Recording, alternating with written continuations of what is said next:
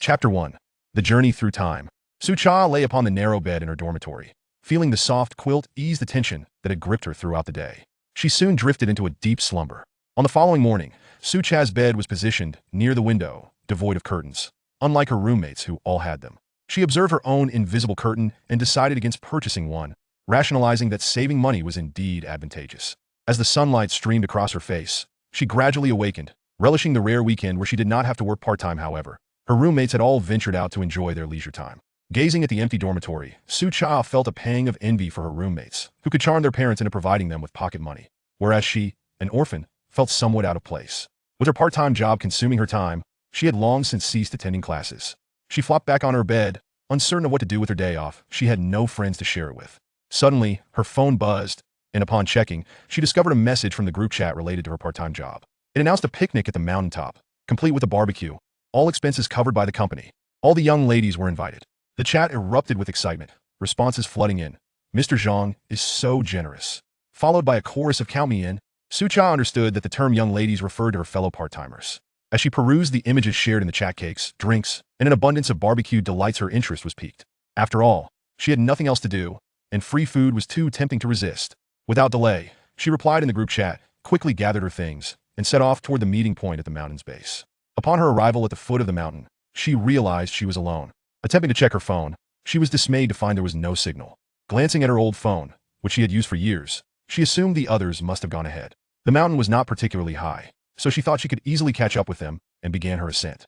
After walking for a while, drenched in sweat, she took a sip of water and muttered, "Why did they have to walk so fast? Had I known, I wouldn't have been so eager to save money." Looking back, she realized the road was no longer visible. The towering trees provided some respite from the scorching sun, making the trek feel cooler than before, and she pressed on. Yet, after what felt like an eternity, she still had not encountered a single soul. Panic began to set in. Had she truly lost her way? Remaining calm, she reminded herself that she had no ties and thought, "If I die, I die." She drank the last of her dwindling water supply, stowed the empty bottle in her backpack, and continued forward, knowing she had no other choice. After a while, dizziness overcame her as she realized she had perspired profusely and had little water left. The sun, obscured by the trees, was blinding, and when she checked her phone, it had died. Resigned, she found a large tree to rest beneath, pulling out a small piece of bread from her backpack to eat. She thought to herself, "At least I have something to eat. Once this is gone, I suppose I'll just wait for death." After finishing her meager meal, she leaned against the tree, reflecting on her dismal life. She had worked tirelessly, finally reaching her third year of college, only to find herself facing death in this desolate wilderness.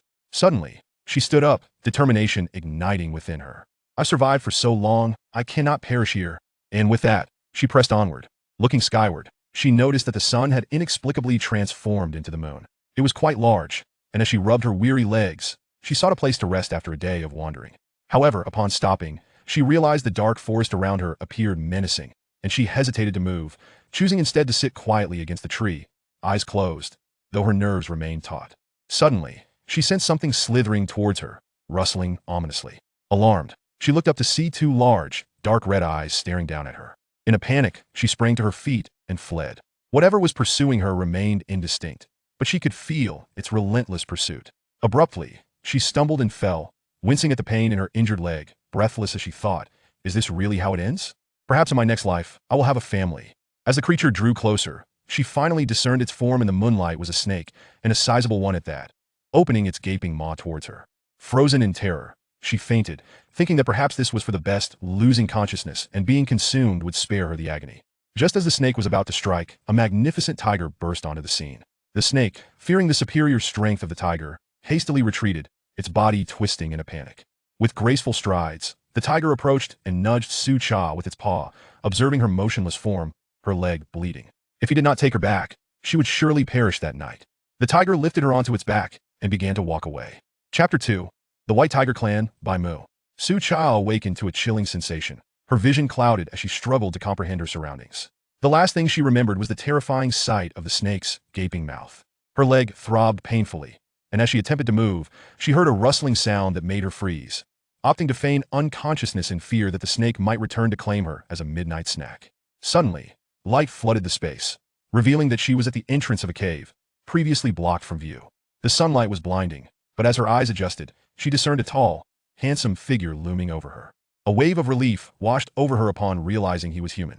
She quickly propped herself up on her uninjured leg to express her gratitude. Bai Mu, observing her struggle to stand, hurried over and enveloped her in his embrace, saying, "Do not move, your leg is injured." Feeling a bit embarrassed as she nestled against him, her cheeks flushed, she murmured, "Thank you, did you rescue me? Where's this place?"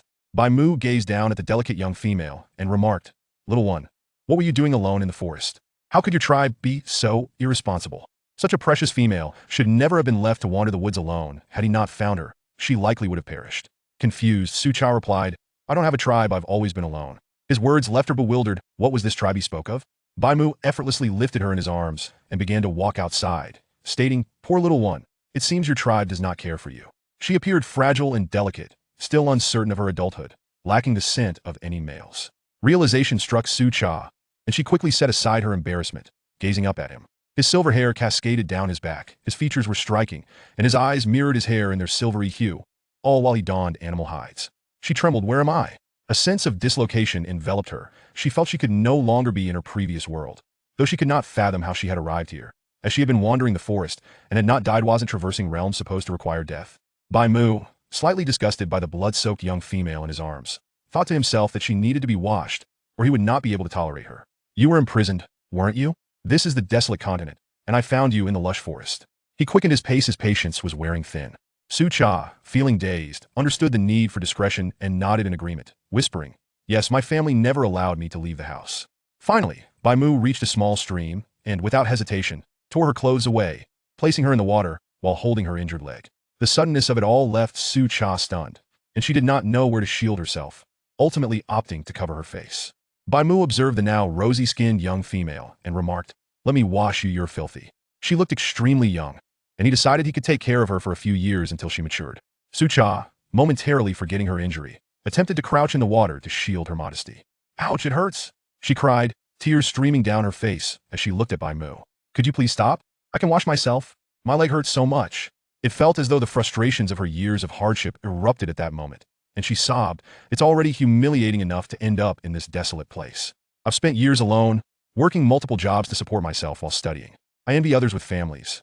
Why was I born an orphan? What did I do wrong?" Bai Mu, witnessing her unrestrained tears, understood that this young female had lived alone since childhood, abandoned by her father.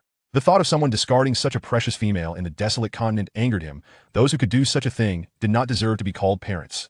Feeling his gentle embrace, Su Cha suddenly felt a wave of exhaustion wash over her, and she choked out, "Thank you for being so kind to me. My name is Su Cha." It seemed that being transported here was not entirely terrible, as someone cared for her.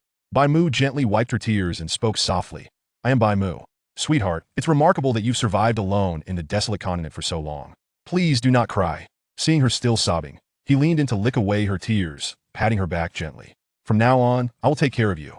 Allow me to be your partner. I know you are not yet an adult, I am willing to wait." But as Su Cha gazed at his strikingly handsome, yet stoic visage, unable to contain herself, gently pushing him away, she draped his garment over her shoulders and murmured, "Who said I am not an adult? I'm already 22. She found herself at a loss for words, especially since it was their first encounter. Bai Mu's heart ached at the sight of her delicate frame, seemingly malnourished. He resolved to ensure she consumed more sustenance after all. How could she bear offspring otherwise? However, he remained unperturbed, for there was no scent of other beasts upon her. Observing her donning the soiled garment once more, he hastily declared, "Cha-cha, that animal hide is already filthy, it cannot be worn. I shall wash it while you sit in the water for a while." He attempted to disrobe her, but Su Cha, fearing her wound might reopen, protested, "No, please find me some proper clothing first." Bai Mu, noticing the bashful young female, comprehended her unease. He sprang up and transformed into a magnificent silver-white tiger, darting towards the cave like a gust of wind. In no time, he returned, clutching a soft pelt in his jaws, which he laid upon the ground before reverting to his human form and approaching her. Su Cha's mouth fell agape in astonishment as she exclaimed, "You can transform into a tiger? How splendid!" Aware that she was in the Beastman continent, she found it less surprising, yet she felt immensely grateful that Bai Mu had rescued her. Otherwise, she might have fallen prey to that serpent. Bai Mu, captivated by the gleam in her eyes, felt an involuntary straightening of his posture as he declared, "This is the softest pelt in the cave. I will procure even finer ones for you in the future." He then took her peculiar garment to wash it. As he turned his back, Su Cha hurriedly climbed ashore, wrapping the pelt around herself. Peering down, she noticed it was a white animal hide, the fur exceptionally soft, though she could not discern the creature it belonged to. Cautiously approaching Bai Mu, she remarked, "This is far too large, it might slip off." Bai Mu turned to behold her ensconced snugly in the pristine pelt. Her cheeks flushed as she gazed at him.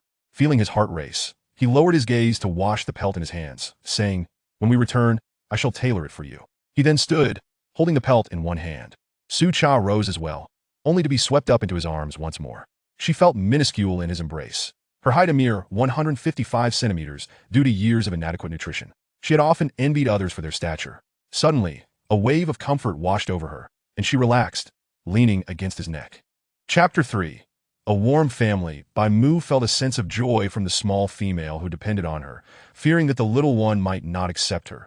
Suddenly, a mechanical voice echoed in her mind, congratulating the host on binding the childbirth system, introducing itself as her exclusive system 0728, and requesting confirmation for the binding. Su Cha glanced at Mu Yin and then responded in her mind. Bind, a cheerful voice followed, proclaiming that it would now be her system, and inviting her to ask any questions, for it was all-knowing and all-powerful. Su Cha, puzzled, inquired, "Childbirth system? What is it and what is its purpose?" She mused, wondering if it was some formidable golden finger. She felt more at ease, especially given her vulnerability in this world dominated by beasts. However, she was abruptly interrupted by 0728, which explained that the more offspring the host bore, the greater the rewards, and the higher the offspring's talents, the more substantial the rewards. Thus, it encouraged the host to persevere. Su Cha, upon hearing this, realized that without a male, she had no means to bear offspring. She then looked at Bai Mu and said, "All right, let us have children. Is there no newbie gift package?" 0728 replied, "None. I am merely a childbirth system with no other functions." Su Cha fell silent, wrapping her arms around Bai Mu's neck, deciding to make the best of her situation. After all, having a great tiger as family was quite delightful. Upon reaching the cave, Bai Mu set her down to bask in the sun and placed her clothes on the scorching stones before stepping inside. Moments later, he emerged with a small bone needle, intending to undress her. Su Cha quickly exclaimed, "Bai Mu, I don't like being naked. You must wear clothes too. It's inappropriate." Bai Mu noticed how easily Su Cha blushed and nodded. Retreating to fetch a piece of beast hide, he measured her first, then plucked a hair to transform his claws, and began sewing the hide. Su Cha curiously observed Bai Mu's sharp claws as the tough hide yielded under his grip like tofu. Before long, Bai Mu had crafted a bandeau and a short skirt from the hide. Su Cha took them into the cave to change, pleased with the fit, though she lamented the absence of shoes. Noticing that Bai Mu also went barefoot, she stepped outside, causing Bai Mu to be once again captivated by her appearance. The white beast hide accentuated her own whiteness, and her flowing long hair made her seem as if she were a vision from his heart. Feeling bashful under his gaze, Su Cha shyly remarked, "Is this really not unattractive?" No one had ever looked at her with such intense warmth before, and she felt somewhat unaccustomed. In truth, Su Cha was not unappealing. Her lack of confidence stemmed from a gaunt visage, characterized by a pointed face, large eyes, and a petite cherry-like mouth, albeit somewhat malnourished, giving her an unhealthy pallor. Bai Mu shook his head, observing her delicate feet against the ground, which seemed mismatched, and approached to cradle her in his arms, stating, "You look beautiful. My Cha-Cha is the most stunning female I have ever seen." He then sat with her at the cave entrance, saying, "Let us soak up the sun. Your hair isn't dry, and you might catch a chill." Su Cha swung her legs and replied, "All right, Bai Mu, tell me more about this place." Bai Mu gently stroked her hair, slowly responding, "We are in the wasteland continent. I am of the White Tiger tribe. I left the tribe upon reaching adulthood, as I did not wish to bond with any females there. I have lived alone until now. However, we must find a place to endure the long winter, so I will take Cha-Cha away." Previously, he had managed on his own as a beast, transforming into a tiger to survive the winter. But the little female could not endure the cold without a warm nest. Otherwise, she would perish. He tightened his embrace around Su Cha, declaring, "I will not let you die. We shall set out tomorrow." Su Cha nodded and urged, "Tell me about the conditions of this continent, such as the roles of the tribe's females and males." Chapter 4. An added brother. Bai Mu adjusted his position to ensure her comfort and continued. Most beastmen belong to tribes. Females are born as beastmen without a beast form, while males only transform into their human forms upon reaching adulthood.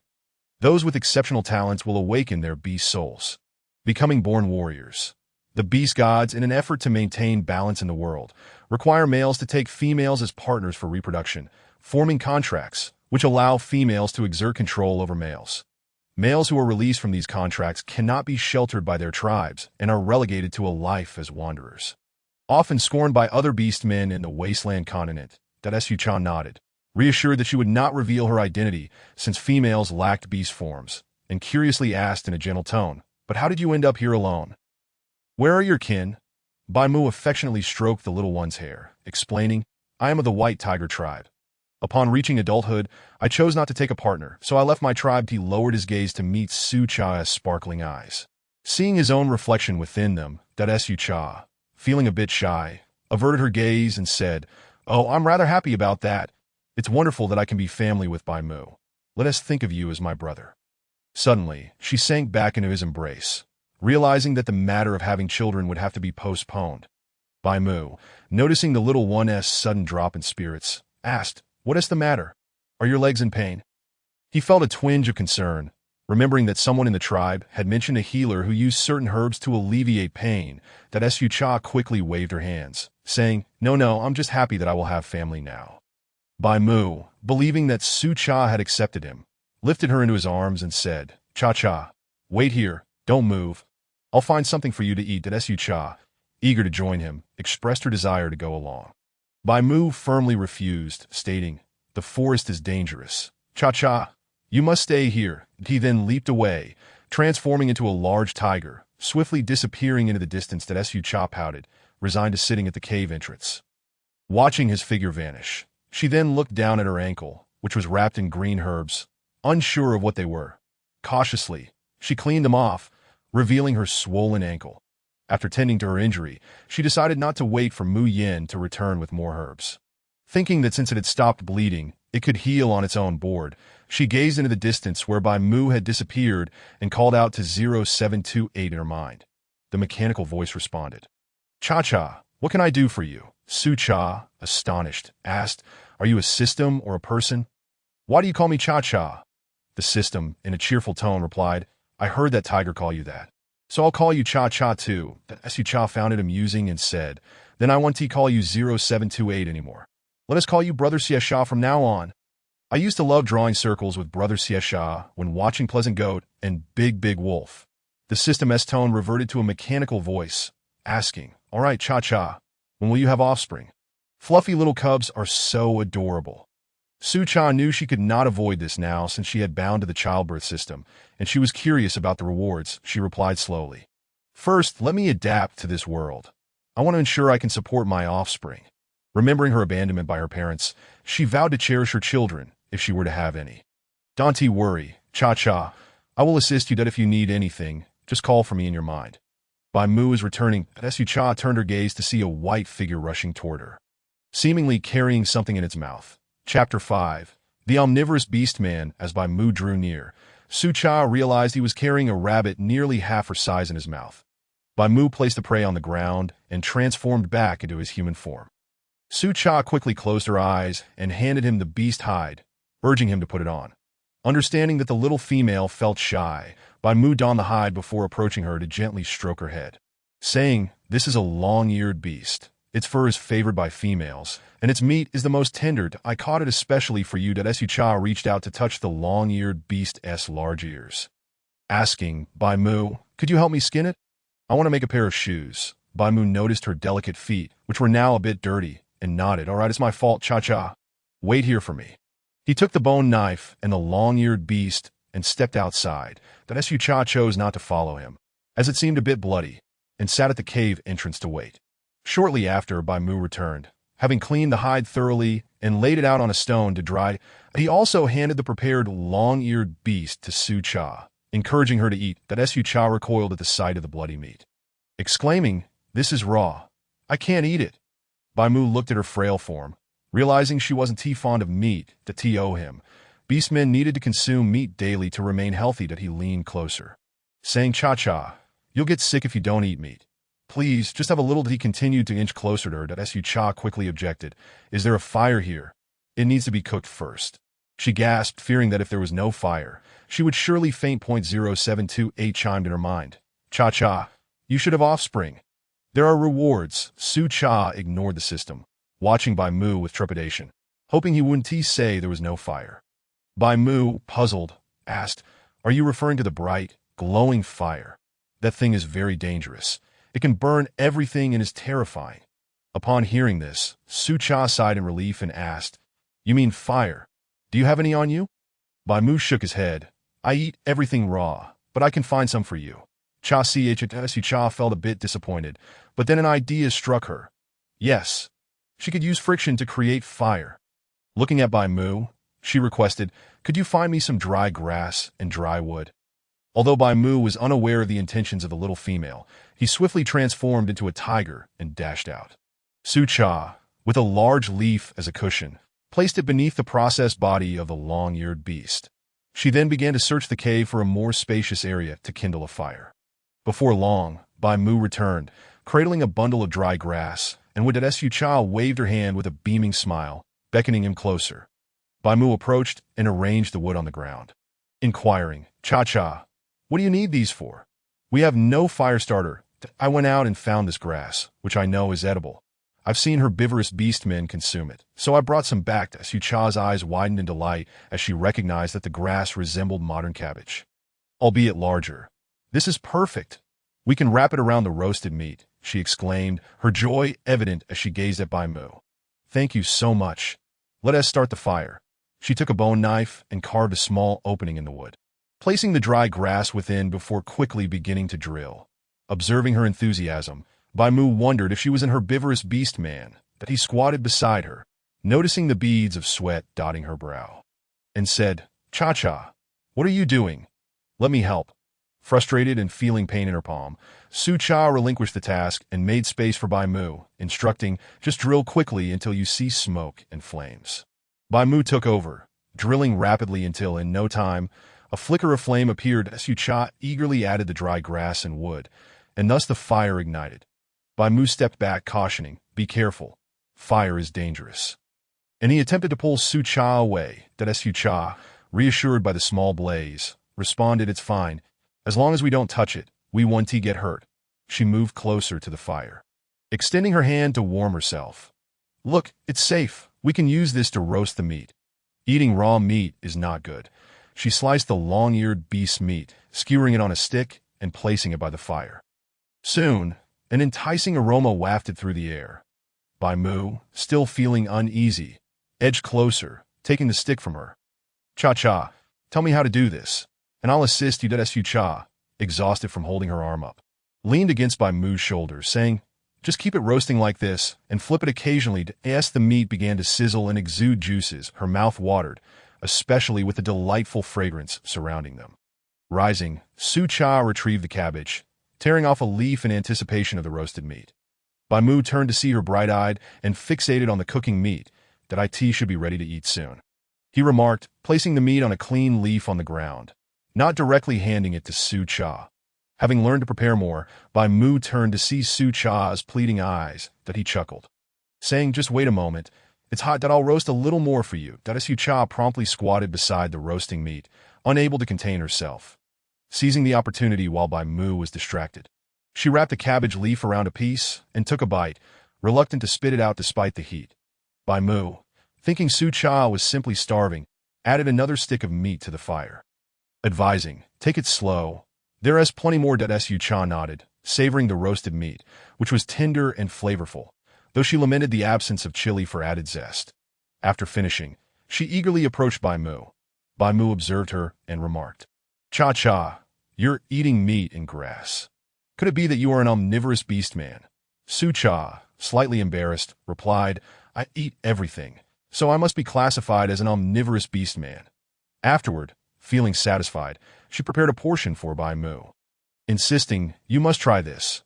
I assure you it's far better than raw meat," and without waiting for his consent, she fed it to him. Though Bai Mu initially intended to refuse, the enticing aroma compelled him to take a bite, and he soon accepted the offering. Su Cha, pride swelling within her, exclaimed, "Delicious, isn't it?" Bai Mu nodded in agreement. "Indeed, it surpasses raw meat, though it is somewhat troublesome that in the future, I'll stick to raw meat and prepare roasted delicacies for you." With a substantial portion of the long-eared beast remaining, Su Cha, having eaten her fill, observed Bai Mu as he emerged from the cave, holding the beast's hide. What do you intend to do with that?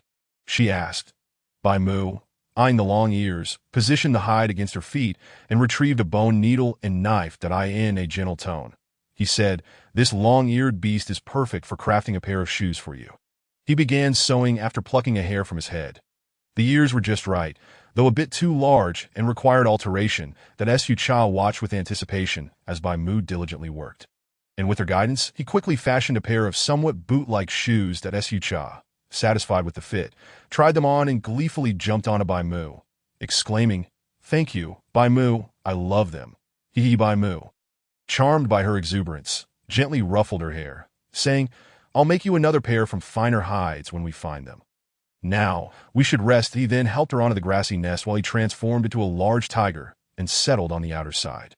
Chapter 6. Midnight fever startles Bai Mu. Upon hearing this, Su Cha lay down in the grassy nest, ready to sleep, but soon felt a warmth spreading through her leg. Dismissing it, she drifted off into a drowsy slumber.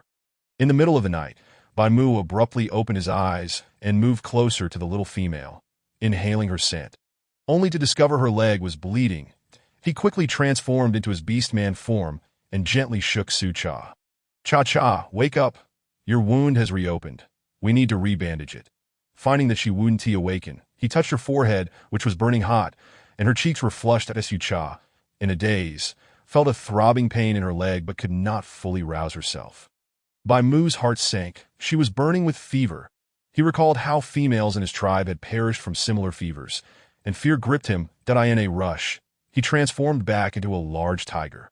Carefully placing Su Cha on his back, saying, "Little female, don't be afraid.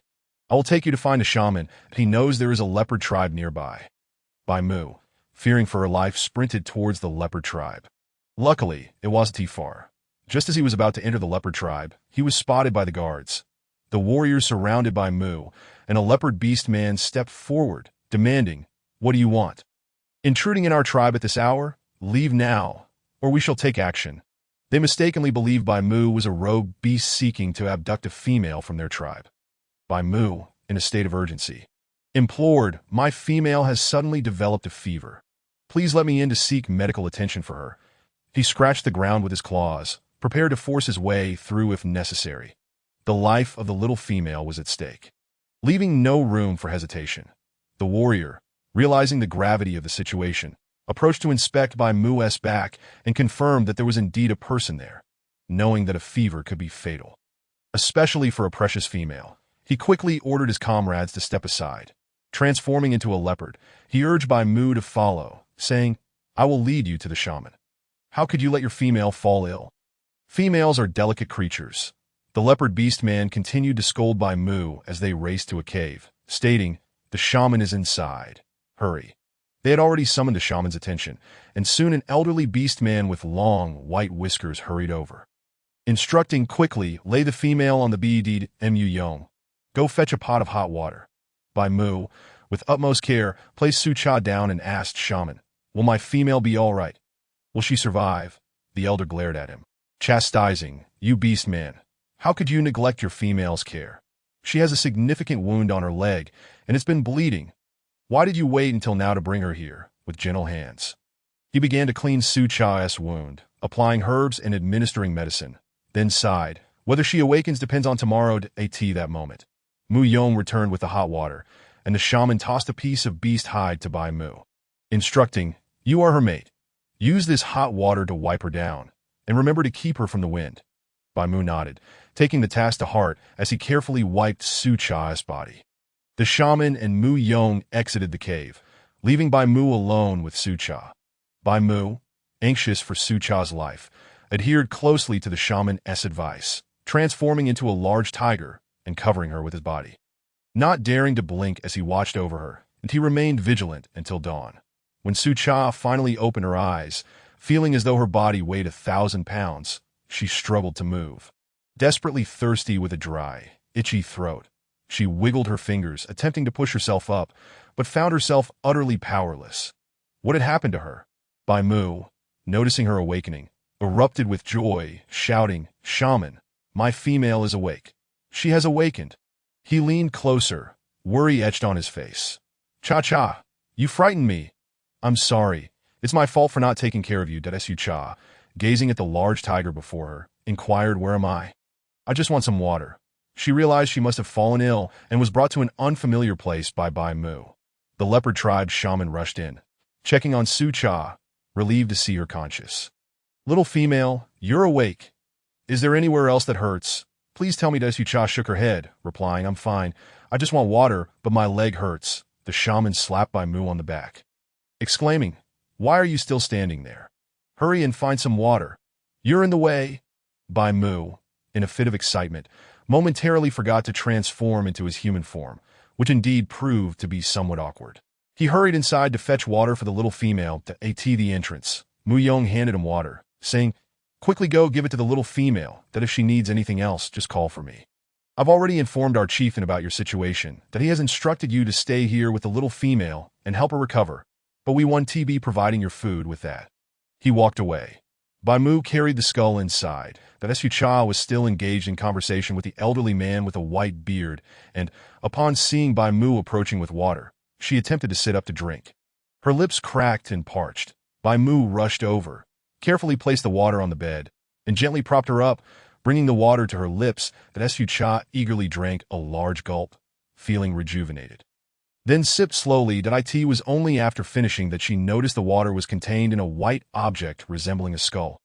Bai Mu set down the vessel and assisted Su Cha back into a lying position, saying, "Cha, you are now in the Golden Leopard Tribe's territory.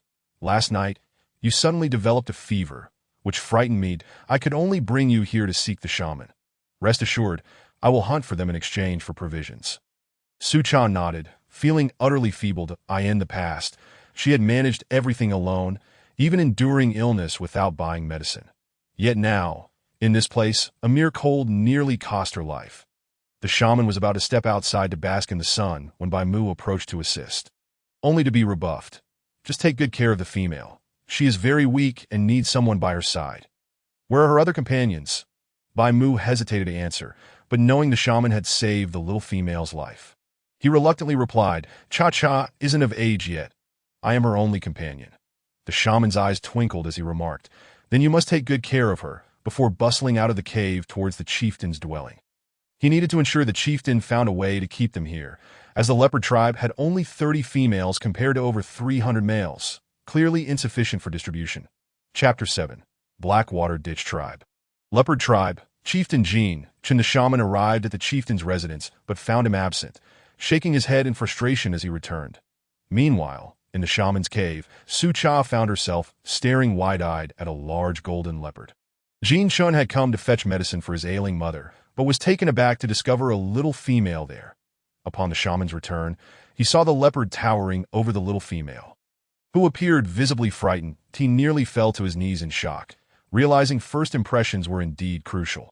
The shaman hurried in, kicking the leopard and scolding, "Jin Chen, why haven't you transformed back into human form?" ULL frightened the little female. He had initially intended to introduce Su Cha to Jin Chen. Jin Chen snapped back to reality and quickly transformed, his expression blank as he regarded Su Cha. She too was startled, having opened her eyes to find a large leopard staring at her. In the dim light, all she wished for was to recover swiftly and leave with Bai Mu. So she offered a shy smile, saying, "It's all right, shaman." The shaman, smiling back, replied, "Just call me Chang Shan. This is our chieftain." Jin Chen then turned to Jin Chen, irritated, "What are you doing here?" Jin Chen, still watching the little female, noticed she had turned away, clearly unwilling to engage with him. Feeling a twinge of sadness over unintentionally frightening her, he scratched his short golden hair and explained, "My mother is unwell. I came to fetch herbs." Chang Shan, aware of Jin Chen's mother-esque condition, went to a corner, retrieved a bundle of herbs, and handed it to him. "Boil this into a bitter brew for your mother to drink. It should suffice." He observed the little female had fallen asleep and impatiently urged Jin Chen to leave the cave entrance.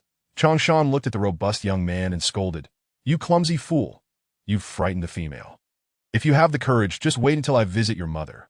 Jin Chen protested, "How was I to know a female was here? I was worried about my mother." "Beasts run faster," he pouted, recalling that the female had indeed been beautiful, her skin fair and hair sleek, leaving him momentarily speechless. Chang Shan was left speechless himself. He had initially wanted to introduce the two, but now it seemed the little female would likely hold a poor impression of Jin Shun. He dismissed Jin Shun, thinking him an eyesore. Su Cha, however, had not truly fallen asleep. She merely pretended to, uncomfortable with being watched. Restlessly, she fidgeted, wondering when Bai Mu would return. Not long after, the sound of footsteps approached, and she eagerly sat up, glancing towards the entrance, only to find it was the shaman. Sleep was no longer an option for her. Changshan approached the little female, examining her leg. The fever has subsided, but the wound on your leg needs further dressing. That he then carried the herbs outside to dry in the sun. Su Cha, feeling a bit bored, wanted to help, but was gently refused by Changshan, who said with a smile, "You still have wounds. Don't be fooled by my age. I'm quite nimble." Su Cha steadied herself against the wall, finding a spot at the cave entrance to sit. As she looked outside, she realized they were at the foot of a mountain, where the beastmen were digging into the earth. The shaman was busy organizing herbs, occasionally venturing out to forage, but he was often preoccupied, leaving little time to tend to the females. Su Cha observed the tribe, watching the playful cubs frolicking nearby, her heart melting at the sight of the adorable, fluffy creatures. Bai Mu returned, carrying Su Cha's belongings, and noticed her sitting at the entrance, sunbathing and fixated on the leopard cubs. What was so captivating? The white tiger tribe's cubs were far cuter, and he thought of the day when Cha-Cha would bear a litter. Chuckling to himself, that he quickly approached his little female, who was delighted to see him, especially when he brought her backpack, which contained a bottle of mineral water, perfect for drinking without resorting to the skull. Su Cha slowly stood up and embraced Bai Mu's large head, exclaiming, "Bai Mu, I missed you so much. When can we go home?" Bai Mu set down her belongings and transformed into human form, gently stroking her head. "Be good, Cha-Cha. Once you recover, we will return home." Feeling a bit uncomfortable, having sweated profusely the previous night, Su Cha wished to wash but didn't want to impose, with glistening eyes. She looked at Bai Mu and asked, "Can I take a bath? I feel so uncomfortable." Bai Mu, aware of her cleanliness, hesitated, but then approached the shaman for guidance. Changshan, observing Bai Mu, replied, "Yes, just be careful not to touch the wound on your leg." Bai Mu relayed the message to Su Cha. "You can wipe yourself down with water, but remember, your leg is still healing." Su Cha nodded, and Bai Mu carried her to the riverbank, where he found a large stone to set her down gently. Gazing at her with tenderness, "Do you need my assistance?" Su Cha shook her head, pointing behind the rock. "You wait there. Don't wander too far. I'm afraid." Watching Bai Mu move away, she felt reassured, allowing herself to undress and prepare for a quick cleanse. Sighing at the lack of spare undergarments, she decided against changing completely, feeling it inappropriate to be without them in someone else's home. After donning her attire once more, she called out to Bai Mu. He approached, appearing as a graceful white tiger. She admired the fluffy creature, akin to a large cat, longing to pet it if sensing her thoughts. Bai Mu approached with an elegant stride, lowering himself for her to climb on. Su Cha mounted him, and Bai Mu stood, saying, "Let us head back, Cha-Cha. You wait here with the shaman while I go hunt for the leopard tribe. Then we can return home." Su Cha joyfully patted the soft fur beneath her. "Yes, let us go home." She leaned down to nuzzle Bai Mu's fur, her fingers itching to touch his ears, when she finally did. Bai Mu was startled, feeling an electric sensation throughout his body. That he quickly steadied himself and said in a deep voice, "Cha-Cha, you mustn't touch beastmen's ears without permission." Su Cha nodded, understanding. She resumed petting the large tiger, chuckling at the fluffy creature, unable to resist. Bai Mu returned her to the shaman before heading out to hunt. After a bath, Su Cha felt refreshed and comfortably settled at the cave entrance, waiting for Bai Mu. Chapter 8. Fluff Enthusiast. Petting Bai Mu's ears as Su Cha sat at the cave entrance, bored, a clumsy little leopard came bounding towards her, colliding into her. Looking down at the fluffy creature, she couldn't help but scoop it up, nearly melting at its adorableness. Suddenly, the system chimed in. "Oh, so this is what beastmen as cubs look like. How cute. Cha-Cha, you should have some cubs." Su Cha focused on petting the little one in her arms, which nuzzled against her palm without resistance. In the distance, a woman's voice called out, "Cubs, come back here." In Su Cha's embrace, the little creature called out towards the woman, instantly capturing her attention. Su Cha gazed at the woman approaching her, a sight she had never witnessed before in this world. The woman donned a skirt made of animal hide, Yet her hair was unkempt, and her flat features appeared somewhat plump with large ears. Angrily, the woman marched over, snatched the small leopard from Sucha's arms, and shot her a fierce glare. Perplexed, Sucha wondered why she was being glared at. After all, she had not stolen the woman's offspring. As the woman walked away, she frequently glanced back at Sucha, her eyes filled with envy. How could there be such an exquisite female? Yet, she deemed a female incapable of bearing offspring as useless. Unlike herself, who had already given birth to six with a huff, she swayed her hips and departed. Unfazed, Sucha curled up with her knees drawn to her chest, quietly waiting at the cave's entrance for Bai Mu. Her impression of this tribe was utterly unfavorable, and she yearned to leave with Bai Mu. As night fell, Bai Mu's figure gradually emerged from the distance, and he quickly spotted the little female waiting for him at the entrance. Rushing over, Sucha, filled with excitement, stood and waved, calling out Bai Mu. When the great tiger reached her, she leaped up, and Bai Mu promptly transformed into his human form to catch her, placing her gently on his arm. "Have you been waiting long? I want to fetch some herbs from the shaman, that we'll head home soon," he said, cradling Sucha as they entered the cave, where the busy shaman was at work. "We plan to leave," Bai Mu informed the shaman. "Please prepare 2 days' worth of herbs." Changshan was aware that Bai Mu had single-handedly hunted numerous prey today, which drew many beast men to the plaza, including female members of the leopard tribe who wished to partner with Bai Mu. Changshan attempted to persuade Sucha, saying, "Little female, why not stay with the leopard tribe? It would be far better than wandering with this old tiger. There are other females in the tribe who could keep you company, and we have many warriors who would surely catch your fancy." Recalling the woman's disdainful gaze from earlier, Sucha found no appeal in staying here and preferred to remain with Bai Mu. Bai Mu, too, anxiously observed the little female, fearing her agreement, and tightened his embrace around her. Sucha looked up at Bai Mu, shook her head, and softly replied, "I don't like it here, that I want to be with Bai Mu." Changshan persisted, "Bai Mu is your mate. You could bring him to join our tribe." Sucha buried her head in Bai Mu's embrace, continuing to shake her head. With no choice, Changshan fetched the herbs and handed them to Bai Mu, saying, "Remember to change the little female's bandages. She should be fine in 2 days, that if there are any issues, come find me." After expressing his gratitude, Bai Mu gently carried Sucha outside. Changshan watched their departing figures with a sigh. Realizing the chief's hopes were dashed. Once outside the tribe, Bai Mu transformed into a white tiger and crouched down for Sucha to mount him, clinging to the soft fur of his back. Sucha wrapped her arms around his neck. Bai Mu began to walk slowly, saying, "Cha-cha, let us return to the cave for a day before we leave, all right?" Sucha, indifferent to their destination, replied, "As long as I am with Bai Mu, I can go anywhere." She then looked at Bai Mu's ears, her fingers itching to touch them. Bai Mu picked up his pace, soon arriving at the familiar cave, where a wild boar awaited them. He set Sucha down beside the fire and skillfully started a flame, soon roasting the boar and preparing vegetables for her. The enticing aroma made Sucha's mouth water as she watched Bai Mu. He presented her with a few golden fruits, saying, "Eat these first. They are sour fruits that females love. I picked some for you." Sucha took one, biting into it and relishing its sweet and sour flavor akin to plums. Bai Mu affectionately patted her head, saying, "Eat slowly, that if you like them, I'll pick more for you tomorrow." Once Sucha finished the roasted meat, Bai Mu insisted she rest, saying, "Cha-cha is unwell. She needs to eat more meat and rest to recover quickly." He lay beside her, allowing her to rest on his soft belly. Sucha let out a small yawn, hugging the fluffy tiger, and soon succumbed to sleep. Bai Mu gazed down at her delicate face, using his tail to cover her as he too drifted into slumber.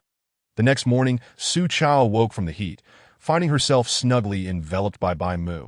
She nudged him awake, and Bai Mu, concerned he had pressed on her wounds, quickly transformed into his human form, saying, "Cha-cha, did I hurt you? Let me check." Shaking her head, Sucha replied, "I need to use the restroom."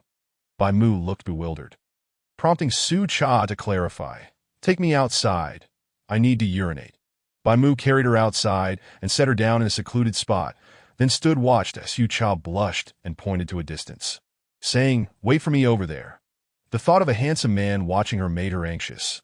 Once Bai Mu turned away, she relaxed and stepped out into the sweltering sun.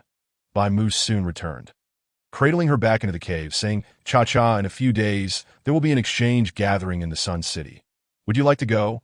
Curious, Su-cha nodded, asking, "What will we trade?" Bai Mu gently patted her head, assuring her, "Don't worry. Today, we will set off. I want to take you to meet my mother beast." A wave of nervousness washed over Su-cha as she exclaimed, "Mother beast? I'm not ready.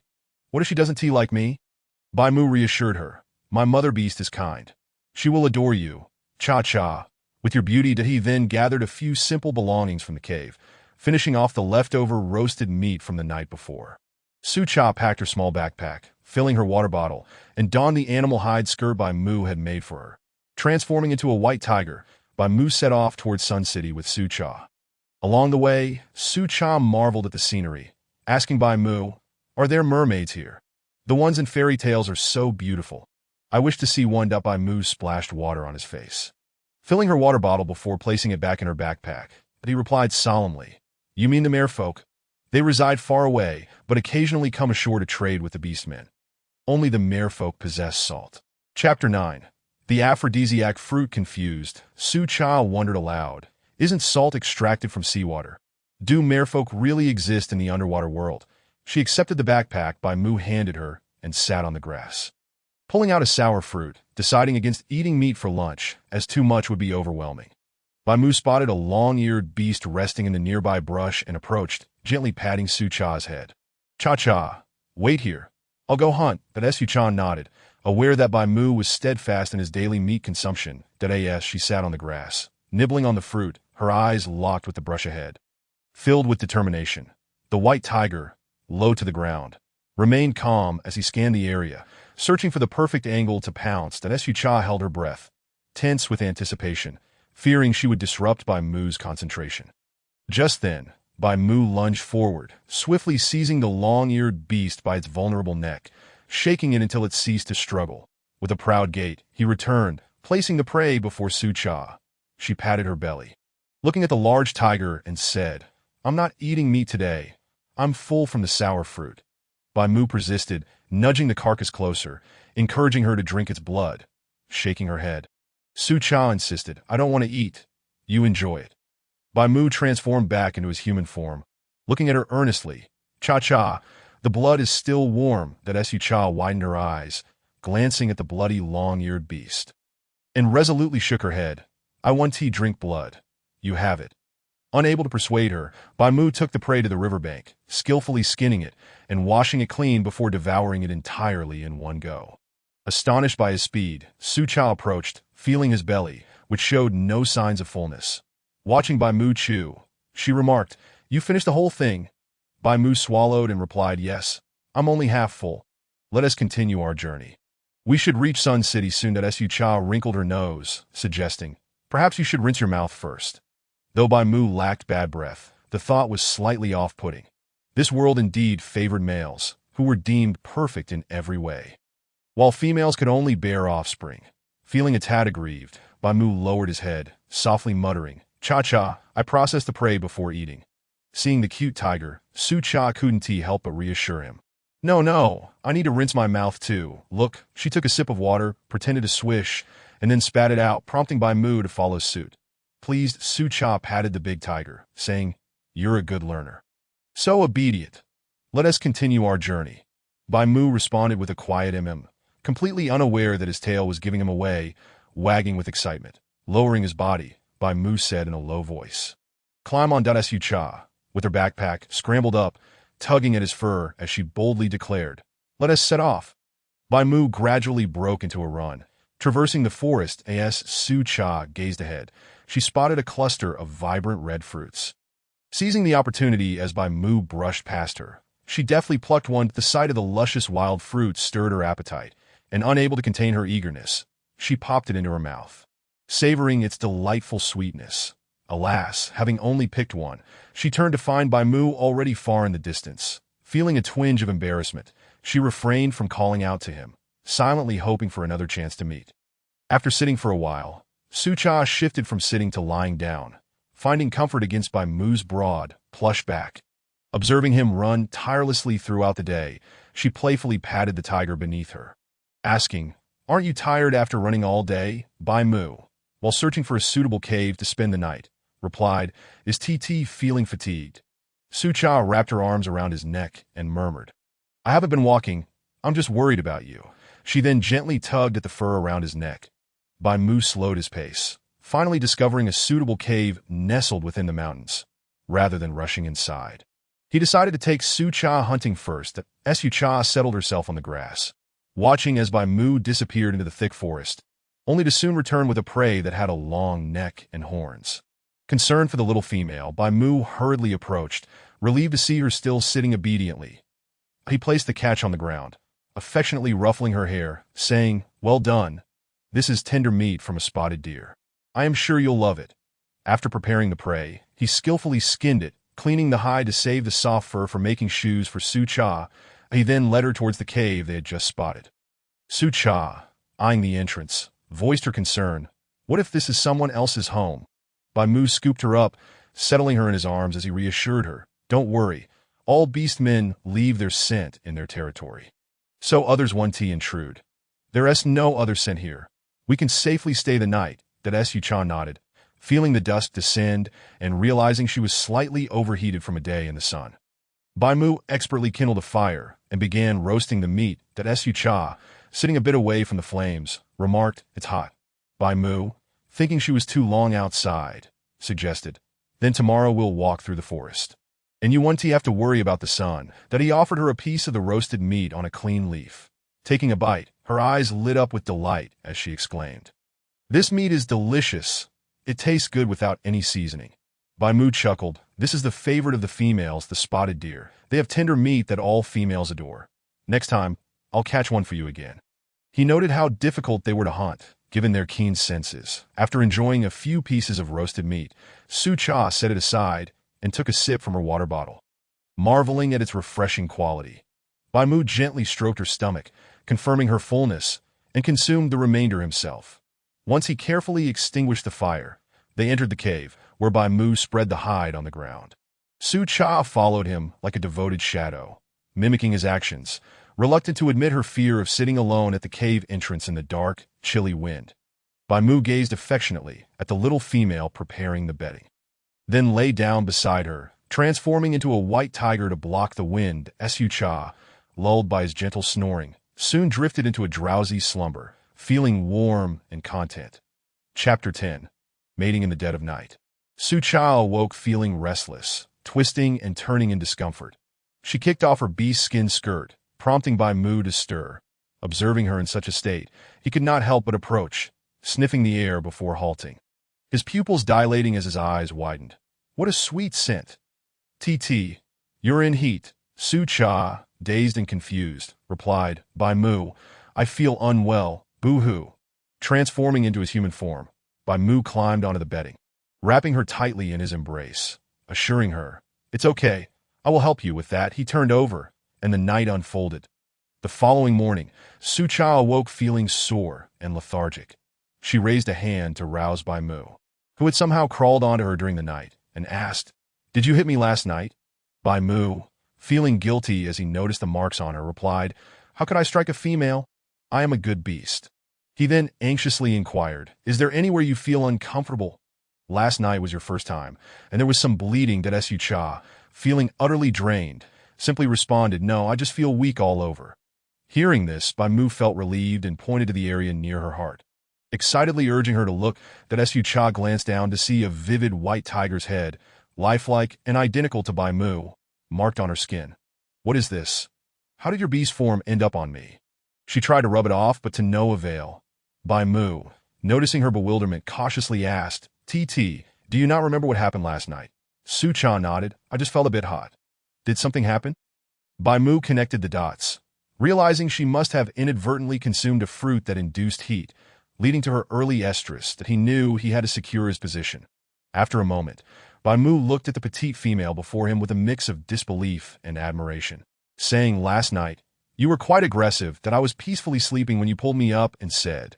Su Cha's cheeks flushed crimson as she recalled the incident, feeling a mix of embarrassment and guilt for her boldness. Stammering, she declared, I will take responsibility. Bai Mu's eyes brightened as he cautiously asked, Will you abandon me in the future? Su Cha, gazing at the silver-haired handsome man with a pitiful expression, felt compelled to assure him, lest she seem unkind. Resolute, she stepped forward and embraced Bai Mu, saying, "From now on, we are partners that as long as you don't seek other females, we will stay together." Bai Mu, understanding that the little female accepted him, felt elated. She was his first mate, and the mark on her heart confirmed her affection for him. With sincerity, he declared, "I, Bai Mu, vow before the beast god to never betray Su Cha. Otherwise, I shall face dire consequences." Su Cha quickly grasped his hand, affirming, "I believe you. But right now, I'm a bit hungry." The new depth of their relationship made her feel comfortable enough to playfully tease him. Bai Mu, like an excited child, sprang to his feet, exclaiming, "TT, wait here while I go hunt." He dashed off, his usual calm demeanor replaced by youthful exuberance that as Su Cha leaned against the stone wall, reflecting on the whirlwind of events. She had developed feelings for Bai Mu, who resembled a leading man from a romantic drama. It was impossible not to feel a spark. Yet hearing that Bai Mu did not desire marriage left her feeling a tad disappointed, albeit relieved that they could at least be family. Unexpectedly, the situation had escalated, but she decided it was best to embrace this new reality. Bai Mu's delighted expression suggested he might indeed have feelings for her as well. She resolved to ask him about it upon his return. Standing up, she tidied herself, noticing how refreshed she felt, likely thanks to Bai Mu's care last night. However, she spotted a blood-stained hide on the bed, prompting her to avert her gaze in discomfort. Stretching at the cave entrance, she basked in the warmth of the sun, feeling rejuvenated. After a while, the long-absent system chimed in, congratulating her. "Congratulations, TT. You have completed the mating process. And as a reward, you receive a beginner's gift pack." Suddenly, a lighter, a bag of salt, and a toothbrush with toothpaste appeared in her hands. The system continued, "TT, this is a personal reward from me. Keep up the good work, and there will be more rewards when you have cubs." Realizing the system had acted secretly, Su Cha felt touched and exclaimed, "Thank you. This is the best reward. But won't you get caught and scolded by your superior?" The system reassured her, "Not at all. TT, that I am an advanced breeding system. It's perfectly fine for me to provide some benefits to my host." That Su Cha was even more grateful, knowing these items would alleviate her immediate needs. She stashed them in her backpack. Before long, Bai Mu returned, bringing with him a spotted deer and a large cabbage, albeit looking slightly different from the last time. The system vanished as Bai Mu set down the prepared prey and vegetables, saying, "I couldn't find the cabbage you had last time, but this one is also edible." As he prepared to start a fire, Su Cha took out the lighter, igniting a flame instantly. Bai Mu gazed in astonishment at the small object that produced fire. Su Cha, fearing his curiosity about where she procured the lighter, awkwardly avoided the topic. Bai Mu raised an eyebrow, sensing his little female was harboring a secret. Watching the fire blaze to life, he approached the spotted deer and sliced off the tenderest cuts to roast. Turning to Su Cha, who seemed uneasy, and said, "TT, if you don't wish to share, I want tea pry. Just don't use these in front of outsiders." Su Cha lifted her head, her eyes glistening with moisture as she gazed at him, and said, "Bai Mu, you are truly wonderful in this warm atmosphere." Her stomach let out a loud grumble, making Su Cha feel even more uncomfortable. Embarrassed, she muttered, "Awkward." Bai Mu chuckled and replied, "It will be ready soon." He then added dry wood to the fire. Frustrated, Su Cha shot him an exasperated look and said, "What are you laughing at? I'm just really hungry." She picked up some vegetable leaves and sat beside him, readying herself. Suddenly, she jumped up, ran over to her backpack, and pulled out some salt, exclaiming, "Let us add this. It'll taste even better." Bai Mu took the fine salt, sprinkled it silently over the roasting meat, enhancing its aroma. He blew on the perfectly cooked, crispy on the outside, tender on inside meat before placing it on the leaves Su Cha had prepared. Watching her take a satisfied bite, he gently patted her head. As Su Cha savored the meat, it reminded her of the barbecued delicacies she enjoyed in her modern life. Today, the addition of salt made it even tastier, and the vegetable leaves resembled lettuce. After they had eaten their fill and rested for a while, Bai Mu led Su Cha onward, deliberately choosing a path through a dense forest. Chapter 11. Colorless City. Along the way, Bai Mu took meticulous care of Su Cha. Sitting on the back of the tiger, she observed the world around her, reaching into her backpack to retrieve the wild fruits she had just picked. Taking a bite, she asked, "How much longer, Bai Mu?" "There are still a few days of travel ahead. he replied. What is wrong, Cha-Cha? Are you feeling unwell? Su-Cha shifted from sitting to lying down and softly said, No, I'm just a bit bored. Bai Mu walked unusually slowly today, and as evening approached, it felt as though they hadn't covered much ground, especially since they had set out at noon. Upon reaching a lush green meadow, Su-Cha excitedly sat up and pointed ahead, saying, Let us go there. As they approached, she realized it was a vast expanse of lettuce, and nearby were some cabbages, both of which she had previously tasted. Bai Mu carefully set Su-Cha down, watching as she joyfully ran toward the grassy area. Quickly following her, observing her sparkling eyes, he asked, Are you craving some of this? We can take a little. Su-Cha nodded, and Bai Mu each picked a large head of lettuce, sufficient for her for quite some time. She noted how well these vegetables had grown without anyone tending to them and wondered aloud, could these vegetables have been planted by beastmen? Bai Mu shook his head decisively, saying, This area is close to the forest, so there are no herbivorous beastmen around to eat these plants. Su-Cha rummaged through the vegetable patch, identifying the lettuce and the white cabbage, stating, This is called lettuce, and the white one is cabbage. From now on, let us call them that, all right? Bai Mu nodded. Got it. What are you looking for, Cha-Cha? I can help you find it. Standing up, she looked at him and said, I'm checking to see if these vegetables have seeds, so we can plant them at home. Then she continued her search, knowing that seeds would be the easiest to carry. Bai Mu couldn't help but admire his little female's cleverness, something he hadn't even thought of, and he joined her in the vegetable patch, searching earnestly. After a while, Su-Cha emerged with a handful of seeds, while Bai Mu had collected a good number too. Keeping them separated, Su-Cha directed Bai Mu to tear 2 small pieces of beast skin of different colors, wrapping the seeds and placing them in her backpack, discarding the rest, standing up and dusting off her hands. She donned her backpack, her eyes shimmering with delight as she said, Let us go. I want to see what the Sun City looks like. She felt that her life was now filled with joy. And once they returned from Sun City, she would find a place to settle down and grow vegetables with Bai Mu, and perhaps even raise some cubs. Bai Mu sensed the palpable joy radiating from his little female. It seemed she delighted in collecting seeds, and he thought that as long as she was happy, he would ensure she received them daily. He then scooped Su-Cha into his arms, allowing her to sit comfortably on his arm as he moved forward. Su-Cha wrapped her arms around his neck, exhaling softly. Why don't you transform into a big tiger anymore? Bai Mu gently adjusted her position, lifting her a bit higher for her comfort, saying, I'm changing forms. Otherwise, it wouldn't be comfortable for you to sit. Observing the attentive Bai Mu, Su-Cha felt touched as she realized she truly was uncomfortable. Fortunately, they didn't have to spend the night outdoors today. As dusk fell, they arrived at a place that resembled both a tribe and a village, bustling with beastmen. This was a vast grassland where the grass grew as tall as Su-Cha. Bai Mu carried Su-Cha inside, explaining, This is the rabbit clan. Though they are small herbivorous beastmen, the rabbit females reproduce quickly, leading to a large population. They also cultivate vegetables that the females love to eat, attracting other beastmen to trade for food. Su-Cha nodded, understanding that rabbits have 2 uteruses and can reproduce rapidly, especially in a society that practices polyandry. As they entered, they saw a street lined with beastmen showcasing their goods. Various items were displayed on animal skin stalls, ready for trade. Suddenly, Su-Cha spotted something. Rice. Yes, it was pure white rice, and her excitement prompted her to tap Bai Mu, urging him to approach. Bai Mu, concerned she might fall, held her more securely, noting that many beastmen were present, likely participating in the trading event. As they drew nearer, he realized it was white rice, a favorite of his mother. Su-Cha signaled Bai Mu to set her down and revealed her face, her eyes sparkling as she looked at the elderly vendor selling rice, asking, How much for these, and what is it called? The elder goat clan leader and a young beastman behind him stared at Su-Cha, only returning to their senses when Bai Mu shot them a glare. The young beastman blushed, averting his gaze, while the elder chuckled, stroking his beard.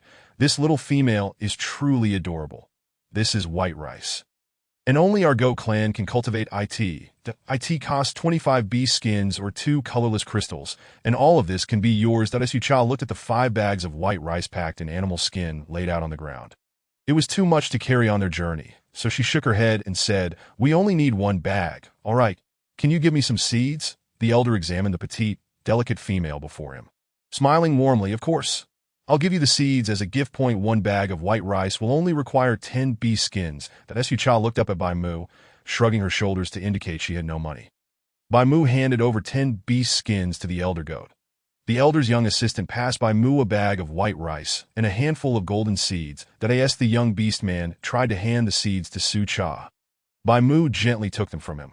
Bai Mu effortlessly lifted the bag and covered Su Cha with the animal skin on her head to shield her from the sight of other beast men, making them think she was just a young beast. That Su Cha carefully placed the seeds in her backpack. Although it was just a small handful, it would suffice. Looking at Bai Mu, she said, "How about I walk on my own now? You still have to carry the rice." Bai Mu assured her, "Don't worry, I can carry you in the 10 rice bags, so feel free to buy anything else you like. That I have prepared plenty of beast skins and crystals." Curious, Su Cha asked, "What are crystals?" "They must be the currency in this world, but I've never seen them." Bai Mu produced a handful of crystals and handed them to her. Under the sunlight, they sparkled, resembling diamonds. That Su Cha took them, counting them in her palm. There were 10 colorless crystals, along with 2 green ones and 1 blue one. Bai Mu explained, "Colorless crystals are the lowest grade. The more beautiful the color, the more valuable the items they can be exchanged for. This is all the crystals I have. Let us keep them safe with you." Su Cha nodded and carefully placed them in the inner compartment of her backpack, zipping it up securely. After walking for a while, Su Cha noticed a beast man selling exquisitely crafted animal skins and gestured for Bai Mu to approach. This time, Su Cha didn't step forward. She observed as Bai Mu purchased a leopard print skirt and a matching top made from animal skin. Bai Mu then took her to a secluded area, saying, "We need to find a place to spend the night.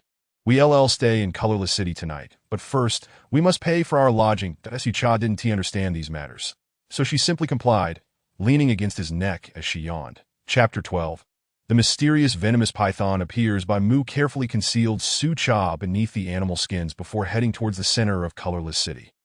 After paying 1 colorless crystal, they received access to a stone house. That a beast man guided them to a row of stone houses before departing. Bai Mu entered the building, which lacked a door. It was a large hall constructed of stone. Surrounded by walls, he felt assured enough to set Su Cha down. Curious, Su Cha examined the stone house. Although it was simple, it provided shelter from rain and wind, though she imagined it must be quite cold in winter due to the stone gaps.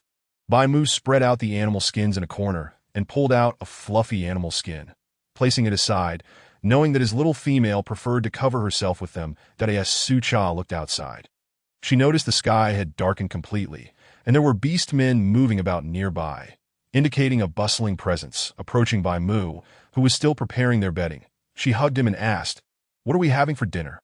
It's dark now, and you can't go hunting." She felt both tired and hungry. Bai Mu stood up and asked, "What do you want to eat, Cha-Cha?"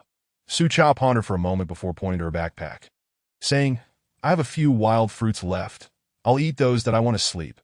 Bai Mu handed her the wild fruits and inquired, "Would you like some lettuce?" After taking a bite of the fruit, Su Cha shook her head.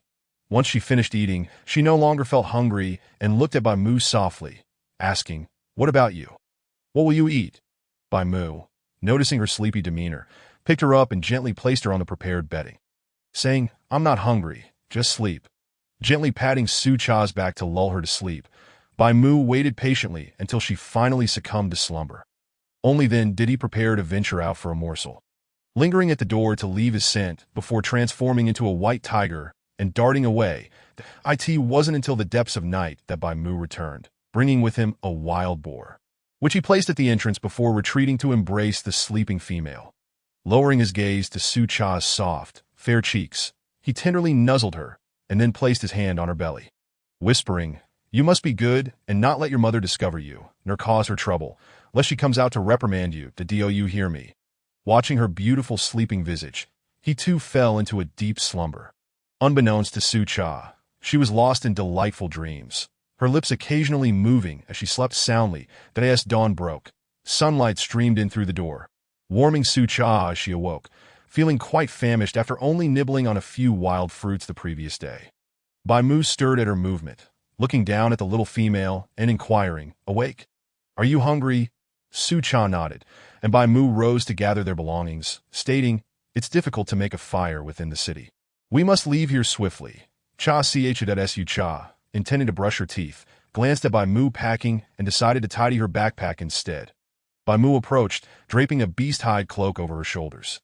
Transforming into a white tiger, lowering his body to allow Su Cha to mount.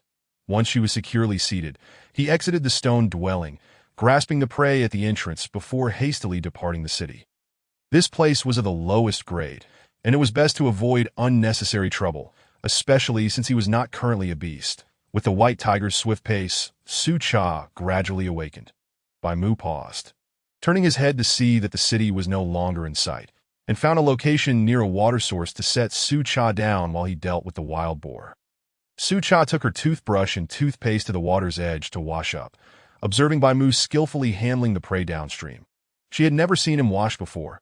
How was it that he had no bad breath or skin issues? Looking at her reflection in the water, she sighed. This world truly favored males. After drying her toothbrush and stowing it away, she approached to assist Bai Mu by igniting a fire with a lighter, quickly putting it away afterward. Bai Mu sliced the meat into small pieces, skewering them to roast over the fire, while Su Cha rinsed some lettuce, glancing longingly at the white rice nearby. Alas, there was no pot.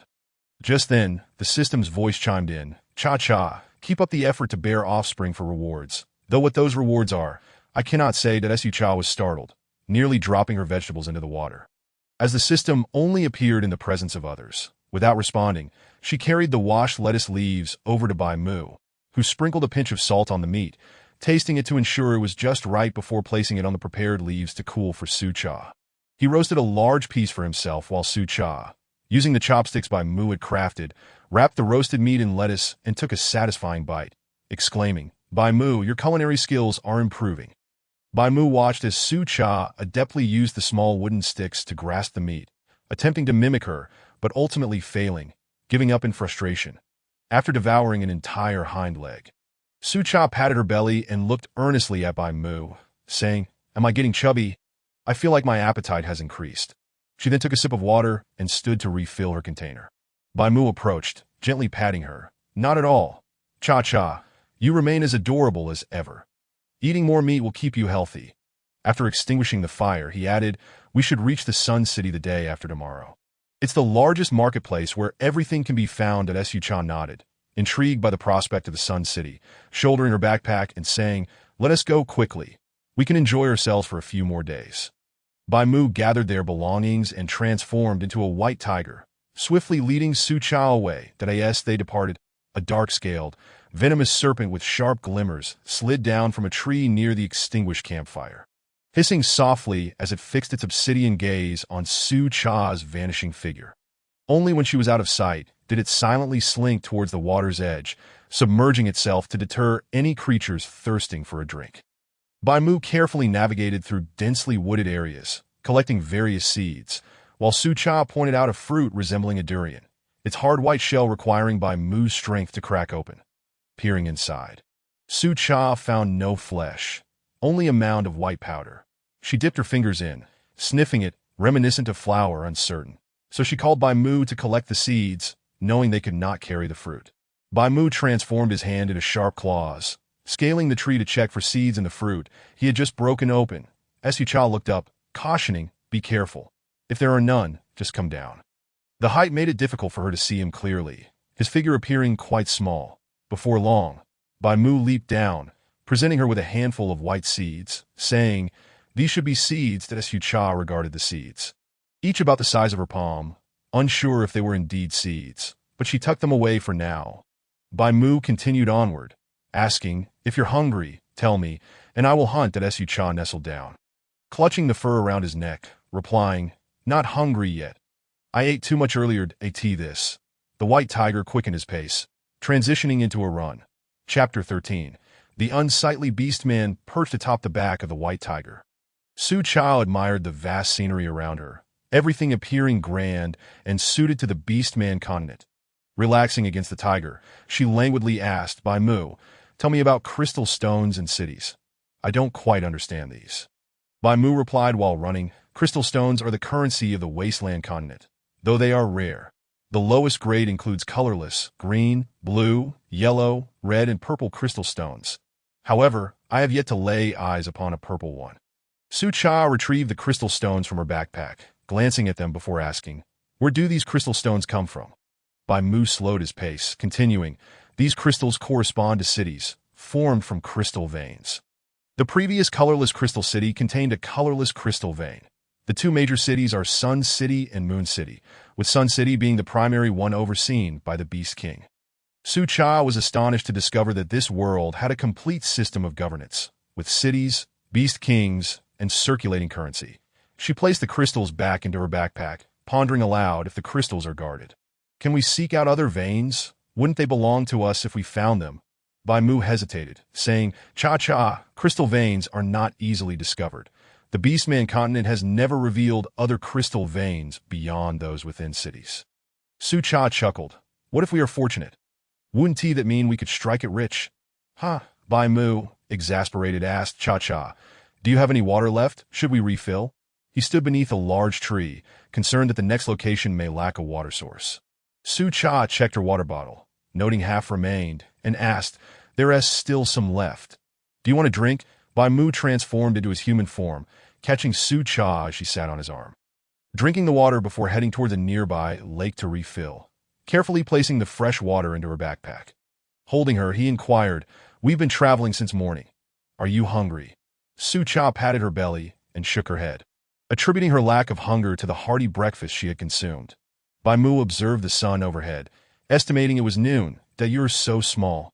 You need to eat more meat. Let us rest a while before continuing.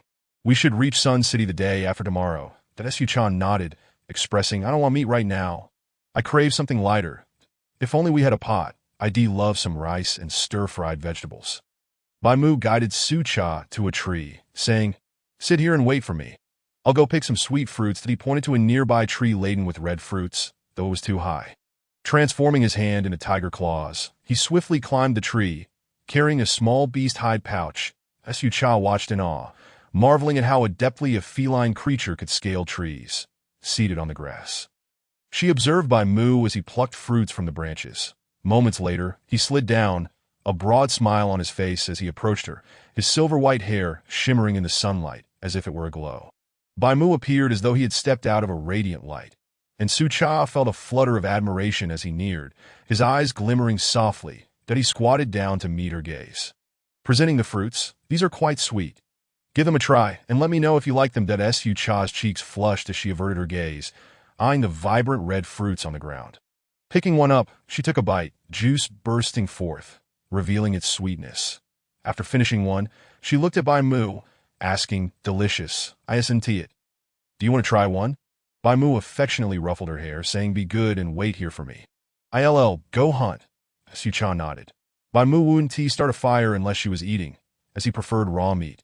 Watching Bai Mu hand over his beast hide before transforming into a large tiger, he dashed into the distant forest, vanishing from sight. That Su-cha remained on the grass, continuing to enjoy her fruit, pondering how straightforward beastmen were in naming things. Fruits were simply named for their taste. Sweet fruits were called sweet fruits, and sour ones, sour fruits. Unbeknownst to her, danger lurked nearby. In the bushes behind her, a small male beastman gazed greedily at the solitary female, while his companion excitedly exclaimed, "The tiger has left. Let us move quickly." As the two orcs transformed into their beastly forms, they advanced toward the petite female that Su-cha, hearing the commotion, glanced back and was alarmed to find two grotesque wild boars lewdly approaching her. Speaking in human tongues, "Ah, little female, come along with us." Without a moment's hesitation, Su-cha sprang to her feet and fled into the forest. However, a human could not outrun a beast, and in the blink of an eye, she was knocked to the ground by the foul-smelling wild boars. That Su-cha shouted with all her might towards the forest, "Bai Mu, save me!" The wild boars, leering at the beautiful female, jeered, "Your companion must have seen me and fled in fear. But fret not, little female. As long as you bear me offspring, I shall treat you well." They gestured for their companion to assist in lifting the female so they could depart swiftly. The stench made Su-cha feel nauseous. They intended to take her away, fearing that Bai Mu would not find her. Wailing, she lamented her predicament. The wild boar, observing the tearful female, said tenderly, "Do not cry. We shall treat you kindly." They grasped Su-cha, preparing to leave before the white tiger returned, which would spell their doom. Despair washed over Sucha, realizing these two orcs had awaited Bai Mu's departure. Just then, a white figure dashed in from afar. And Sucha exclaimed in delight, "Bai Mu!" The figure lunged forward, directly tackling the orc that held Su Ch. It was then that she discerned it was not a white tiger, but a stunning white wolf. Its eyes glowing blue as it gazed at them. The two orcs, recognizing the fierceness of the white wolf, relinquished their hold on Sucha and scurried away in fright. Rubbing her shoulders, Sucha stood and said to the white wolf, "Thank you for saving me." The white wolf, its eyes sparkling, presented its head to her. Misunderstanding its intention, she reached out and gently stroked its head. The white wolf closed its eyes in contentment, watching the obedient and adorable female. Its heart ablaze with excitement. Perhaps the heavens had indeed bestowed a companion upon it. Bai Mu returned to find Sucha petting the white wolf. After all, he had only stepped away for a moment. And now his home was under siege. Bai Mu approached and shoved the white wolf aside, declaring, "This is my female." To his surprise, the white wolf, upon seeing Bai Mu, became even more incensed, transforming into human form and pointing an accusatory finger at him. "You are utterly incapable of caring for the little female. Had it not been for me, she would have been captured by stray beasts. How could you leave her here alone? It is far too dangerous." Bai Mu, upon hearing this, anxiously looked at Sucha, asking, "Are you all right, Cha-Cha? What happened?" He then examined her with great concern, but Sucha shook her head, and Bai Mu, pulling her behind him, turned to the white wolf, saying, "Thank you for saving my female. What can I do to repay you?" The white wolf, gazing at the little female, introduced itself. "I am Han Qing, of the Silver Frost White Wolf clan from the Snowy Domain. I am also a one-star beast soul." "Oh, little female, take a look at me," did Sucha, observing the haughty and prideful white wolf, could not help but find amusement in Bai Mu's vexation. Chapter 14. Silver Frost White Wolf. Han Qing, upon hearing the melodious laugh of the little female. Han Qing arched an eyebrow at Bai Mu, as if to say, "See, it matters not if you dislike me. The little female likes me just fine." Bai Mu was aware that the Silver Frost White Wolves resided in the distant snowy mountains. Living in seclusion, free from the constraints of the Beast King, avoiding contact with the outside world. Han Qing, noticing how Bai Mu shielded the little female so protectively, attempted to push Bai Mu aside, but found himself unable to budge him. His eyes lit up as he exclaimed, "You have awakened your beast soul. Let us have a spar." Bai Mu, intrigued by the challenge, placed Sucha in a safe spot and transformed into his beast form. Sucha, observing the unfolding spectacle between the white tiger and the white wolf, felt exasperated. She certainly did not wish to be caught in the crossfire. Down on the clearing ahead, the white tiger sported a black stripe on its head and a hint of dark fur around its neck. Exuding elegance as it glanced at Han Qing and said, "I told you to finish quickly, you little brat, and return home." Han Qing, pure as snow and devoid of any unsightly fur, was incited by Bai Mu's taunt and ferociously pounced at him. The white tiger effortlessly raised a paw and sent the overzealous white wolf tumbling to the ground. However, Han Qing swiftly rolled and regained his footing, confidently asserting, "I still have the upper hand. If I win, you cannot stop me from pursuing the little female. I wish to be her companion." Bai Mu, observing the frost on his claws, chuckled, "So, your beast soul is ice, which suits your white wolf lineage." Han Qing, now even more self-satisfied, proclaimed, "Choosing me is a wise decision. I am quite formidable." He then raised a paw and blew a breath of ice. Bai Mu cast a glance at him, and Han Qing was left bewildered as he watched the ice on the white tiger's claws swiftly melt away. Failing to ensnare him, Bai Mu's gaze shifted to Han Qing as he declared, "Now it is my turn," and swiftly pounced upon the white wolf, knocking him to the ground. Han Qing, feeling the impact of the white tiger's strike, was overwhelmed by a surge of electricity coursing through him, rendering him powerless as he collapsed, limbs weak. In astonishment, he exclaimed, "You possess a lightning-type beast soul, perhaps even a 3-star one." The white tiger nodded, then turned away to retrieve Sucha. Meanwhile, the white wolf remained sprawled on the ground, calling out, "Are you leaving just like that? Hey, don't forget about me. Take me with you." Sucha, seated in Bai Mu's arms, glanced back at the white wolf and whispered, "Is it really okay to leave him here? Should we just walk away like this?" Bai Mu gently patted her head and reassured her, "He is quite capable." He will be able to move again shortly, that I am pleased that my little female is so kind-hearted, though I must teach her that in the beast world, kindness cannot be a weakness. It will only bring harm. That Su-chan nodded and waved goodbye to the white wolf, then turned to Bai Mu, saying, "You are amazing. You can even use electricity." What did Han Qing mean by beast soul? Bai Mu patiently explained, "Male beast men awaken their beast souls upon reaching maturity, though very few succeed. Those who do awaken their beast souls become significantly stronger and can call upon them in battle.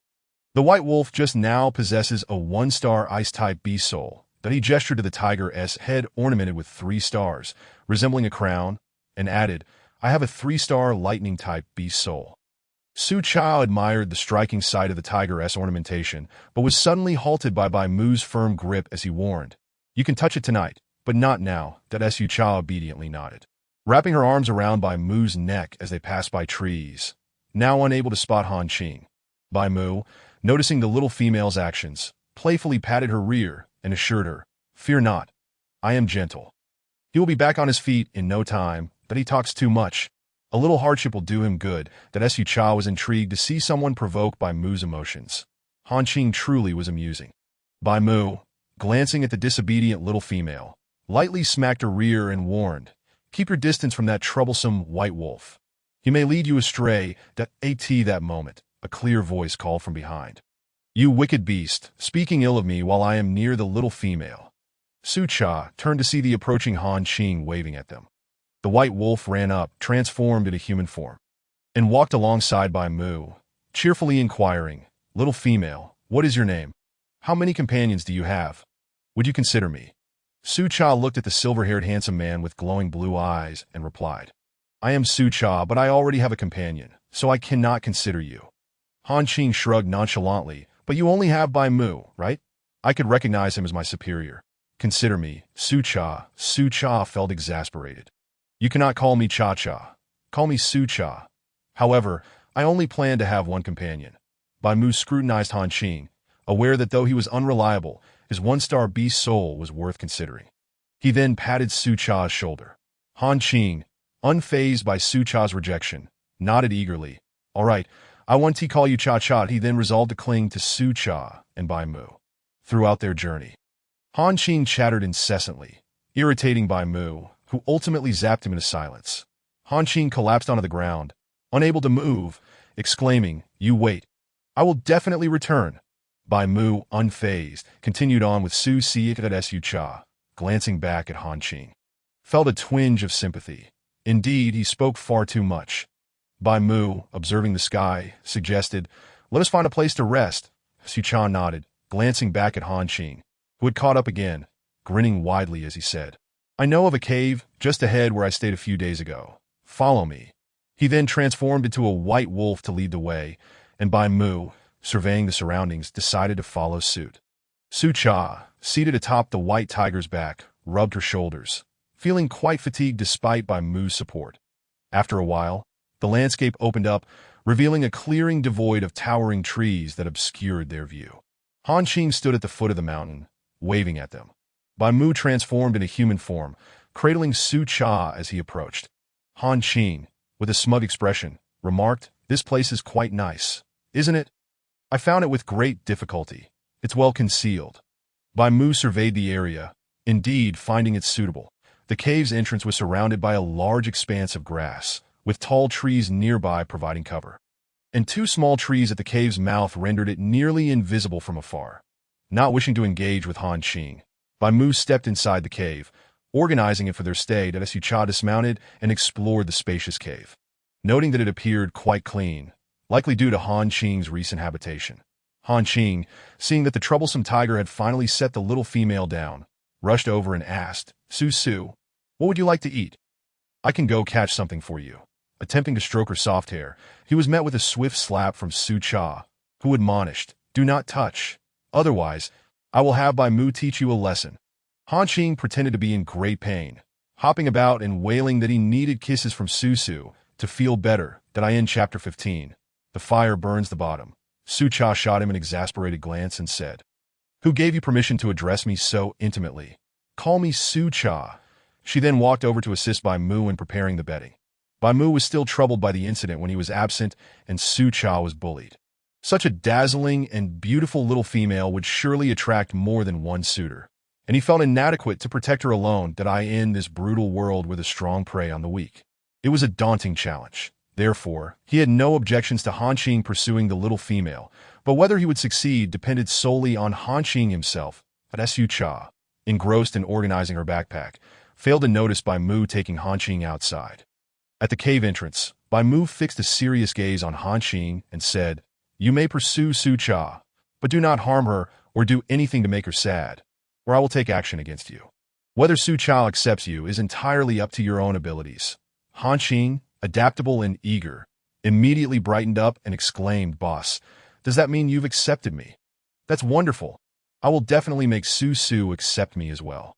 From now on, you are the boss, and I won't compete with you for the first litter of cubs." Bai Mu's expression softened at the mention of cubs as he quietly replied, "For the time being, you cannot mate with her.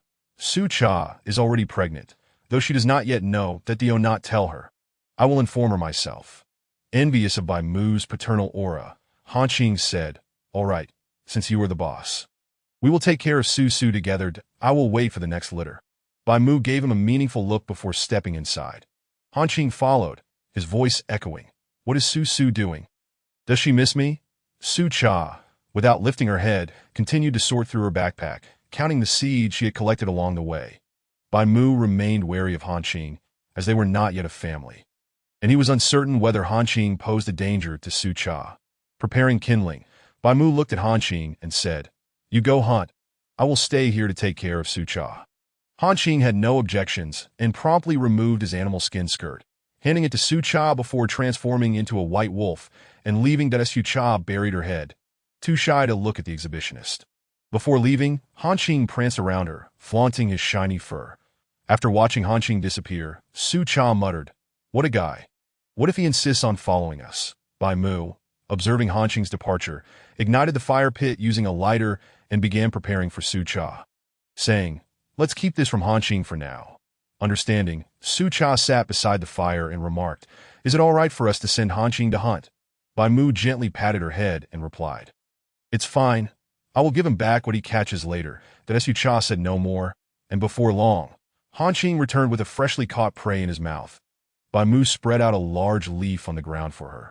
Having learned from Su Cha to keep food clean and avoid dirt, Han Qing transformed back into human form and, seeing the fire, expressed his fear, stating, "That thing hurts if you touch it. How do you have it here?" Su, come here." In the snowy mountains, fire was a disaster as it could melt ice and snow. He tried to pull Su Cha closer. She patiently explained, "As long as you don't get too close. It's fine. This is called fire, and it's a good thing. It can cook meat and provide warmth in winter." She reached out over the fire to warm her hands and offered them to Han Qing, saying, "Feel how warm it is."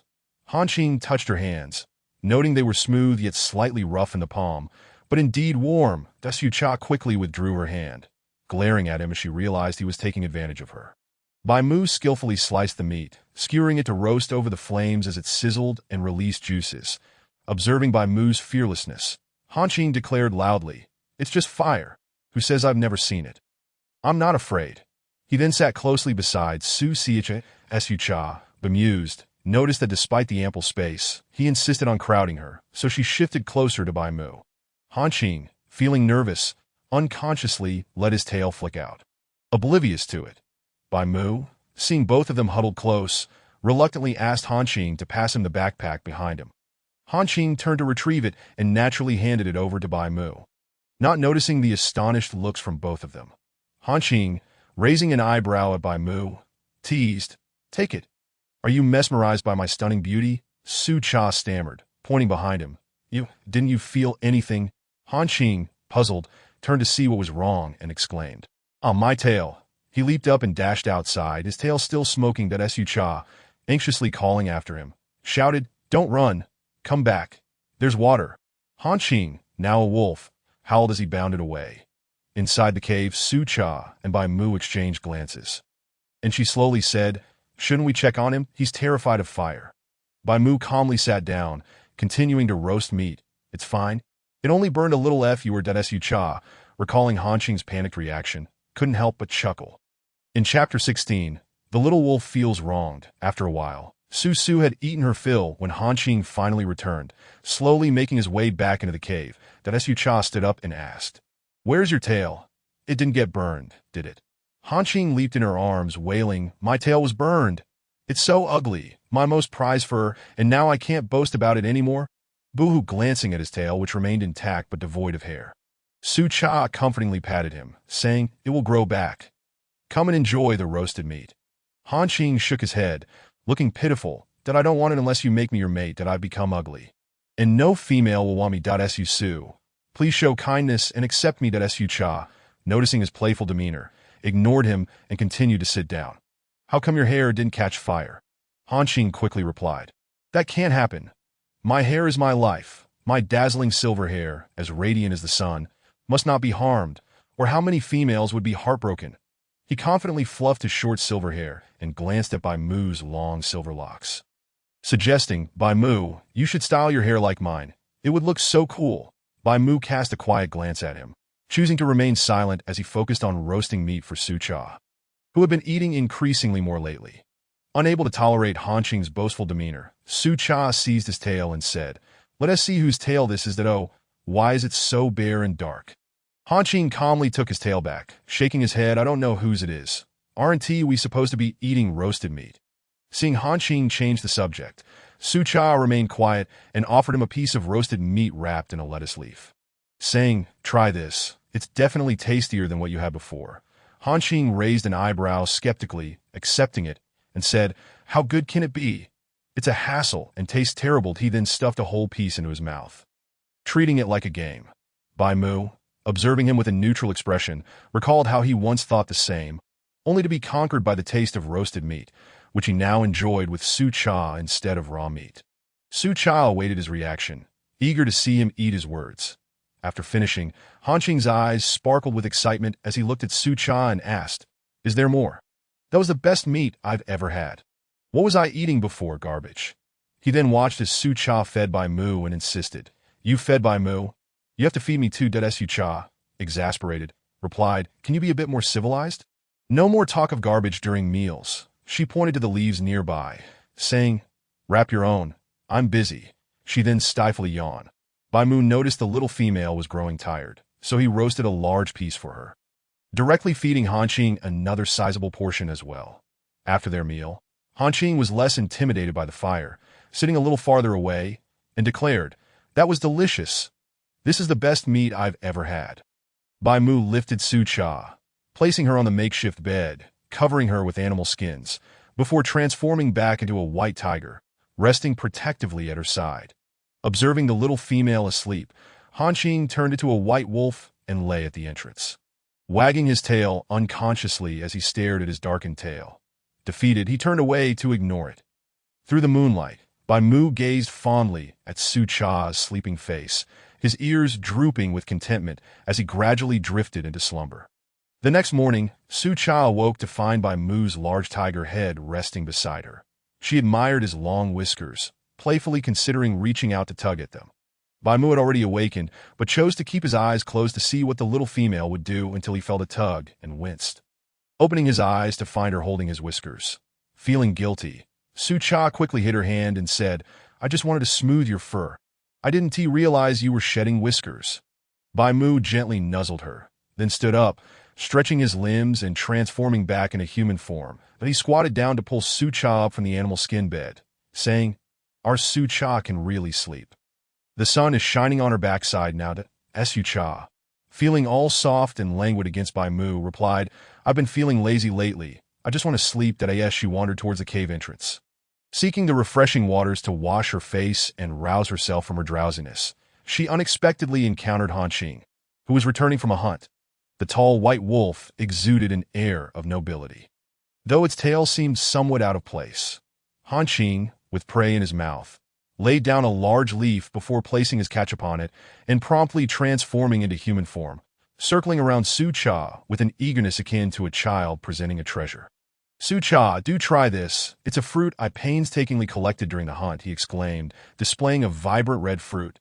Look, I even got injured."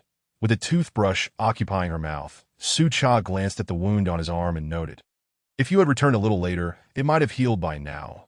She stared at him in awe, exclaiming, "Wow, what a large wound. Had you come back a tad later, it would have nearly healed."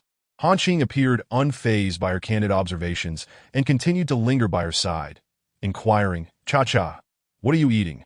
Let me have a taste." To Su Cha, unresponsive as she brushed her teeth, permitted him to chatter incessantly beside her. Finally, she spat out the foam from her mouth and remarked, "With all that talking, ice into your mouth parched."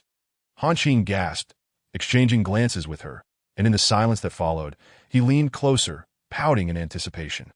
As she realized he was about to kiss her, she swiftly delivered a resounding slap, proving once more that the thought processes of a normal person could not resonate with Han Qing's.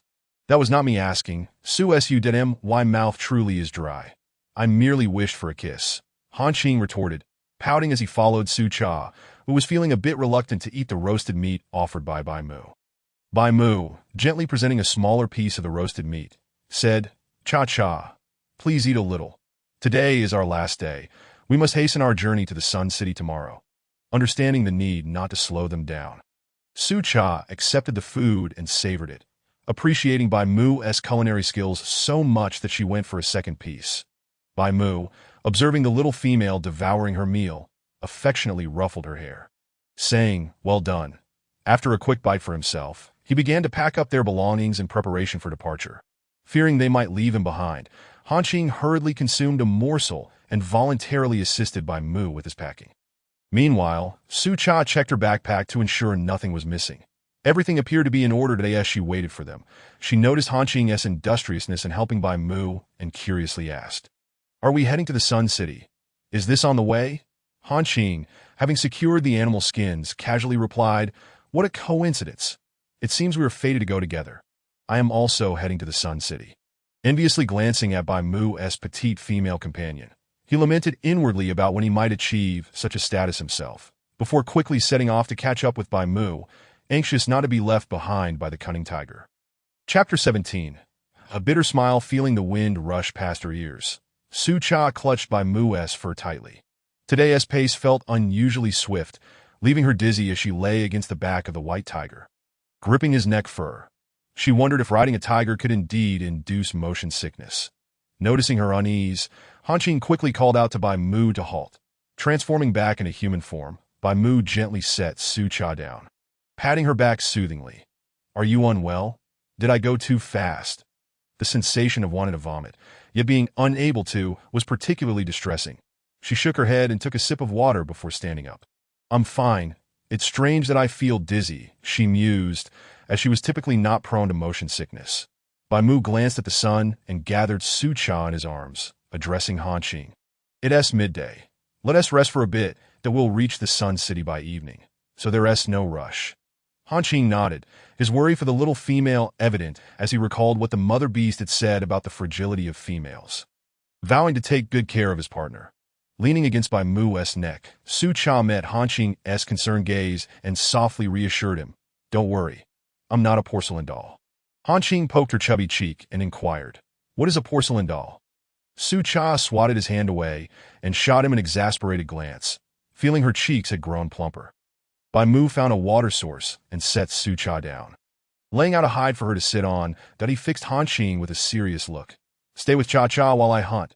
Han Qing nodded, understanding the task assigned to him, that he approached Su Cha with a cheerful demeanor. Watching Han Qing amuse Su Cha with laughter, Bai Mu felt a bitter smile tug at his lips.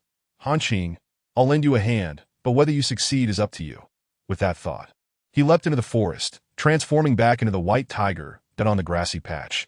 Han Qing occasionally poked at Su Cha, who had discovered that tickling her underarms elicited endless laughter from her. "You mustn't tickle me there, or I'll have Bai Mu punish you. You certainly can't win against him," Su Cha warned, her eyes narrowed in playful threat. Han Qing raised an eyebrow, retorting, "Who says? I'm stronger than Bai Mu." Su Cha merely smiled, remaining silent that, "Oh really? Bai Mu is standing right behind you," she teased. Han Qing quickly countered, "I was just joking, boss." However, upon turning around, he found no one there that Su Cha, nearly doubling over with laughter, pointed at him. "Coward, I'm off to gather firewood." Han Qing hurriedly followed her, collecting larger logs while Su Cha stacked smaller sticks. She arranged the firewood, layering some dry grass beneath, and began teaching Han Qing how to create fire by friction. Although he was a bit wary of burning his tail, he eagerly took the initiative when he saw her preparing to do it herself. Under her guidance, Han Qing produced smoke, and Su Cha added more dry grass and smaller sticks until a roaring fire emerged. Watching Han Qing's wide-eyed expression, she remarked, "This method will be useful when you return to the snow mountain. But it must be quite windy there.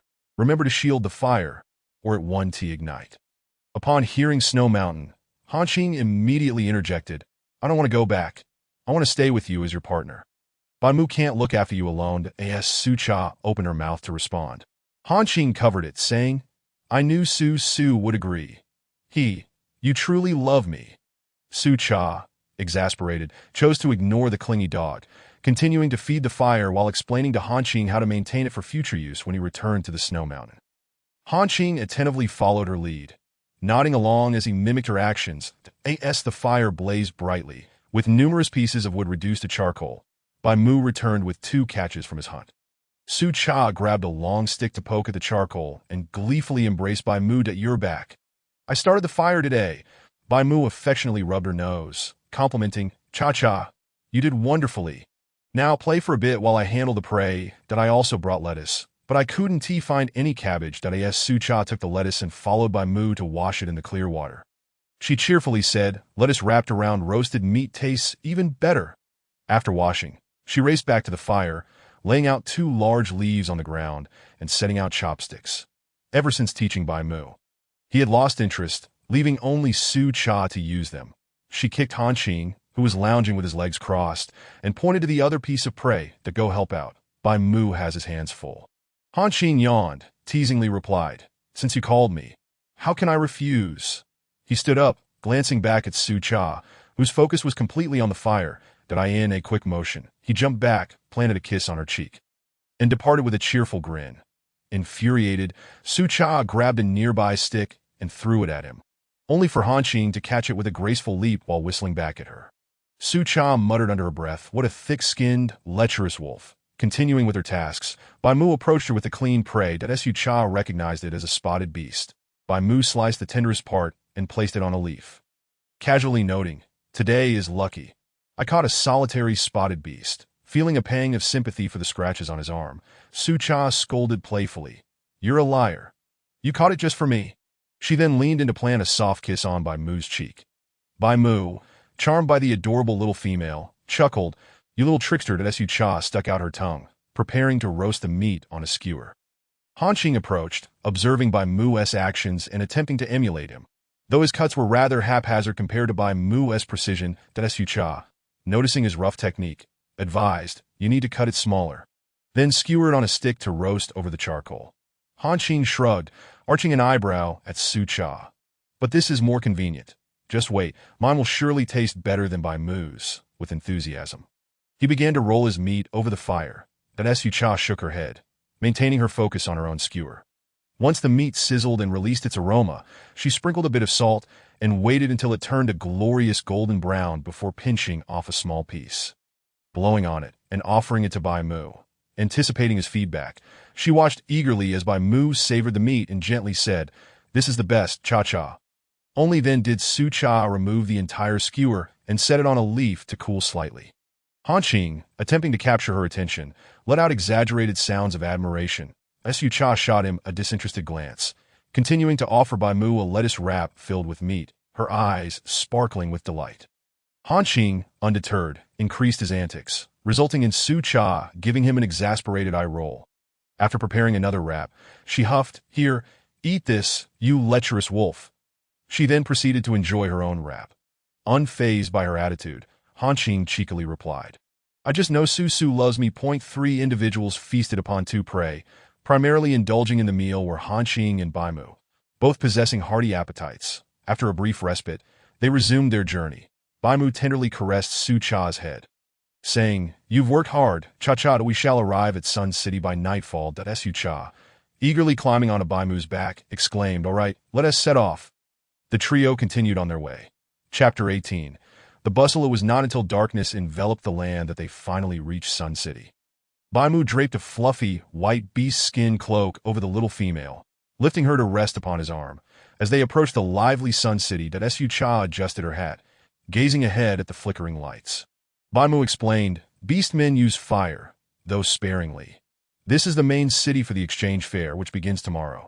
These beastmen are likely here to participate in it." Su Cha nodded, glancing at the inquisitive Han Qing beside her. "Warning, you mustn't let anyone deceive you."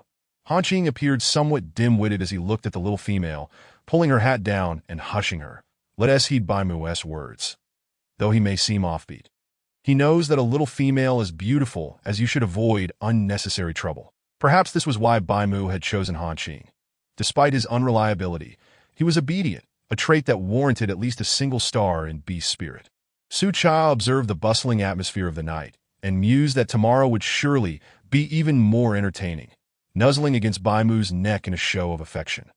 Baimu gently patted her backside, whispering, "Han Qing is right.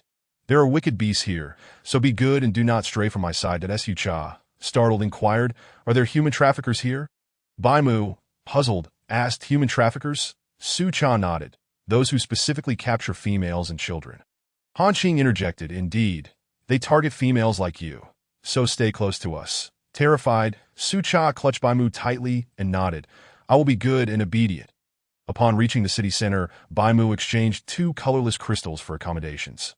Led by a beast man to a row of stone houses, where he pointed to the last one before departing. The trio proceeded to their designated stone dwelling, noting that many beastmen resided in the vicinity. Chattering animatedly, Baimu entered, confirming that this stone house was indeed marginally superior to the one in Colorless City. He set Su Cha down and began to prepare the bedding. Han Qing volunteered to go hunting, but was halted by Baimu, who cautioned, "It is too late now. Lighting a fire may attract the attention of other beastmen. Handle it outside by yourself." Han Qing nodded and dashed out. Baimu presented Su Cha with the sweet fruits he had gathered that day, stating, "Cha, you've worked hard. When Han Qing returns, I will go further out and roast something for you." Su Cha shook her head, munching on the sweet fruit.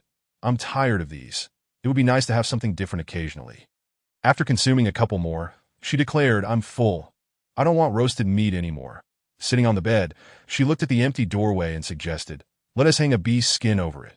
That way, others won't see me." Baimu agreed, noting the excessive number of people nearby, and took the beast skin to hang it over the entrance. Before long, Han Qing returned, noticing the added beast skin over the door, which indeed made it feel more comfortable. That he called Baimu out, pointing to the prey he had brought back. "I caught one. This is for you to eat." He then attempted to enter and snuggle with the fragrant, soft little female. Baimu, undeterred by the partially skinned prey, devoured a piece. Sitting at the entrance to eat, Su Cha lay on the bed, playfully scolding Han Qing, "You're still small. Get up quickly. You're so heavy." Han Qing swiftly rolled to the side, obediently massaging her legs. It was indeed spacious, with Baimu resting beside Su Cha while Han Qing occupied the doorway. Su Cha could be described as a deep sleeper, able to drift off at any moment. And perhaps due to her exhaustion that day, she emitted soft snoring sounds. Baimu, feeling sympathy, gently caressed her abdomen, murmuring, "You've worked hard." He then embraced Su Cha, surrendering to slumber. Chapter 19. The exchange fair. The next morning, Su Cha was awakened by the clamor outside. Groggily, she opened her eyes and asked, "What time is it?" "It's so noisy." Han Qing, seated by the bed, eagerly awaited the little female's awakening. He helped her sit up, his tone light and cheerful. Su, you sleep so soundly. Quickly awaken. It's lively outside, and there is much to explore." He excitedly urged Su Cha to freshen up. Baimu approached, gently lifting Su Cha, saying, "Water is ready for you. No need to rush. Wash your face first." He then handed her a prepared toothbrush. As Su Cha began to rouse, she realized that Sun City, being the main city, would surely offer more excitement than the previous one. She squatted down to brush her teeth, and by the time she was ready, Han Qing was impatiently craning his neck to peek outside, as it was his first time out as well. Once Su Cha had finished, Baimu helped her into her cloak, denying her request to walk on her own, and she settled once more on Baimu's arm. The three made their way onto the bustling street, where the flow of people was indeed greater than in Colorless City, revealing a diverse array of beastmen. The wide avenue was lined with beastmen, each displaying goods upon a beast skin laid before them. As Su-chan noticed the presence of merfolk, she recognized them by their elf-like ears adorned with pearls and shells in their hair. She gestured for Bai Mu to approach one of the merfolk. Bai Mu observed the oddly shaped merfolk, conceding that they were indeed the most beautiful among the beast men, regardless of gender, though merfolk females were forbidden from forming partnerships with those from the continent. While there were attractive groups on the continent, such as the Fox clan, merfolk were a rare sight. That Han Qing's reaction was more intense than Bai Mu's. After all, he lacked a formal claim to Su-cha and could not allow any other beastmen to sweep her away. He glared fiercely at several merfolk. Unbeknownst to Su-cha, who was blissfully admiring the dazzling items before her, the merfolk approached, captivated by her beauty. That a blue-haired merfolk stepped forward, speaking softly. These are all treasures from the depths of the sea. And there's salt too. Do you need any? Su-cha looked up at the refined and gentle beastman, nodding as she selected her desired items, inquiring, what do you wish to exchange for these? The merfolk were indeed striking, especially the blue-haired one, whose features were exquisite, and his blue eyes sparkled like countless stars. Su-cha found herself momentarily lost in his gaze. The blue-haired beastman smiled, saying, you may call me Jinshi. Little female, you are truly beautiful. May I become your partner? Su-cha's cheeks flushed crimson at his directness, and she shyly hid behind Bai Mu. Han Qing was the first to object, irritably stating, you step back. I don't even have a formal claim yet. He then turned to Su-cha with a pitiful expression. Su-su Jinshi continued to gaze intently at Su-cha, remarking, so your name is Su-su. Such a lovely name. The beastman behind Jinshi urged. Have you forgotten what the clan leader said? We should sell our goods quickly. Bai Mu, ever composed, addressed Jinshi. Your kind cannot form partnerships with the beastmen of the continent. Jinshi, aware that Bai Mu was the partner of the little female, looked back at him, his eyes conveying a message. The decision lies with the little female. He then turned his gaze back to Su-cha, saying gently, consider these items as a welcoming gift for Su-su. Bai Mu, observing Jinshi hand him a colorless crystal, stated this should suffice for purchasing these trinkets. That a beastman beside Jinshi accepted the crystal, declaring, that's enough, before taking it without allowing Jinshi to refuse. Bai Mu carried Su-cha away, shielding her view from Jinshi, who waved goodbye as she did the same, softly uttering goodbye. This was merely a polite gesture, and she paid no mind, admiring the pearls and larger shells in her hands. Exclaiming, these are perfect for storing things. Bai Mu organized their acquired items, explaining, this exchange fair occurs once a year. After each fair, winter approaches, so you can stock up. Su-cha nodded, her eyes darting around as she mused about winter. Asking Bai Mu, how do you store food for winter? This world primarily consumes meat or fruit. What happens in winter? She recalled a method for preserving meat. Bai Mu softly responded, beastmen will stockpile large quantities of meat before winter arrives. Even females who typically remain indoors will venture out to gather wild fruits, as many perish during that season. Su-cha nodded, recalling the concept of cured meat, which sparked an idea. She had just purchased a bag of salt from Jinshi, which should suffice. Bai Mu's concern for Su-cha was evident. The three of them meandered through the market for the morning, with Han Qing acquiring various items necessary for females, as he had resolved to stick closely to Su-su. Su-cha was pleasantly surprised by the abundance of goods, discovering even potatoes, brought by a herbivorous beastman, who hoped to exchange them for some beast skins for winter. Su-cha, eyeing the potatoes, asked, do you have any more? Or anything else? The beastman shook his head, replying, these were a rare find. I didn't expect any beastmen would like them. Rest assured, they are safe to eat. I have tried them. Su-cha had purchased all of his potatoes in exchange for 3 pieces of beast hide. And the herbivorous orc, in gratitude, presented Su-cha and his companions with various wild fruits. Han Qing stepped forward to accept the pouch of hides, beaming at Su-cha with delight. The three continued their stroll until noon, when Su-cha, feeling famished, declared, no more shopping. Let us depart. Bai Mu transformed into a white tiger and swiftly led her away from Sun City, stopping only upon finding a water source, where he instructed, TT, be good and wait here with Han Qing for me. Before darting into the forest, watching Han Qing catch up, Su-cha remarked, Bai Mu has gone hunting. Let us start a fire and wait for him. She then wandered off to gather dry twigs. Han Qing set down his belongings and approached, collecting larger branches until he had amassed a substantial pile, which he placed on the ground before returning to assist Su-cha. The two squatted beside the pile of twigs, and Su Cha observed Han Qing produce two black stones that, when struck together, sparked and ignited the dry grass. Astonished, she inquired, "What is this? Why didn't you show me sooner?" Han Qing glanced at her and, putting away the flint, replied with a hint of acidity, "I bought this in Sun City. Just now, your gaze was practically glued to that handsome merman. Where was the time to notice me?" Su Cha scratched her head, denying she had been staring, merely stealing glances at a handsome face. "What is the harm in that? If I don't look now, I might never see him again. Besides, I was just looking, not doing anything." Han Qing, watching her earnestly tilt her head to gaze at him, couldn't he help but chuckle, saying, "All right then, if we meet again, I'll let you gaze to your heart's content." He resumed, tending to the fire, ensuring it blazed brightly, remarking that they likely wouldn't encounter the merman again in their lifetimes, eliciting a laugh from him. Su Cha turned to the foolish wolf, asking, "What are you laughing at?" Han Qing, feigning seriousness, shook his head. "You must have misheard. I am not laughing at Su Cha," deciding not to press the matter further, huffed in silence. Chapter 20.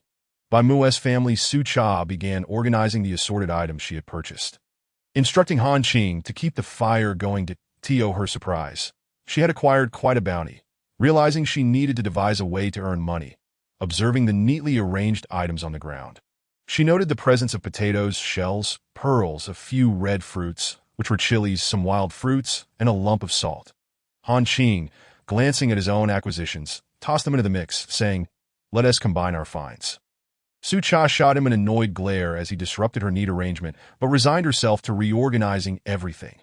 Han Qing had also bought salt and 2 pieces of dark flint. And that was all. After a while, Bai Mu approached with an elegant stride, dragging 2 prey beside Han Qing.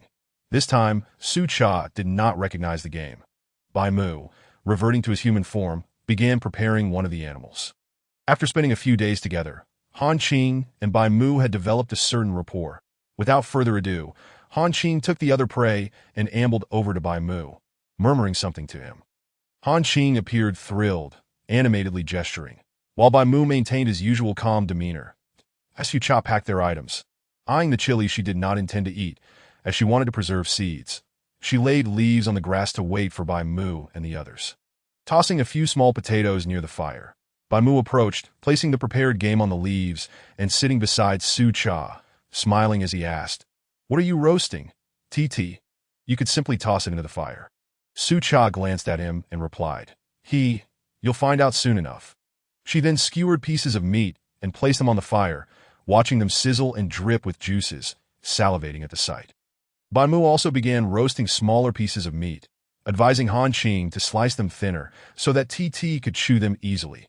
Han Qing nodded and followed Bai Mu's instructions. And indeed, this time the roasted meat turned out far better than the previous charred attempt, but he handed a piece to Su Cha, who enjoyed it, making him even happier.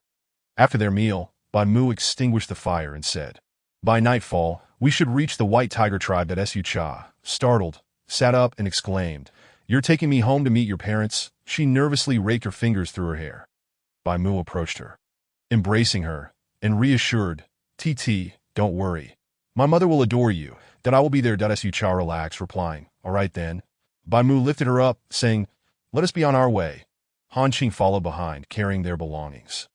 Despite her anxiety, they soon arrived at the White Tiger tribe, which lay nestled in a valley surrounded by mountains, offering a hidden refuge. Bai Mu transformed back into his human form, cradling Su Cha as they traversed a path between 2 mountains. Where the view opened up, upon seeing Bai Mu, several orcs recognized him and approached to greet him. A tall, young orc bumped into Bai Mu, saying, "You've returned at last. Go see your mother. She has been quite worried about you." He then turned to Su Cha, adding, "I never imagined you would find a partner. Not bad for you, unlike me, who remained single." Bai Mu smiled but remained silent until the orc finished speaking before bidding farewell and leading Su Cha and Han Qing toward his mother's cave. The surrounding orcs were astonished to see Bai Mu, believing he would never return. The tribe chief's daughter was still waiting for him. Someone had just informed Bai Mu's family of his return, and a crowd had gathered at the entrance of the cave.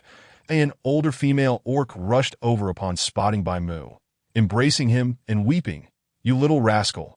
After being away for so long, you didn't even think to visit your mother. Bai Mu gently embraced the female orc, saying, "Mother, I didn't come back alone this time. I brought my partner." The elder orc, upon hearing this, released Bai Mu and looked at Su Cha, who was fair and lovely, clearly a delightful catch for Bai Mu. Though a bit petite, that Su Cha stepped forward with a smile, saying, "My name is Su Cha. Pleased to meet you." Unsure how to address Bai Mu's mother, she looked to Bai Mu for guidance. The orc quickly responded, smiling, "You can call me Lita, or simply refer to me as Bai Mu's mother." She then approached and playfully pinched Su Cha's delicate cheeks. Su Cha's face flushed as she called out, "Mother." Lita, delighted, took Su Cha by the hand and led her into her cave, glancing back at Bai Mu. "You two go put your things down. Your old cave is still available. Did I have your father clean it every day?" Bai Mu nodded, leading Han Qing to the adjacent cave to stow their belongings. Han Qing took the initiative to tidy up and make the bed, saying, "You go spend time with Su Su. She seems quite shy and uncomfortable." Bai Mu nodded, saying nothing, and hurried out, knowing his little female was timid and preferred not to interact with unfamiliar orcs. As expected, Su Cha felt out of place amidst the warm Lita and the presence of 5 other male orcs in the cave. Lita brought out her favorite raw meat and offered it to Su Cha, saying, "You're so thin. Eat more meat. Is Bai Mu not taking good care of you? I'll have a word with him later."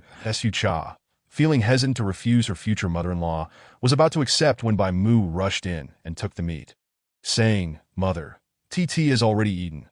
She'll have more later." He then surveyed the room, asking, "Where's father? I don't see him."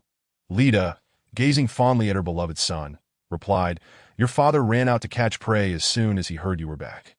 Bai Mu smiled, saying, "When father returns tonight, mother, you should bring the other fathers over for dinner. I'll prepare a feast for you." Despite Lita's presence, Bai Mu's stable demeanor revealed a hint of childish eagerness. Lita readily agreed, saying, all right, our little one has grown up and found such a beautiful partner." Fearing there wouldn't be enough food, Lita summoned 4 other partners to go hunting, leaving one behind to keep her company. Bai Mu took Su Cha away, suggesting they prepare for the evening and allowing his mother to rest. Once outside Lita's cave, Su Cha breathed a sigh of relief and asked, "How many partners does your mother have?" Bai Mu replied as they walked, "Including the 5 I just saw, plus my father. That makes 6. That's one of the smallest numbers in the tribe." Su Cha nodded, falling silent. The 2 caves were not far apart, and as they reached the entrance, Su Cha curiously asked Bai Mu, "So, don't you have many siblings?" "Why haven't I seen any?" Bai Mu playfully ruffled her nose, saying, "Once they come of age, they can't live with their mother anymore. I don't have much memory of them." Su Cha nodded, realizing that perhaps the siblings were too numerous for any real bonds to form. Considering Lita had 6 partners, Chapter 21. The proud Han Qing seeks compliments. Han Qing watched as the little female returned, pulling Su Cha to the bed he had prepared, eager for her praise, but too subtle to ask outright. His eyes gleaming with anticipation, Su Cha feigned surprise, exclaiming, "Oh, Bai Mu, did you tidy up this bed and cave? It's so clean and neat. You're quite impressive." Bai Mu, aware that the little female was teasing Han Qing, chimed in, "Yes, I did." Han Qing, utterly infuriated yet unable to retaliate against Su Su or Bai Mu, eventually cried out, "I was the one who cleaned the cave and the bed." "Su Su, why do you say it was Bai Mu?" Seeing she had gone too far, Su Cha quickly reassured him, "I was just teasing you. Don't cry. The bed is so soft, and I really like it." "Thank you, Han Qing. This cave is the most organized I've ever seen. And it's all thanks to you." Han Qing dried his tears, looking at her with a pitiful expression, saying, "That's not enough. You have to kiss me." He then closed his eyes, awaiting her kiss. Su Cha, realizing that if she did not acquiesce, he might dissolve the cave in his tears, quickly poked his cheek with her finger, saying, "I've kissed you now, so no more crying." Han Qing covered her face, her ears flushed with embarrassment, and her eyes glistening with unshed tears as she looked at her. She nodded gently. Su Cha moved about, and he followed her like a shadow. Su Cha inquired of Bai Mu what needed to be prepared, considering that tonight they would be hosting Li and the others for dinner. Bai Mu stood and turned to Han Qing, saying, "You stay here with Cha Cha. I will go gather some firewood." Han Qing, having quickly forgotten how he had just helped the little female, upon hearing Su Cha mention inviting Bai Mu's family for dinner, expressed his desire to assist Bai Mu. Bai Mu shook his head, replying, Even though we're in the tribe, someone should be here to keep Cha-Cha company that I can manage. He then transformed into a white tiger and dashed out, while Su-Cha busied herself packing. Calling Han Qing over to help, planning to set aside some salt for tonight's meal. Han Qing complied with her every request, even tidying up the spacious cave. Once they finished their tasks, they had no choice but to sit in the cave and await Bai Mu. Su-Cha hesitated to sit outside, fearing encounters with unfamiliar beastmen and dreading being interrogated by Li De. Despite her pleasant demeanor, she felt uneasy in Li Da's presence. Han Qing, sitting beside her, said, "If you feel scared of my mother beast, just avoid me, that I'll explain it to her." She is very open-minded, that Su-Cha shot him a glance, replying, "That has nothing to do with us." Han Qing, unable to comprehend her words but sensing they were not kind, grinned and leaned closer to Su-Cha, saying, "It's only a matter of time. If it weren't for your belly." He quickly changed the subject, touching the soft flesh around Su-Cha's waist, remarking, "Su-Su, yours is so soft and pleasant to touch." Su-Cha glanced down at her own swimming ring. As the animal skin skirt and bandeau she wore caused her flesh to gather when seated. She envied Han Qing, who had 8-pack abs despite his larger appetite. Swatting his hand away, she warned, "Don't touch indiscriminately, or I'll call Bai Mu to beat you." Han Qing dramatically raised his hands, feigning distress. "Don't hit me. I promise I won't do it again," only to receive a punch from Su-Cha. However, as he gazed at her delicate fist pointing at his back, he exclaimed, "Su-Su is so nice. She even scratches my back. How about a little back scratch here too?" Ignoring the unreasonable wolf, Su-Cha turned away, burying her head in her knees. After a while, Bai Mu appeared at the cave entrance, carrying a large log. Upon hearing the commotion, Su-Cha quickly stood to greet him. Han Qing, rolling his eyes, thought to himself that when he ascended to a higher status, he would ensure Su-Su loved him the most. Once Su-Su gave birth to Bai Mu's offspring, it would be his turn, and he felt motivated. He quickly put on a smile and rushed to catch up. Bai Mu placed the log down and began chopping it into smaller pieces with his claws, while Han Qing transformed his hands into wolf paws to help. Su-Cha was in charge of stacking the wood. Chapter 22. Bai Mu's concealment. Once the trio had gathered all the necessary firewood and even some salt, a middle-aged beast man hurriedly entered from outside. Bai Mu approached him and embraced him, calling out, "Father Beast, you're back." The middle-aged beast man returned the embrace tightly, saying, "Glad to be back. That I heard you brought a partner along." Su-Cha and Han Qing stared at them until Bai Mu pulled them forward. The middle-aged beast man, handsome and exuding an alluring mature charm, looked at Su-Cha and cheerfully said, "I am Bai Mu's father. You can call me Baiyin. Did I assume you've already met his mother?" Su-Cha relaxed upon seeing the smiling beast man and replied, "I am Su-Cha, Bai Mu's partner." Baiyin glanced at Su-Cha's belly, his happiness evident as he remarked, "Bai Mu is fortunate to have such a lovely partner." Bai Mu, aware of his father's knowing gaze, could only smile helplessly and say, "You all should come over tonight. I have delicious food to share." Baiyin nodded, pointing at the game outside. "You handle it yourself. I'll be over soon." He left joyfully, while Bai Mu took the game to process, leaving Han Qing to accompany the little female. Bai Mu swiftly prepared 2 pieces of game, and soon returned with the clean meat, placing it on the leaves Su-Cha had prepared. Baiyin also brought Li De along, and everyone chatted and laughed as they prepared the meal, with Li De's other partners returning as well. All bringing process game. They observed Bai Mu building a massive fire. The group felt a tinge of fear and hesitated to approach. Li De watched in astonishment as Bai Mu skillfully sliced the meat and placed it on the fire. Baiyin cautioned him, "Bai Mu, be careful. Fire is dangerous, and without a shaman, no one should light it." Bai Mu reassured his parents, pulling them closer. "It's fine, just don't touch it with your hands. Look, it can keep us warm during winter." He placed his hand near the flames to demonstrate before offering it to his mother. Li De felt the warmth of Bai Mu's hand and, trusting her son, tentatively reached out. It was indeed warm. Gradually, everyone became accustomed to it, and Bai Mu handed the roasted meat to his mother, saying, "Give it a try. I guarantee it tastes better than raw meat." He reminded his father to blow on it first. Li De took a bite, her eyes lighting up as she exclaimed, "It's definitely much better than raw meat." The others followed suit, slicing and roasting the meat as Bai Mu had shown them, enjoying it immensely. Li De also got along splendidly with Su-Cha. However, most of the conversation was led by Bai Mu, while Han Qing played the role of Su-Cha's devoted sidekick. After finishing the feast, Su Cha once again marveled at the beastmen's hearty appetites. Bai Mu also taught his father how to start and extinguish a fire. Elida inquired about their plans to stay in the tribe, especially since Bai Mu was a rare 3-star beast soul. She had a soft spot for Bai Mu, given that he was the only one in the litter to awaken his beast soul. No tribe would turn away a strong warrior. Bai Mu looked at Lida and said, "Mother Beast, I don't intend to stay in the tribe. I will bring Cha-Cha back to visit often." Though saddened, Lida supported Bai Mu. Bain asked, "When will you leave?" Bai Mu replied, "Tomorrow would be best. The sooner, the better." Bain understood that Bai Mu wished to keep his return discreet and nodded. "Take care of your partner." Bai Mu extinguished the fire, and Bain led Lida and the others back to their cave. But Su Cha, watching Bai Mu sitting on the edge of the bed, asked, "Why don't you want to stay here? Your father and mother are here."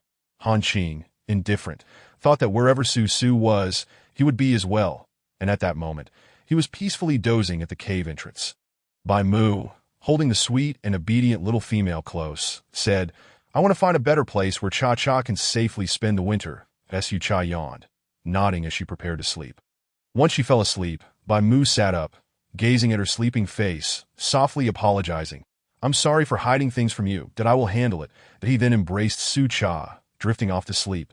The next morning, Su Cha bid farewell to Bai Mu's father and mother, shouldering her backpack before they set off. After walking for a while, a plump female beastman was carried over by a beastman, followed by a dozen others. From afar, they heard Bai Mu, "You're finally back. Are you planning to accept me now?" Lida and the others were relieved to have left quickly, as Mo Li was notoriously persistent in pursuing Bai Mu, causing him to flee. Mo Li looked at Lida and asked, "Where's Bai Mu? I've been waiting for him. Is he back to be my partner?" After meeting Su Cha, Lida found Mo Li increasingly displeasing and waved her hand dismissively, saying, "Bai Mu has long left. He just came back to check on us."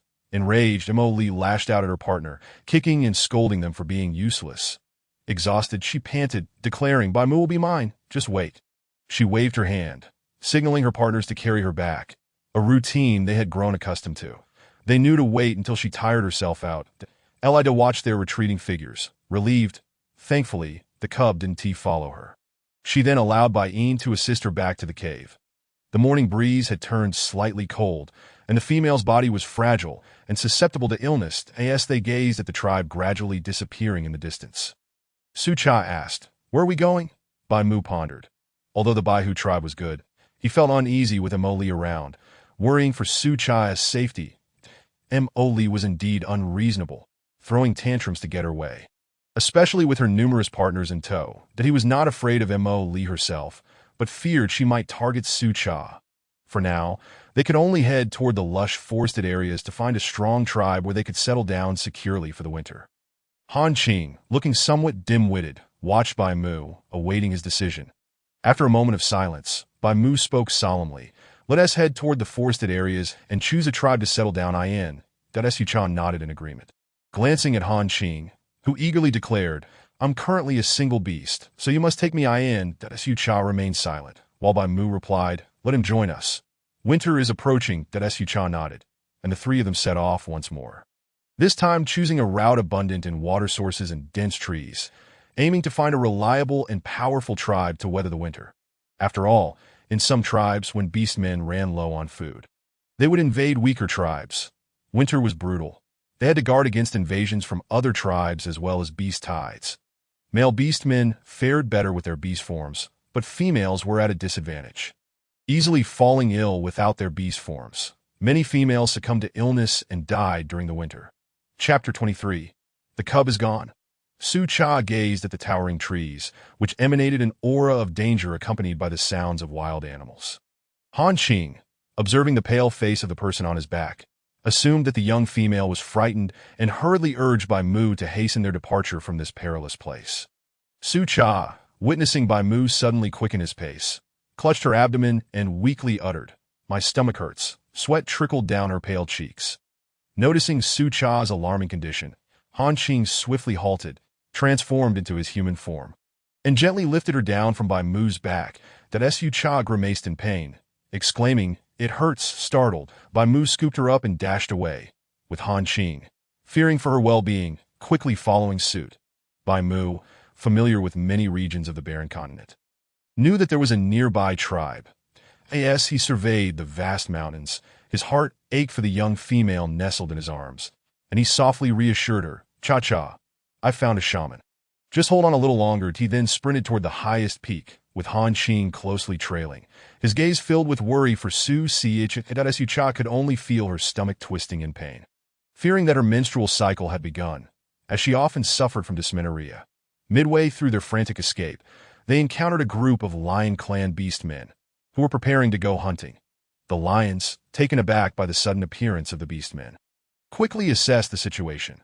However, given the presence of a 3-star beast spirit and a 1-star beast spirit, they were not to be underestimated. The leader of the lions commanded his companions to assume an offensive stance. Bai Mu, unwilling to waste time, exchanged a glance with Han Qing, who, in a moment of desperation, charged forward and grasped the leader of the beastmen, pleading, "Our female is injured and near death. Please, we beg you to help her." Bai Mu was momentarily taken aback. He intended for Han Qing to subdue the leader, but was unprepared for this bumbling act. The group, consisting of over 10 Lion Clan males, upon hearing of the injured female and witnessing Han Qing's heart-wrenching tears, deemed it prudent to prioritize her rescue point. One of the tribe members spoke up, "Li Wu, they don't seem to be lying. The young female appears genuinely weak." Li Wu, the leader of the group, pushed past Han Qing and approached Bai Mu. Observing the young female nestled in his arms, her face was indeed pale, and she continued to cry out in pain. Seeing such a beautiful young female stirred Li Wu's compassion, and he reproached Bai Mu. "Hurry up, follow me." The group then returned to their tribe, with Li Wu leading Bai Mu and his companions directly to the shaman's cave, calling out, "Kai Bai, come out quickly, there's a female in distress." From within the cave, a deep voice responded, "Who is it? Are you here to waste my herbs again?" Li Wu felt an urge to storm in and drag Kai Bai out, but he knew that Kai Bai was notorious for his sharp tongue, often scolding even the tribe leader. Unable to wait any longer, Bai Mu cradled Su Cha and stepped inside, finally catching sight of Kai Bai, who was young. Indeed a rare find among shamans. His head was wrapped in a piece of beast hide, obscuring his hair, and he held a piece of animal hide in his hands. Han Qing, rushing in behind, exclaimed, "Quickly save Su Su. She's on the brink of death." At that moment, Bai Mu had no choice but to plead. "She is pregnant and has been crying out in pain." Kai Bai gestured toward a stone bed, instructing Bai Mu to lay the female down. He approached to examine her closely, declaring, "This is merely exhaustion. These little ones are quite resilient and can still be saved." That he then moved to a small fire in the corner, placing a skull upon it and tossing in herbs, stirring them with a stick until he had a concoction ready. Standing up, he looked at Bai Mu and Han Qing with a scornful expression. "Are you two out of your minds? A female in such a state, and you still let her work? Are you her partners?" Bai Mu was at a loss for words, his concern for the girl on the stone bed evident. Han Qing, wanting to retort but feeling the weight of Kai Bai's furious gaze, realized he had indeed failed to care for Su Su and burst into tears. Kai Bai, watching the foolish wolf weep, expressed his disdain. "Cry, cry, cry. All you do is cry. You're going to suffocate the poor female with your tears. Silence yourself." Han Qing, upon hearing this, stifled his sobs, covering his mouth. Kai Bai then turned to the silent tiger, saying, "What good is just watching? Get some clean animal hide to cover the female. Have you not noticed she is bleeding?" Bai Mu gasped, suddenly realizing the gravity of the situation, that he stood and touched the area beneath her. Detecting the blood, how could he have missed it earlier? Filled with self-reproach, he slapped his own face and quickly covered Su Cha with a fresh hide. Kai Bai, holding the prepared medicine, was about to administer it when he noticed her large, innocent eyes staring back at him.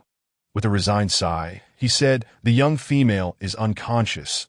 She must drink the medicine, that if she doesn't, the little ones will be lost." Bai Mu lowered his head in shame, while Han Qing grasped Su Cha's hand, pleading, "Don't die, Su Su. I don't want the little ones anymore." Kai Bai pushed them away, saying, "What are you making noise about? Go wait outside the cave and don't disturb me." Once the two had exited, Kai Bai sat beside the bed, gazing lovingly at the beautiful young female. Such a tragic fate. "If I heal you, you will belong to me, that I am far more capable than those two companions of yours." He then tilted his head back, drank the medicine, and leaned down to gently administer it to Su Cha, mouth to mouth. That Su Cha found the taste bitter, instinctively resisting and pushing his tongue away. Yet ultimately, she was forced to swallow. Kai Bai, leaning over her, gasped, "The little female is surprisingly strong. She keeps holding onto my tongue." He tenderly tucked her damp hair behind her ear, carefully washed the skull he had used. A prized possession he had found after much effort. Stepping outside the cave, he scolded the two beastmen. "The young female needs to rest. She can't withstand your rough handling, that I have the right to expel you for mistreating a female. You have partners yet fail to cherish them. Do you know how many single beasts roam the barren continent? Be cautious, or I will report you to the Beast King."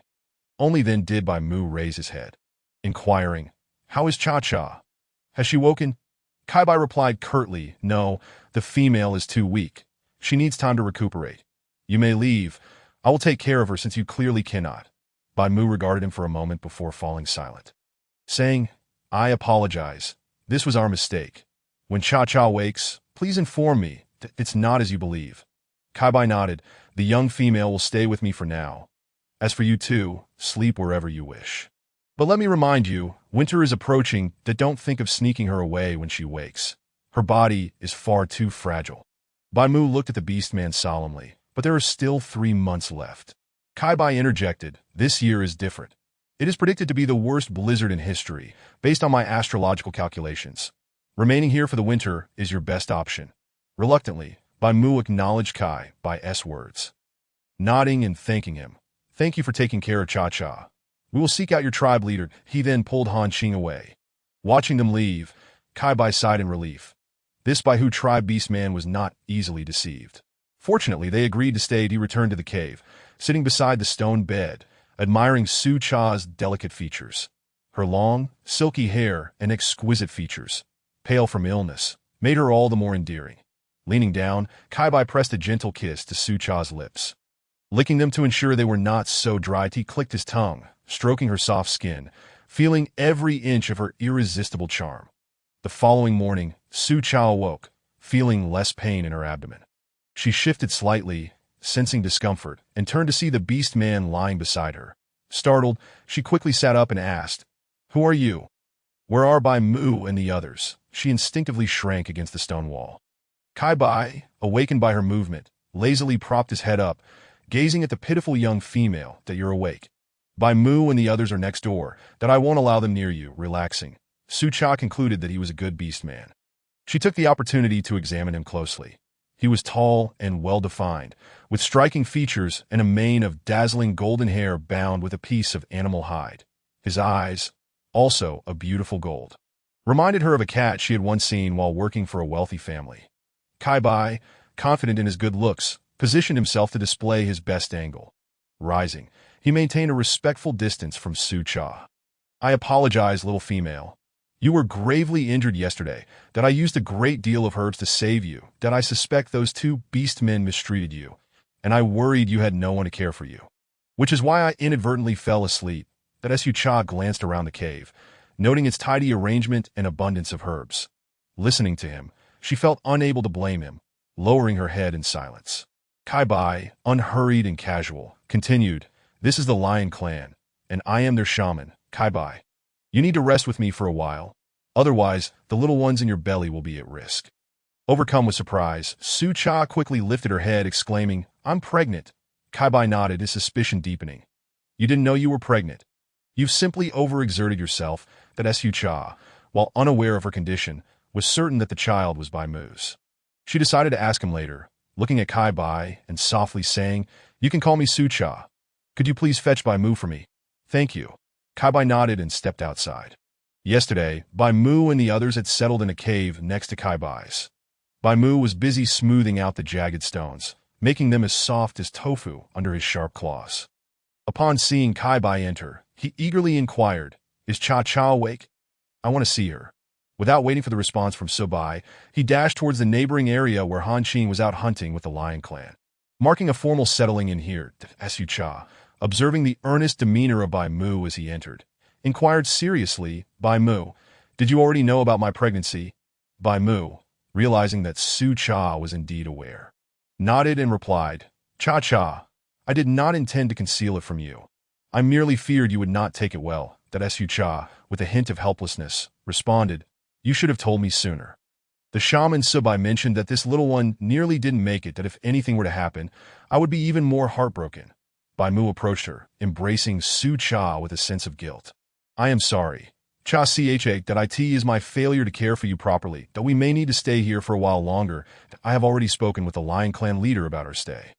Su Cha nodded, caressing her belly, suddenly reminded that she was human while Bai Mu was a tiger. She anxiously asked, how long do tigers carry their young? Bai Mu continued, 3 months, that do not worry, Cha Cha. I have consulted my mother beast about this, I am keeping track. All you need to do is remain joyful. That Su Cha nodded, eagerly anticipating the arrival of their offspring, and asked, will we be spending the winter here? Bai Mu, observing Subai's entrance, released Su Cha and said, yes, the shaman mentioned that winter will arrive early. You need to rest and recuperate. That as Su Cha spoke, she felt drowsy again, uncertain if it was due to her condition. Subai approached and said, the young female needs rest. Bai Mu, understanding, stepped outside to continue grinding stones. That Su Cha, watching Subai's figure, felt her vision blur and, feeling weak, was assisted by Subai to lie down. Succumbing to unconsciousness. Chapter 25. The luxurious cave house. Su Cha awakened once more. Now it was midday. She felt slightly better, and there was no longer any bleeding. That Subai sat by the fire, perusing a scroll made of bee skin.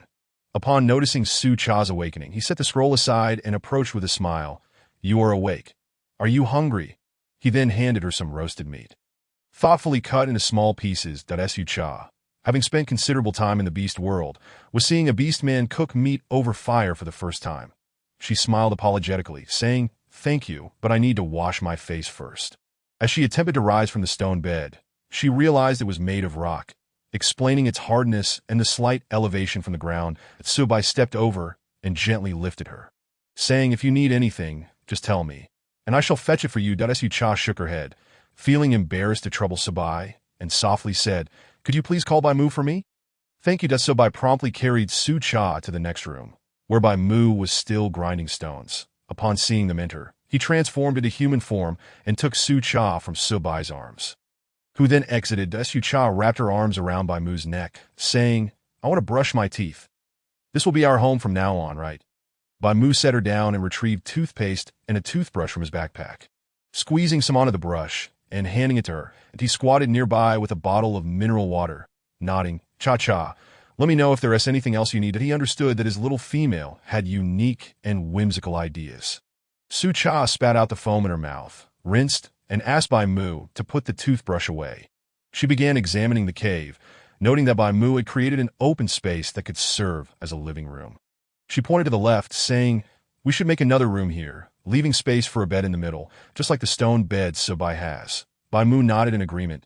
That Su Cha then pointed to the right, suggesting, let us create another room here for Han Qing. He is rather lonely, that we should also carve out a kitchen near the cave entrance to prepare meals. Additionally, we can dig a cellar in the kitchen's corner for food storage. After pondering about the forthcoming child, she pointed slightly to the left and said, let us make a smaller room here for the little ones. She contemplated creating a restroom, but decided against it, realizing that the beast world lacked toilets. Bai Mu nodded along, taking notes mentally that up to this point, Su Cha had yet to see the layout of the tribe. Stepping outside, she discovered they were situated halfway up a mountain, with a wall serving as a railing. The beastmen had hollowed out the mountainside and built a corridor at the back. Beyond this point, there were no more caves. Only 2 remained, one belonging to the shaman Subai and the other Bai Mu's. Bai Mu emerged with a beast skin cloak, draping it over her shoulders as he embraced her, saying, what are you doing out? Han Qing will be back soon. Su Cha gazed at their home and the mountain. Curious, we 1T accidentally dig into another beastman's cave, will we? In this structure 1T collapse, right? Bai Mu gently tapped her nose, saying, the rock here is the hardest on the continent. It 1T collapse. There are only 2 families in this vicinity. That he refrained from mentioning that no other beastmen lived near Subai due to his irritable temperament. That Su Cha nodded, and in the distance, they heard Han Qing's delighted voice. Su, you're awake. Su Cha turned to see Han Qing bounding towards them, excitedly carrying prey in his mouth. Upon reaching Su Cha, he tossed the game to Bai Mu for processing and rushed forward to embrace her, exclaiming, Su, I thought you had perished. Is there anywhere that still hurts? He carefully examined Su Cha, noticing her slightly pale cheeks, and said, "I will roast some meat for you right away. You must be hungry." Before Su Cha could respond, Han Qing dashed off, returning shortly with dry twigs and igniting the fire with a flint stone. Bai Mu soon followed, bringing in the clean prey. Han Qing quickly laid leaves on the ground for Bai Mu to place the meat upon. The two worked seamlessly together, promptly delivering the roasted meat to Su Cha's lips. As Su Cha took a bite, her eyes lighting up with delight as she said, "Delicious. I feel as though I could consume an entire beast." "I am famished." Bai Mu, watching her with concern, realized he had not cared for her properly and hastened to roast more meat. Han Qing also handed her more roasted meat, blowing on it to cool before watching her eat with relief. Indeed, Su Cha devoured 2 legs of the prey, considering the massive size of the beast world-esque game. After letting out a satisfied burp, she declared, "I'm full." Bai Mu, feeling her stomach and confirming her fullness, finally began to eat himself. Once they finished, he tidied up and extinguished the fire, continuing the renovations within their home. After their meal, Sabai returned to fetch Su Cha for her medicine and rest. Bai Mu laid her on the stone bed and observed him leave, presumably to continue their home improvements. Sabai approached with a small skull, bearing a bowl of dark, murky medicine, and handed it to Su Cha. She took a sip, nearly regurgitating her lunch, and looked at Subai with pitiful eyes. "Can't I skip this? It's so bitter." Subai shook his head, stating firmly, "You must finish it." Su Cha pouted but reluctantly tilted her head back, gulping it down in one go. Then, sticking out her tongue, she returned the skull to Subai and mumbled, "Thank you." Feeling drowsy after the medicine, she hesitated to sleep, pondering how a young shaman could be so handsome. She was soon unaware of when she drifted off. The Subai approached, covering her with a soft beast skin and affectionately kissing her forehead before stepping outside to gather the herbs drying in the sun. Organizing them neatly within the cave, Subai, carrying the beast skin, walked to the neighboring cave and observed Bai Mu still grinding away. But he called out, "I am going to gather herbs. Remember to take good care of Su Cha. I will return before dark." Bai Mu nodded, and Subai cast him a cold glance before departing. Bai Mu resumed the renovations as directed by Su Cha. Chapter 26. Full of life beneath the lush trees of the forest. A pride of lions lay in wait, accompanied by a striking white wolf, fixated on a water buffalo leisurely drinking from the stream. Lion Wu raised his paw, signaling the beastmen behind him to move swiftly and silently, like a drawn sword. Among them, Han Qing was the swiftest, expertly biting through the prey's neck before leaping onto the next target. This group of prey had been under their watch for several days, and they had successfully counted about 20. Han Qing was washing the blood from his paws in the water, thinking that if he could coordinate better with his kin, they could have captured far more than just 20. Lion Wu approached Han Qing with a grin. "You did well today.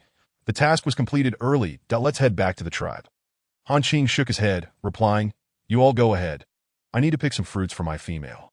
Lion Wu nodded and pointed a direction for Han Qing before leading the orcs back to the tribe. According to the customs of the Lion clan, sufficient prey must first be caught for the tribe before the orcs can store food for themselves. The tribe's hunting supplies serve as a precaution in case any clan members lack food during the winter, as well as for some orcs who have lost their hunting abilities. Once Han Qing saw them depart, he dashed towards the direction indicated by Lion Wu and soon spotted a grand tree laden with red fruits that he secured his beast skin pouch to his waist and began to climb. After filling a pouch, he leaped down and headed towards the lettuce he had just seen on the tree. He plucked 2 large heads, then ventured deeper into the forest, intending to catch a spotted deer for Su Su, as their tender meat would serve her well. Clutching the beast skin pouch, he sprinted deeper into the woods. Kai Bai wandered through the forest with a wooden stick, searching for the necessary herbs. He also collected some red berries, which the scroll indicated could replenish vitality and blood, planning to give them to the little female later. However, he could not find another type of herb and realized he would have to venture deeper. The shaman did not need to stockpile food for winter, as the tribe allocated resources specifically for him. After all, shamans are invaluable, and not every tribe possesses one. In the tribe, Bai Mu occasionally visited Su Cha, pleased to see her gradually reddening complexion, though her lips remained pale. Watching her sleep soundly, he decided to grind stones next door. Bai Mu had been busy all afternoon when Han Qing returned. Carrying a pouch full of beast skins and a prepared spotted deer, he burst in excitedly, placing the prey down and asking, "Where's Su Su?" Bai Mu pointed next door, saying, "Still sleeping. Let us prepare food for her when she wakes." Upon hearing that Su Cha was still asleep, Han Qing refrained from visiting her and instead joined Bai Mu to start a fire and roast the meat. Bai Mu organized the items Han Qing had brought, taking the fruits and lettuce outside to wash before returning to sit beside Han Qing, guiding him in roasting the meat while asking, "Is the tribe's prey sufficient?" Han Qing shook his head. "It should be soon, that we'll need to prepare our own soon too." Bai Mu looked at him and said, "Tomorrow, you stay here to take care of Cha-Cha, that I'll go hunting with them. You need to smooth the sharp stones in the house. Even the ground should be made flat, or it could hurt Cha. See, it should." In the absence of Su Cha, Han Qing remained serious, nodding as he surveyed their home. Their thick hides protected them, but the little female was different, her entire body soft and delicate, with even her feet being tender and pale. Once the meat was done, Bai Mu gestured for Han Qing to bring the little female over, as the current cave was still under renovation and unsuitable for Su Cha to reside in.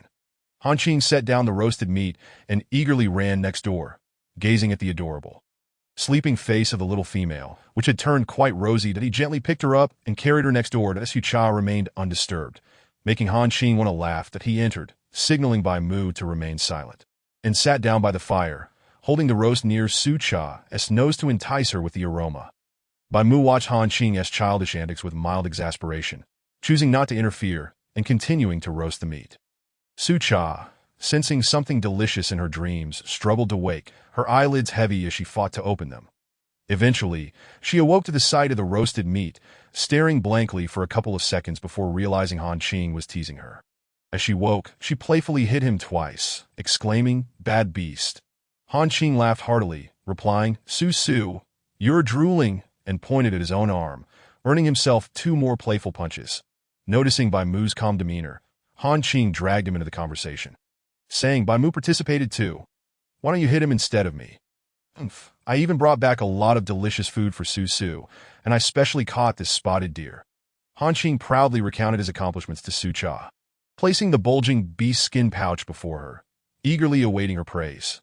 Unlike Bai Mu, who preferred to work quietly, Han Qing desired Su Cha's acknowledgement, feeling that his efforts had been worthwhile. Su Cha gazed at the lettuce and the appealing fruits, gently patting Han Qing's head and saying, "Thank you for your hard work, Han Qing. Here, let me wrap one for you." She skillfully wrapped a piece of roasted meat in lettuce and handed it to him. Han Qing's tail wagged in delight as he joyfully followed Su Cha, who, noticing his still dark tail, couldn't help but laugh and hurried off to Bai Mu. After the 3 had their fill, Bai Mu set aside some roasted meat for Kai Bai. Acknowledging his care for the little female, that Su Cha observed that the cave was beginning to take shape, though it felt sparse and lacked furniture. Leaving them without proper seating, it was only when night had fully fallen that Kai Bai returned, bearing a pouch full of beast skins. Bai Mu approached him. Kai Bai set down his load and joined them by the fire. Bai Mu pointed to a large piece of roasted meat, saying, "Eat up, I saved this for you." Kai Bai then picked up the meat, savoring its taste, which was better than his own cooking. However, he was surprised that Su Cha could cook meat over a fire.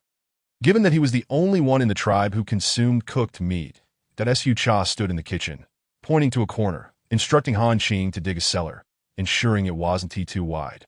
Under Han Qing's sharp claws, a hole was quickly excavated. As Su Cha attempted to descend, Bai Mu halted her, insisting that they clear it out first before she could go down. Once the area was emptied, Su Cha indicated again, saying, "Dig a staircase out of it, and then go a bit deeper."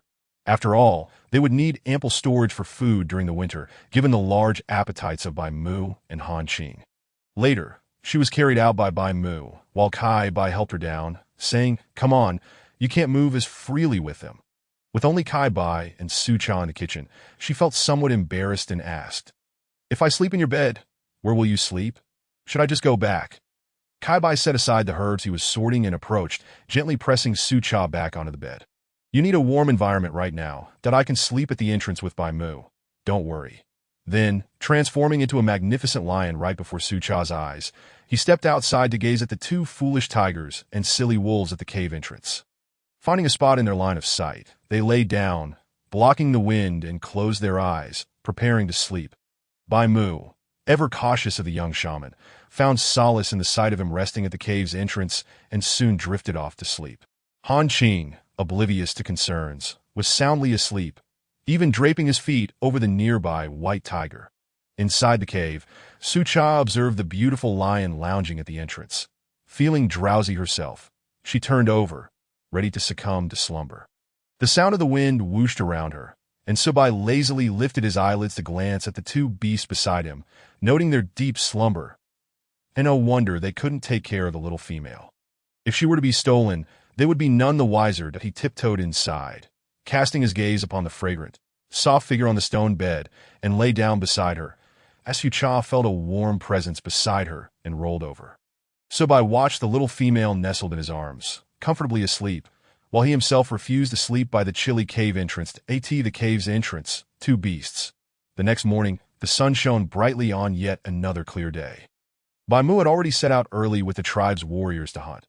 Han Qing was busy smoothing the stone bed in the adjacent cave, eager to tidy up so he could bring Su Su back. His efforts intensified. Subai, meanwhile, sorted the herbs he had gathered the previous day, taking some outside to dry while placing those that couldn't be sun-dried back inside the cave. That Su Cha was awakened by a cacophony of noise. Hearing the commotion, Subai approached and said, "Awake, are we? Then let us rise and bask in the sun." He discreetly glanced toward the next cave. That Su Cha, having heard, responded, "It's next door. I'll go check it out." She jumped down and walked towards the neighboring cave, while Subai raised an eyebrow but did not stop her, returning to his herbs. With a fierce demeanor, Su Cha approached, eyeing the white figure, and exclaimed, "Bai Mu, are you demolishing the place? It's so noisy." She rubbed her eyes and leaned against the stone wall, delicate as a willow. Han Qing, covered in dust, leaped towards Su Cha, wagging his tail excitedly. "Su Su, you're awake. I'm not demolishing anything.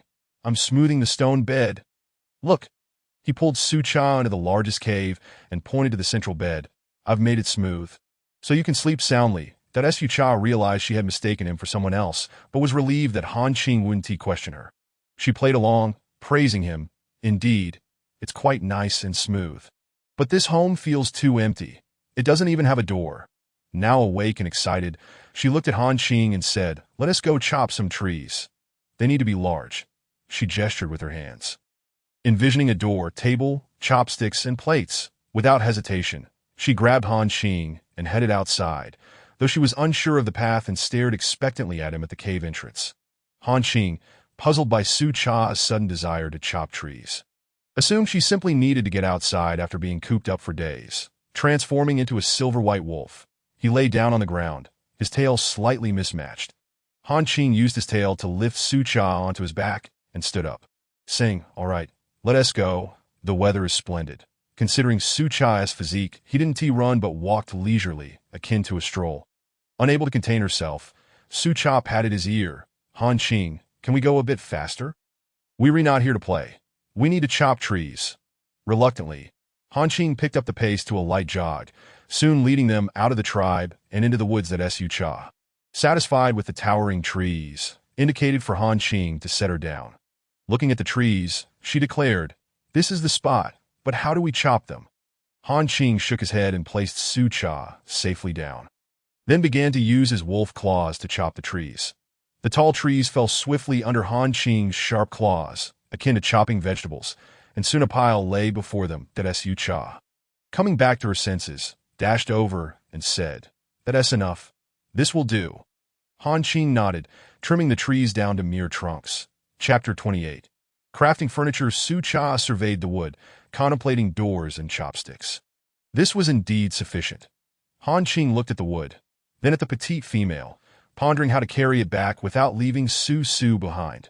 Just then, Bai Mu returned, greeting the beasts on the grass, then sprinting towards them. Han Qing exclaimed to Bai Mu, "You arrived just in time." He instructed Su Cha to follow Bai Mu while he carried the wood back. That Bai Mu and Su Cha walked behind. He inquired, "TT, what do you need all this for?" Su Cha, excitedly swinging her feet, replied, "I plan to craft a door for the cave entrance, along with chopsticks, a table, and some decor to make our home cozy." Spotting wildflowers by the roadside, she tapped Bai Mu's ear. "I want that flower." Bai Mu walked over, plucked it, and handed it to Su Cha. She leaned down to inhale its fragrance, her mood lifting. Indeed, life was better adorned with flowers. Bai Mu, pleased to see the cheerful little female, embraced her and hurried to catch up with Han Qing as the three of them made their way back to the tribe. Upon reaching the cave, Han Qing set down the wood and asked Bai Mu, "What brings you back so early?" "It's still not noon." Bai Mu glanced at him, his tone slow, today as tasks were completed ahead of schedule. "The chief stated that the tribe's food supply is sufficient, so we want Tini to hunt for the tribe starting tomorrow." Han Qing nodded, tending to the wood in his hands. "Then let us tidy up the cave today and see to what Su Su suggested." Bai Mu agreed, continuing, "Winter will arrive in 2 months. We must secure enough game to survive the season.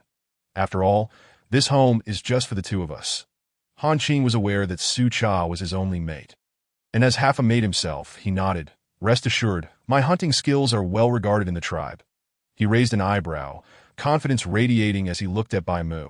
Bai Mu, witnessing Han Qing's boastfulness, chose to ignore him and began assessing where further smoothing was needed. Su Cha dashed back from the neighboring cave, pointing at the entrance and instructing, "Han Qing, come here and do as I say." Han Qing set down what he was holding and swiftly followed her directions, quickly crafting a door. However, upon examining the door and the cave entrance, Su Cha felt deflated, noticing there was nothing to secure it. "Let us set this aside for now. We should start on the table." Han Qing, confused, placed the thin piece of wood aside and continued to work with Su Cha on the table. This time, their efforts began to take shape until Han Qing plopped down on it. Oh, the table collapsed.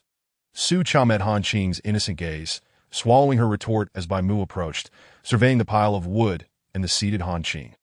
Understanding the situation, he asked, "TT, tell me what this is all about." Su Cha explained the table's design and purpose to Bai Mu, then led Han Qing to work on chopsticks, hoping for success this time.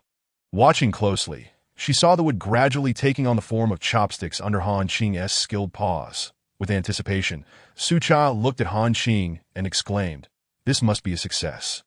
"Right. Haha." The chopsticks turned out well, reigniting Su Cha's confidence as she continued crafting bowls, plates, and spoons. Han Qing produced these smaller items, smoothing them with his claws, and even created a vase that Su Cha filled it with water and placed flowers inside, transforming the cave into a visually pleasing space, evoking a sense of home. To Su Cha's delight, Bai Mu had even managed to construct a table from stone, along with a few stools.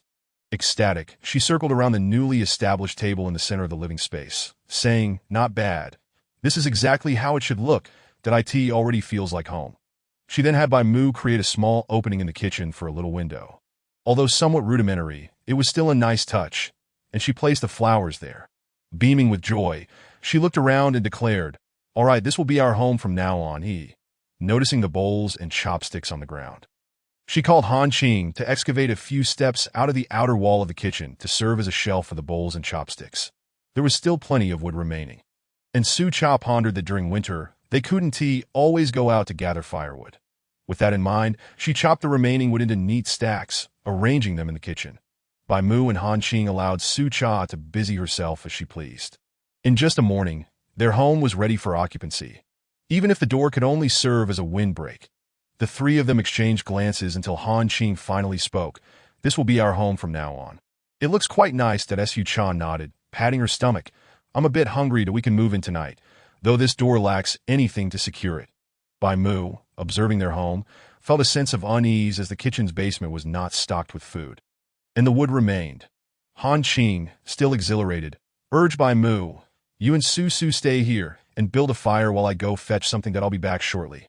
Bai Mu, not wanting to argue, nodded and opened the wooden door to start a fire. Otherwise, the cave would fill with smoke. Su Cha slapped her forehead, realizing she had forgotten to remind Bai Mu about the smoke.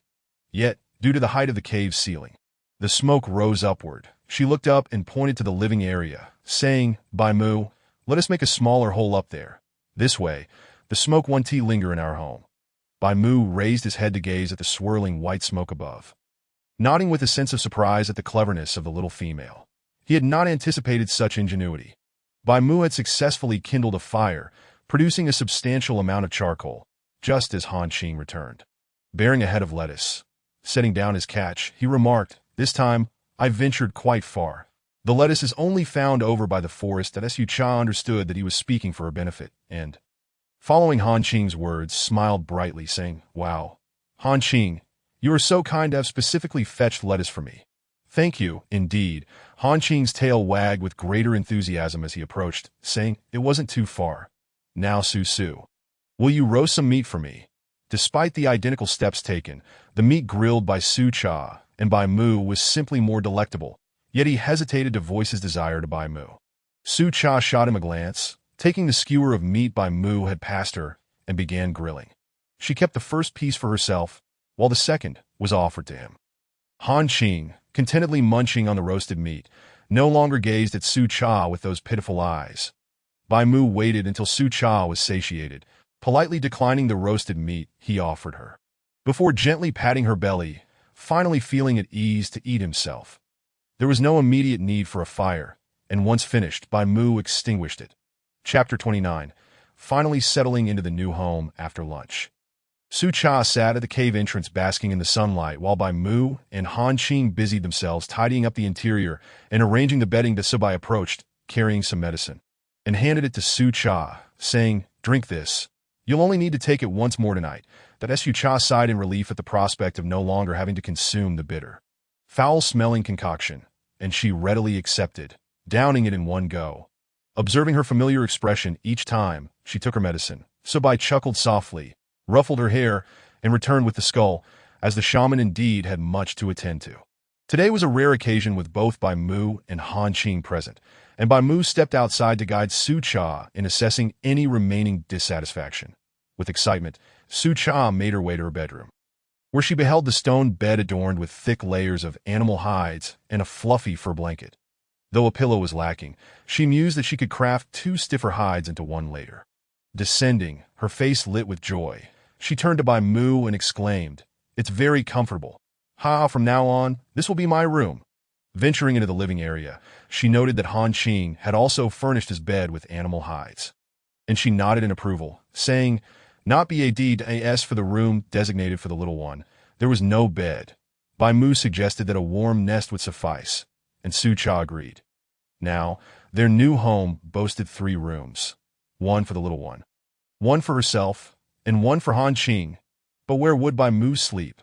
Su Cha's eyes darted back and forth before she pointed between herself and Han Qing, saying, "Bai Mu, why don't you create another room here for yourself?" Bai Mu raised an eyebrow, initially thinking the little female had tacitly consented to share a bed with him, only to realize at this critical moment that she had remembered.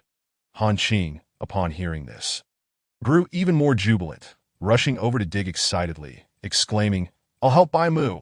He'll be able to move in tonight." The 2 wolves' claws were nearly smoking from the effort, and Bai Mu, with a resigned sigh, joined in the digging. In a moment unseen by Su Cha, Han Qing shot a glance at Bai Mu, who was too apathetic to respond to the foolish wolf. Soon, with their combined efforts, the room was ready, and Han Qing hopped over to Su Cha, saying, "How about it? It's quick, right? I dug it," and blew the dust off his claws. That Su Cha affectionately patted his ear, nodding approvingly before stepping outside, saying, "Let the dust settle for a while." Han Qing, behind her, incredulously covered his ears, his eyes sparkling as he murmured to himself, "Su truly loves me. She's south eager to court me." Bai Mu, observing the lovesick wolf approaching, softly advised, "Cha-cha. Don't dwell on matters you don't comprehend." Upon hearing this, Han Qing's perked ears drooped, his fervent spirits doused by a bucket of cold water. Sighing, Bai Mu regarded his expression and then leisurely stepped out to shift the wooden door at the entrance. Following him was a dejected wolf, whose tail hung low. Previously, Han Qing had taken great pride in his plush, magnificent tail, which he held aloft as he walked. Su Cha, noticing Bai Mu beside her, inquired about Han Qing's sudden change. Bai Mu glanced at him and replied slowly, "Perhaps he is just tired from the past few days." That Su Cha nodded, returning to her sunbathing, feeling grateful for her perfect new home, though she lamented the door that would not fit properly. With a sigh, she gazed at the large wooden door, recalling how each time she took her medicine, she felt drowsy, and this occasion was no exception. After soaking in the sun for a while, a wave of sleepiness washed over her. Bai Mu, noticing the little female gradually leaning against him, gently lifted her and carried her inside, laying her on the bed before tiptoeing back out. It was still early.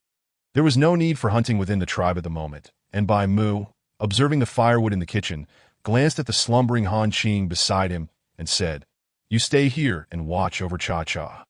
I'll go chop some wood to fill the kitchen." Han Qing, unable to contain his pent-up energy, stood and shook out his fur, saying, "Let us go together. I'll hunt while Su sleeps for a while longer." Bai Mu, still concerned, went next door to ask Su to keep an eye on things before feeling assured. The two beasts then sprinted, one in front of the other, quickly exiting the tribe. Along the way, they encountered several tribe members also out hunting.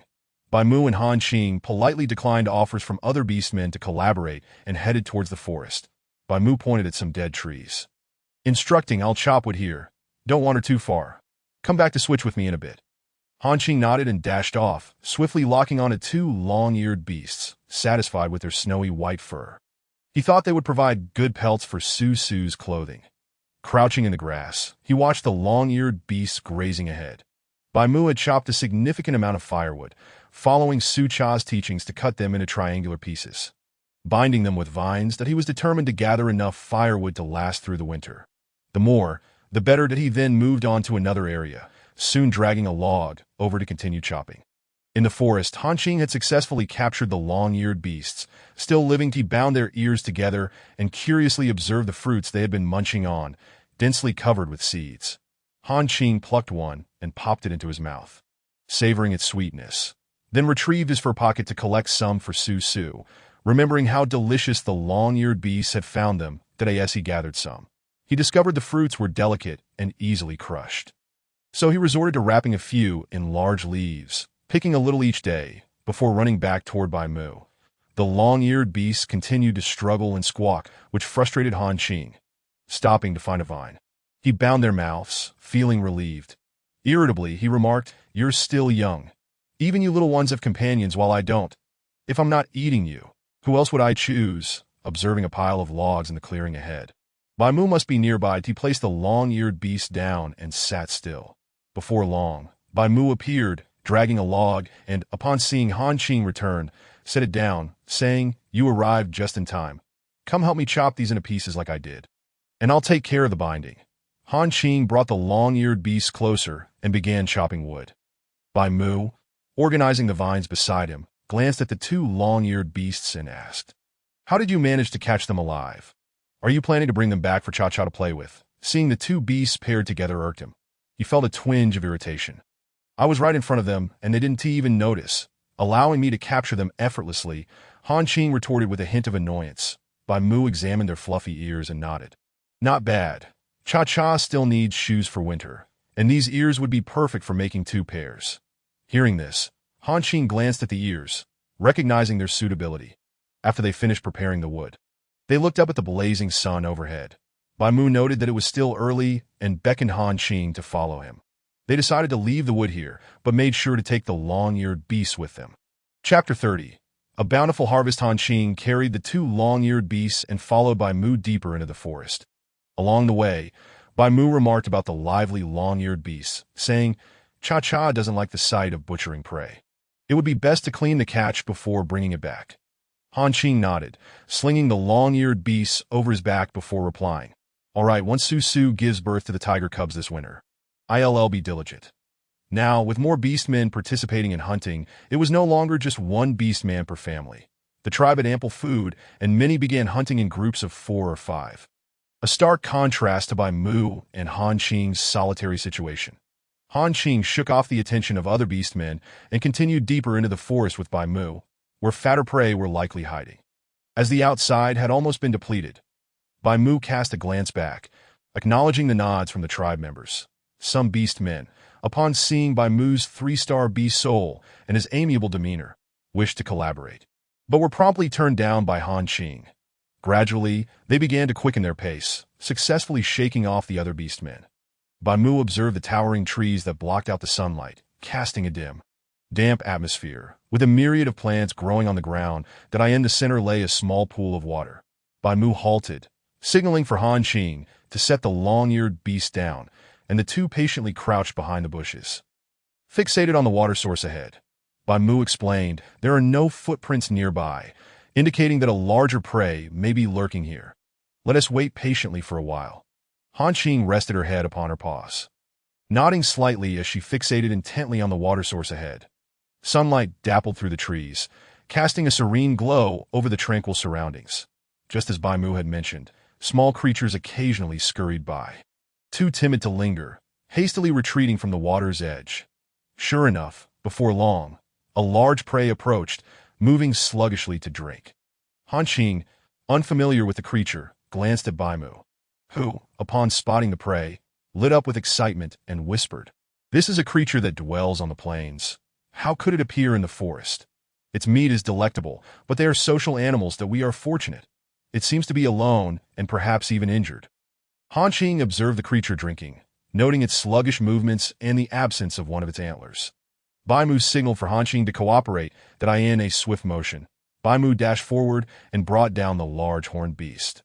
While Han Qing targeted its neck, sinking her teeth into it firmly, Bai Mu also bit down on the beast's hind legs, ensuring it could not escape.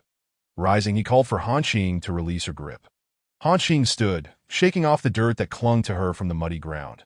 With a gleeful exclamation, Bai Mu remarked, "This is a longhorn beast, quite a challenge to catch. With its size, we can consume half and dry the other half for storage." Their successful hunt brought Bai Mu immense joy. Han Qing, observing the still-breathing longhorn beast on the ground, nodded in agreement. "Let us head back. Carrying such a large prey will surely earn us praise from the females." Ha ha ha. They ventured into the underbrush to retrieve the long-eared beast, dragging the longhorn beast back with them. Bai Mu glanced at the creature and lamented, "What a pity, it only has one antler. They are quite sharp. We could fashion a smaller knife for Cha-Cha from it, as the bone knife is too heavy for her to wield." Han Qing, upon hearing this, looked at the sizable antler and remarked, "It would have been better with two, but let us aim to catch another next time." The two made their way out of the forest towards the riverbank, eager to wash and prepare their catches for the journey home. At the riverbank, many beastmen were also tending to their prey, making it easy to dry their catches by hanging them in their caves for winter storage, drawing envious glances from others at the sight of Bai Mu and Han Qing's impressive longhorn beast. Lion Wu, who had become somewhat familiar with Han Qing after several days of hunting together, approached them, enviously commenting, "You ventured into the forest, didn't you? This catch must equate to several days of my hunting efforts." Bai Mu, focused on skinning the prey, remained silent, while Han Qing, standing beside him, boasted, "Indeed, the best prey lies within the forest. There is hardly anything left out here to find the fat ones. One must head into the woods." Lion Wu shook his head. "We dare not go. The forest is perilous." Nearby, another beastman called for Lion Wu, prompting him to move on. Lion Wu did have a partner, alongside whom he had 7 companions, which was not considered excessive. As Han Qing meticulously skinned the long-eared beast with a bit of roughness, Bai Mu noticed and approached, saying, "You take care of the longhorn beast. I'll handle this. This hide is meant for Cha-Cha as shoes." Han Qing looked at the hide she had slightly damaged and promptly made way for Bai Mu, opting to deal with the longhorn beast instead. Though Han Qing worked quickly, the hide was beyond salvage. Bai Mu, observing the surroundings, suggested, "Why don't you see if there are any fruits or good grasses nearby to gather for Cha-Cha?" Han Qing transformed into a wolf and eagerly dashed forward. Bai Mu continued to skillfully remove the hide from the long-eared beast, soon revealing a complete pelt, which he meticulously cleaned and set aside to dry on a nearby stone. That he processed the longhorn beast again until only the meat remained, then paused, since Su Cha did not eat offal. Neither did Bai Mu. Once everything was prepared, Han Qing returned, carrying 2 fresh vegetables and a fruit with seeds. The two gathered their prey and headed outside the forest to collect chopped wood, racing back to their tribe, their backs laden with their bountiful haul. Within the tribe, Su Cha and Subai were crouched in Subai's cave, assisting each other in organizing herbs. The Subai noticed Su Cha's remarkable aptitude for identifying various herbs and their uses, sparking lively conversation between them. Subai was often amused by the little female, who had a knack for making him smile, while his laughter was more restrained compared to Su Cha's boisterous giggles. Su Cha, unable to contain her mirth, leaned against Subai, clutching her stomach and gasping for breath. All right, I'll stop. My stomach hurts." That Subai, mistaking her distress for concern, asked, "Let me see." That he reached out to touch Su Cha's belly. Realizing his misunderstanding, she dodged his hand, saying, "No, it's just laughter. I'll be fine soon. Upon hearing this, Sabai pulled her closer and rhythmically pressed on her abdomen with his warm hands, which felt soothing. Sucha didn't resist, glancing outside to find the sun had disappeared, leaving behind a stunning twilight sky. She stood up, exclaiming, "Let us go outside and enjoy the view. The sky is beautiful." Chapter 31. The stirring at dusk, Sucha excitedly tugged Sabai outside. Sabai gently tilted his head, admiring the soft, beautiful contours of the little female's face illuminated by the twilight, making it hard for him to let go of her hand as the sun set. The sky blazed with shades of orange and red, their intertwined shadows dancing behind them. Intrigued, Sabai playfully gestured above Sucha's head, forming a pair of ears, which caused an additional pair to appear in their shadows.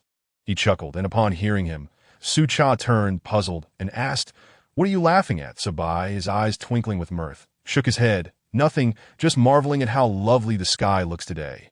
Indeed, Sucha glanced at him, noticing how his radiant golden hair transformed into warm hues in the twilight, while his eyes brimmed with compassion, resembling a fallen celestial being, merciful towards all, contrasting with the sun's untouchable brilliance. In that moment, she felt an uncontrollable urge to reach out and touch him. When Sucha regained her senses, her hand had already brushed against him, causing her to retract it in shock, avoiding Subai's gaze. Just then, Hanqing's voice called from a distance, "Su. We're back." Relieved, Sucha hurried towards Hanqing, while Subai quietly observed the rosy-cheeked little female as she dashed away. Chuckling softly to himself before returning to his cave, Sucha, inadvertently glancing back, noticed Subai had already departed, allowing her to relax, fearing he might question her. Soon, Hanqing captivated her attention as they approached. Both burdened with an abundance of items, Sucha quickly cleared a path, exclaiming, "So much. You all should head home and put everything away first." She urged them to hurry back while she trailed behind. On their way home, they passed Subai's cave, which had previously felt insignificant, but now, seeing him at the entrance gathering herbs made her lower her head and hastily walk by, feeling the heat of his gaze upon her. When she dared to look up, their eyes met, startling her into a quickened pace, but Subai found it amusing to watch Sucha's flustered retreat, chuckling softly as she ran, Sucha quickened her pace. Sensing an air of clandestine intrigue, despite the fact that nothing untoward had occurred between them, unlike her time with Hanqing, which felt entirely different, upon exiting, she caught sight of Hanqing holding strawberries, instantly enchanted. Sucha rushed over, pointing at the berries. "Where did you find these? They must be ripe." The sweet aroma wafted towards her as she approached. Hanqing, seeing her delight, explained, "Su, these are edible. I saw the long-eared beasts eating them while I was hunting. They were quite sweet." He offered her the largest berry. Unable to contain her excitement, Sucha took a bite, exclaiming, "Delicious. Can I join you for the hunt tomorrow?" She longed to explore further. Hanqing, hesitant to decide, turned to Baimu with hopeful eyes.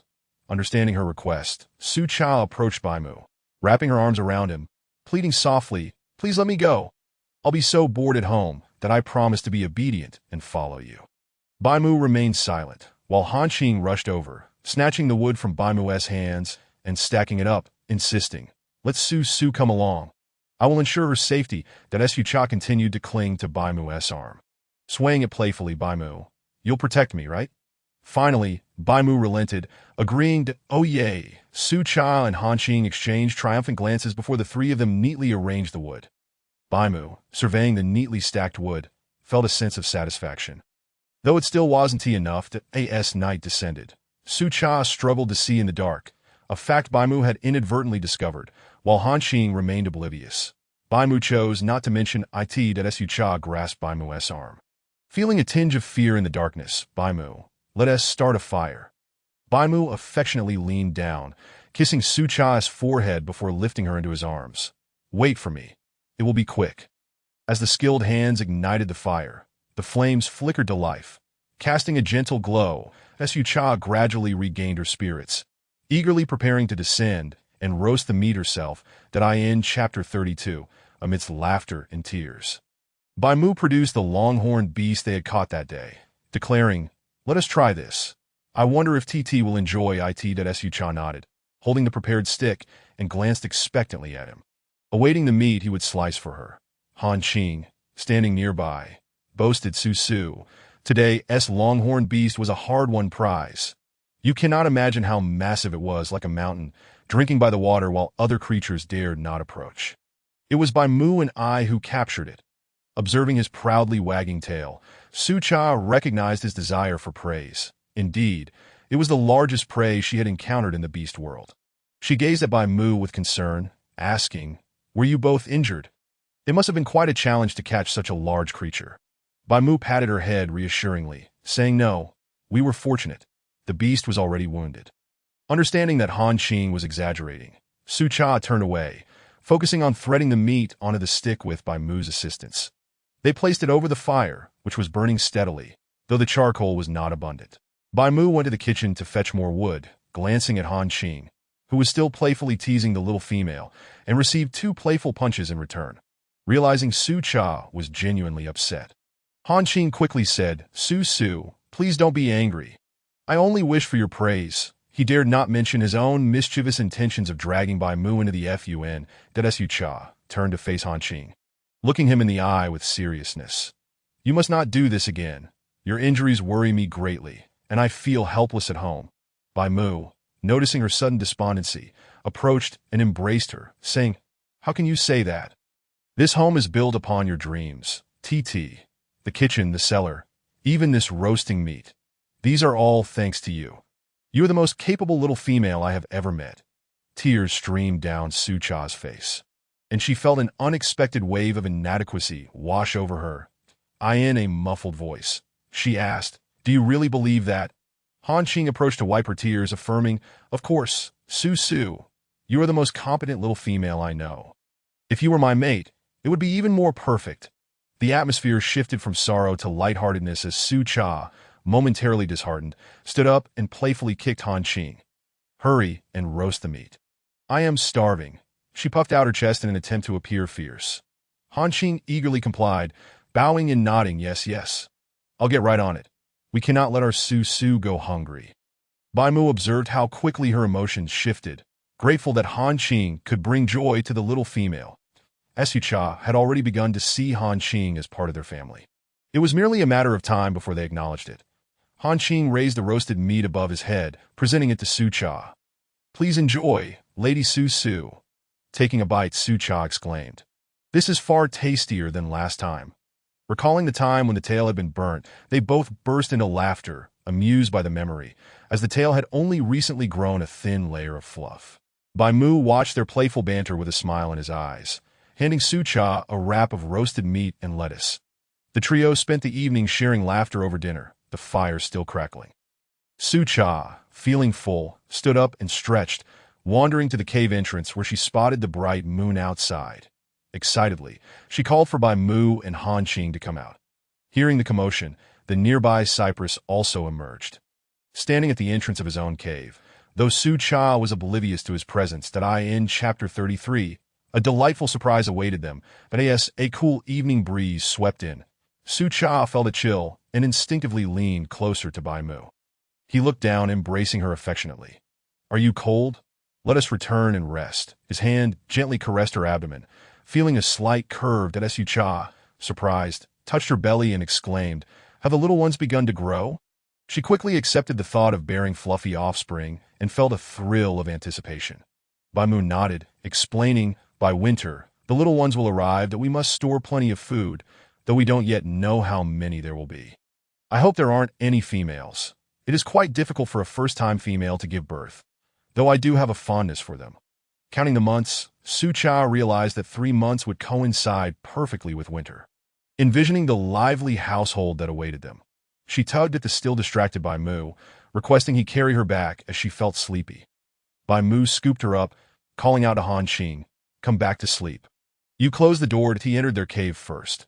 Han Qing followed, using the wooden door to block the wind before retreating to his own room. Bai Mu placed Su Cha on the bed and watched her drift into slumber before returning to his own quarters. Han Qing peeked out to see Bai Mu before retreating, soon falling into a light snore. Bai Mu, lulled by the sound, also succumbed to sleep. The following morning, Su Cha awoke to find Bai Mu and Han Qing already up. Hearing a commotion, Han Qing dashed in, Su Cha. Peering at him as he jumped onto the bed, croaked at home, "Why haven't you transformed back?" Han Qing, wagging his tail, replied, "The weather is splendid today. Let us take the animal skins outside to bask in the sun. It will keep us warmer in winter." He then lunged to tug at the animal skins covering Su Cha. Fortunately, Bai Mu returned just in time, and Su Cha, irritated, pointed at Han Qing, urging Bai Mu to toss him out. Bai Mu grabbed Han Qing by the tail and flung him outside, while Su Cha, fumbling under the covers, dressed before stepping out to face the chill, glancing at her attire of a fur top and short skirt. She realized she would surely freeze in winter. It seemed preparations for winter clothing were in order, and she reached out for Bai Mu to hold her. Bai Mu playfully pinched her nose before lifting her up, saying, "TT, the brush you use for cleaning your teeth is almost empty." Su Cha nodded, noting that the water must have been fetched by Mu. It seemed they needed a proper water storage solution at home. Exploring her surroundings, Su Cha observed Bai Mu and Han Qing taking the animal skins outside to wash and dry at the cave entrance. She gazed at the stone table. An idea struck her. Rinsing her mouth to remove the foam, she suggested, "Let us create a water container at home, perhaps carve a water basin from stone." Intrigued, Bai Mu followed her outside, where they excavated a large block of rock. Under Su Cha's guidance, they fashioned a sizable water basin that reached her shoulder. They continued crafting, producing 3 smaller basins and one that Su Cha could easily carry, totaling 5 in all. Han Qing, observing the successful water retention, exclaimed, "Su Cha, you are truly remarkable. But what is the purpose of the small one?" With a mischievous grin, Su Cha replied, "You'll find out tonight." The 3 of them then took the stone basins to the riverbank for washing. With few beastmen around in the morning, they encountered no one on their way. Once they returned to the cave to sunbathe the basins, Bai Mu knelt on the ground and invited Su Cha to ride on his back. "Let us dine outside today." Excited at the prospect, Su Cha quickly grabbed some salt and climbed onto him, urging, "Let us go, let us go." The trio joyfully departed the tribe, unaware that the cypress had emerged to observe the stone containers they crafted. Realizing that Su Cha was more than just an ordinary little female, she was full of surprises yet to be discovered. In Chapter 34, a marvelous discovery awaited. The foot of the mountain. Su Cha noticed a flat area that seemed perfect for planting vegetables, with a nearby stream ideal for cultivating potatoes and peppers, along with other seeds. She bent down to share her thoughts with Bai Mu, who nodded after surveying the land, likely sufficient for their seeds. Han Qing approached, squeezing between them. "Why didn't you include me? Planting is my forte." Su Cha, taken aback, asked, "Have you ever grown anything before?" Han Qing raised an eyebrow and shook his head. "I haven't, but I spent some time with the goat tribe, where I saw them cultivate lettuce and various grasses." Realizing Han Qing only recognized lettuce, she slowly explained, "I plan to plant some items below our home. I've gathered many seeds. This way, we can enjoy hot pot in winter." Bai Mu carried Su Cha away from the tribe, finally setting her down at another water source. Bai Mu observed the excited little female nudge him with her fluffy paws, encouraging her to play freely as they were far from the tribe. Hearing this, Su Cha joyfully sprinted ahead, discovering large patches of cabbages and lettuce across the stream. She stood up, waving her arms, beckoning them to come swiftly. The 2 beast men dashed over, and Su Cha cheerfully suggested, "Let us pick some to take home. Winter is 2 months away. We can return to harvest them all and store them in the cellar." While Han Qing busily got to work, Bai Mu transformed back into his human form, lifting Su Cha onto his arm. "All right, you wait on the shore." Su Cha clung tightly to Bai Mu's neck as he carried her to the riverbank and watched him return. Sitting down to wash the mud from her legs, Su Cha noticed large fish swimming in the water, but hesitated to catch one. Bai Mu and Han Qing approached with their haul of lettuce and cabbage. Su Cha's eyes sparkled as she pointed at the fish, saying, "Please catch me a fish. I want to eat." Han Qing glanced at the plump fish and replied, Su, why the sudden craving for fish? They have many bones and little meat. They aren't very tasty." Su Cha, with a hint of defiance, declared, "I want to eat. Just wait, once I prepare it, you will surely be eager to devour it." Bai Mu had already descended to catch fish, while Han Qing found joy in exchanging banter with Su Cha. Perhaps the orcs here had little affinity for fish, which allowed Bai Mu to catch one effortlessly, only realizing its resistance once it was in his grasp. Emerging triumphantly with the plumpest fish, he called out, "Cha-cha, stay here while I go hunting." Su Cha, her eyes gleaming with anticipation, waved at the fish lying on the grass and replied, "Understood. Hurry back. I'm quite hungry." Bai Mu shed his animal hide and handed it to Su Cha before dashing off.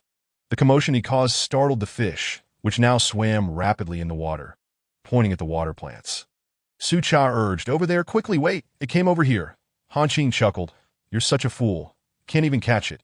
Eventually, Han Qing managed to catch a small fish, which stood in stark contrast to Bai Mu's catch. With a hesitant tone, Han Qing remarked, "This fish must have been frightened away by Bai Mu. Though small, its bones are delicate and can be chewed." Su Cha shot him an exasperated glance, saying, "Bring the fish over. I'll teach you how to prepare it." Han Qing, with an eager bounce, followed Su Cha, clutching 2 fish. Su Cha directed, "Let us start with the smaller one. First, scrape off the scales and discard the insides." She then gestured towards the belly, instructing, "Make a slit here." Han Qing nodded vigorously, skillfully scraping the scales and removing the entrails. Observing his proficiency, Su Cha stepped aside, returning with some lettuce to wash. Han Qing urged, Su, let me do that. You go play." Su Cha shook her head, continuing her task. Han Qing finished with the fish, and as they prepared to light a fire, Bai Mu returned, proudly carrying a catch. Su Cha instructed Han Qing to skewer the fish for roasting, while Bai Mu swiftly processed his prey, showing remarkable efficiency. The 3 settled on the grass, with Su Cha reflecting, "It's been ages since I enjoyed roasted meat like this." A knowing glance passed between Bai Mu and Han Qing. They understood that future outings might be more challenging, as their storehouse was still empty. Han Qing focused intently on roasting the fish, passing the challenge to Bai Mu, who then said, "Cha-cha, if you wish to go out, just let us know.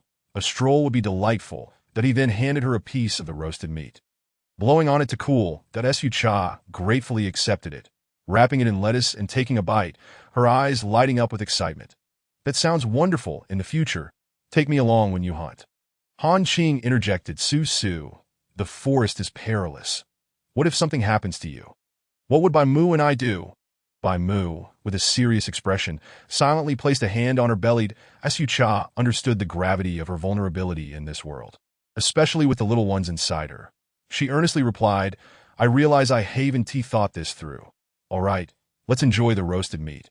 Han Qing, now beaming, offered her a taste of the small fish. "Try this."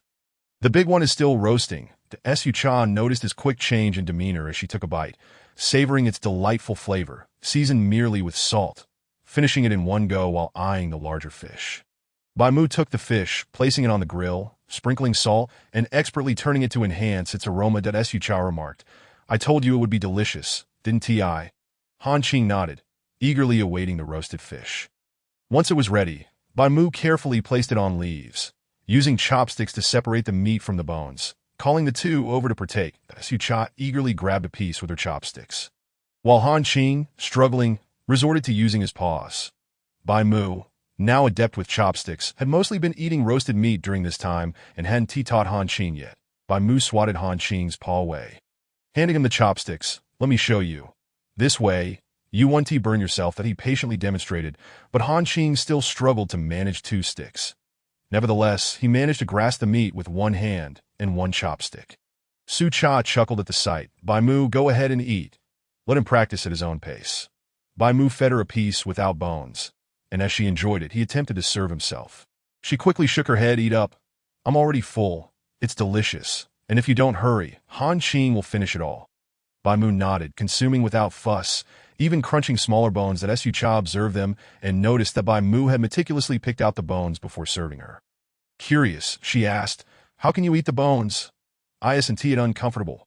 pointing at her throat. Bai Mu calmly shook his head, while Han Qing, with a smug grin, remarked, "What's that? We can chew through larger bones. But you, Su, with those little teeth, don't even think about it." He then resumed his battle with the roasted fish, while Bai Mu bore a knowing smile. Su Cha sat nearby, waiting for them to finish. Once they completed their meal and extinguished the fire, Su Cha climbed onto Bai Mu's back as they ventured toward the forest. However, today, they did not intend to delve deeply into the woods.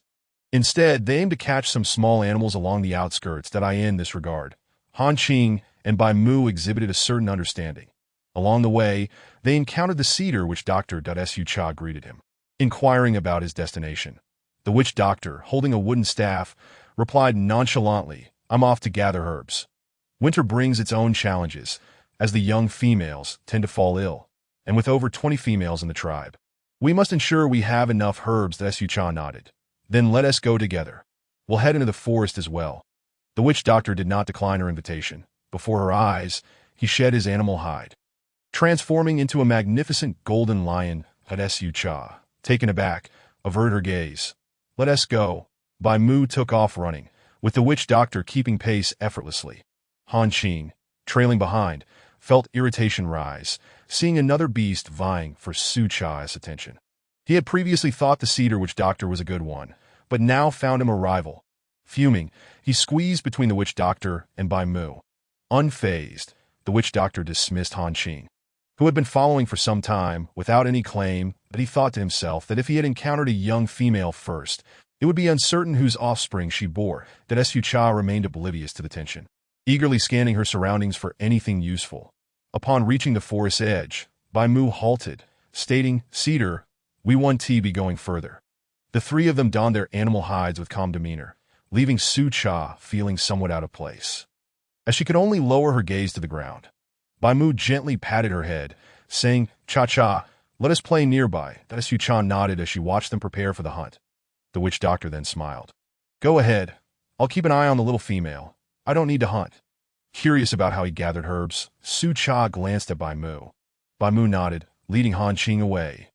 Feeling that having the witch doctor accompany the little female was beneficial, as they walked, Han Qing voiced his concern. "Aren't you worried about Su being taken away by him? He doesn't seem trustworthy." Bai Mu chuckled at Han Qing's possessiveness, reminiscent of his own feelings when he first met Su Cha.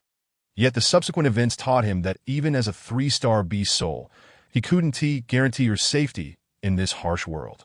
Where the law of the jungle prevailed, he sought to enlighten Han Qing, saying slowly, "Cha-cha is so wonderful. She was never meant to belong solely to us, that we should simply support and protect her."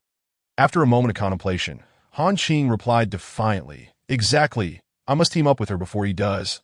I was here first." Bai Mu shook his head in resignation. "Let us focus on hunting for now." The two figures then sped off, and on the outskirts of the forest, Su Cha followed the witch doctor deeper into the woods. Curiously, she asked, "Where are we going to gather herbs?" The witch doctor glanced at her and replied, "Today we're looking for the fruit you ate last time, the one that replenishes vitality. Do you remember it? They grow in the underbrush of the forest." That Su Cha nodded.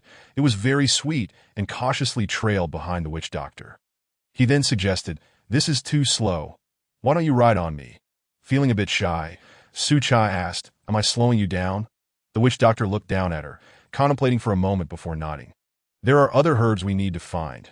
Without giving her a chance to refuse, he shed his animal hide, transforming into a large lion, and lowered himself. "Climb on. It'll be quicker this way." Having reached such a juncture, Su Cha had no choice but to climb atop, marking her first ride on an orcicide from Bai Mu.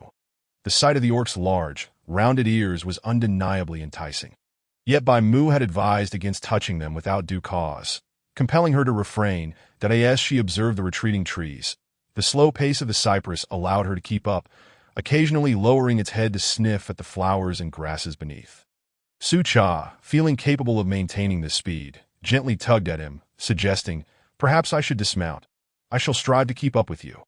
The cypress swayed its large head and replied, "The ground here is overgrown with slippery grass, making it difficult for humans to traverse.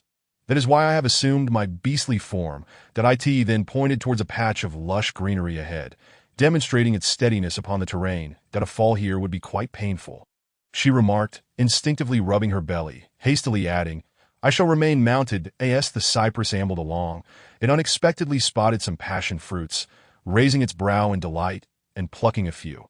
Unfamiliar with the fruit, Su Cha inquired, "What is this?" The fruits appeared vividly alluring, almost dripping with crimson. The cypress merely stated that they were ordinary fruits and warned her not to consume them due to their toxicity. That Su Cha obediently agreed, and they continued their journey forward. Upon crossing the patch of slick grass, the cypress finally set Su Cha down. IT squatted and began to dig up a plant with small, round, pink leaves, which Su Cha immediately recognized. With excitement, she exclaimed, "This is cotton grass. It can clear heat, detoxify, and stop bleeding." "Correct."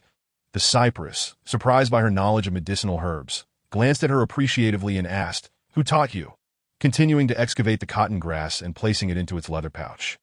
It mused that it was unexpected for a young female to possess such valuable medical knowledge, especially considering that half of the shamans resided in Moon City, where the elders were not particularly generous.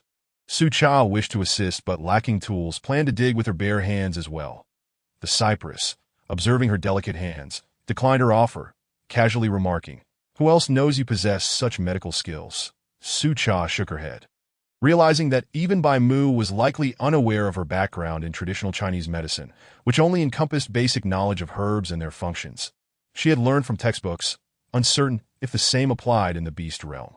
The cypress, satisfied to be the first to know, spoke gently. "If anyone inquires in the future, simply say I taught you. Otherwise, you may encounter trouble that a weak, beautiful female adept in shamanic arts would undoubtedly attract the attention of various tribes." Given that she lacked the ability to defend herself, that Su Cha, blissfully ignorant, timidly asked, "May I tell Bai Mu and the others?" The cypress nodded at her compliance, saying, "Your partner will remain loyal to you. Do not worry. However, that silver-frosted white wolf is not your partner, is it?" Su Cha replied, "Han Qing and I are friends. He cannot say otherwise." The cypress gazed at her, his soft eyes meeting her innocent, glistening ones, and he earnestly advised, "Here, aside from your partner, no one else is worthy of your trust, understand?" Su Cha raised her hand, asking, "What about the cypress shaman?" The cypress chuckled lightly. "Having just instructed you, I suppose I would be using my own knowledge. Does that mean I should become Su's partner?"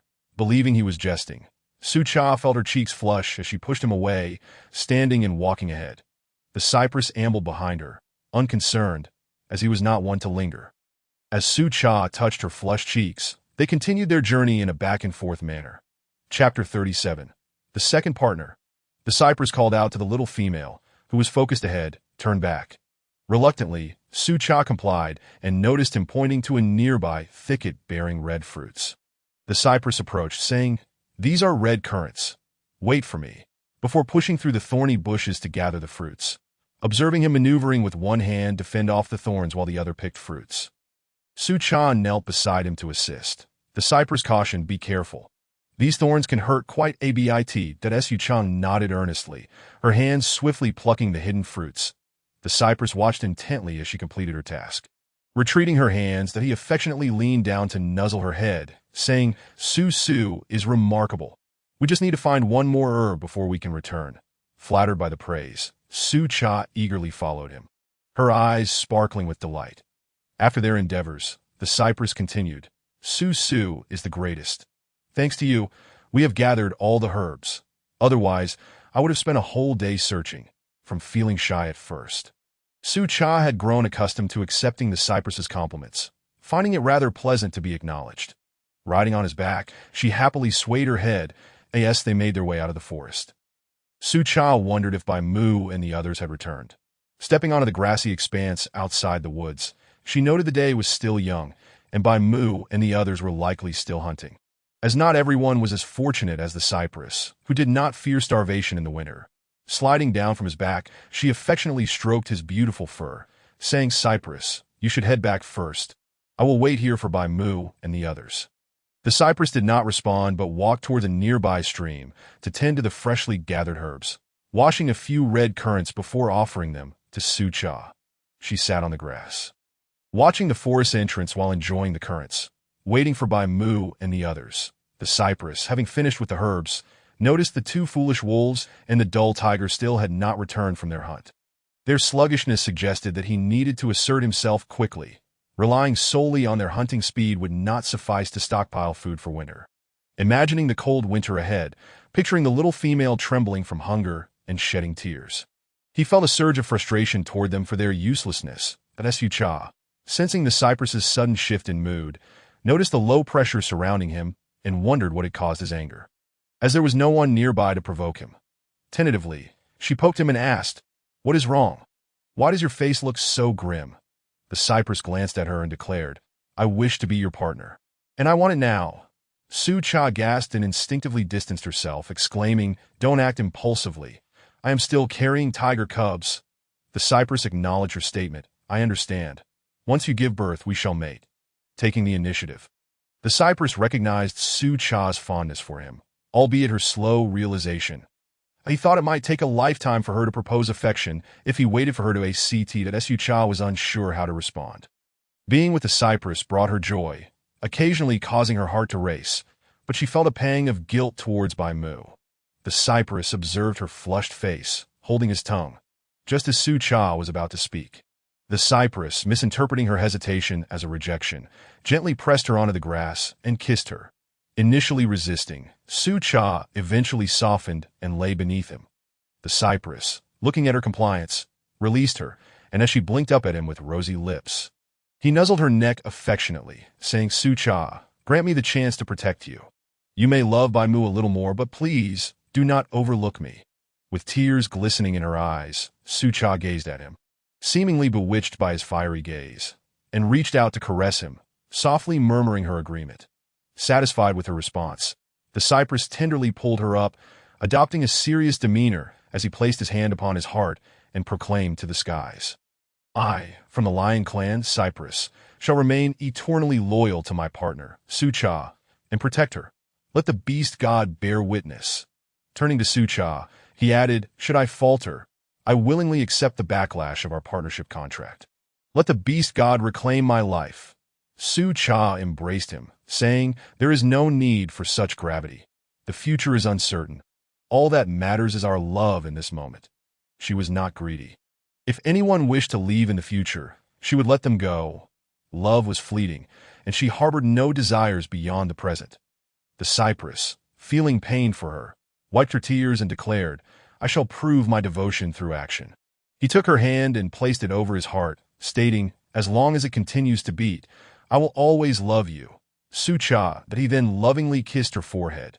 For the first time, Su Cha reciprocated this fervent affection, leaning in to kiss the cypress, only to be playfully countered. When Bai Mu and the others returned, they witnessed the two holding hands, with Su Cha's cheeks flushed from the teasing, more enchanting than the twilight sky. Su Cha, upon seeing Bai Mu and the rest, felt a stark contrast with the cypress's playful banter, giving her an impression of being deceived. Lightly punching the cypress, she dashed towards Bai Mu. He promptly transformed into his human form, catching the rushing Su Cha and kissing the top of her head, saying, "Be careful. I will always be here." Su Cha returned the affection, cheerfully saying, "It's fine. The cubs are very well behaved." The cypress approached, stating plainly, "Su Cha and I have become partners.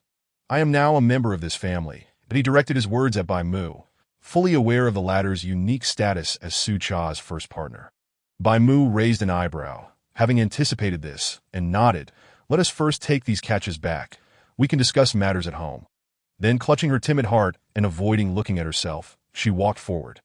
Xiaoyang approached, picking up the prey and leisurely trailing behind Bai Mu, knowing he had something to discuss with Su Cha. Bai Mu seemed more like the master of the household, while Su Cha did not fit that role. Han Qing, whose prey had been struck down by lightning, watched as they all departed and hastily bit onto the prey to follow Xiaoyang. He had been struck down and lost confidence, his tail drooping low as he occasionally glanced at the great lion beside him. Xiaoyang, shaking his whiskers, glanced at the foolish wolf and said, "What is the matter? Do you wish to inquire how I pursue the little females so swiftly?" Han Qing's eyes instantly brightened, nodding while muffledly whining around the prey in his mouth. Xiaoyang, exasperated, replied, "Release the prey before speaking. Who can understand your muffled whines?" Han Qing, fearing he might not teach him, tossed the prey onto his back and eagerly looked at him, pleading, "Please teach me. From now on you shall be the leader." He stole a guilty glance at Bai Mu. The two beasts murmured in the back, unnoticed by Su Cha, who cautiously raised her head to observe Bai Mu's expression, worried he might be angry. Chapter 38. Bai Mu, you are truly wonderful. Bai Mu noticed how Su Cha was cautiously observing him, realizing that he held a special place in her heart. Seeing his lack of reaction, Su Cha, feeling somewhat guilty, asked, "Are you unhappy?" "It's just that if you disagree, I still want to be with you." Bai Mu gently flicked her nose, saying, "Little timid one, I haven't said anything at all." Su Cha looked at him, Does that mean you agree? Bai Mu nodded. Then our Cha-Cha will have another person to cherish her, which makes me very happy. However, if he bullies you, I will still teach him a lesson. Su-Cha felt her tears welling up, trying to hold them back, not wanting to cry. Bai Mu gazed at her delicate face, recalling how when he first found her, she was so thin that it was heart-wrenching. Now, she had finally gained a bit of weight, and he understood that his little female had endured a difficult past. Tenderly licking away her tears, he said, Cha-Cha, you don't need to be so strong in front of me. I will always be your support. In an instant, Su-Cha's tears flowed freely, feeling as though the days of fighting alone in modernity were finally over. Perhaps all her past suffering was to lead her to Bai Mu. If that was the case, she would gladly accept it. That Su-Cha clung tightly to Bai Mu, crying heartily. Zhao Yang and the others, hearing her, wanted to approach but were waved off by Bai Mu, who instructed them to head home first. He then gently patted her back, finding a grassy spot to sit down. Listening to Su-Cha's soft cries only made his heart ache more. Don't cry, my dear. It breaks my heart that if you must. Go ahead and hit me. Su-Cha lifted her head, saying, You mustn't learn bad habits from Han Qing, that I am just happy to have you all love me. I am not an unwanted child. Bai Mu felt even more heartbroken. How could someone so lovely be abandoned by a wicked beast? He held her close, saying, Cha-Cha, you are the very best, intelligent, sensible, and beautiful, right? We also have little ones to look forward to. The arrival of the little ones was unexpected. That night, he had lost control of his beastly instincts, intending first to fatten Su-Cha up. That Su-Cha's face lit up with joy as she patted her belly, saying, Bai Mu, I am really looking forward to the little ones arriving. The two of them resolved their emotional turmoil and happily returned to the tribe. That it was now evening. The tribe was not as hot, and the females had come out accompanied by the males. That Su-Cha had been there for a while, but had not seen any females from the tribe. That a female, about her age, passed by and smiled at Su-Cha, saying, Are you the one who was sick? You're really beautiful. I'm Guaer. Just then, a beast man rushed over, visibly relieved upon seeing Guaer, saying, Guaer, you're off wandering again. You're giving me a heart attack. Guaer had sneaked out while he wasn't paying attention. Su-Cha looked at the female before her, who was a head taller and somewhat dark with a face full of freckles, which made her look quite cute. That Su-Cha introduced herself. I'm Su-Cha, living next to Zhao Yang the shaman. Bai Mu, recognizing the beast man, nodded in acknowledgement, calling out, Shi-Wu. Shi-Wu glanced at the lovely female Bai Mu was holding. But as he already had a partner, he knew that in the beast world, once a partner was chosen, they remained loyal to each other forever. Despite Su-Cha's beauty, he merely took a surprised glance at her and turned his attention back to Bai Mu, saying, So it's you, let my little female play with your family's little one. Guaer immediately looked at Bai Mu with excitement. She had taken a liking to Su-Cha at first sight. Seeing the boisterous female, Bai Mu, understanding that Cha-Cha needed friends, nodded in agreement. That Su-Cha, receiving permission, happily told Guaer, You can come find me to play. I live next to Zhao Yang the shaman, or I can come find you. She was simply delighted to make a friend in the beast world and liked Guaer's straightforward nature. Guaer nodded, then glanced at Shi-Wu, saying, All right, but I snuck out today, so I must return. Su-Cha waved goodbye to Guaer, then ran off with Bai Mu. Bai Mu, observing Su-Cha's joyful demeanor, affectionately stroked her head. Today, I picked strawberries as you requested yesterday. Let us enjoy them when we return. Su-Cha looked up, kissed him, and whispered in his ear, I love you, Bai Mu. Bai Mu cherished the kiss on her forehead, replying, I love you too, my dear Cha-Cha. The two happily made their way towards the innermost cave of the tribe. Su-Cha wished to share with Han Qing and Zhao Yang about the friends she had made in the tribe and Bai Mu's strawberries. Chapter 39. I love each and every one of you.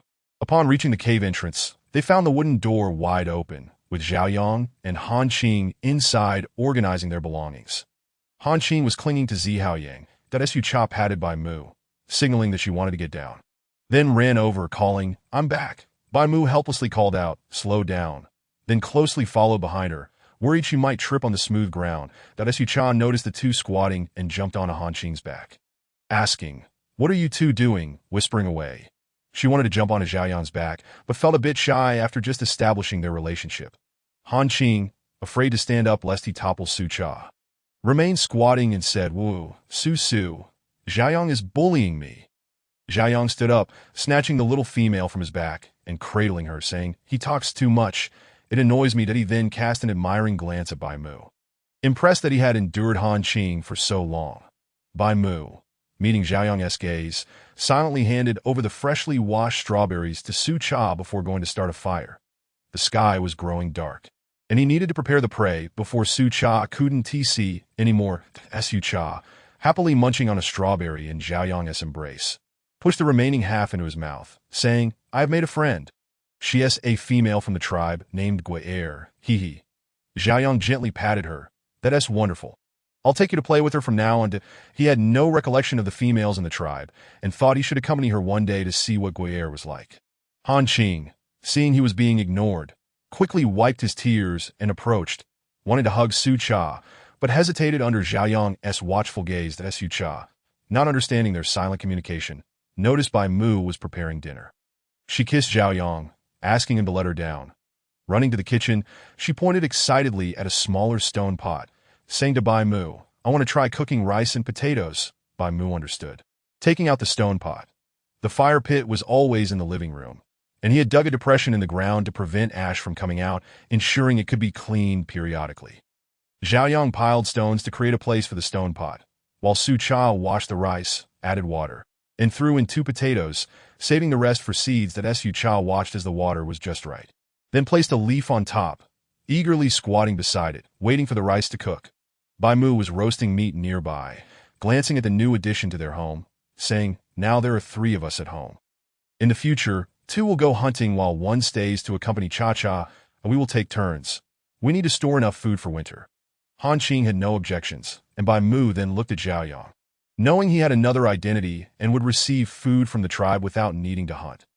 Xiaoyang raised an eyebrow in agreement, saying, "But starting tomorrow, I will accompany Su Su."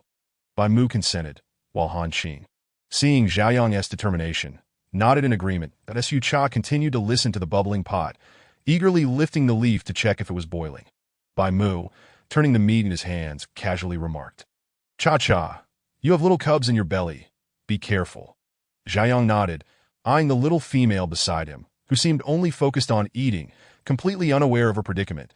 That Su Cha inhaled the fragrant aroma of the rice, nearly drooling. She couldn't care less about their remarks. After all this time, she had yet to taste a single grain of rice. Although the roasted meat was delicious, it couldn't be the only meal every day. She opened the pot to check, noting there might be a bit too much water, but the rice was cooked. She used a wooden spoon to create a hole in the middle, allowing the excess water to flow inward. Then covered it again, waiting until the bubbling ceased. That Su Cha attempted to lift the stone pot, but quickly pulled her hand back, remembering how she had wanted to make a stone pot while working on the water tank, which is why she had left it with 2 ears. Xiaoyang, closest to Su Cha, noticed she had almost burned herself. Taking her fingers to examine, relieved that it was merely a little red. "Next time, call me. All right? Don't try to do it yourself." That Su Cha nodded slightly, her senses intoxicated by the alluring fragrance that Subai, having brought the dish down from the stone table, took a moment to savor the aroma, which was indeed delightful, though she still had a preference for meat. The potatoes were boiled to a tender softness, and she mixed the potatoes with rice, while Bai Mu added small chunks of roasted meat and a pinch of salt. Unable to contain her excitement, Su Cha eagerly scooped a large mouthful, relishing the combination of roasted meat and mashed potatoes. Bai Mu and the others watched her with amused expressions, their laughter bubbling forth at her greedy demeanor. Bai Mu approached with water, sitting beside Su Cha and saying, "Take your time. I will prepare more for you tomorrow. Once you finish, we can go out to buy more." Meanwhile, Subai observed the water container with a hint of suspicion, as if it concealed a secret from him. Seeing Su Cha's delight, he added a piece of roasted meat to her dish. That Su Cha, in turn, offered a spoonful to Bai Mu, who, encouraged by her eager gaze, took a bite and found it indeed delicious, though he still favored meat. She continued to feed them one by one, with Han Qing also expressing satisfaction at the meal. That Subai, however, appeared somewhat disdainful of the spoon they had used, insisting that Su Cha replace it before he would partake. Under Su Cha's expectant gaze, he conceded, saying, "It is truly delicious, yet I still prefer meat." When Su Cha attempted to feed them again, they declined. Bai Mu, munching on the roasted meat in his hand, said, "Cha-Cha, just eat it, we'll manage with the roasted meat." Reluctantly, Su Cha finished the meal alone, eventually feeling quite stuffed as she wandered around the living room, rubbing her stomach. Bai Mu tidied up the remnants and placed them in the kitchen, while Subai and Han Qing worked together to clear 2 openings. After Bai Mu had completed his tasks, he approached Su Cha, gently rubbing her belly and saying, "You know, you're feeling uncomfortable now, right? Next time, I'll have to keep an eye on you." Su Cha felt quite miserable, lamenting that he didn't understand how. As a human who ate daily, she had lost control over her appetite for roasted meat after being here for so long. Once Subai finished clearing the openings and disposing of the stones, he came over and tapped Su Cha's head, saying, "Walk a bit more. Otherwise, you'll regret it tonight." Bai Mu supported Su Cha as they strolled slowly around the living room until her discomfort subsided, at which point they stopped as Subai then approached from the adjacent room, stating that Su Cha would be sleeping with him that night. Bai Mu had no objections, merely advising, "Be gentle. Take care of Cha's stomach." He watched as Subai carried Su Cha to his room, closing the wooden door behind him. Han Qing had already fallen asleep, snoring softly. Bai Mu returned to his own room to prepare for sleep. Su Cha was placed on the bed by Subai, who then reclined beside her after shedding his animal hide. That Su Cha quickly turned away, avoiding his gaze, but Subai moved her back to face him. In the darkness, his eyes shone with an eerie brightness as he cheerfully proclaimed, Su, do you know, from the moment Bai Mu carried you into my cave, I fell in love with you and wished to be your partner. I love you." Su Cha felt her cheeks flush and her heart race. Unable to see him clearly, she nestled into his embrace and whispered, "I cannot give you unique love, but I love you too." Subai showered her with kisses, saying, "As long as you hold me in your heart, that is enough." That he gently rolled her beneath him, his hands tracing the curves of her body as he removed her animal hide. This was still in Su Cha's conscious state. The last time she had been with Bai Mu, she had consumed an aphrodisiac and could barely recall the experience. Chapter 41. The Stubborn Han Qing on a Sunny Afternoon. Su Cha awoke, lifting her head to meet Bai Mu's gaze. "You were to sleep?" she inquired. Bai Mu pulled her up, saying, "I dozed for a bit." Stepping out of the room, they encountered the white wolf at the cave entrance. Subai was not in sight, likely next door. Han Qing, seeing Su Cha awake, excitedly rushed towards her, exclaiming, "Let us go. Aren't we heading out?" Subai and I have prepared the prey. That he pointed to another stone jar. And Su Cha approached to find the meat neatly packed inside, tightly pressed but only half full. It seemed that Subai had taught Han Qing in the morning to save time. Bai Mu joined them, observing the neatly arranged meat in the jar. Su Cha tugged at him, saying, "Let us wait until next time for me to teach you. For now, let us head out." But Subai emerged from next door. Sometimes members of the tribe sought him out for medical assistance. Hence he had access to an exit, having only dug a door in the middle. The 3 of them prepared to leave, with Su Cha sitting on Han Qing's back as they dashed toward the outskirts of the tribe.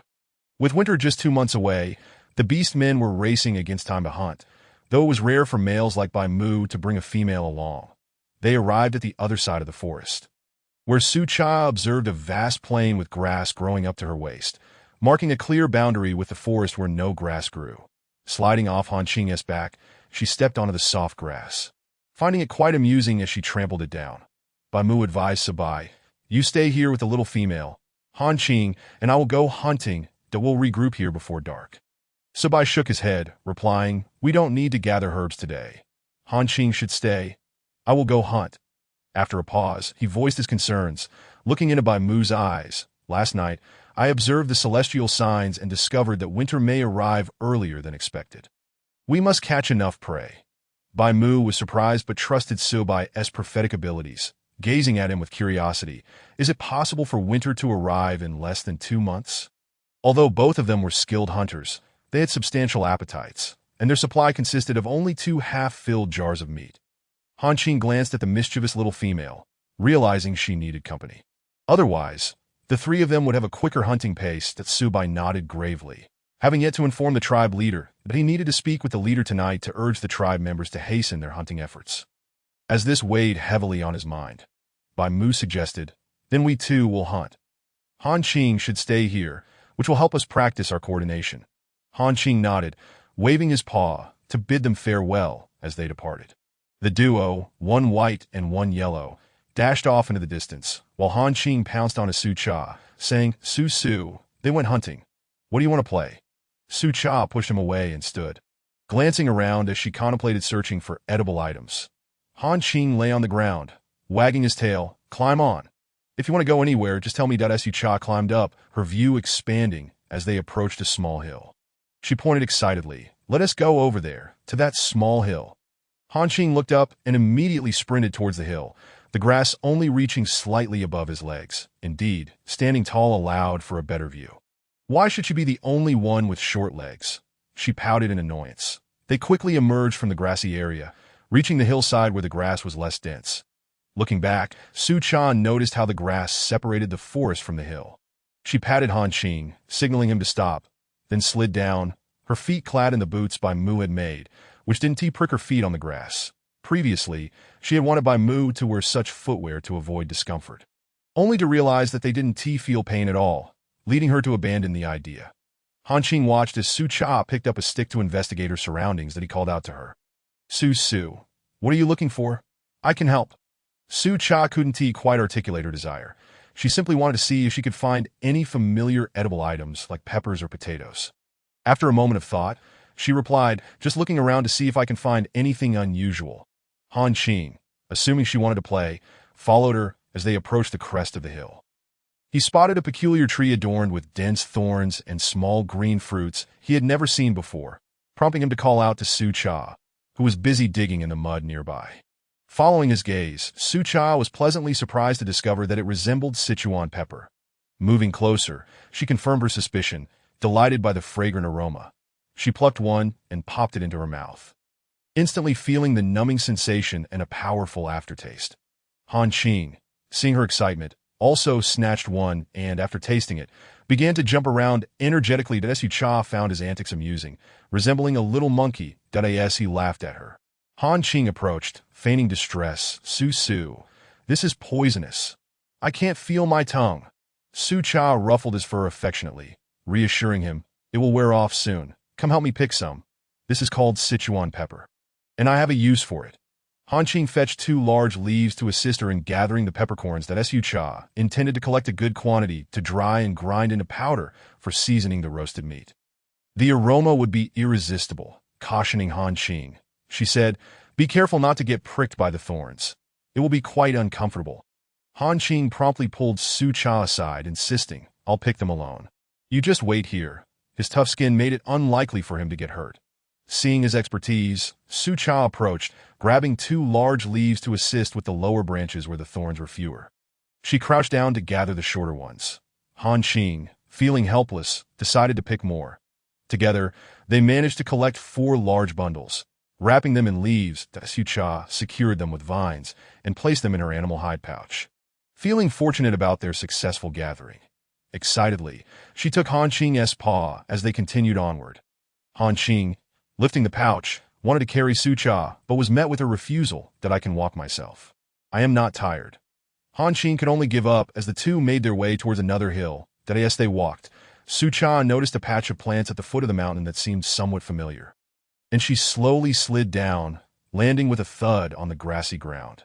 Han Qing, watching in alarm from behind, was terrified she might hurt herself. Transforming into a wolf, he swiftly caught up to her and positioned himself in her path. Seeing Han Qing blocking her way, Su Cha pushed his large head aside and said, It's fine, I just wanted to have some fun, I won't get hurt. After all, I still have cubs to carry. She observed that the ground was covered with soft grass, which gave her the courage to slide down. Han Qing rarely stood upright, shaking his head in disapproval as he bent down, insisting that Su Cha climb onto his back. He gazed at her with a seriousness that left no room for refusal. The hill was quite steep and posed a danger, as Su Cha contemplated arguing further.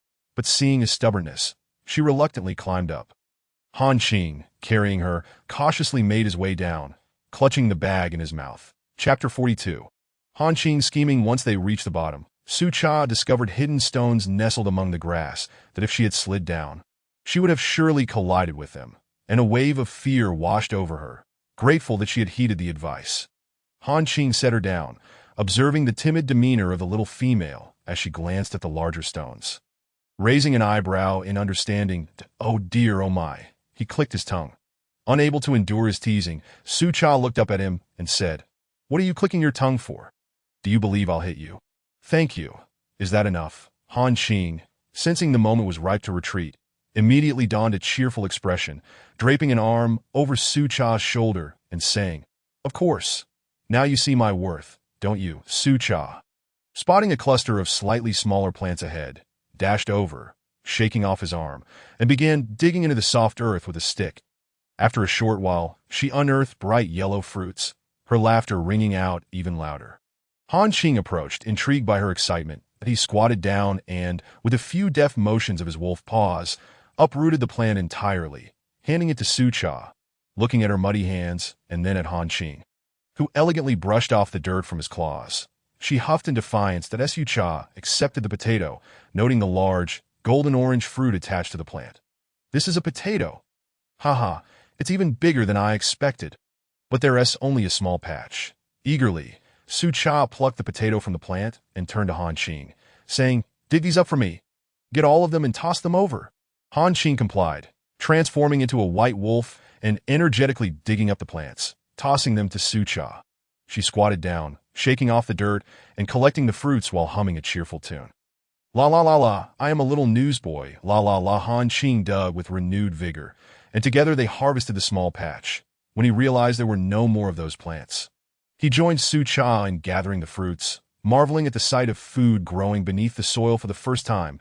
As Sucha continued to gather potatoes, she explained, "These are called potatoes, and they're quite delicious. That we'll have a potato feast tonight. This should last us a long while." She placed the potatoes in a beast hide bag, pressing down the peppercorns to make room, then topped it off with the spices. With the bag filled to capacity, Sucha beamed with joy. Today's haul was impressive, even if they had only found 2 types of food. The potatoes were plentiful and enormous, but she struggled to lift the bag. Han Qing stepped forward, effortlessly hoisting it with one hand, then gestured for Sucha to hop on his back. She declined, and they continued their ascent up the hill, hoping to catch sight of other treasures from the higher vantage point. Reaching the top, Sucha found herself slightly out of breath, and Han Qing helped her sit down. After a moment of rest, she declared, "I can't go on anymore. Let us take a break." Han Qing gently patted her back, encouraging her to catch her breath. "No rush. Take your time. It's still early." Sucha nodded, feeling her breath steady, and stood up. "Let us continue." They set off again, but soon encountered 2 lettuce plants. Sucha picked them both, realizing they had traversed 3 hills already, and reluctantly began their journey back. About halfway through, Sucha slowed her pace, panting and needing to rest frequently. She felt as though she had grown soft since arriving here. She used to climb 30 flights of stairs without issue while delivering packages. Han Qing, revealing his beast form, lay down on the ground and called, "Come on up, Sucha," eyeing the large sack of potatoes. Shook her head, wanting to refuse, but Han Qing preempted her, saying, "Don't worry, I can carry 5 more of you. I know you care for me.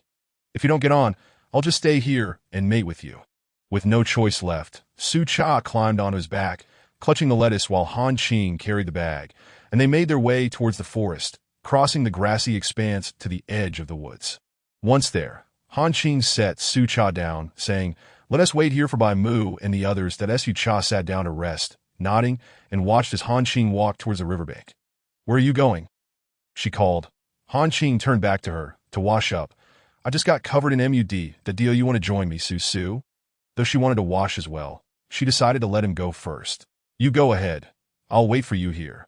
Han Qing gazed at Sucha's retreating figure, then headed towards the river, leaping into the water and enjoying a swim.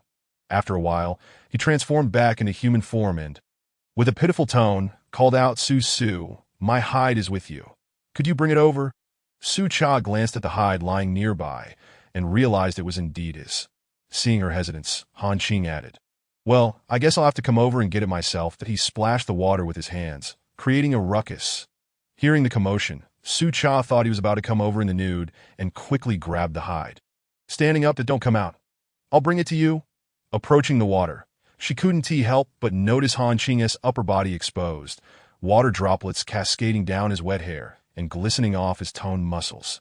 A particularly mischievous droplet sliding down to his chiseled abdomen. Sucha quickly averted her gaze, feeling caught for peeking, and stammered, "You called me over. It was right here." She placed the hide down and hurried away, knowing if she lingered, she might succumb to the urge to pounce on him. Watching her retreat, Han Qing smirked, Realizing the little female harbored feelings for him, that he mused that it was his fault for taking things slow. But he hadn't anticipated that smelly lion would act first.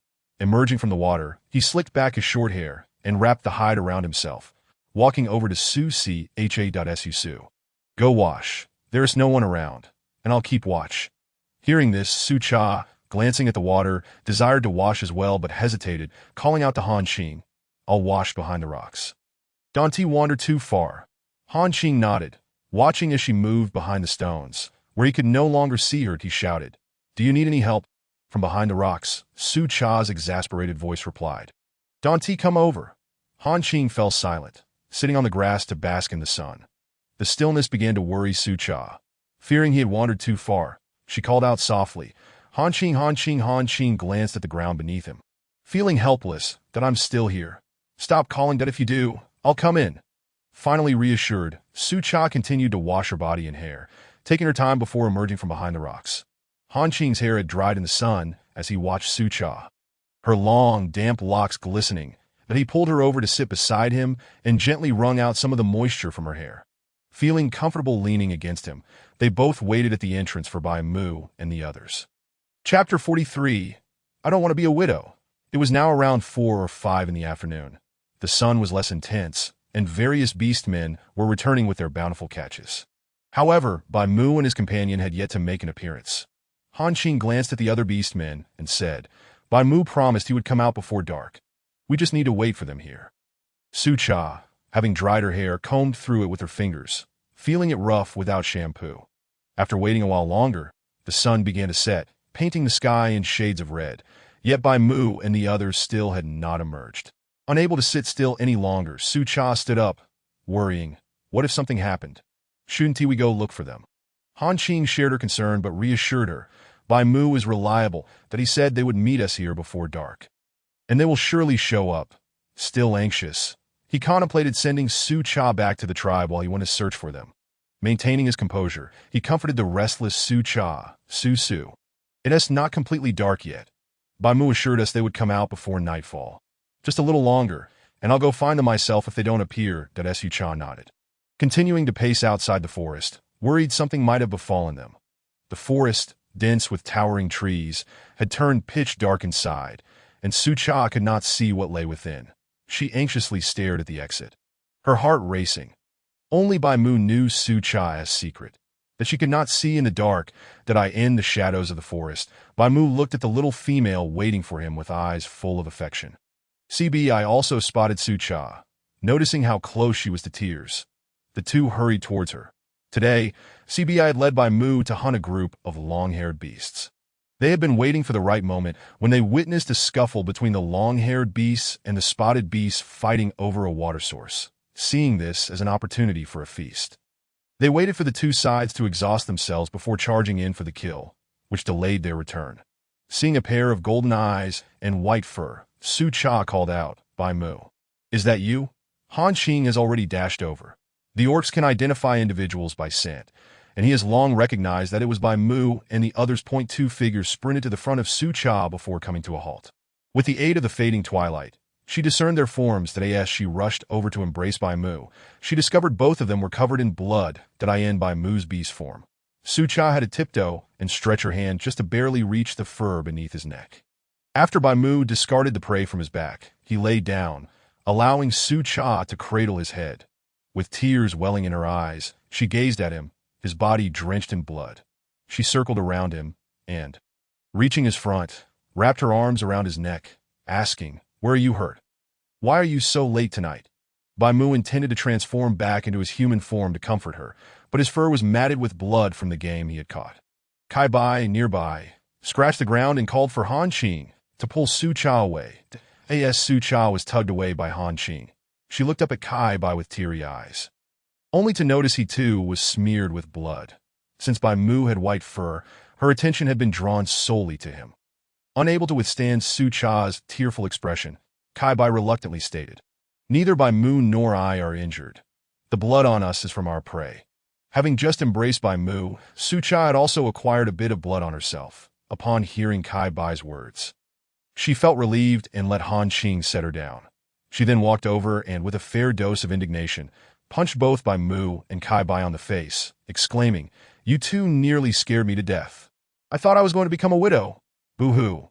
Although this was merely a trivial annoyance for Bai Mu and Kai Bai, they dutifully covered their faces with their paws, tilting their heads to observe Su Cha. Their hearts warmed by her concern. Han Qing, covering his face from behind, weakly inquired, Su, what does widow mean?" Su Cha turned back to cast him a glance, her expression neutral as she replied, "It refers to a female whose partner has died." The three of them were taken aback and collectively vowed to return home on time from then on, regardless of the circumstances. Satisfied, Su Cha pointed towards the nearby river, instructing the two to wash up. Hiding behind a stone, she washed herself again. Han Qing guarded the prey, by now. The sky had darkened, and the moon was not particularly bright, so Su Cha was washing in the darkness, unaware that two pairs of eyes downstream were fixated on her fair form. After finishing her bath and feeling her way back onto the shore, Bai Mu and the others stood up, shaking the water from their Su Cha looked at them, saying, "You're all clean now. So let's head home, that it's already dark." Han Qing stepped forward to embrace her, and the three of them made their way back to the tribe. Su Cha happily shared what they had done throughout the day, proudly announcing, "Wait until you see the wonderful thing I found." It was a challenge for Han Qing and me to discover it. Bai Mu gazed at her gently, saying, "Our cha-cha is truly remarkable. I can't wait to see what treasure you have." That Su Cha nodded vigorously in agreement. By the time they reached the tribe, no orcs were stirring. Everyone was nestled in their caves upon arriving home. Bai Mu lit the fire first, allowing Su Cha to see them clearly. She approached and gave Bai Mu a kiss, then asked Han Qing to bring out the potatoes and Sichuan pepper they had gathered that day. Excitedly, she pointed out the Sichuan pepper and potatoes, introducing them to Bai Mu and the others. "This is a potato. Bai Mu has seen it before, the one I ate that day that we found a lot today. And they can be stored in the cellar for a long time. This is Sichuan pepper. When dried and ground into powder, it can be sprinkled like salt on roasted meat, making it incredibly fragrant. However, don't use too much. Just a little will suffice." Kai Bai approached and lifted Su Cha high, as if she were a cub, before gently setting her down, saying, "How is our Su so capable?" Finding so many delicious treats. Amused, Su Cha laughed and playfully requested to be put down. Bai Mu had already placed the chopped meat on the fire to roast, and Su Cha followed the enticing aroma. Settling beside Bai Mu, he lifted her onto his lap, tenderly stroking her belly, and nuzzled the top of her head, saying, "Are you hungry? Your stomach is making noises that it's all my fault. It will be ready soon." Han Qing also arranged the washed lettuce on a plate, along with chopsticks, ensuring that the little female wouldn't go hungry. Su Cha inhaled the delightful aroma and admitted her hunger, which only heightened Bai Mu's concern. He sighed and asked, "Tell me, what did you two do for so long to catch so many prey?" Han Qing, particularly curious about the plum beast, which was notoriously difficult to catch, was astonished that they had managed to acquire so many. Bai Mu glanced at Kai Bai, who, with a resigned expression, recounted their plan to lie in wait for the long-haired beast. Unexpectedly, a delightful surprise occurred when the long-haired beast and the plum beast fought by the water's edge. The two had to wait for their battle to conclude before moving in to capture them all. They had hidden half of their prey in the forest, unable to carry it all. As long as they were uninjured, Su Cha was content. Observing the bounty, she exclaimed, "This is splendid. Our food storage plan is now more than halfway complete." Ha. After finishing lunch, Kai Bai announced he was going out to find the tribe leader. Once Su Cha had her fill, she began to wander around the cave. Chapter 44, What Heirs Gossip.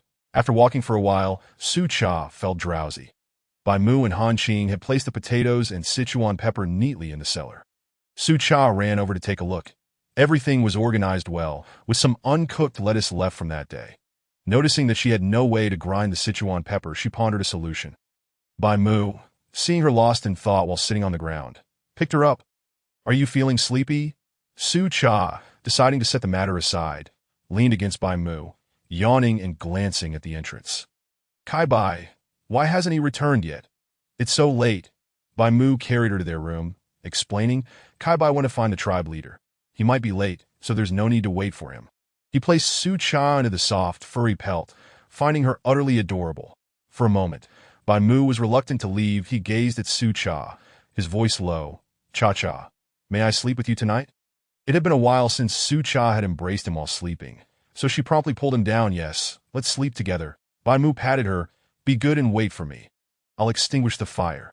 And the door hasn't been closed yet that he covered Su Cha with the pelt and stepped outside to carefully extinguish the fire and secure the wooden door. After glancing at Han Qing's room to confirm he was there, Bai Mu surveyed the surroundings before finally stepping into Su Cha's room. Her space was the largest in their home, and he could see her lying on the bed, since their home lacked a door. They had only installed a large wooden gate at the entrance. Upon entering, Bai Mu found the little female fast asleep, so he quietly lay down beside her, gathering her into his embrace as he drifted off into a deep slumber. In the tribe, the leader's cave was dark, but several pairs of bright eyes could be seen. Kai Bai, the tribe leader, and several elder orcs from the clan. Kai Bai broke the silence. Tomorrow, inform the tribe members to hunt as soon as possible. Winter is expected to arrive early. This year, I won't be needing food from the tribe. I have a partner now. The tribe leader was taken aback, even digging at his ears, unsure if he had misheard. He met Kai Bai's incredulous gaze, fearing a reprimand, and quickly exclaimed, My ears are itchy. I'm just digging them. One of the orcs spoke up, All right, I'm curious to meet the little female who managed to tame you. A true troublemaker, as soon as he finished speaking, the other orcs laughed in agreement. Kai Bai, unfazed, cheerfully responded, Sure, I'll arrange for you old geezers to meet her that day, that I'm heading back now. He then stood up and walked towards the innermost part of the tribe. The other orcs in the cave exchanged glances. The one who had just teased Kai Bai observed the tribe leader's troubled expression and carefully analyzed the situation, saying, Old man, don't worry. The tribe has already stored enough food. Each family in the tribe has at least 6 partners, let alone those with more. There's still time. The tribe leader nodded repeatedly, and the other orcs echoed his sentiment, affirming that there was plenty of time. The tribe leader, feeling enlightened, waved his hand. All right, it's settled to go back and sleep. Tomorrow morning, gather the tribe members at the foot of the mountain. With that, everyone dispersed. Kai Bai returned home to find the wooden door securely closed. The little female was surely asleep, but he quietly returned to his own space. Perhaps due to the day's exhaustion, he lay down on the bed and fell into a deep slumber. The following morning, Bai Mu woke everyone up and handed a bowl of white rice to Su Cha. She glanced at him, noting his culinary skills had improved. The porridge contained chunks of meat and cabbage, filling the air with a delicious aroma. After taking a sip, she thought the seasoning was just right, wishing there was some sugar to enhance the flavor. Watching Su Cha seated on the bed as she finished her bowl, Bai Mu lifted her up and handed her a toothbrush, guiding her to the kitchen to rinse her mouth. Noticing that the stone pot still contained food, he called over Kai Bai and Han Qing. Giving each of them a bowl, Kai Bai enjoyed the warm rice. He remarked, The tribe leader has summoned everyone to gather at the foot of the mountain. All tribe members are to attend. Bai Mu, please keep an eye on Su. Han Qing took the empty bowls to the kitchen, washed them thoroughly, and set them aside to dry. After Su Cha finished brushing her teeth and washing her face, she stood up and asked them, Can I stand with Guaer later? Bai Mu nodded, advising that she should keep a watchful eye amidst the crowd later. Then he took Su Cha in his arms, and together with the others, they descended towards the foot of the mountain. Along the way, they encountered other beast men, all heading in the same direction. Upon seeing the cedar shaman walking alongside Bai Mu, many speculated that she must have joined his family. Other females expressed curiosity about how Su Cha had won over the cedar shaman to eye in the throng. Su Cha perched on Bai Mu's arm and immediately spotted Shiwu, who was also cradling Guaer. Guaer, catching sight of Su Cha, excitedly waved her hand and called out, Su Cha, I'm over here. While calling out, she urged Shiwu to move towards Bai Mu and the others. Bai Mu, wishing for the 2 females to play together, guided Su Cha towards Shiwu's group. As Su Cha approached Guaer, she noticed that none of the other females were wearing shoes, which likely explained why they were often carried. Observing Guaer's bare feet, Su Cha abandoned the idea of them walking hand in hand. Instead, she allowed Bai Mu and Shiwu to walk beside each other. Guaer, with her buoyant personality, spoke freely and boldly, in stark contrast to Su Cha's shyness in crowded situations. Guaer eagerly pulled Su Cha closer, saying, Ever since that day, you haven't come to play with me. I tried to find you, but no one was home in the cave. Feeling a bit embarrassed, Su Cha replied, I went out with Bai Mu and the others. Guaer exclaimed, noticing the animal hide on Su Cha's feet. Su, I really like the animal hide you're wearing. Can you teach me how to make one? That way, I can walk on the ground too. Su Cha, delighted, nodded in agreement, her tone light as she pointed to her shoes. These are called shoes. They protect our feet from sharp stones. You should ask Sherwu and the others to catch some long-eared beasts, as their ears are perfect for this. Hearing that his partner was fond of Su Cha's shoes, Sherwu inquired with Bai Mu on how to make them. Bai Mu, pleased with the rapport between Su Cha and Gui'er, readily shared his knowledge, even divulging where long-eared beasts were commonly found. Meanwhile, the cedar shaman and Han Qing, following closely behind, assessed Su Cha and found her companion to be amiable and straightforward, devoid of any cunning. They felt reassured by Su Cha's association with Gui'er. Not realizing that the female's partner was someone they knew, Gui'er leaned in to share some tribal gossip with Su Cha, who was thoroughly entertained, her expressions lively. Glancing at the cedar shaman trailing behind them, Gui'er whispered, Su, have you captured the cedar shaman's heart? Impressive. She gave Su Cha a discreet thumbs up. Su Cha chuckled and nodded. I have 3 partners now. Then, noticing the blush on Gui'er's face, she asked, can you handle having so many partners? With a playful grin, Gui'er pinched Su Cha's soft cheek. What can I say? My charm is simply too great. I have 8 partners, you know, he. Su, your skin is so soft. She gleefully continued to pinch Su Cha's cheeks and any exposed skin, exclaiming, if I were a male, I would definitely want to be your partner, that I envy Bai Mu and the others who can hold you while they sleep every night. Su Cha, joyfully holding Gui'er's hand, invited her to spend the night at her home. However, upon hearing this, Bai Mu and Sherwu quickly interrupted the 2 females, not wanting to lose their spot. Bai Mu, holding Su Cha, said, Cha, we have arrived at the foot of the mountain. Let us find a place to stand. Gui'er tugged at Su Cha, wanting her to stand up. The families, with no choice, found a spot for the 2 females to stand. Chapter 45. The tribe gathers. Bai Mu gently set Su Cha down, and Gui'er, eager to join her, insisted on getting down as well. Su Cha used her feet to kick away small stones, ensuring a clean spot for them to stand. Su Cha, being shorter than Gui'er, still found it difficult to see the figures on the high platform. The area fell silent as they listened to the words of the tribe leader. Bai Mu, Han Qing, and Gui'er's partners formed a protective circle around the other beastmen. Su Cha, however, was oblivious to the absence of the cedar shaman. Focusing solely on Gui'er, the 2 whispered among themselves until suddenly, the tribe leader called for the cedar shaman to come forward. Su Cha turned and realized the cedar shaman was missing.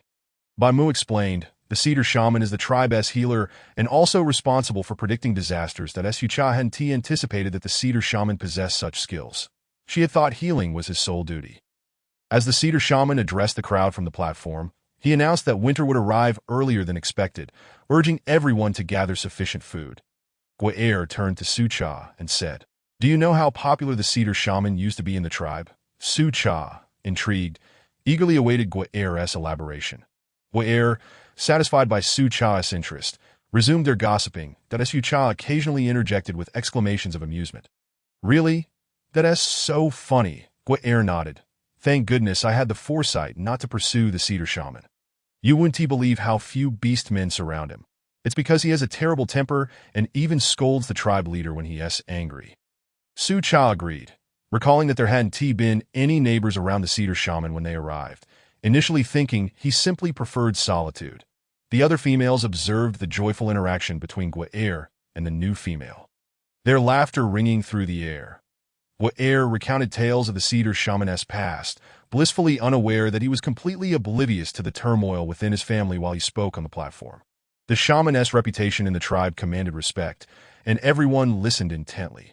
The high platform, though modestly constructed from polished stone, could only accommodate 1 or 2 individuals at a time.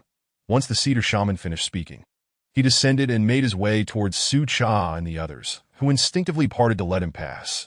Gui'er immediately fell silent, not wanting to be caught speaking ill of him. She discreetly pulled Su Cha closer, whispering, the cedar shaman is coming. Don't laugh. Perhaps due to Gui'er's earlier remarks, the 2 stood up straight as the cedar shaman approached, gently patting Su Cha on the head before taking his place behind Bai Mu. The tribe leader then announced the gathering was dismissed, encouraging everyone to hunt independently, suggesting collaborative hunting among several families. That yes, it was still early and the sun was not yet scorching. Sucha and Guaer lingered, reluctant to part ways, glancing longingly at their partners. Bai Mu turned to Shi Wu, asking, "What are your plans? Shall we collaborate for hunting?" It was unnecessary for Bai Mu and his companions to team up with others, but he wished for Sucha to spend more time with Guaer.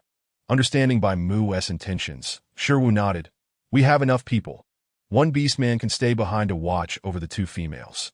The cedar shaman had no objections, and Sucha and Guaer happily held hands. Shi Wu stepped forward, cradling Guaer, saying, "Let us wait until we reach the grassy area before I set Guaer down." The cedar shaman also advanced to hold Sucha's hand as they all headed towards the outskirts of the tribe. Once they reached the grassy expanse, the two young females dashed off hand in hand to play in the water. With only 3 of them remaining, Bai Mu and his companions felt reassured enough to leave Guaer's partner behind. The cedar shaman approached Sucha, saying, "We are going hunting. You and Guaer stay here and wait for us." Guaer boasted, patting her chest. "Don't worry, cedar shaman. I will take good care of Su. The cedar shaman affectionately ruffled Sucha's hair before departing. The remaining partner, named Shi, kept a respectful distance, ensuring not to disturb the two females. Bai Mu and his companions, along with others, handed their animal hides to Shi for safekeeping before transforming into beast form and sprinting into the forest. Chapter 46. The bond of friendship among girls. After Bai Mu and the others left, Sucha led Guaer towards the water source, intending to gather some wild greens. The tribe had successfully collaborated to capture a massive prey, and the cedar shaman guided them to seek out communal game, as the large group was advantageous for hunting. However, a subtle exchange of glances between the cedar shaman and Bai Mu reminded them that they had almost forgotten about the prey they had hidden the previous night. The cedar shaman approached Shi Wu and informed him to avoid any misunderstandings later. Shi Wu nodded in acknowledgement, and the group followed the cedar shaman that he led them to a herd of wild boars, with everyone looking to him for direction. Thanks to their teamwork, not a single boar escaped, and Shi Wu joyfully announced after he successfully dispatched the last one, "Well done, cedar shaman. Today's bounty is impressive." The mood was jubilant, and the cedar shaman, along with Han Qing and Bai Mu, returned to the hiding spot from the previous day, where their catch remained intact. Together, they carried the game out towards the outskirts, their backs laden with the fruits of their labor. At Sucha, hand in hand with Guaer, finally reached the patch of wild greens, but they found it in disarray, likely due to animals having feasted on it. Sucha instructed Guaer, "You wait here. I'll go pick some from that area where there are fewer stones." She dashed towards the wild greens. Guaer called after her, "What are we picking greens for?" Su, not content to wait idly, she slowly followed, eager to assist. That Sucha picked 2 heads of greens and, hugging them close, called out to Guaer as she ran, "Don't come over, Guaer. There are stones here. I'll get it done." Quickly returning, she took Guaer's hand, who waved at the greens in Sucha's arms. Shi stepped forward to take the greens from Sucha. She softly murmured, "Thank you." The 2 individuals joyfully made their way back, only to be surprised by the unexpected return of Bai Mu and the others, who were busily searching for someone outside the forest. Sucha found their eager, inquisitive expressions quite amusing. Bai Mu, having set down their catch, called out to Sucha from a distance, "Come over quickly. Su has brought you strawberries." Upon hearing this, Sucha eagerly approached Bai Mu and the rest, while Shi Wu picked some strawberries and handed them to Guaer at the riverbank. Sucha and Guaer washed the strawberries, and Guaer, upon taking a bite, expressed her delight that Sucha shared a few with Guaer, explaining, "These are strawberries. Aren't they sweet? And this, wrapped in lettuce, is roasted meat, which is absolutely delicious." Observing Sucha wash the lettuce, Guaer brought over another strawberry to wash as well, saying, "Roasted meat. We usually don't start a fire. It's very dangerous." In response, Sucha suggested, "How about we eat outside for lunch today? I can roast it for you." She then dashed over to consult Bai Mu and the others. Bai Mu affectionately patted her head. "Our dear Cha will take charge." Elated, Sucha returned to converse with Guaer, while Bai Mu conferred with Shi Wu, who then approached Guaer to seek her approval. Only then did the group begin to bustle about. Bai Mu and Han Qing went to gather firewood, while Shi Wu called over 2 other beastmen for assistance. The remaining beast men were busy processing the game. Su Cha laid large leaves on the ground for the clean meat, accompanied by the ever-curious Guerriere. Bai Mu and the others returned, igniting the fire with flint. Although Shi Wu and the others were initially apprehensive, they gradually adapted under Bai Mu's guidance that Su Cha took Guerriere by the hand, pulling her closer to the fire, reassuring her, "It's all right, as long as you don't touch the flames. You'll be fine. See, it's warm. We can keep cozy in winter, and as long as we're careful, roasting meat won't catch anything else on fire." Guerriere's eyes sparkled as she looked at Su Cha, exclaiming, Su, you're amazing. Later, you should ask Bai Mu to teach Shi Wu and the others. Then winter won't be cold. Su Cha nodded, handing Guerriere a piece of roasted meat wrapped in lettuce. "Give it a try and tell me if you like it, and if not, I won't wrap it in lettuce next time." The two males watched the two females with envy, entirely forgetting about their own partners. Guerriere took a bite, her eyes lighting up as she quickly finished the roasted meat before exclaiming, "Delicious! Su, from now on, I want to eat raw meat anymore." Wu Bai Mu meticulously taught Shi Wu and the others how to start a fire and roast meat, then handed a piece of the roasted meat to Su Cha. Their eyes met, and Su Cha playfully blinked at him. Bai Mu turned his gaze away, while Shi Wu presented the roasted meat to Guerriere, receiving a sweet kiss in return, which incensed the other partners, prompting them to flock to Bai Mu for lessons on roasting meat. Guerriere also bestowed a kiss upon Su Cha, leaving her face flushed. Guerriere, seeing Su Cha's rosy cheeks, burst into laughter and playfully pinched her soft cheeks. Su, you're so adorable." After spending the morning together, Su Cha gradually became accustomed to Guerriere's playful antics. Chapter 47. The Tiger Clan's 3-month gestation period. Today's tasks were completed with great success. After Su Cha and Guerriere had their fill, they washed their hands and rinsed their mouths by the river. Bai Mu and Shi Wu divided the spoils of their hunt and prepared to return, satisfied that they had gathered enough for the day. Hand in hand, Su Cha and Guerriere approached, astonished by the abundance of game caught in just one morning. Shi Wu lifted Guerriere into his arms, saying, "We owe our success today to the Cedar Shaman. They guided us to a herd of wild boars. So we want to need to hunt this afternoon. It's time we head back to process our catch." Guerriere, having played all morning, was exhausted and waved goodbye to Su Cha. "I'll come to play with you tomorrow." Su. Reluctantly, Su Cha nodded as she watched Guerriere leave. Though she felt tired, she cherished her time with Guerriere. Cedar approached and picked up Su Cha, saying, "We should head back to rest." Su, you seem quite energetic today. Aren't you tired?" Upon hearing this, Su Cha felt a hint of fatigue wash over her, stifling a yawn as she looked up at Cedar with teary eyes. Cedar chuckled softly and tapped her nose. "If you want to play, you can find her again tomorrow. The tribe ain't going anywhere." He then led Su Cha back to the tribe, with Bai Mu and Han Qing trailing behind, laden with game. Upon reaching home, Cedar noticed that Su Cha had fallen asleep in his arms, that he gestured to Bai Mu and the others to indicate Su Cha before carrying her into the room, gently placing her on the bed without waking her. Cedar emerged and quietly said, Su has fallen asleep. Let us keep our voices down." The three nodded in agreement and began processing the game at the cave entrance, meticulously cutting the meat into strips, salting them, and neatly stacking them in the stone jars that Su Cha napped. No one was certain how long the meat should be stored. After a moment of silence, Bai Mu finally suggested, "Today is only the second day. Let us wait until Cha wakes up to ask her." They continued salting the meat, with Cedar placing the salted pieces into the jars and Han Qing simply slicing the meat. Su Cha slept longer than usual, likely due to her playful morning with Guerriere, and only stirred when the sun began to set. Bai Mu and the others had finished preparing the meat and cleaned the entrance, leaving no trace of blood. Stepping outside, Su Cha saw the three of them sitting at the entrance and curiously asked, "What are you all doing sitting here?" She looked up at the sky, realizing it was almost dark, and exclaimed, "I slept for so long. Why didn't you wake me? How could I sleep so long?" As Su Cha woke, the three gathered around her, surprised at how long she had slumbered. Cedar gently patted her noticeably larger belly, saying it's normal to feel more tired during pregnancy. Perhaps the little ones are growing. The Tiger Clan's gestation period is 3 months, and we're already a month and a half in, just in time for winter. Looking down at her belly, Su Cha noticed it had indeed grown significantly. Although she didn't feel much change due to her belly not being very prominent, There were moments when she would forget she was pregnant. Bai Mu, observing her dazed expression, worried that she might be frightened, pulled her into his embrace with a soft tone. Cha-cha, don't be afraid. Tiger cubs are easy to deliver, that you've worked hard. Han Qing chimed in to reassure her. Winter will be pleasant. We want tea at the hunt outside and can spend more time with you. Su Cha looked up at Bai Mu and asked, will the tiger cubs look like you? I'm really looking forward to fluffy little tiger babies. Bai Mu nodded, and Su Cha nestled her head against his neck, cheerfully saying, I'm very excited for the little ones to arrive.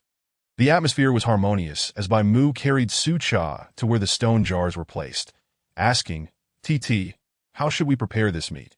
Su Cha glanced at the 4 stone jars, all filled to the brim, and inquired, did you process all the game from today?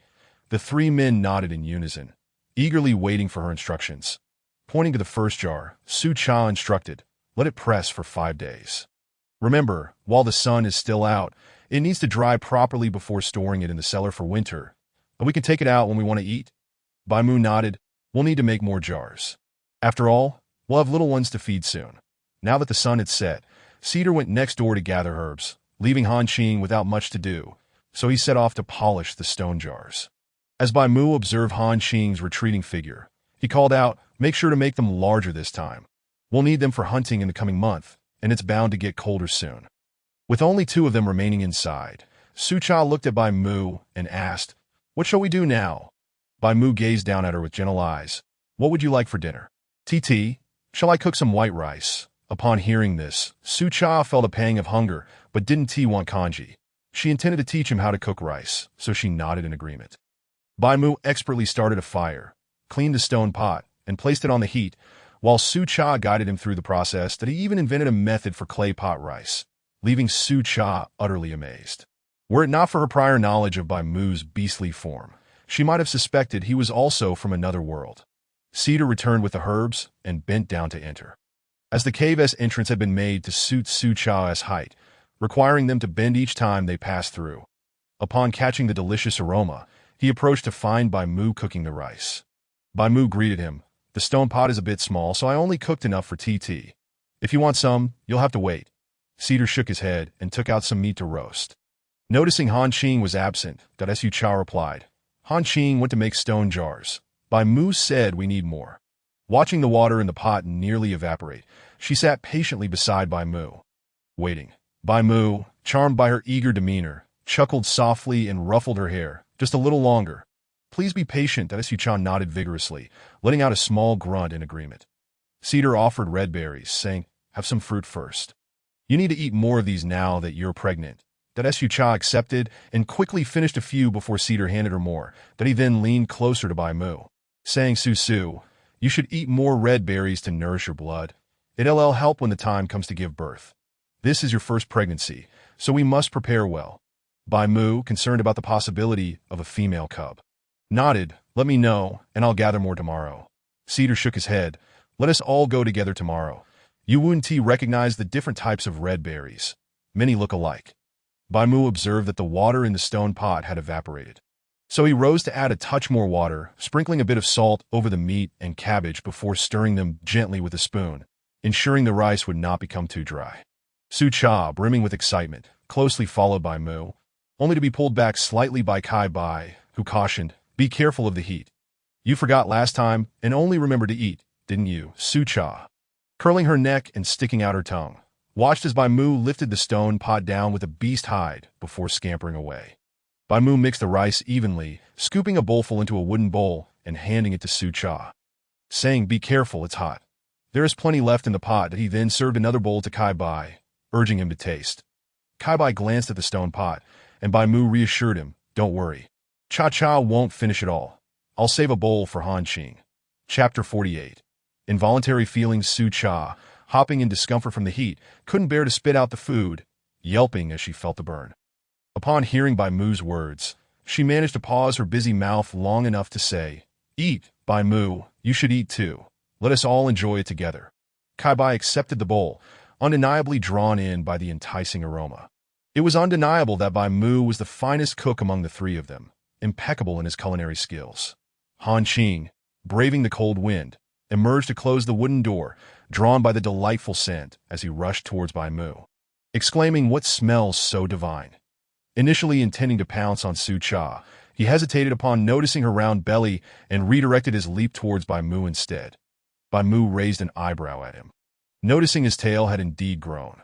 When at home, refrain from revealing your beast form, that I saved you a bowl. It's still warm. He then handed a bowl of rice to Han Qing, discarding the wolf claws from his waist and moving to Su Cha's side. Blowing on the rice, feeding her mouthful by mouthful, Su Cha, knowing she couldn't refuse, comfortably settled on Bai Mu's lap, accepting his offering. After finishing a bowl, Kai Bai chose to stop, leaving the rest for Su Cha. Although the rice was delicious, they preferred roasted meat, often sneaking out to indulge in raw meat, a secret unknown to Su Cha. After 2 bowls, Su Cha decided against eating more. Bai Mu, noticing a bit left in the bowl, finished it himself. Kai Bai handed over a piece of roasted meat, which Bai Mu accepted and ate. Once done, Bai Mu took the stone pot, bowls, and spoons to the kitchen for cleaning. Kai Bai supported Su Cha, encouraging her to walk slowly in the living room, saying it would benefit her during childbirth. Han Qing, now less fearful of fire, sat comfortably by the fire, eyes half closed, observing the two moving about. Bai Mu emerged with clean hands, meeting Kai Bai's gaze, who made space for him. Bai Mu assisted Su Cha as she moved, while Kai Bai settled beside Han Qing, watching the foolish wolf. Han Qing remarked, "It's getting a bit chilly at night. We rebound to have heavy snowfall this winter." Kai Bai shot him a glance. "You, a silver frost white wolf from the snow domain, afraid of the cold? It has snowed every year. This year will surely be no different." Kai Bai glanced at the frail Su Cha, his concern evident as he noted her feet wrapped in beast hide, which was a good thing, keeping them warm. Pointing to her feet, he asked, "Bai Mu made those, didn't he? With the cold, he should make Su a few more pairs to alternate." Bai Mu nodded. "These are made from the ears of the long-eared beast. The thick fur can be saved for winter. I intended to craft a cozy fur ensemble for Su Cha, but I haven't found satisfactory hides yet." Bai Mu then turned to Kai Bai, who had lived here for years and knew best. Kai Bai observed the delicate, smooth-skinned female. "All right then, let's go find some, but we need to look for a thick-furred female. It shouldn't be too hard to strip the fur from another beast." They agreed on this plan. Su Cha, after a while, grew tired from her afternoon nap and lost her desire to walk. She joined Han Qing by the fire, who lifted her onto his lap. Su Cha accepted this without protest, relishing the free warmth, which was certainly better than the cold ground beneath her. Han Qing, his body solid with muscle, felt rather rigid. Bai Mu approached Kai Bai to discuss matters, voicing his concerns quietly, knowing that Kai Bai, as a shaman, would understand. However, they spoke softly from a distance, so Su Cha assumed they were merely planning a hunt and paid no mind, engrossed in playing with Han Qing's tail. Kai Bai, deep in thought, gazed at Su Cha's belly, noting her frailness. It was her first pregnancy, and if there was a female inside, it could spell trouble, as delivering a female was the most challenging. Bai Mu shared his worries, praying for a male offspring, despite secretly desiring a sweet, soft little female like Su Cha. Kai Bai murmured quietly, "There is still a month and a half until the delivery. Ensure Su eats plenty of red berries and walks more. That I'll personally assist her during childbirth. That in the past, when females in the tribe gave birth, we always summoned experienced elder females. That was the plan. From now on, I'll gather red berries daily for Cha." Su Cha was thoroughly entertained playing with Han Qing's tail until suddenly, Han Qing lost control of his tail's strength. Su Cha, taken aback, covered her face, staring at Han Qing.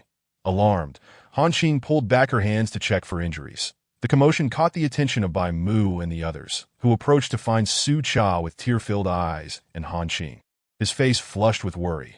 Feeling slightly embarrassed, Su Cha admitted she was upset by the playfulness, though Han Qing's strong tail had indeed stung her, leaving her feeling conflicted.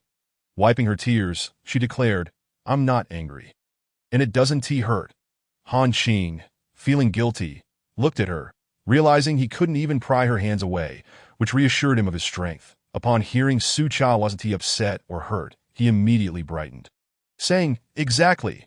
I didn't even use much strength." That Su Cha, with a smirk, replied, "Let us play again. It doesn't hurt." Han Qing extended his tail again, intending to swat at Su Cha as before, but she swiftly caught it and bit down gently. Han Qing yelped and jumped up, looking at Su Cha with a wounded expression. Didn't you say you weren't angry?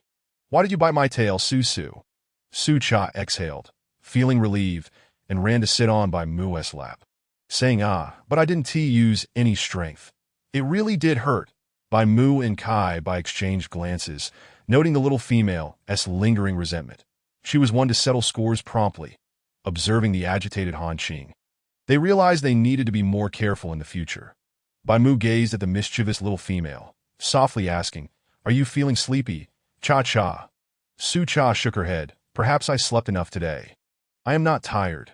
However, she yearned to lie down, wrapping her arms around Bai Mu's neck and exhaling softly. Carry me back to the room. Sitting here is uncomfortable. The soft bed feels so much better.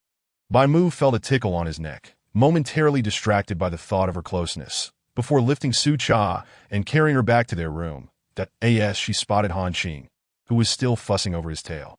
She made a face at him, which only deepened his distress. Bai Mu laid Su Cha on the bed, then stepped out to extinguish the fire and secure the door before returning. Kai Bai and Han Qing each retreated to their rooms, finding little motivation to keep the fire going in Su Cha's absence. Sleep seemed the better option. Su Cha rolled about on the bed, which was generously layered with soft beast hides. When Bai Mu entered, Su Cha clung to him, refusing to let him leave, wanting his company as she drifted to sleep. Bai Mu, having not felt her warmth in a long while, found himself drawn closer, leaning towards her rosy lips. Su Cha, gazing up at him, instinctively wrapped her arms around his neck, signaling her agreement. Bai Mu's movements grew bolder, while Su Cha, unable to suppress a soft moan, succumbed to the moment. Chapter 49. Rejecting Han Qing. The sound stirred both Kai Bai and Han Qing, with Kai Bai handling it better, having already crossed the threshold, while Han Qing, unable to endure, resorted to self-soothing. Bai Mu, eyes half-closed in pleasure, looked at Su Cha, now a puddle of softness, his voice husky as he murmured, If you're uncomfortable, just let me know. Su Cha, dazed, nodded and turned her head away to by midnight. Their playful antics subsided, and Kai Bai breathed a sigh of relief, rolling over to prepare for sleep. Han Qing, feeling wronged, bit down on the beast hide, lamenting when it would be his turn. Su Cha, utterly exhausted, had already fallen asleep, her body flushed with a rosy hue as she lay softly on the bed. Bai Mu cradling her as they drifted off together, in a semi-conscious state. Su Cha felt the warmth of a furnace beside her and instinctively turned to embrace it, a subconscious action that immensely pleased Bai Mu. They soon fell into a deep slumber. As dawn broke, Bai Mu awoke, momentarily dazed, before gently kissing Su Cha's pristine forehead and quietly getting out of bed to cover her with the beast hide. Upon exiting the room, he encountered Han Qing's furious gaze, leading Bai Mu to conclude that he had undoubtedly heard the previous night's events. With an amused smirk, Bai Mu walked out. Opening the wooden door, Kai Bai, in the adjacent room, was drying herbs while sorting them. Observing Bai Mu's satisfied demeanor and the furious Han Qing still asleep, Kai Bai spoke solemnly. Tonight Su Su will sleep with me. Bai Mu shot him a look. Be gentle. Don't disturb my little ones. The two individuals resumed their respective tasks in silence, with Han Qing transformed into a despondent heap at the cave entrance, lamenting to himself, though no one paid him any mind. Bai Mu was busy preparing to cook porridge for Su Cha, adding morsels of meat and cabbage as usual. He inquired whether the others wished to join, but they all declined, indicating they weren't hungry in the morning. Reluctantly, he proceeded to prepare Su Cha's meal. Once the porridge was ready, he ladled it into a bowl to cool and entered the room, where he found the small female sleeping lightly, emitting soft snores. He chuckled softly and sat at the edge of the bed, gently shaking Su Cha. Cha-Cha, it's time to eat before you go back to sleep. Still half asleep, Su Cha mumbled a response and rolled over, ready to drift back into slumber. Without hesitation, Bai Mu scooped her up, carrying her to the stone table and settling her on his lap.